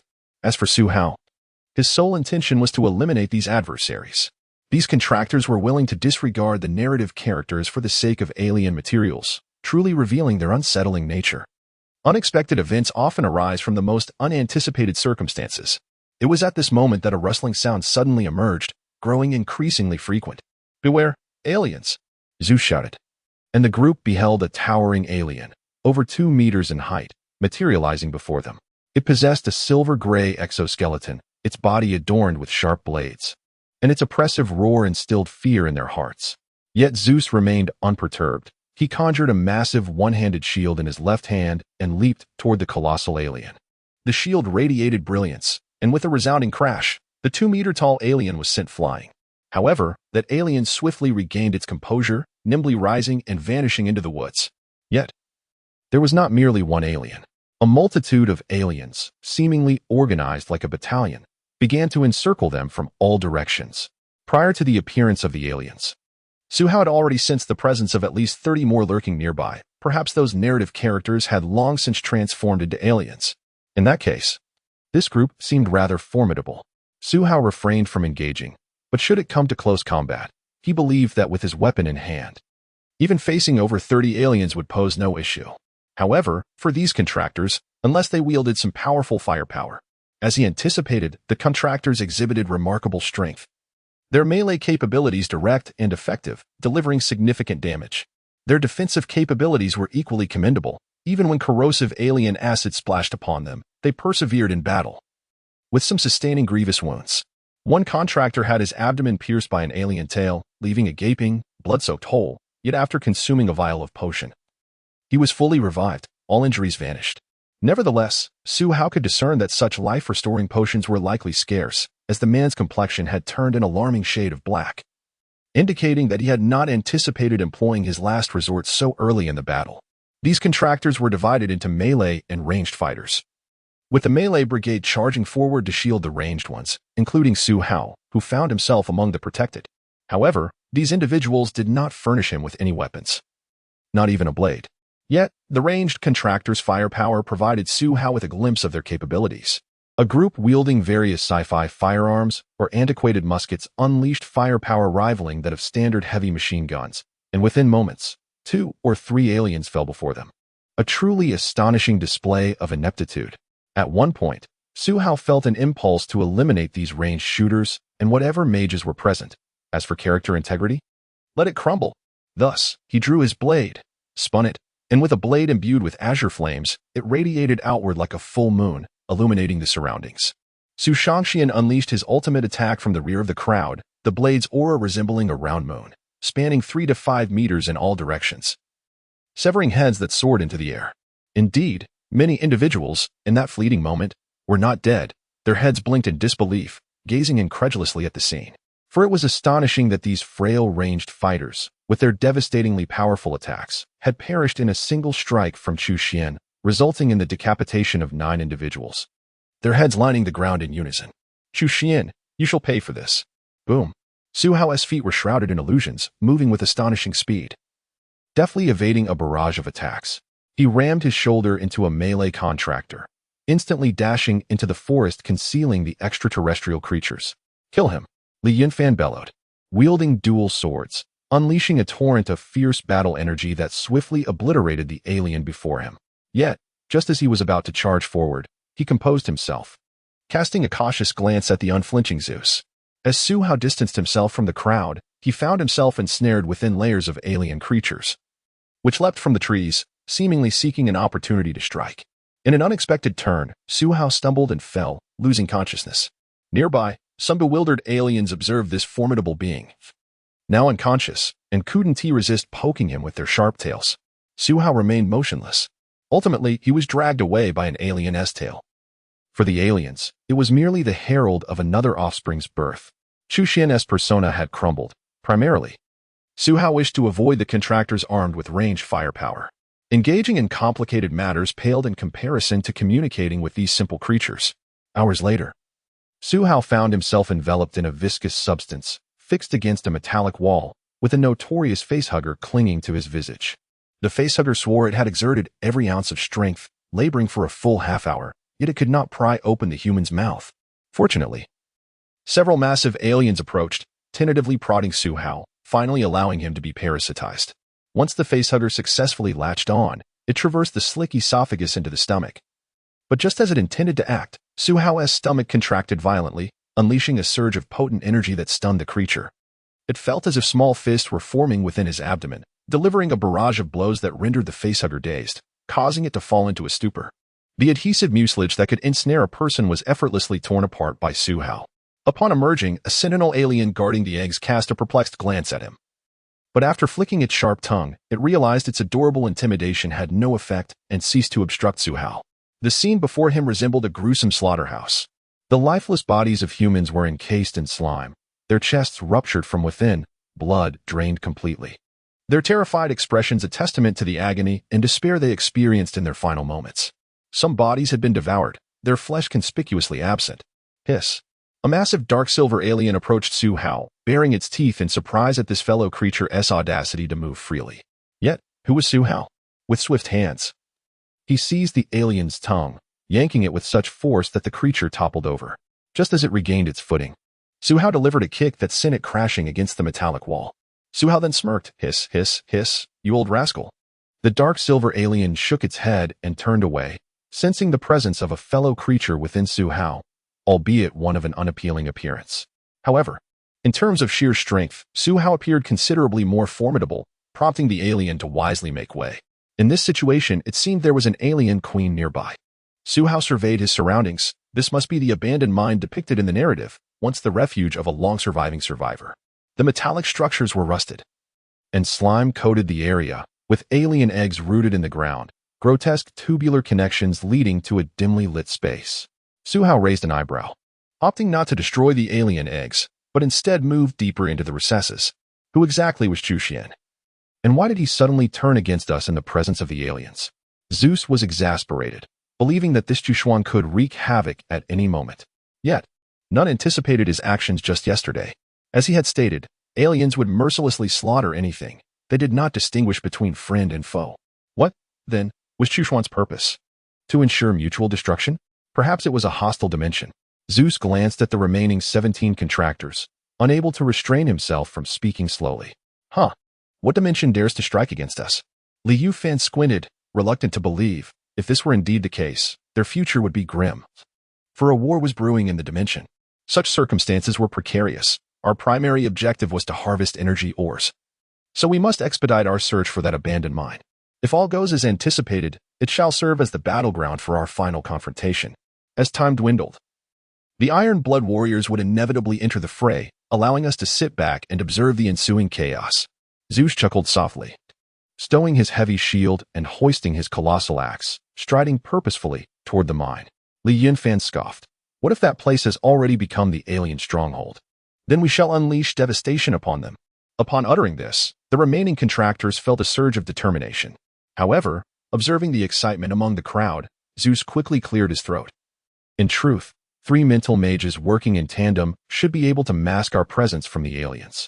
We shall act as the situation dictates. Oh. The contractors sighed in deflation, realizing their helplessness. Among them, only Zeus held the core tactical role, wielding absolute authority. In the current predicament, Zeus was unwilling to withstand the alien onslaught. What could the others do? They could only glean information from the spatial realm, discovering that energy stones lay within the mine. Meanwhile, Su Hao, drawing from the narrative of the film, began to contemplate an abandoned mine. Su Hao glanced at the towering alien queen, refraining from confrontation, and instead seized the opportunity to delve into the depths of the mine, eager to uncover its mysteries. What could such a vast extraterrestrial mine yield?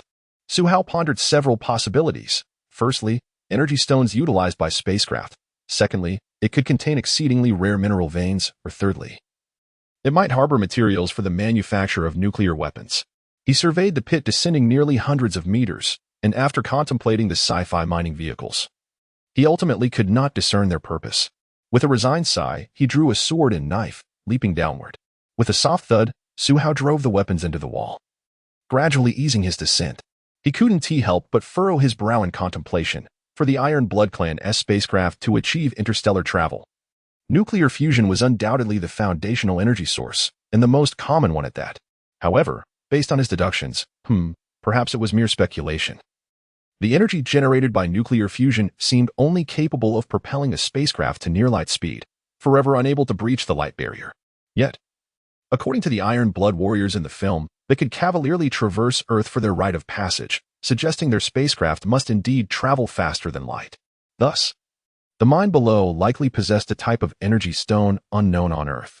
If he were not mistaken, it could be classified as a spirit stone, magic crystal, or something akin to that. If it was that, then it might be a special material for constructing spacecraft, or alternatively, raw materials for nuclear fusion. Otherwise, the Predator would have no reason to firmly hold onto this abandoned mining planet, even going so far as to disguise it as a so-called hunting planet. After all, prior to the hunt commencing, the ores within this planet were the most precious of treasures. As Su Hao descended several hundred meters underground, he barely reached the surface. The caverns below were extensive, yet a few faintly glowing constant pendant lights remained lit, preventing the darkness from becoming overwhelming. With a thud, Su Hao landed from a height of several dozen meters onto the ground, the stones beneath him exceptionally hard, producing a resonant sound. The deeper he ventured into the mine, the more he could sense the pervasive energy surrounding him. His internal magnetic field grew unstable, and at that moment, Su, the human compass, felt as though he had lost his direction. Fortunately, he clearly remembered the route he had taken to enter. What were the xenomorphs? The eggs of the facehuggers. Once implanted within a host, would partake in the host's life cycle, seizing the host's genes and thereby acquiring some of their abilities. This explains why the xenomorphs birthed from humans, engineers, and predators are all distinct. Su Hao had watched the Alien series and vividly recalled the female protagonist from Alien 4. After hatching a xenomorph, her blood transformed into a corrosive acid, indicating that xenomorphs could not only steal genes, but also bestow them. As the instability within Su's magnetic field awakened the xenomorph egg inside him, it began to alter his genes, albeit in a suppressed state. However, Su Hao's formidable control over himself prevented any issues from arising, allowing him to expel any anomalies promptly. While some might find it remarkable that their blood could become acidic, for Su Hao, it bordered on the bizarre. Should he ever engage intimately with a partner, it would likely lead to dire consequences for her. At the moment Zeus planned to head to the mine, Li Yufan proposed an alternative plan. He intended to take his team to the Predator's stronghold to rescue the captive individual. The film made it quite clear that the bound Predators were in opposition to those clad in armor. This suggested that the Predators in this world were likely divided into two distinct factions, perhaps even mortal enemies. These two Predator races could be classified as A and B. This hunting planet, or mining planet, belonged to A, while B had been suddenly captured by A and thrown onto this planet, treated as prey. However, A did not wish to kill B outright, preferring to torment him slowly, akin to the gruesome scenes depicted in the films. Yet B was unwilling to accept this fate. Thus, after the protagonist rescued him, he urged the protagonist to flee quickly and send a distress signal, but ultimately, they were overpowered by A's might, resulting in the destruction of their ship. Li Yunfan believed that since both factions of Predators could operate such ships, it indicated a necessity for coexistence on certain Predator planets, rather than a perpetual cycle of killing each other. Only in the absence of civilization could they shed their civilized aids and engage in bare-knuckle combat. Therefore, Li Yunfan planned to have B summon more of his kind to incite conflict with A, creating an opportunity for himself to reap greater rewards. As for the ultimate outcome, Li Yunfan remained uncertain. However, he understood that as long as he was deemed prey, he must avoid drawing the hunter's attention. If he could endure the remaining 6 days, everything would fall into place. Had Su understood his intentions, he would have surely dragged him over, slapped him 10 times, and admonished him. Is it so difficult to simply run about without turning this place into a battlefield? Do you not realize that you have already lost contact with the slaughter space? However, was this what the legendary Spirit Stone truly was? Su Hao's eyes widened in astonishment as he could not help but lick his lips. Before him lay numerous fragmented white crystals, shrouded in a thin mist, alongside some peculiar ores that emitted a soft glow, seemingly the accompanying metals of these spirit stones. Congratulations, host, on discovering the essence of this world. What does that mean? Su Hao inhaled deeply, using his internal energy to wrap around a mouthful of blood and spat it onto the ground, frowning as he asked. The meaning is simple. The host has successfully identified the true issue concealed beneath the plot. Su Hao picked up a piece of energy stone the size of a fingernail. Perplexed, are these truly the energy sources for the ships? Indeed, as you surmise, these energy stones may also be referred to as crystal stones or spirit stones. What is their function? In the realm of science fiction, they can serve as power sources, providing energy for ships to traverse the stars, empowering mechas and aircraft. Su Hao merely held it in his hand, glancing at the nearly 100 fragmented energy stones in the cavern. He then gravely inquired, "These must be quite valuable, correct?" "Indeed, host. Will they be lost?" Su Hao glanced at his 3 justice points, realizing they would not be lost at present, but in the future, who could say? After a brief moment of contemplation, the system responded, "If the host has no intention of selling them, these energy stones will not be lost." "All right, thank you." Su Hao sighed in relief, swiftly extracting the embedded items from the ores and placing them into his storage space. Naturally, he also included some of the metals that shimmered with faint light. Though their purpose remained unknown, it was better to err on the side of caution. These energy stones were quite small, merely remnants of shattered fragments. Su Hao had yet to encounter a larger specimen. He understood this situation well. It was akin to coal mines on Earth. Despite the presence of thousands of tons of yield, no one would bother collecting a few scraps. The technology of the predators was far more advanced. Perhaps planets with energy stones were rare, but they would undoubtedly continue their search. Hence, they did not bother to collect the remnants. Alternatively, there was another possibility. Su Hao drew forth the flaming knife he had obtained from Zheng Long. Digging deeply in a certain area, sparks flying, revealing an energy stone the size of a fist before him. This energy stone was enveloped in a denser white gas. As Su Hao took a deep breath, he felt a surge of energy merging with his body, swiftly transforming into a torrent of life energy as it coursed through his veins. So, this is a renewable resource. No wonder these beings have never abandoned this planet. Instead, transforming it into a hunting ground, they intend to leave it for their descendants. However, given the regeneration rate of the energy stones, it could take thousands, even tens of thousands, or perhaps hundreds of thousands of years to fully replenish. Su Hao used his knife to extract it, only to discover several larger energy stones embedded within the cavern walls. This sight caused Su to brighten with excitement, promptly taking up the flaming war knife to begin excavating the mountain. "I can't take it anymore. I need to go back up." Su Hao spat out another mouthful of blood, not only due to the presence of the xenomorph egg within him, but also because of the insufficient oxygen down here. If he continued much longer, he might suffocate before extracting a significant number of energy stones. "Host may rent storage space." Su Hao squinted. "Still at 1 justice point per day?" "Yes, but you can only have a storage space of 1,000 by 1,000 by 1,000 meters. After all, this is your first rental in the novice world, and the system provided you with substantial benefits. Fine, dig out this area in front of me, 10 by 10 by 10 meters. With a swipe." The space before Su Hao vanished into thin air, with all the ores and energy stones extracted. His speed suddenly accelerated as he continuously selected various positions. He could not sense how many energy stones were inside. He could only rely on his instincts to make choices akin to gambling with stones, until he filled his storage space. The power of wealth is formidable. Su Hao persevered in the depths of the mine for a full 6 hours, only reluctantly climbing back up once he had filled the rented space. However, upon reaching the mine, Su Hao discovered that the situation above seemed dire, for the group of contractors had already arrived, even engaging in combat with the aliens. The terror of the aliens lies in the fact that ordinary humans, unarmed, stand no chance against them.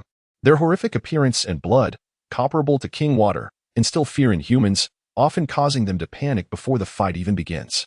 Yet, contractors are not ordinary individuals. Their journey to this point has been forged through countless battles.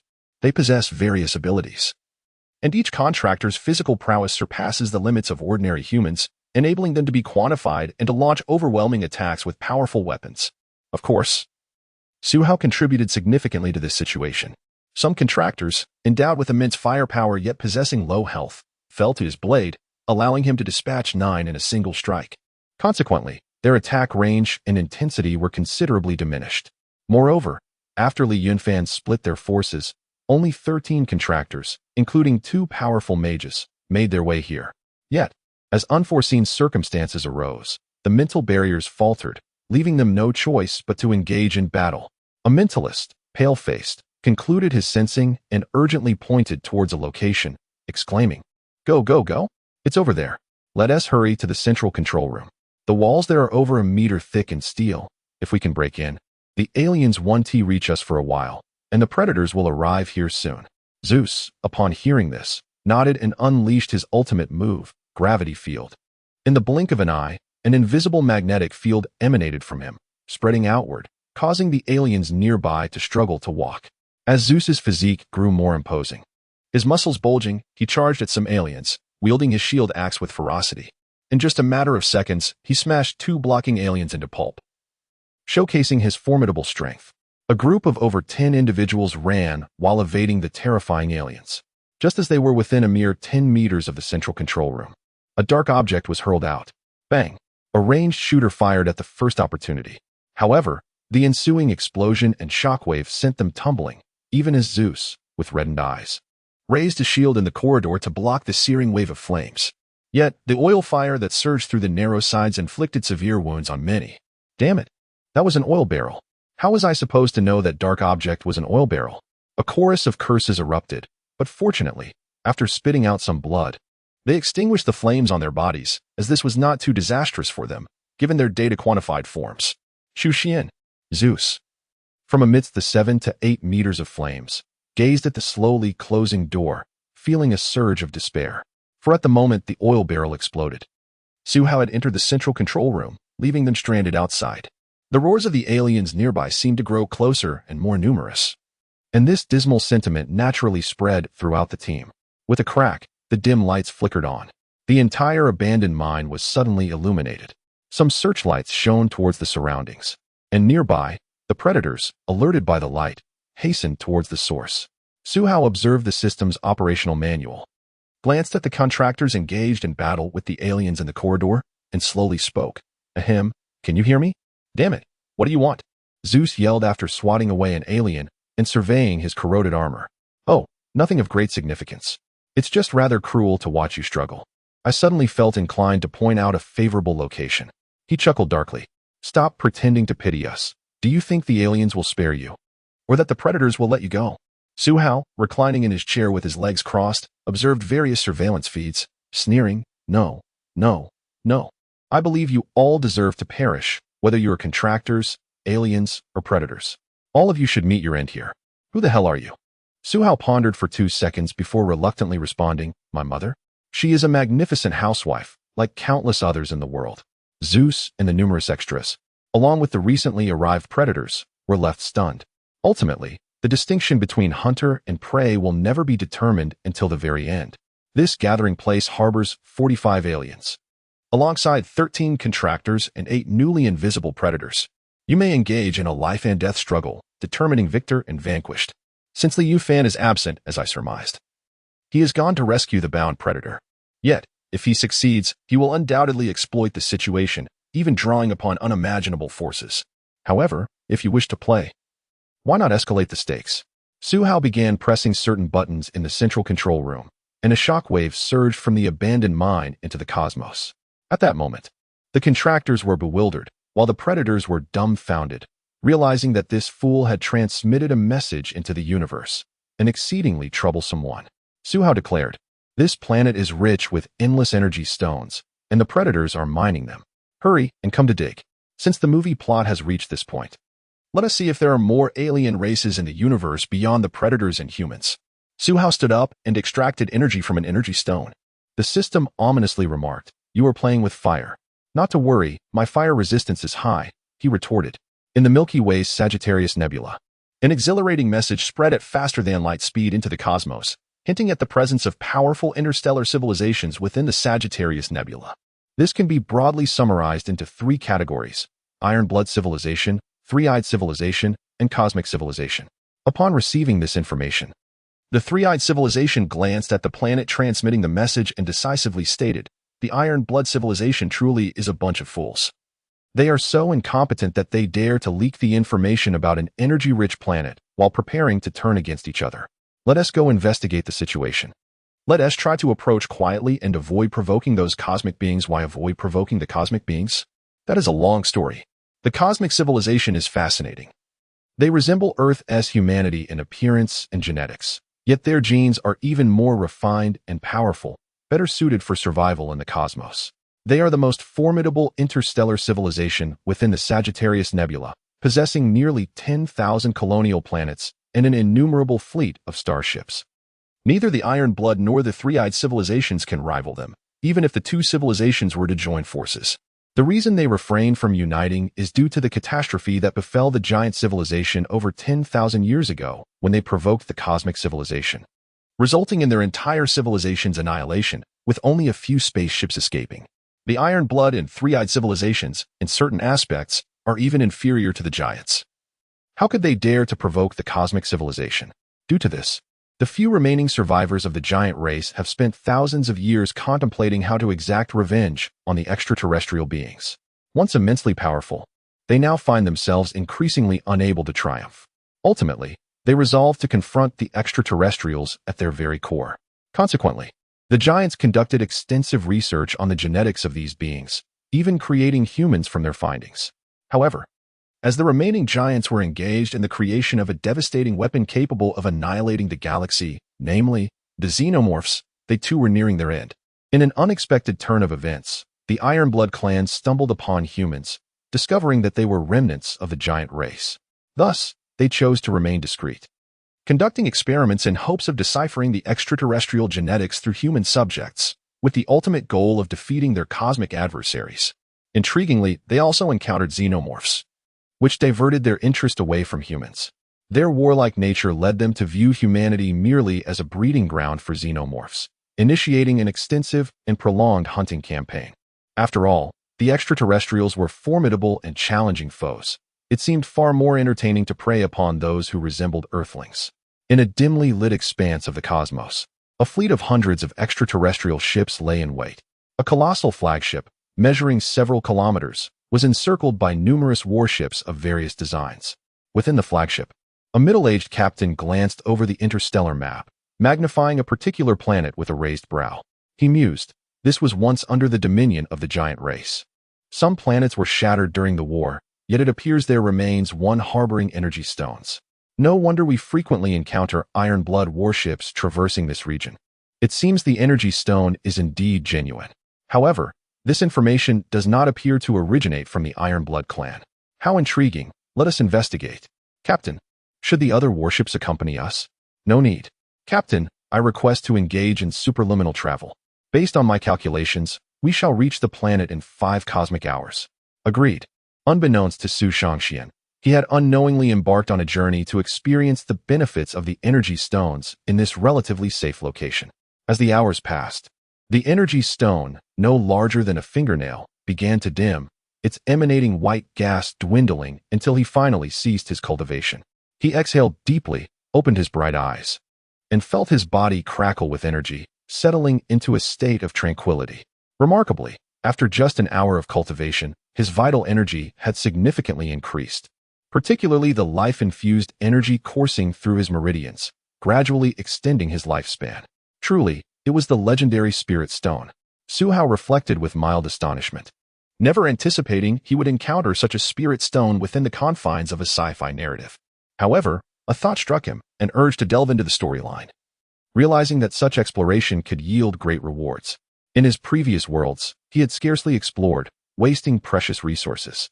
If given the chance, such as in the ancient world of the smiling, proud wanderer, he might uncover cultivation techniques or even discover practitioners. Nonetheless, Su Hao had reached a point where he was disinclined to alter his cultivation system. Since attaining the state of indestructibility, he sensed that if he could master this realm, the uncontrollable magnetic field within him would inevitably attract heavenly tribulations. If he could withstand those tribulations, the essence within his Dantian would transform into a genuine martial arts golden core. With the emergence of the golden core, his lifespan would extend significantly.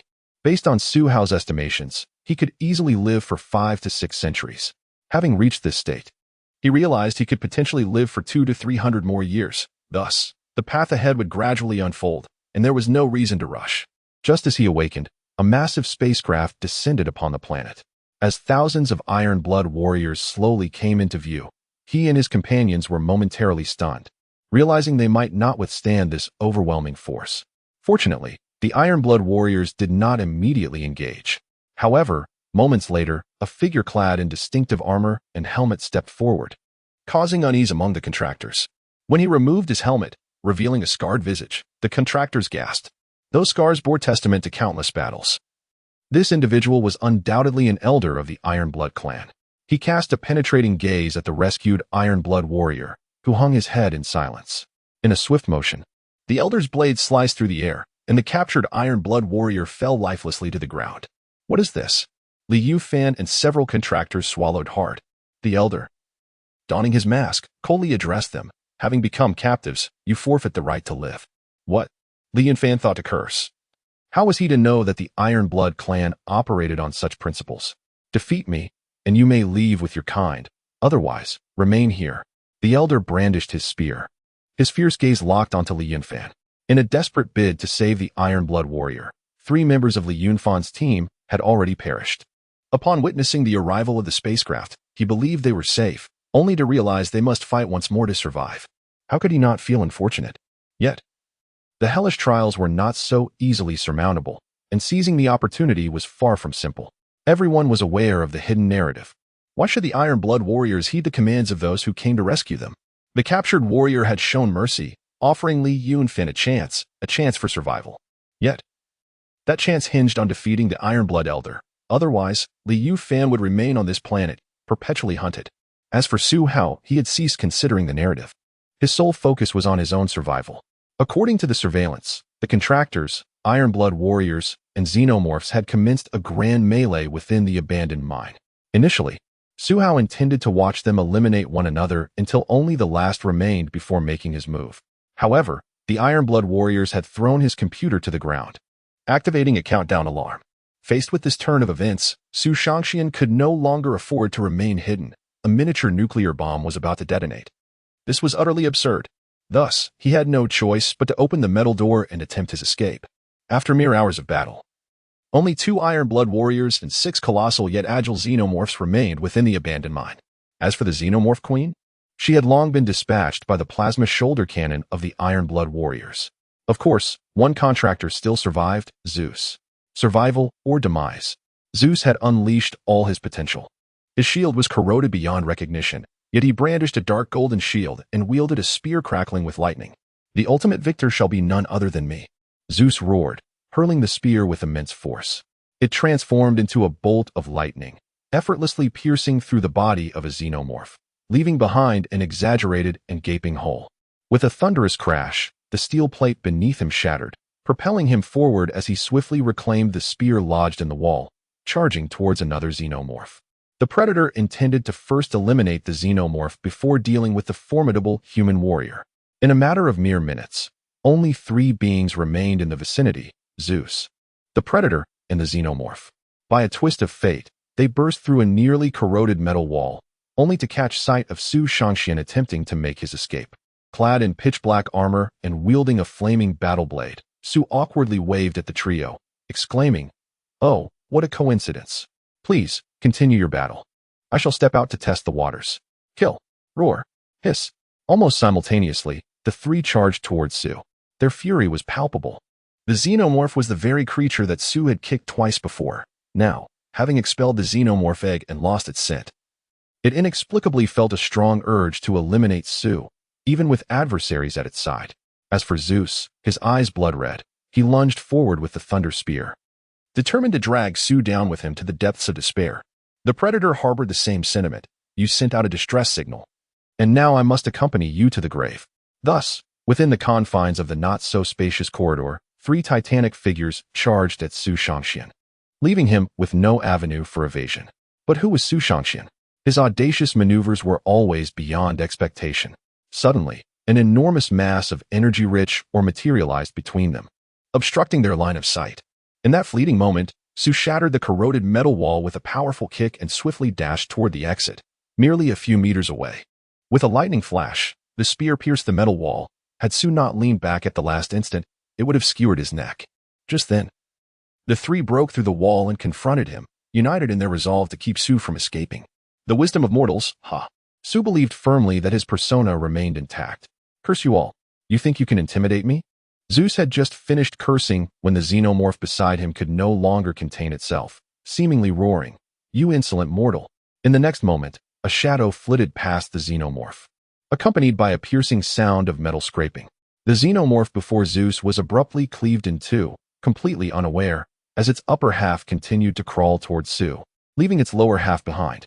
The source of this chaos was the battle blade enveloped in inner energy, its blade adorned with a faint blue flame, untouched by any corrosive substance, a testament to its extraordinary nature. Mortal strength, huh? Su smirked defiantly. I can no longer tolerate this. Zeus and the Predator exchanged glances and charged forward, activating their gravitational fields. The Predator's shoulder cannon fired instantaneously. However, Su's speed was too great. In that short distance, as the energy cannon blasted a hole in the wall, they collided at once. Neither Zeus nor the Predator had ever faced Su before, and they were oblivious to his capabilities. The collision of their gravitational field with Su's magnetic domain was utterly ineffective. As the Predator raised its spear, it felt a sudden pain in its chest. Before the Predator could struggle, Su struck down with a powerful blow, crushing its skull as easily as one would a watermelon. Zeus's eyes widened as he prepared to swing his shield at Su's head. Yet, with a resounding crash, Su kicked him against the wall, a force coursing through him that rendered him powerless. His data panel displayed numerous negative attributes: stiffness, dizziness, silence. Zeus unleashed his hidden power, breaking free of his constraints, and raised the thunder spear menacingly. With a bang, Su's fist struck his head, forcing him to relinquish his grip. In mere seconds, Su unleashed a barrage of punches, blood spraying, until Zeus's skull fractured, brain matter exposed, his eyes wide in death's grasp. Alas, Su had no fear of close combat, save for powerful ranged weaponry. He quickly seized Zeus's shield and spear, hastily vanishing from the scene. For a small nuclear bomb was set to detonate. Just as Su had retreated several hundred meters, a thunderous explosion erupted. A dazzling fireball illuminated the night sky, resembling a sun birthed in darkness, accompanied by a shockwave that radiated outward. Su, racing with all his might, felt a chill wash over him. Despite his efforts, he could not evade the blast. The shockwave hurled him several dozen meters, breaking through two trees before he collapsed to the ground. However, Su Shangxian was left barely clinging to life. He coughed up blood, not dead yet, but nursing multiple fractures and serious injuries. Fortunately, he began circulating his vital energy to heal, as lingering here was perilous. Not only could the Predator return, but the nuclear radiation would eventually claim his life. Though his indestructible body was formidable, it could not withstand the onslaught indefinitely. 2 hours later, as Su managed to mend his wounds and was about to rise and leave, a ship descended from the sky and hovered above him. Su found himself in dire straits. He was confined within a transparent glass chamber, surrounded by humans who bore striking resemblance to him, gaping at him as if he were an exhibit in a zoo. They brandished glowing instruments, scanning him, an unsettling feeling engulfing Su. The way they stared at him, especially the lecherous old men in white coats, filled him with dread. Captain of the ship, intrigued, examined Su before inquiring of the nearby scientists. We can confirm he is not an extraterrestrial? Absolutely not. Despite his genes and appearance being nearly identical to ours, he has evolved better, stronger. Even the genes infected by nuclear radiation are gradually recovering, albeit slowly. A true miracle. An excited older scientist gazed at Su, displaying an almost morbid curiosity for dissection. Another elder reflected, while we lack concrete testing, spectral analysis indicates his muscle density is at least tenfold, if not more, compared to an average human. His bones, muscles, and other organs are extraordinarily developed and brimming with energy. If our strongest warrior's physique resembles a fireball, this being is akin to 10 or even 100 fireballs, for within his abdomen lies an energy source capable of unleashing unimaginable power. Moreover, his heart rate is remarkably slow, merely 9 beats per minute, seemingly under his control. This is beyond belief, especially considering the viscosity of his blood, which, as observed during sample collection, is several times thicker than that of others. One biologist could hardly contain his excitement. Yet, how could a civilization encounter a human with such similar genes and not treat him with respect, instead resorting to dissection? At the very least, let us interrogate him thoroughly before any dissection. Captain Leo waved his hand, and a language translator was placed inside. This device naturally collected human languages from the Predator's mask. Although Captain Leo was unaware of the whereabouts of humans, this alien seemed to be one of them. "Greetings, alien." An electronically synthesized voice transmitted through Su-Hao's communicator. "Are you a human?" Captain Leo inquired. "No, I am from Ziwei Star." Su-Hao replied. Where is Ziwei Star?" "I do not know. I only remember the battle between Emperor Yi and Emperor Yan, which shook the entire star domain, causing several stars to fall. Although Ziwei Star is protected by the celestial formations, it could not withstand the power of the two, and I was swept into the temporal turbulence, landing on Earth. However, I found the Earth's spiritual energy insufficient for my cultivation. Fortunately, I was brought here by the Predator. As you see, I discovered spiritual stones. And after a series of random manipulations, they emitted a signal, leading to my rescue. Captain Leo fell into silence, as did the others. After a long contemplation, he turned to the biologist and asked, "Are you certain that a being could possess enough energy to annihilate worlds or even explode planets?" Yes. His energy fluctuates violently, and it seems to have diminished. The scientist nearly panicked, and some soldiers in powered armor instinctively aimed their weapons at Su-Hao. If we consider his claims and the peculiarities of his body, there might be a slight possibility. After all, the universe is vast, and we are but insignificant specks, utterly ignorant of so much. "Captain, you are aware of those monsters capable of devouring planets. What he says does seem plausible." The biologist swallowed hard, realizing the extent of their insignificance in the cosmos. "Let me ask him again." Captain Leo activated the translator. "What is your name?" Su-Hao replied. "I am from Ziwei Star, a descendant of the heavenly court, named Elbu. As for my name, it is hardly worth mentioning." He shook his head, appearing somewhat troubled. Captain Leo sensed that the alien spoke somewhat hesitantly, and curious about the heavenly court, he inquired, "What is the heavenly court?" Su-Hao perked up and explained. The heavenly court is presided over by Emperor Yi, who is revered as the supreme lord of the Haotian Golden Pavilion, governing the entire heavenly court. He commands 4 great emperors, among them the northern true martial emperor, the master of the stars, ruling over the celestial bodies. The southern emperor commands the thunder of the world, exterminating evil. The western emperor, Su-Hao, recited a plethora of celestial beings, casting the extraterrestrial audience into silence once more. If his earlier mention of Emperor Yi was mere fabrication, what about this? He had listed hundreds of beings capable of traversing heaven and earth, even shattering stars. Surely, that could not be untrue? Captain Leo felt a mix of excitement and trepidation. However, the alien himself claimed to be merely a descendant of the heavenly court. Though uncertain about how many descendants existed, the heavenly court was vast. It couldn't he possibly pursue him alone? Given some instruments readings, he seems truthful. How shall we handle this? Eliminate him, or? A scientist ventured, unable to contain his curiosity, pondering the potential for dissection. We cannot kill him. His genes and appearance are quite similar to ours. Integrating him into our society poses no significant risk. Can one individual truly stir such chaos? Furthermore, does he possess any cultivation techniques? If so, acquiring such knowledge could allow us to dominate the galaxy in a remarkably short time. Captain Leo's thoughts raced, thrilled at the prospect of obtaining such techniques, prompting him to ask Su-Hao, "What is your actual name? We cannot simply call you alien." "I am Elbu, a descendant of the heavenly court," Su-Hao declared. "Elbu? A splendid name." Captain Leo marveled at the utterance. "Elbu, would you have any interest in joining our extraterrestrial empire?" Captain Leo inquired. I suddenly have a bold idea," Su-Hao exclaimed, inspired. The crowd paused. Then he continued, "I, Elbu, am endowed with exceptional talent, possessing the potential to reach the status of a great emperor, yet I have merely acquired a few small spiritual stones, which has hindered my advancement." Captain Leo immediately understood, casting a knowing glance as a cubic energy stone was delivered to him. With a grin, he remarked, "Energy, spiritual stones. I have plenty." Su-Hao's eyes gleamed at the sight of the sizable energy stone. "Well, perhaps I shall consider your earlier proposition. We shall test your maximum strength. Please strike with all your might." An experimenter manipulated the transparent screen before him.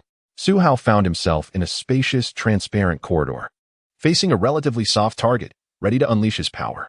"Strike with all my might?" Su-Hao hesitated, glancing at the transparent barrier. "Yes, hit it with all your strength." Unconcerned about the financial implications, the observers simply gazed in astonishment at Su-Hao, for they could not even perceive the residual image of his punch. Only witnessing the power gauge soaring dramatically, beep, Beep, beep, ding. 10,000 kg. It was the upper limit of the measuring device. Previously, only soldiers in powered armor could attempt such feats, although some research facilities possessed even better armor capable of exceeding 10,000 kg in a single punch. This alien was unadorned.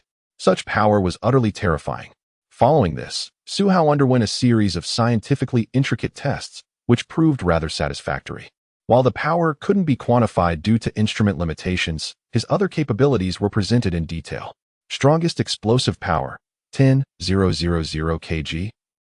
Fastest explosive velocity, 1,389 kilograms 0.0063 seconds, average of multiple punches within 1 second, straight line running speed, 56 ms obstacle course running speed, 49 ms nervous reaction speed, exceptionally swift. No longer regarded as an extraterrestrial monkey, Su-Hao stood among the crowd, holding the test results like an ordinary young man, graceful and unassuming. Entirely inconspicuous despite his extraordinary strength. Captain Leo and the scientists stared at the same results, at a loss for words. How much stronger is he compared to the mightiest individuals within the Empire over these past tens of thousands of years? Captain Leo could not resist asking. A cautious scientist pulled him aside and whispered, based on overall quality, he is at least 5 times stronger. Moreover, that individual likely experienced a genetic mutation due to consuming a specific substance. However, Elbu's genes have not undergone drastic changes, they have only become increasingly perfect, rendering his physique remarkably superior in terms of vitality and organ efficiency, nearly flawless. Especially when he exerted force, one could almost see the point in his abdomen radiating energy. Thus, he speaks the truth about his cultivation techniques. Su-Hao spent several days aboard the warship, with Captain Leo generously providing spiritual stones for his cultivation.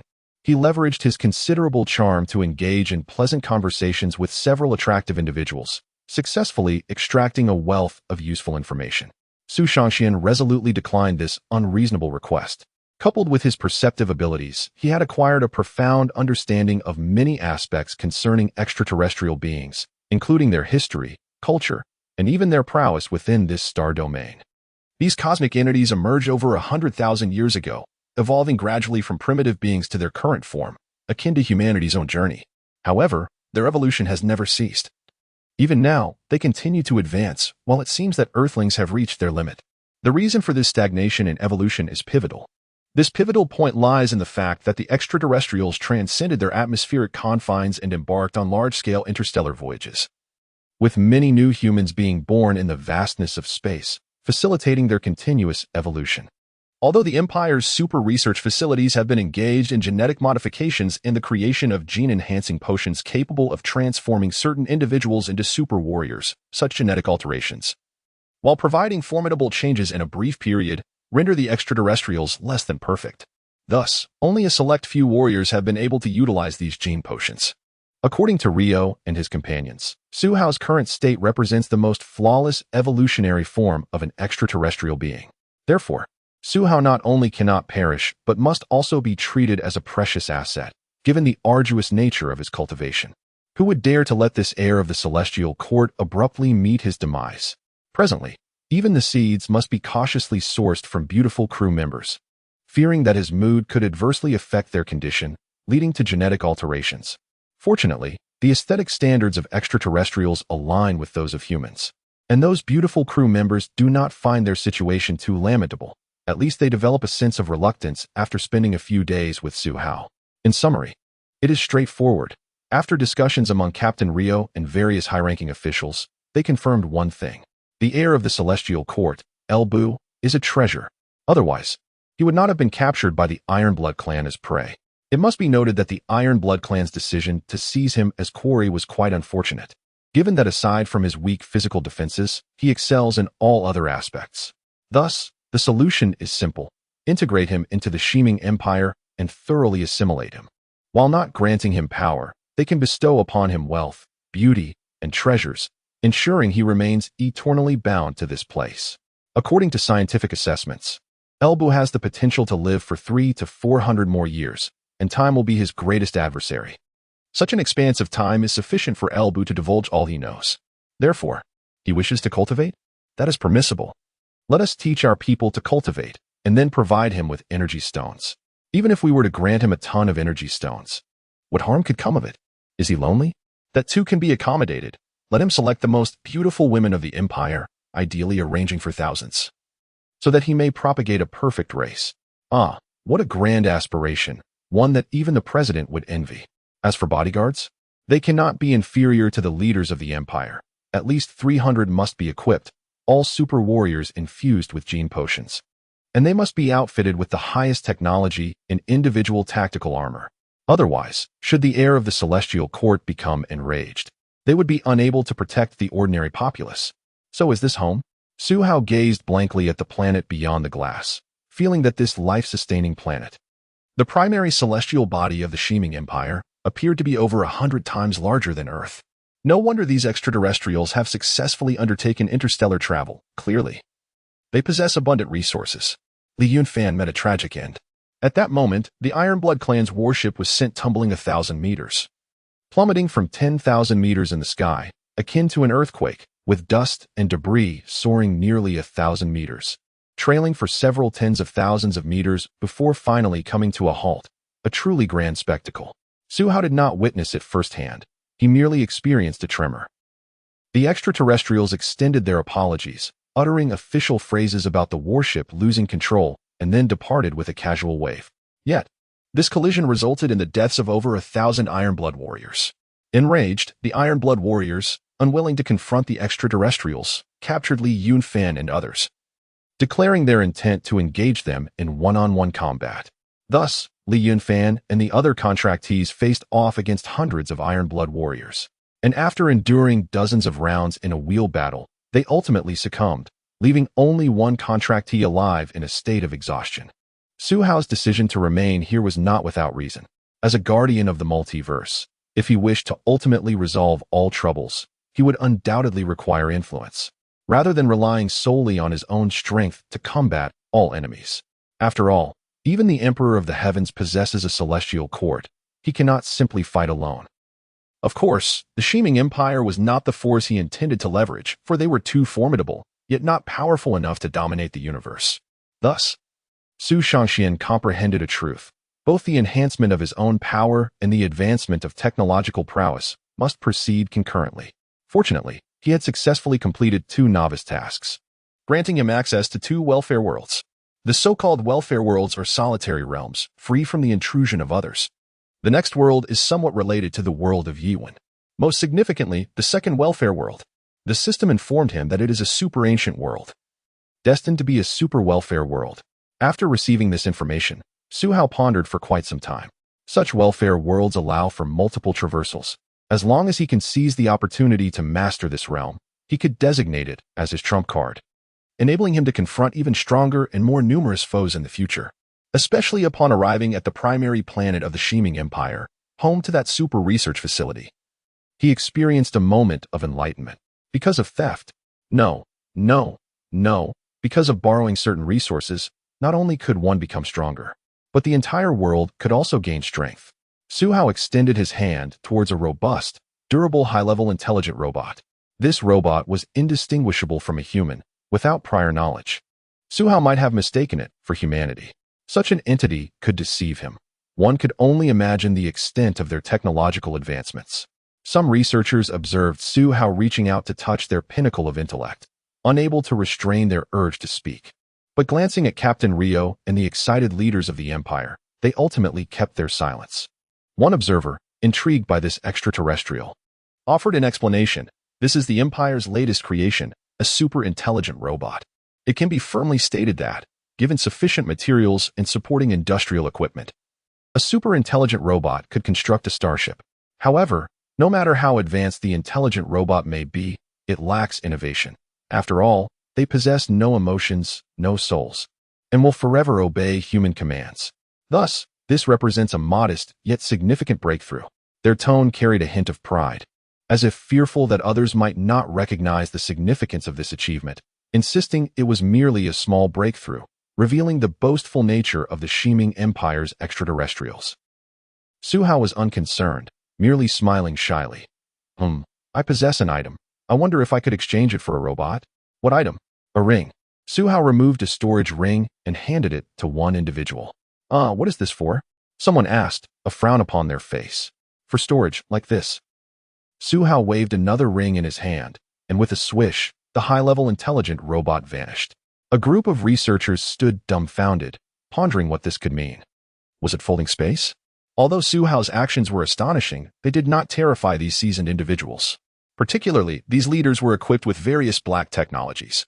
And it had long been estimated that even if this elbow could deliver a punch with a force of 20,000 kg, it would not harm the leaders. Moreover, Su Hao took out the robot and elaborated on the ring's functionalities, which truly exhilarated several researchers. The Imperial leader held the ring with childlike curiosity, experimenting with the storage capabilities by placing items in and taking them out. He then turned to Su Hao and inquired, "You mentioned that only a master of yuan ing cultivation could create such a storage space. Are you capable of producing one yourself?"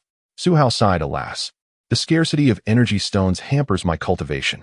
Otherwise, just 2 more realms, and I would be able to forge a storage ring." "Very well, let us present Mr. Elbu with 2 tons of energy stones, hoping he soon ascends to a higher realm." The Imperial leader gestured grandly, immediately allocating a flagship's worth of supplies that had been in use for decades. Upon hearing this, the crowd gasped, rendered speechless. After all, such rings were exceedingly rare. Even this extraterrestrial being possessed merely 2, indicating their non-disassemblable nature. Moreover, despite employing various advanced technologies to analyze the ring, they could not comprehend its principles, rendering them unable to replicate it. Su Hao's own ring was tested by the Imperial leader, revealing limited storage space filled only with clothing, food, and a handful of energy stones no larger than fingernails, so meager that it nearly brought the Imperial leader to tears. How could such talent be treated this way? Energy stones must be provided, and in abundance. After all, this extraterrestrial's ring cannot accommodate many. Should we not consider constructing a large home for Mr. Elbu, allowing him to safeguard the energy stones? Su Hao's purpose in entering the research facility was not for frivolous reasons. Primarily, this group intended to conduct a comprehensive examination of him, extracting samples for various tests. Though the technology aboard the flagship was remarkably advanced, it paled in comparison to the super research facility of the Shiming Empire, which represented a chasm of difference. Su Hao remained unfazed by these endeavors, challenging them to clone him, yet knowing they could replicate his being but not attain their own realms. Now that would be impressive. After all, Su Shangxian was neither a genetically modified being nor possessed of any extraordinary physique. As an ordinary mortal, he feared nothing. Naturally, he refrained from indiscriminately divulging his techniques, opting instead to share some internal cultivation methods. As for internal martial arts, he feared these individuals might deem him a charlatan if they did not witness immediate results. Talent? The Shiming Empire, boasting a population of trillions, has never lacked for talent. Within just 2 days, the Imperial leader brought forth 10,000 exceptionally gifted youths, each one a high IQ genius akin to those on Earth, indicating the leader's high regard for this extraterrestrial adept at cultivation. Su Hao also introduced an ancient set of apprenticeship rites, allowing them to acknowledge him as their master. Though the Shiming Empire had dispensed with the practice of kneeling eons ago, witnessing this moment still struck them as amusing. The ensuing days were simple. Su Hao engaged in his daily cultivation and, of course, pursued knowledge at the Imperial Research Facility. Mr. Elbu arrived, inquiring if it was true that Su Hao had already acquired over 2,000 disciples who had successfully cultivated their true qi, the energy residing within their dantians. "It seems the president has rewarded you handsomely," one familiar researcher remarked. Su Hao bashfully replied, not much. They're all at home. I am uncertain what Mr. Elbu prefers in a partner, but my daughter is quite remarkable. Here, take a look at her holographic image." He extended his arm, revealing a holographic projection before Su Hao. Clearing his throat, Su Hao recalled his master's words, "Without achieving the golden core, how can one hastily establish a family?" I kindly ask Old Song to refrain from further discussion on this matter. Su Hao gazed at the plump young woman and nearly struck the man in frustration. "You lot are truly peculiar. To borrow a bit of seed, you resort to sending handsome suitors my way. Are you trying to be clever?" Su Hao's arrival on this planet did not attract widespread attention. Nonetheless, within a limited circle, numerous high-ranking officials came to visit, especially drawn to Su Hao's seemingly harmless demeanor, which appeared solely interested in energy stones and knowledge. Furthermore, the super research facility had never lost anything, and Elbu's insatiable thirst for knowledge, from cosmic exploration to the intricacies of physics and chemistry, was remarkable. He seemed to memorize everything after just a single glance, never needing to review. They also discovered a peculiar phenomenon, longevity. Even with their advanced technology, they could not significantly extend human lifespans. Yet, when aging leaders approached Su Hao, their conditions seemed to improve, albeit marginally, an unsettling development. Scientists determined that this was due to the magnetic field within El Bu. Whenever he cultivated, he generated a powerful personal magnetic field that altered the surrounding environment. This revelation further elevated Su Shangshtan's status, for he had become a living sanctuary of longevity. And those near him experienced a remarkable increase in lifespan. The average life expectancy in the Shiming Empire hovered around 120 years, with only a select few surpassing 180 years, while most could not break past their limits without certain genetic enhancements. However, the widespread use of such agents threatened the future of life evolution, which the Empire did not endorse. Even if such agents could prolong life, they ultimately hindered reproduction, not due to infertility, but because it was prohibited. Aside from daily cultivation and instructing his disciples, Su Hao frequently wandered the super technology research facility. What was his purpose? It was, of course, to facilitate his own clandestine endeavors. The entire facility sprawled over an area comparable to a city, the idea that one day it would be unguarded, or that he could eliminate everyone and utilize the spatial system's storage capacity to seize everything, was sheer fantasy. Moreover, being the benevolent person he was, how could he resort to murder? Thus, he needed to devise a highly profitable strategy. In anticipation of his eventual departure, he pondered which route would allow him to efficiently gather these resources for maximum profit, a conundrum that vexed him greatly. The Super Technology Research Facility comprised 4 major departments. The first was the Armored Division, dedicated to the study of individual combat armor, filled with futuristic designs, many of which surpassed the gear currently outfitted on Shiming Empire soldiers. Su Hao yearned for a set, yet no one dared to grant him any weaponry, especially given his already formidable combat prowess. The second was the Warship Division. Focusing on interstellar vessels and embodying the pinnacle of high-tech advancements, this department dwarfed all others. The third was the Genetics Division, a frequent haunt for Su Hao, where he would willingly offer several hundred milliliters of blood, a peculiar yet fruitful endeavor. The fourth was the Weapons Division, where one could witness various advanced technologies, including energy weapons, Gauss weaponry, and models of interstellar orbital cannons capable of obliterating planets. In short, it was a marvel of innovation. Yet, the most crucial area was undoubtedly the heart of the Super Research Facility, the Superintelligence Terminal. Su Hao was perpetually accompanied by a cadre of elite bodyguards. Whenever he ventured beyond the confines of his residence, a legion of soldiers clad in advanced tactical armor would dutifully safeguard his security. This incessant vigilance had become a source of profound annoyance for him. He lamented the impenetrability of the superintelligent corps, yearning for a glimpse of its enigmatic form. Yet, he was acutely aware that should he dare to intrude, he would likely be reduced to ashes by some cutting-edge technology, an outcome he did not wish to tempt. He had heard whispers that the superintelligent corps was the most treasured possession of the Shiming Empire, its dimensions rivaling that of 10 pyramids. Its computational prowess was capable of managing the entire empire's scientific and military calculations, yet even these colossal demands scarcely utilized 30 of its potential, a notion that was utterly beyond Su Hao's comprehension. However, due to the magnetic field's life-extending properties, the Empire's leader, the president, had visited several times. Su Hao, employing a massage technique akin to that of a skilled practitioner, provided the president with a level of comfort that nearly startled his bodyguards with the ensuing sounds of relaxation.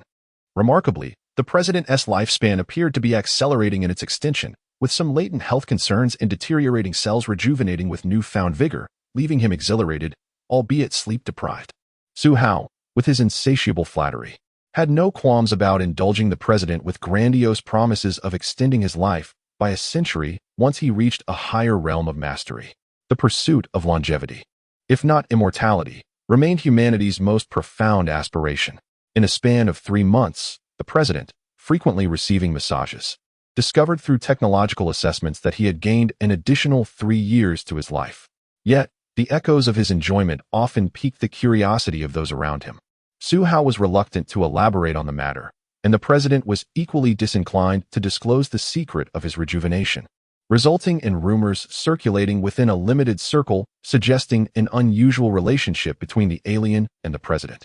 In a well-structured interstellar empire, the president's power was undeniably formidable. As the president's favored confidant, Su Hao reaped numerous rewards, with the president accommodating his requests as long as they remained within reasonable bounds. Among the most remarkable news was the birth of a second superintelligent core, not merely a product of development, but a genuine emergence. In that moment, Su Hao felt he had stumbled upon something extraordinary. Initially, he had utilized space to store ores, but in a bid to avoid further expenses, he requested the system to eject the ores beyond the galaxy. Additionally, his villa's underground repository housed a staggering 100 tons of pure energy stones, rendering the undecomposed ores a waste of his resources. Though considerable in quantity, the energy stones were manageable enough for a heavy-duty truck, particularly as they occupied minimal space. Upon completing the primary mission of this narrative world, his storage capacity had significantly expanded to a cubic space of 100 by 100 by 100 meters, allowing for easy accommodation of the energy stones. Su Hao had lingered in this place for over 3 months and felt an urgent desire to depart. His access to the second superintelligent core was primarily due to its relative unimportance compared to the far grander core. With the emergence of this second entity, it was no longer deemed exceedingly precious by the leaders of the Shiming Empire. Naturally, the president's endorsement was paramount. Currently, the president had grown increasingly reliant on his private confidant, often yielding to Su Hao's whims and bestowing him with various benefits, hoping for further enhancement of his longevity. While cryogenic technology existed, the notion of eternal life was far more appealing than being frozen and awaiting awakening after millennia. The skies were filled with starships, and various aircraft had distanced themselves from the Shiming Empire's super research facility. Surrounding the area were numerous guards clad in black tactical armor, wielding energy weapons, though few in number. They were sufficiently intimidating to deter any potential intruders from the second superintelligent core. Dozens of imperial leaders, accompanied by numerous researchers, including Su Hao, stood by the president's side, exchanging glances imbued with an air of delicate intimacy. The atmosphere was palpably charged, provoking whispers among those present. Amidst the commotion, floating cameras hovered above reporters, redirecting their lenses toward the president and his entourage. Greetings, everyone. Today, we announce the official transfer of the second superintelligent core to Saint Light Planet. A significant boost for our endeavors in galactic expansion, the president elaborated, delivering a lengthy address filled with diplomatic rhetoric. When he finally paused for questions, a flurry of hands shot up, but amidst the silence, Su Hao marveled at the orderliness of the interstellar empire. However, as the president pointed to a female reporter, Su Hao sensed the facade of civility had shattered. "Excuse me, President, what is the nature of your relationship with this alien?" she inquired, only to be abruptly silenced and whisked away, presumably to receive a warning. "We demand the truth," another reporter shouted amidst the ensuing chaos. The president, with an air of nonchalance, responded, "The signal has been delayed.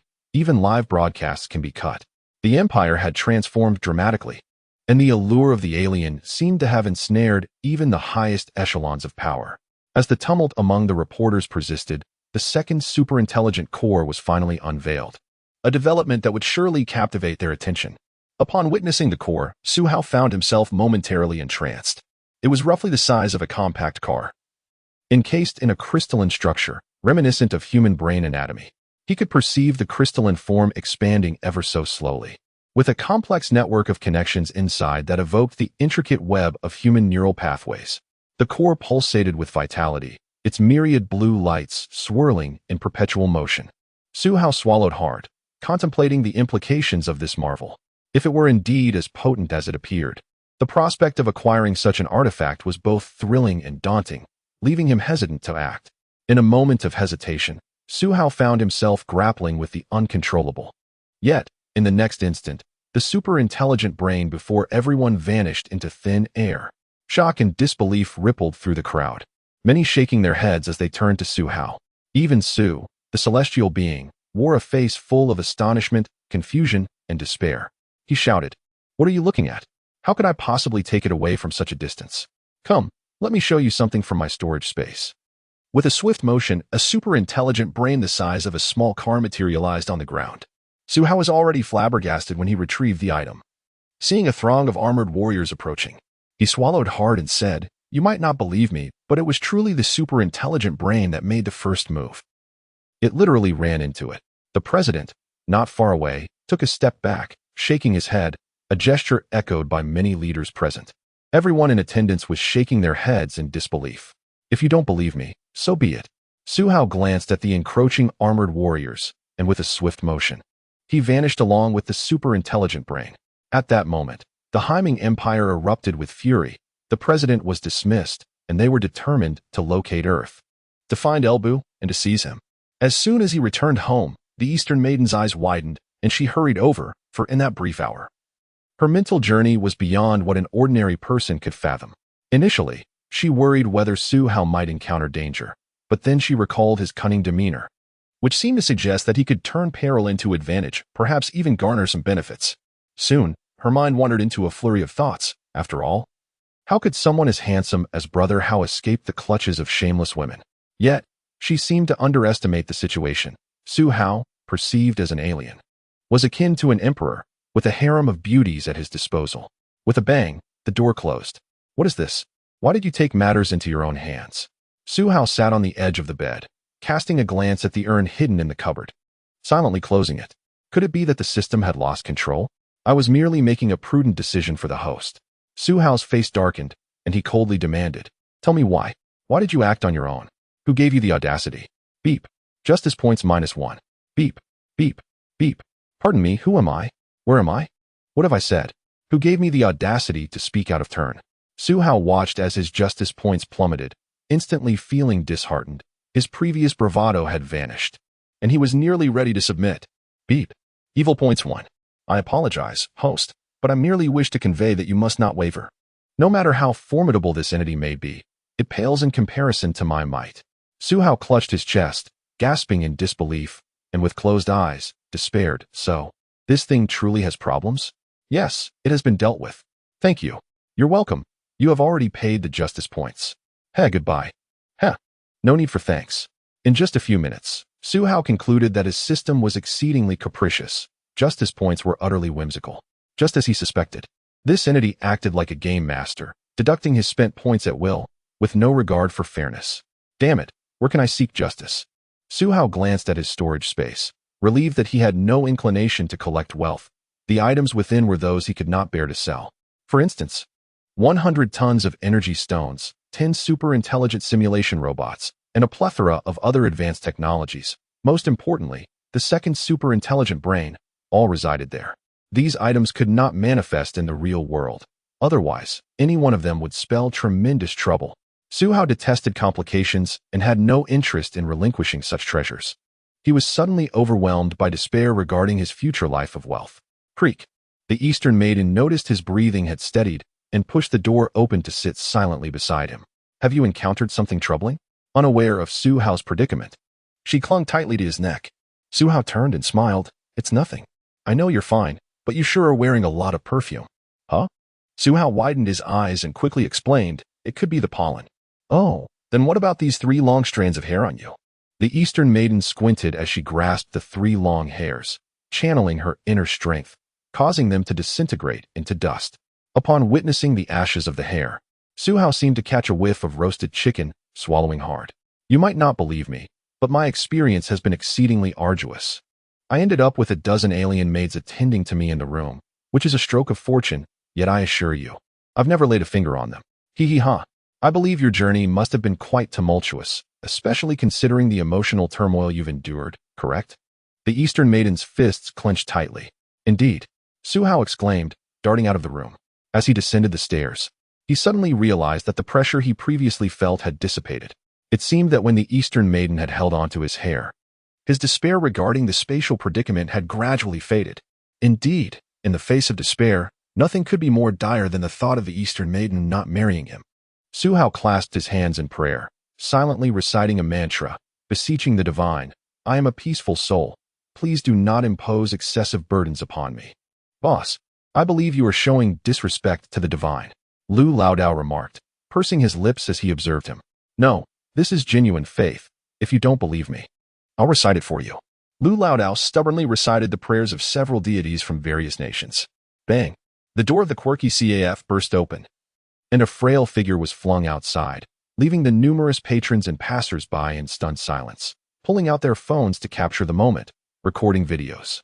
The titles they posted online likely read something like Violent Handsome Boss of Quirky CAF unleashes atrocities upon elderly Taoist, or The Unspoken Tale of the Quirky CAF owner and the ugly Taoist. Months passed. Su Hao's growth accelerated thanks to the spirit stones, yet attaining the indestructible state had propelled him into the extraordinary realm, rendering any prior breakthroughs impossible. Now, he aspired to transcend. He needed to elevate the martial arts he had cultivated over the years to the pinnacle of mastery, intertwining them into a singular form, a style uniquely his own.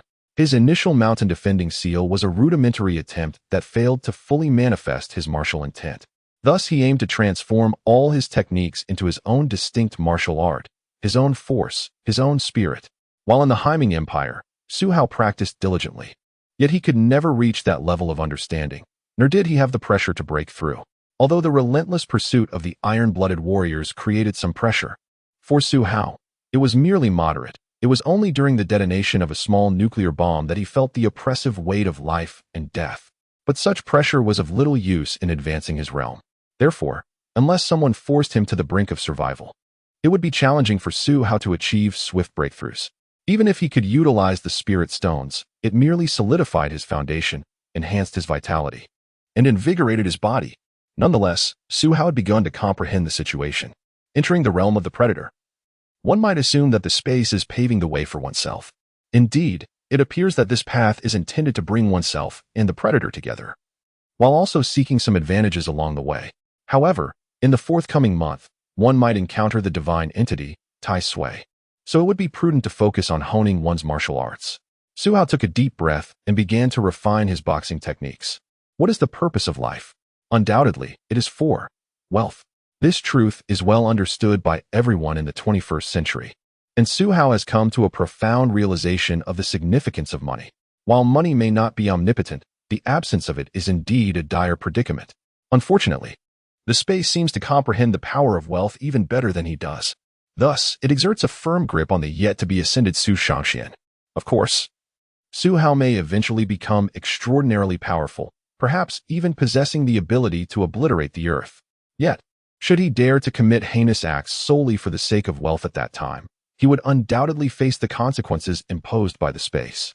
After all, the guardians of the multiverse demand justice, not a relinquishment of one's moral compass in the pursuit of wrongdoing. Otherwise, what distinguishes him from other hosts of systems? Why have so many hosts perished within the infinite space system?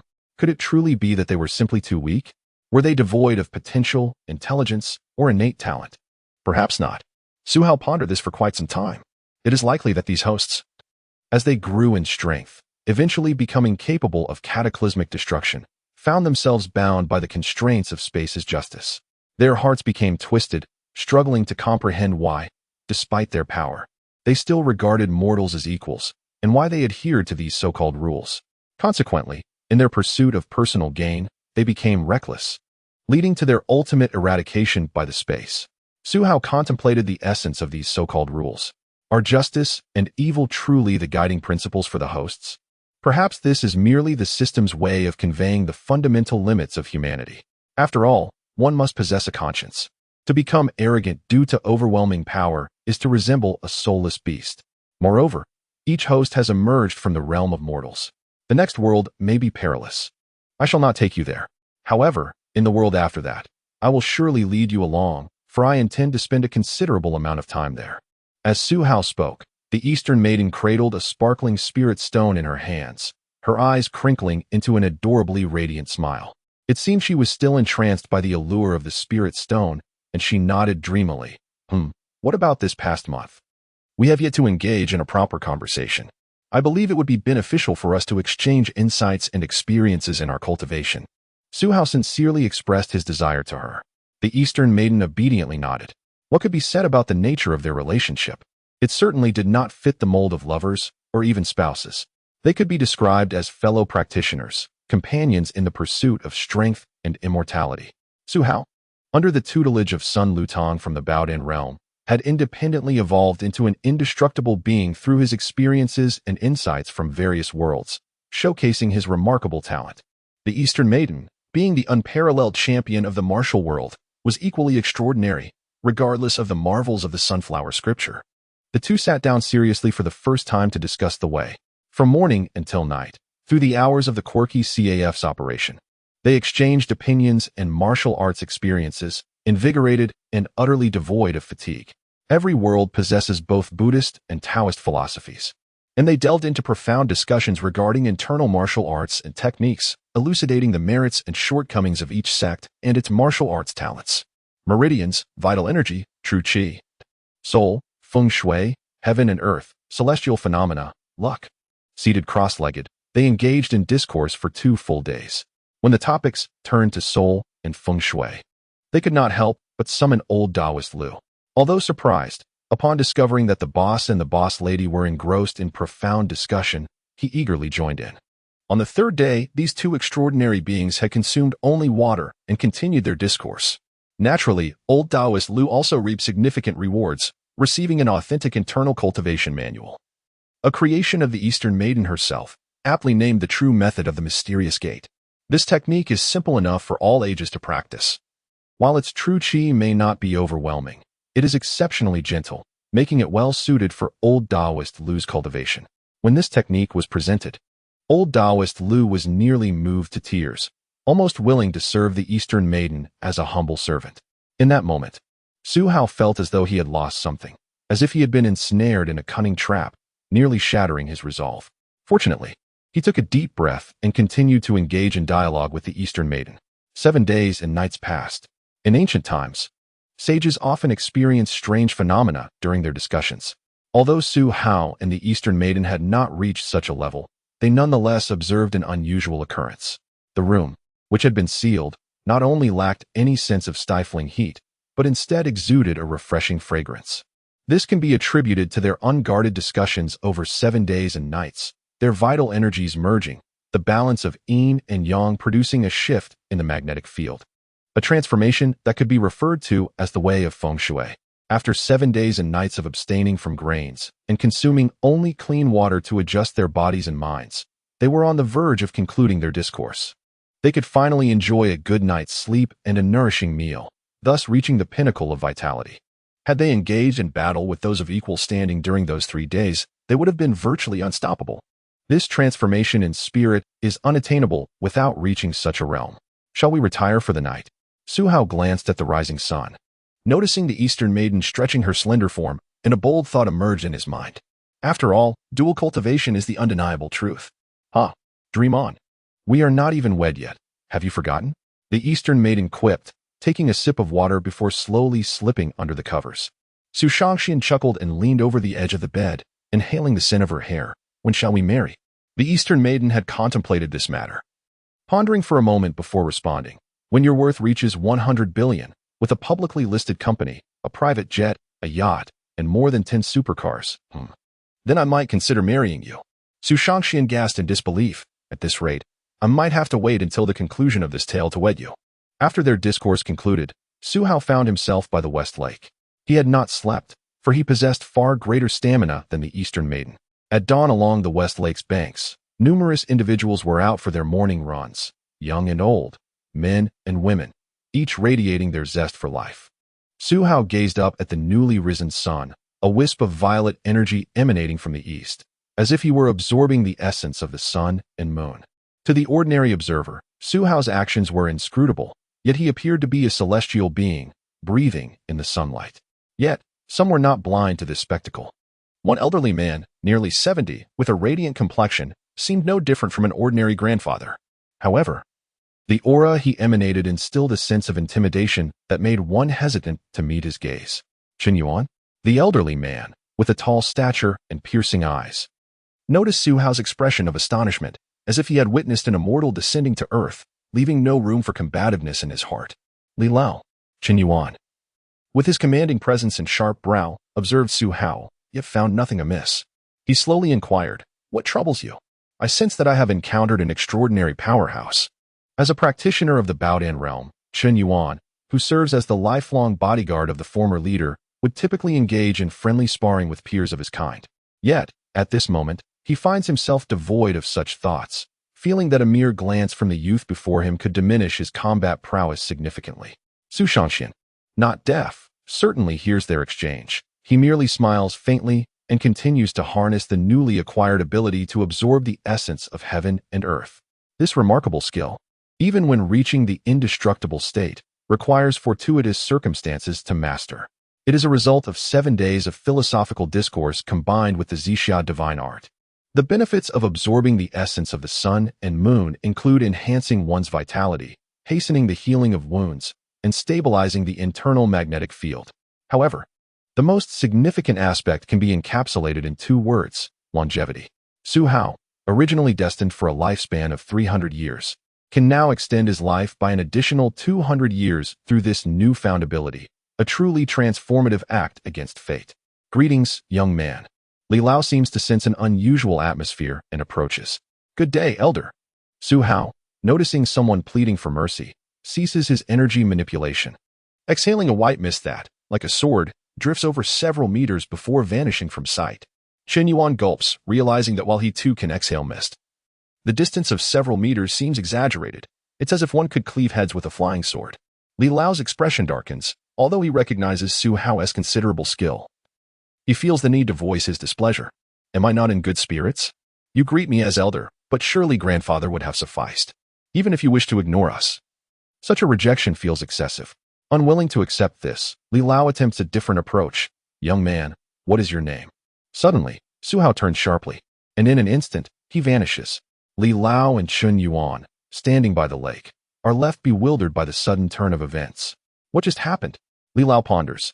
Sensing his aura remains intact, as he typically does not encounter such treatment. Perhaps something is amiss. Chen Yuan, equally perplexed, observes Su Hao's departure towards the peculiar CAF and notices a young woman hastily entering. He can almost feel the misfortune surrounding her, a torrent of negative energy swiftly enveloping her. As a martial artist, Chen Yuan intuitively understands that this young woman has unwittingly attracted significant trouble. Yet he wonders how this relates to the young man. Li Lao has witnessed Chen Yuan's martial prowess and knows he ranks among the elite domestically. The sheer terror Su Hao instilled in Chen Yuan suggests he is undoubtedly among the strongest in the world. Let us investigate. Tell me what you discover. Li Lao, exuding a commanding presence, strides toward the peculiar CAF. Very well, I will have someone look into this CAF. Indeed. Miss Lin, you have arrived? Elder Lu ushers the visibly distressed Lin Mingming into the back of the CAF. You are Elder Lu, correct? Lin Mingming, devoid of her usual vigor, appears utterly drained, her voice gasping for breath. What are you searching for? Even if you seek me, what can you do? Su Hao gently presses her head aside. I, Lin Mingming, was unaware of the presence of a great figure. I implore you both to show mercy and save my life. Despite her pride, Lin Mingming is not foolish. She understands that life is more valuable than pride. Taking a deep breath, she prepares to kneel. In a miraculous turn of events, Su Hao effortlessly prevents her from bending her knee, as though she has collided with an invisible barrier. This occurrence ignites hope within Lin Mingming, prompting her to lunge towards Su Shangxian.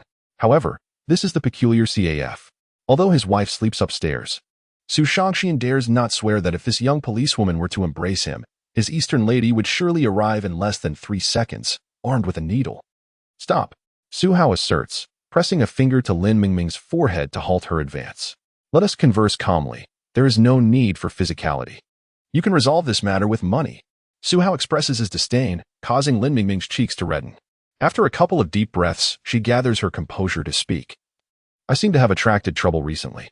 Someone informed me that I have offended the Tai Sui, and though I initially dismissed the notion, my misfortunes have escalated to life-threatening levels.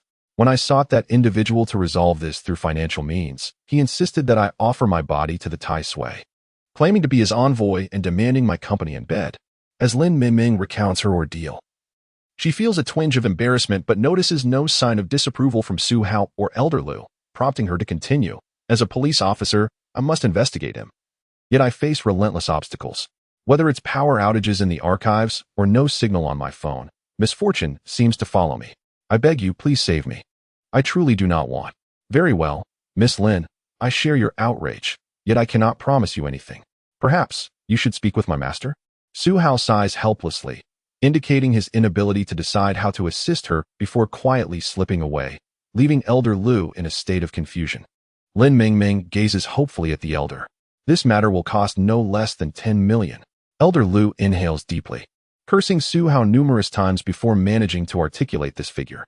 Lin Meng Meng, whose appearance is inherently endearing, widens her eyes in disbelief, yet she nods resolutely.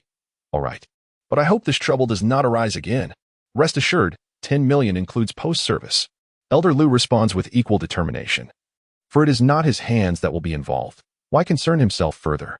The price of 10 million is already exorbitant. The peculiar CAF, having been in operation for only a few months, has flourished remarkably. It comprises 5 individuals, 2 twin beauties as waitresses, an eccentric old Taoist, and the young man who is the proprietor, alongside his wife, referred to as the CAF's matron. Chen Yuan and Li Lao sit in the CAF for a while, feeling increasingly uneasy. Before deciding to depart, Li Lao nods in acknowledgement. Continue. Indeed, it's not surprising that the peculiar CAF is gaining traction online. But what is peculiar are the individuals within.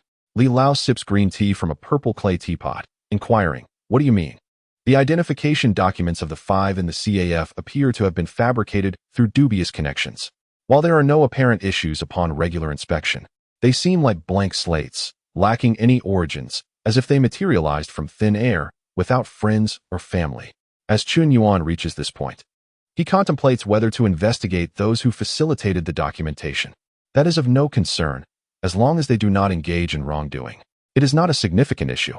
Have you noticed anything else unusual about them? Li Lao, a retired leader, despite having relinquished power and residing in Yuhang for retirement, does not abandon his sense of responsibility. Without delving into other matters, it suffices to say that the sudden emergence of an indestructible martial artist is, in itself, a matter of national importance. Thus, he considers deeply, should he be able to address this issue, he will do so promptly. At the very least, without provoking that individual, one must ascertain his identity and, indeed, his intentions. There have been certain inquiries. The proprietor, Su Hao, once assisted in exorcising spirits, while the venerable Taoist, Lu Laodao, is reputed for his proficiency in divination and feng shui, his abilities akin to those of the prodigious fortune-teller Lu Yanghe from yesteryears. However, Lu Laodao has always refrained from providing divination or feng shui consultations, seemingly wary of revealing heavenly secrets. Yet, since his association with Su Hao, he has surprisingly begun to offer such services. The duo has amassed considerable wealth in a short span, but curiously, Su Hao possesses no bank account. All their earnings are deposited in Lu Laodao's account, prompting them to establish that peculiar coffee shop. As for the 2 employees, they were recruited by Lu Laodao, one named Lianin and the other Li Xiaoxiao. However, I felt a strange sensation while observing the Li sisters, an ineffable oddity. The proprietress, Dongfang Bai, appears even more enigmatic. According to some patrons present that day, it seemed she was absent the previous day or even that morning. Yet within the span of a coffee break, Su Hao and Dongfang Bai inexplicably burst through a window from the 2nd floor. Oh, they were clad in ancient attire, reminiscent of theatrical costumes, and spoke of filming videos and such. I possess a recording. Chen Yuan presented a video with over 10 million views to Li Lao, leaving both men in a state of bewilderment. This bizarre coffee shop is indeed quite eccentric. It is said that the daughter of the Xingyuan Group's president has attracted the attention of a powerful entity and seeks the assistance of these 2. Upon hearing this, both men appeared visibly unsettled, as if they were privy to certain truths. If Su Hao truly possesses the ability to eliminate such an entity, let him proceed. He might even assist in resolving minor predicaments. Li Lao paused momentarily before continuing, suggesting they invite him over at an opportune moment. But I alone, what is there to fear? I am untainted by greed, having lived my life in service to the people and the nation, with only a meager sum in my pocket. At my age, I have no more than 200 yuan. Let us see who is truly impoverished. If he is indeed an indestructible grandmaster, being a descendant of Huaxia, he should comprehend the repercussions of harming me. Li Lao asserted with undeniable authority. Very well, shall I follow up on the matter of the powerful entity? Chen Yuan inquired. A hint of eagerness in his tone. Li Lao shook his head. No need. While you may engage in combat, it would be prudent to refrain from meddling in the affairs of domestic malevolent forces. Oh, Chen Yuan's voice carried a trace of sulkiness. Alas, as long as you can accompany him without being dismissed. Very well, I shall find someone to take my place. I must be on my way. With that, Chen Yuan darted off like the wind, leaving behind an elderly man who absent-mindedly adjusted his disheveled hair, for appearance is indeed paramount. Lin Mingming remained at the peculiar coffee shop. Su Hao, seeking assistance, found no need for accompaniment. His instincts on Earth surpassed any navigation system. As he sped along with Lu Laodao in a sleek car, I have yet to ascertain the location of the powerful entity. How does the proprietor know? Clad in a Taoist robe, Lu Laodao leaned out the car window, his left arm resting on the edge, sunglasses perched on his nose, nearly causing a rear-end collision with the vehicle ahead. Su Hao scoffed. Nonsense. Why bother searching for a powerful entity when one can simply locate the divine envoy? The proprietor is impressive, able to discern matters without a name, photograph, or birth date. Truly commendable. Lu Laodao remained unperturbed. Spare me your feigned ignorance. I do not believe you cannot discern the whereabouts of this divine envoy with a little diligence. Su Hao, disinterested, sat quietly in the passenger seat, attuned to the presence of the individual nearby. The divine envoy has yet to appear, but you have surfaced. Su Hao raised an eyebrow. What is it? Lu Laodao ignited a cigarette, inhaling deeply. Nothing much. If all goes well, it should be someone from above. What? Lu Laodao nearly dropped his cigarette upon hearing this. No worries. We are merely a coffee shop, occasionally engaging in divination and feng shui, while simultaneously addressing some malevolent beings. Even if the state is aware, they would recognize it as a good deed, not a misdeed, and thus would not intervene. Su Hao remarked casually, his level of mastery rendering him nearly invulnerable in contemporary society. As long as he remains in urban areas, no nation would dare confront someone of such caliber. For striking Su Hao with a bullet would prove exceedingly difficult. Not only is his speed swifter than a bullet, but his reflexes outpace those of the soldier wielding the firearm. Even a battalion of special forces would find that as they pulled the trigger, Su Hao would have already sensed the impending danger and evaded it. Moreover, the complexity of urban landscapes allows someone of Su Hao's prowess to simply demolish a wall and escape, leaving pursuers in utter frustration. This is not the Shiming Empire, equipped with advanced technology. In the current era, the only weapon capable of posing a threat to him seems to be a missile. Yet, in a major city, who would dare to command a missile strike? Consequently, the state adopts a rather ambiguous stance towards martial artists of such caliber, typically employing three strategies. First, to refrain from control. Second, to avoid interference. And third, to ignore entirely. However, should one dare to overstep, this ancient nation with a 5,000-year history will ensure you witness what it means to be indestructible. If you possess one, we may possess 10. Wang Xian, a man who considers himself fortunate, has, through a series of fortuitous events, managed to associate with a powerful entity and even unexpectedly acquired formidable abilities, allowing him to act as a proxy for the deity among mortals. This has led him to feel akin to a protagonist in a novel. As the apostle of the deity, Wang Xian, increasingly empowered, has begun to heed the commands of the powerful entity, recruiting subordinates and even endowing certain individuals with strength through various potions, further deepening his obsession and audacity to the point of believing himself divine. In earlier times, even with his immense power, he remained cautious when deceiving the affluent. However, having grown accustomed to the mundanity and insecurity of the wealthy and the helplessness of the ordinary, he no longer regards them as peers. In his view, he is a god, while others are mere mortals, insignificant as ants. Consequently, his demands have become increasingly unreasonable, culminating in the incident involving Lin Mingming. Is Lin Mingming not here yet?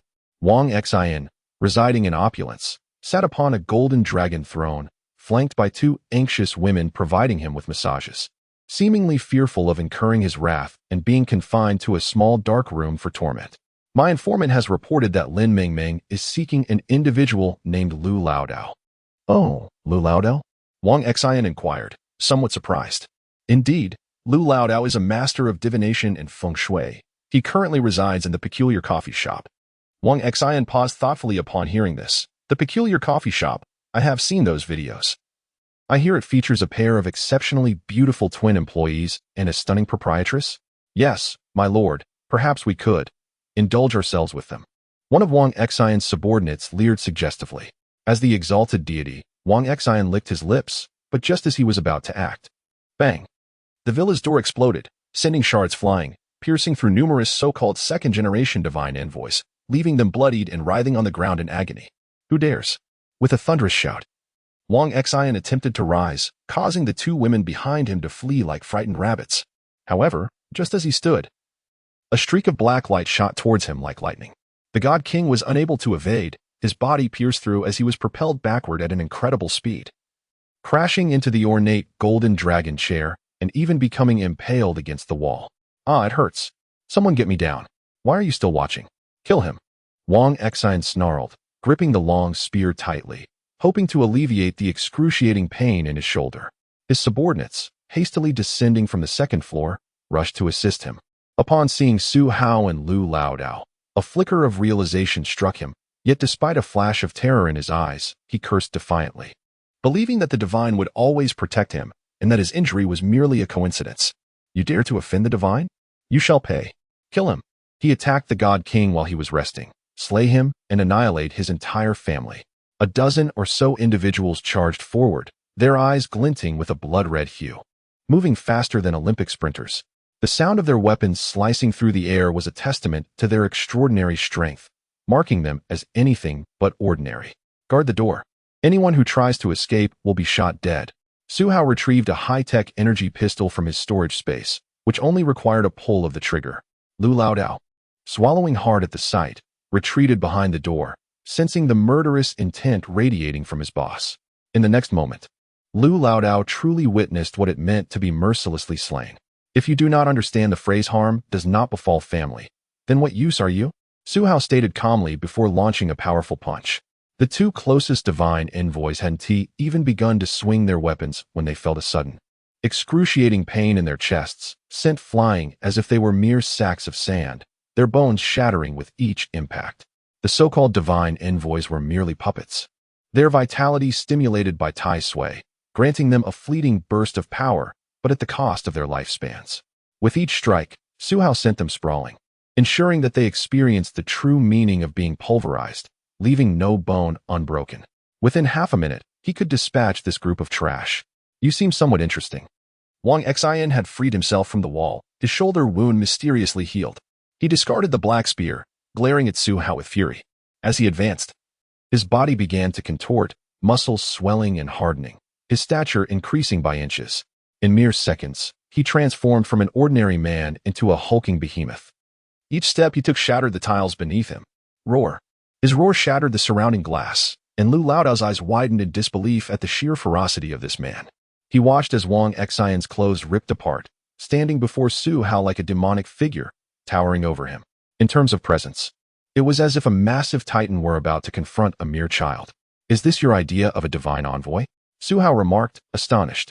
To him, Wang Xian was merely a man endowed with a fraction of power, surpassing ordinary strength by several folds. Submit to me, and I shall grant you power. Wang Xian's mind was clear as he spoke, the wind howling around them, causing Su Hao's clothes to flutter violently. Lu Laodao stood at the door, swallowing nervously, contemplating whether he should fire early or flee the scene. Meanwhile, Chen Yuan, hidden on the second floor, found Wang Xian's uncontrolled power terrifying.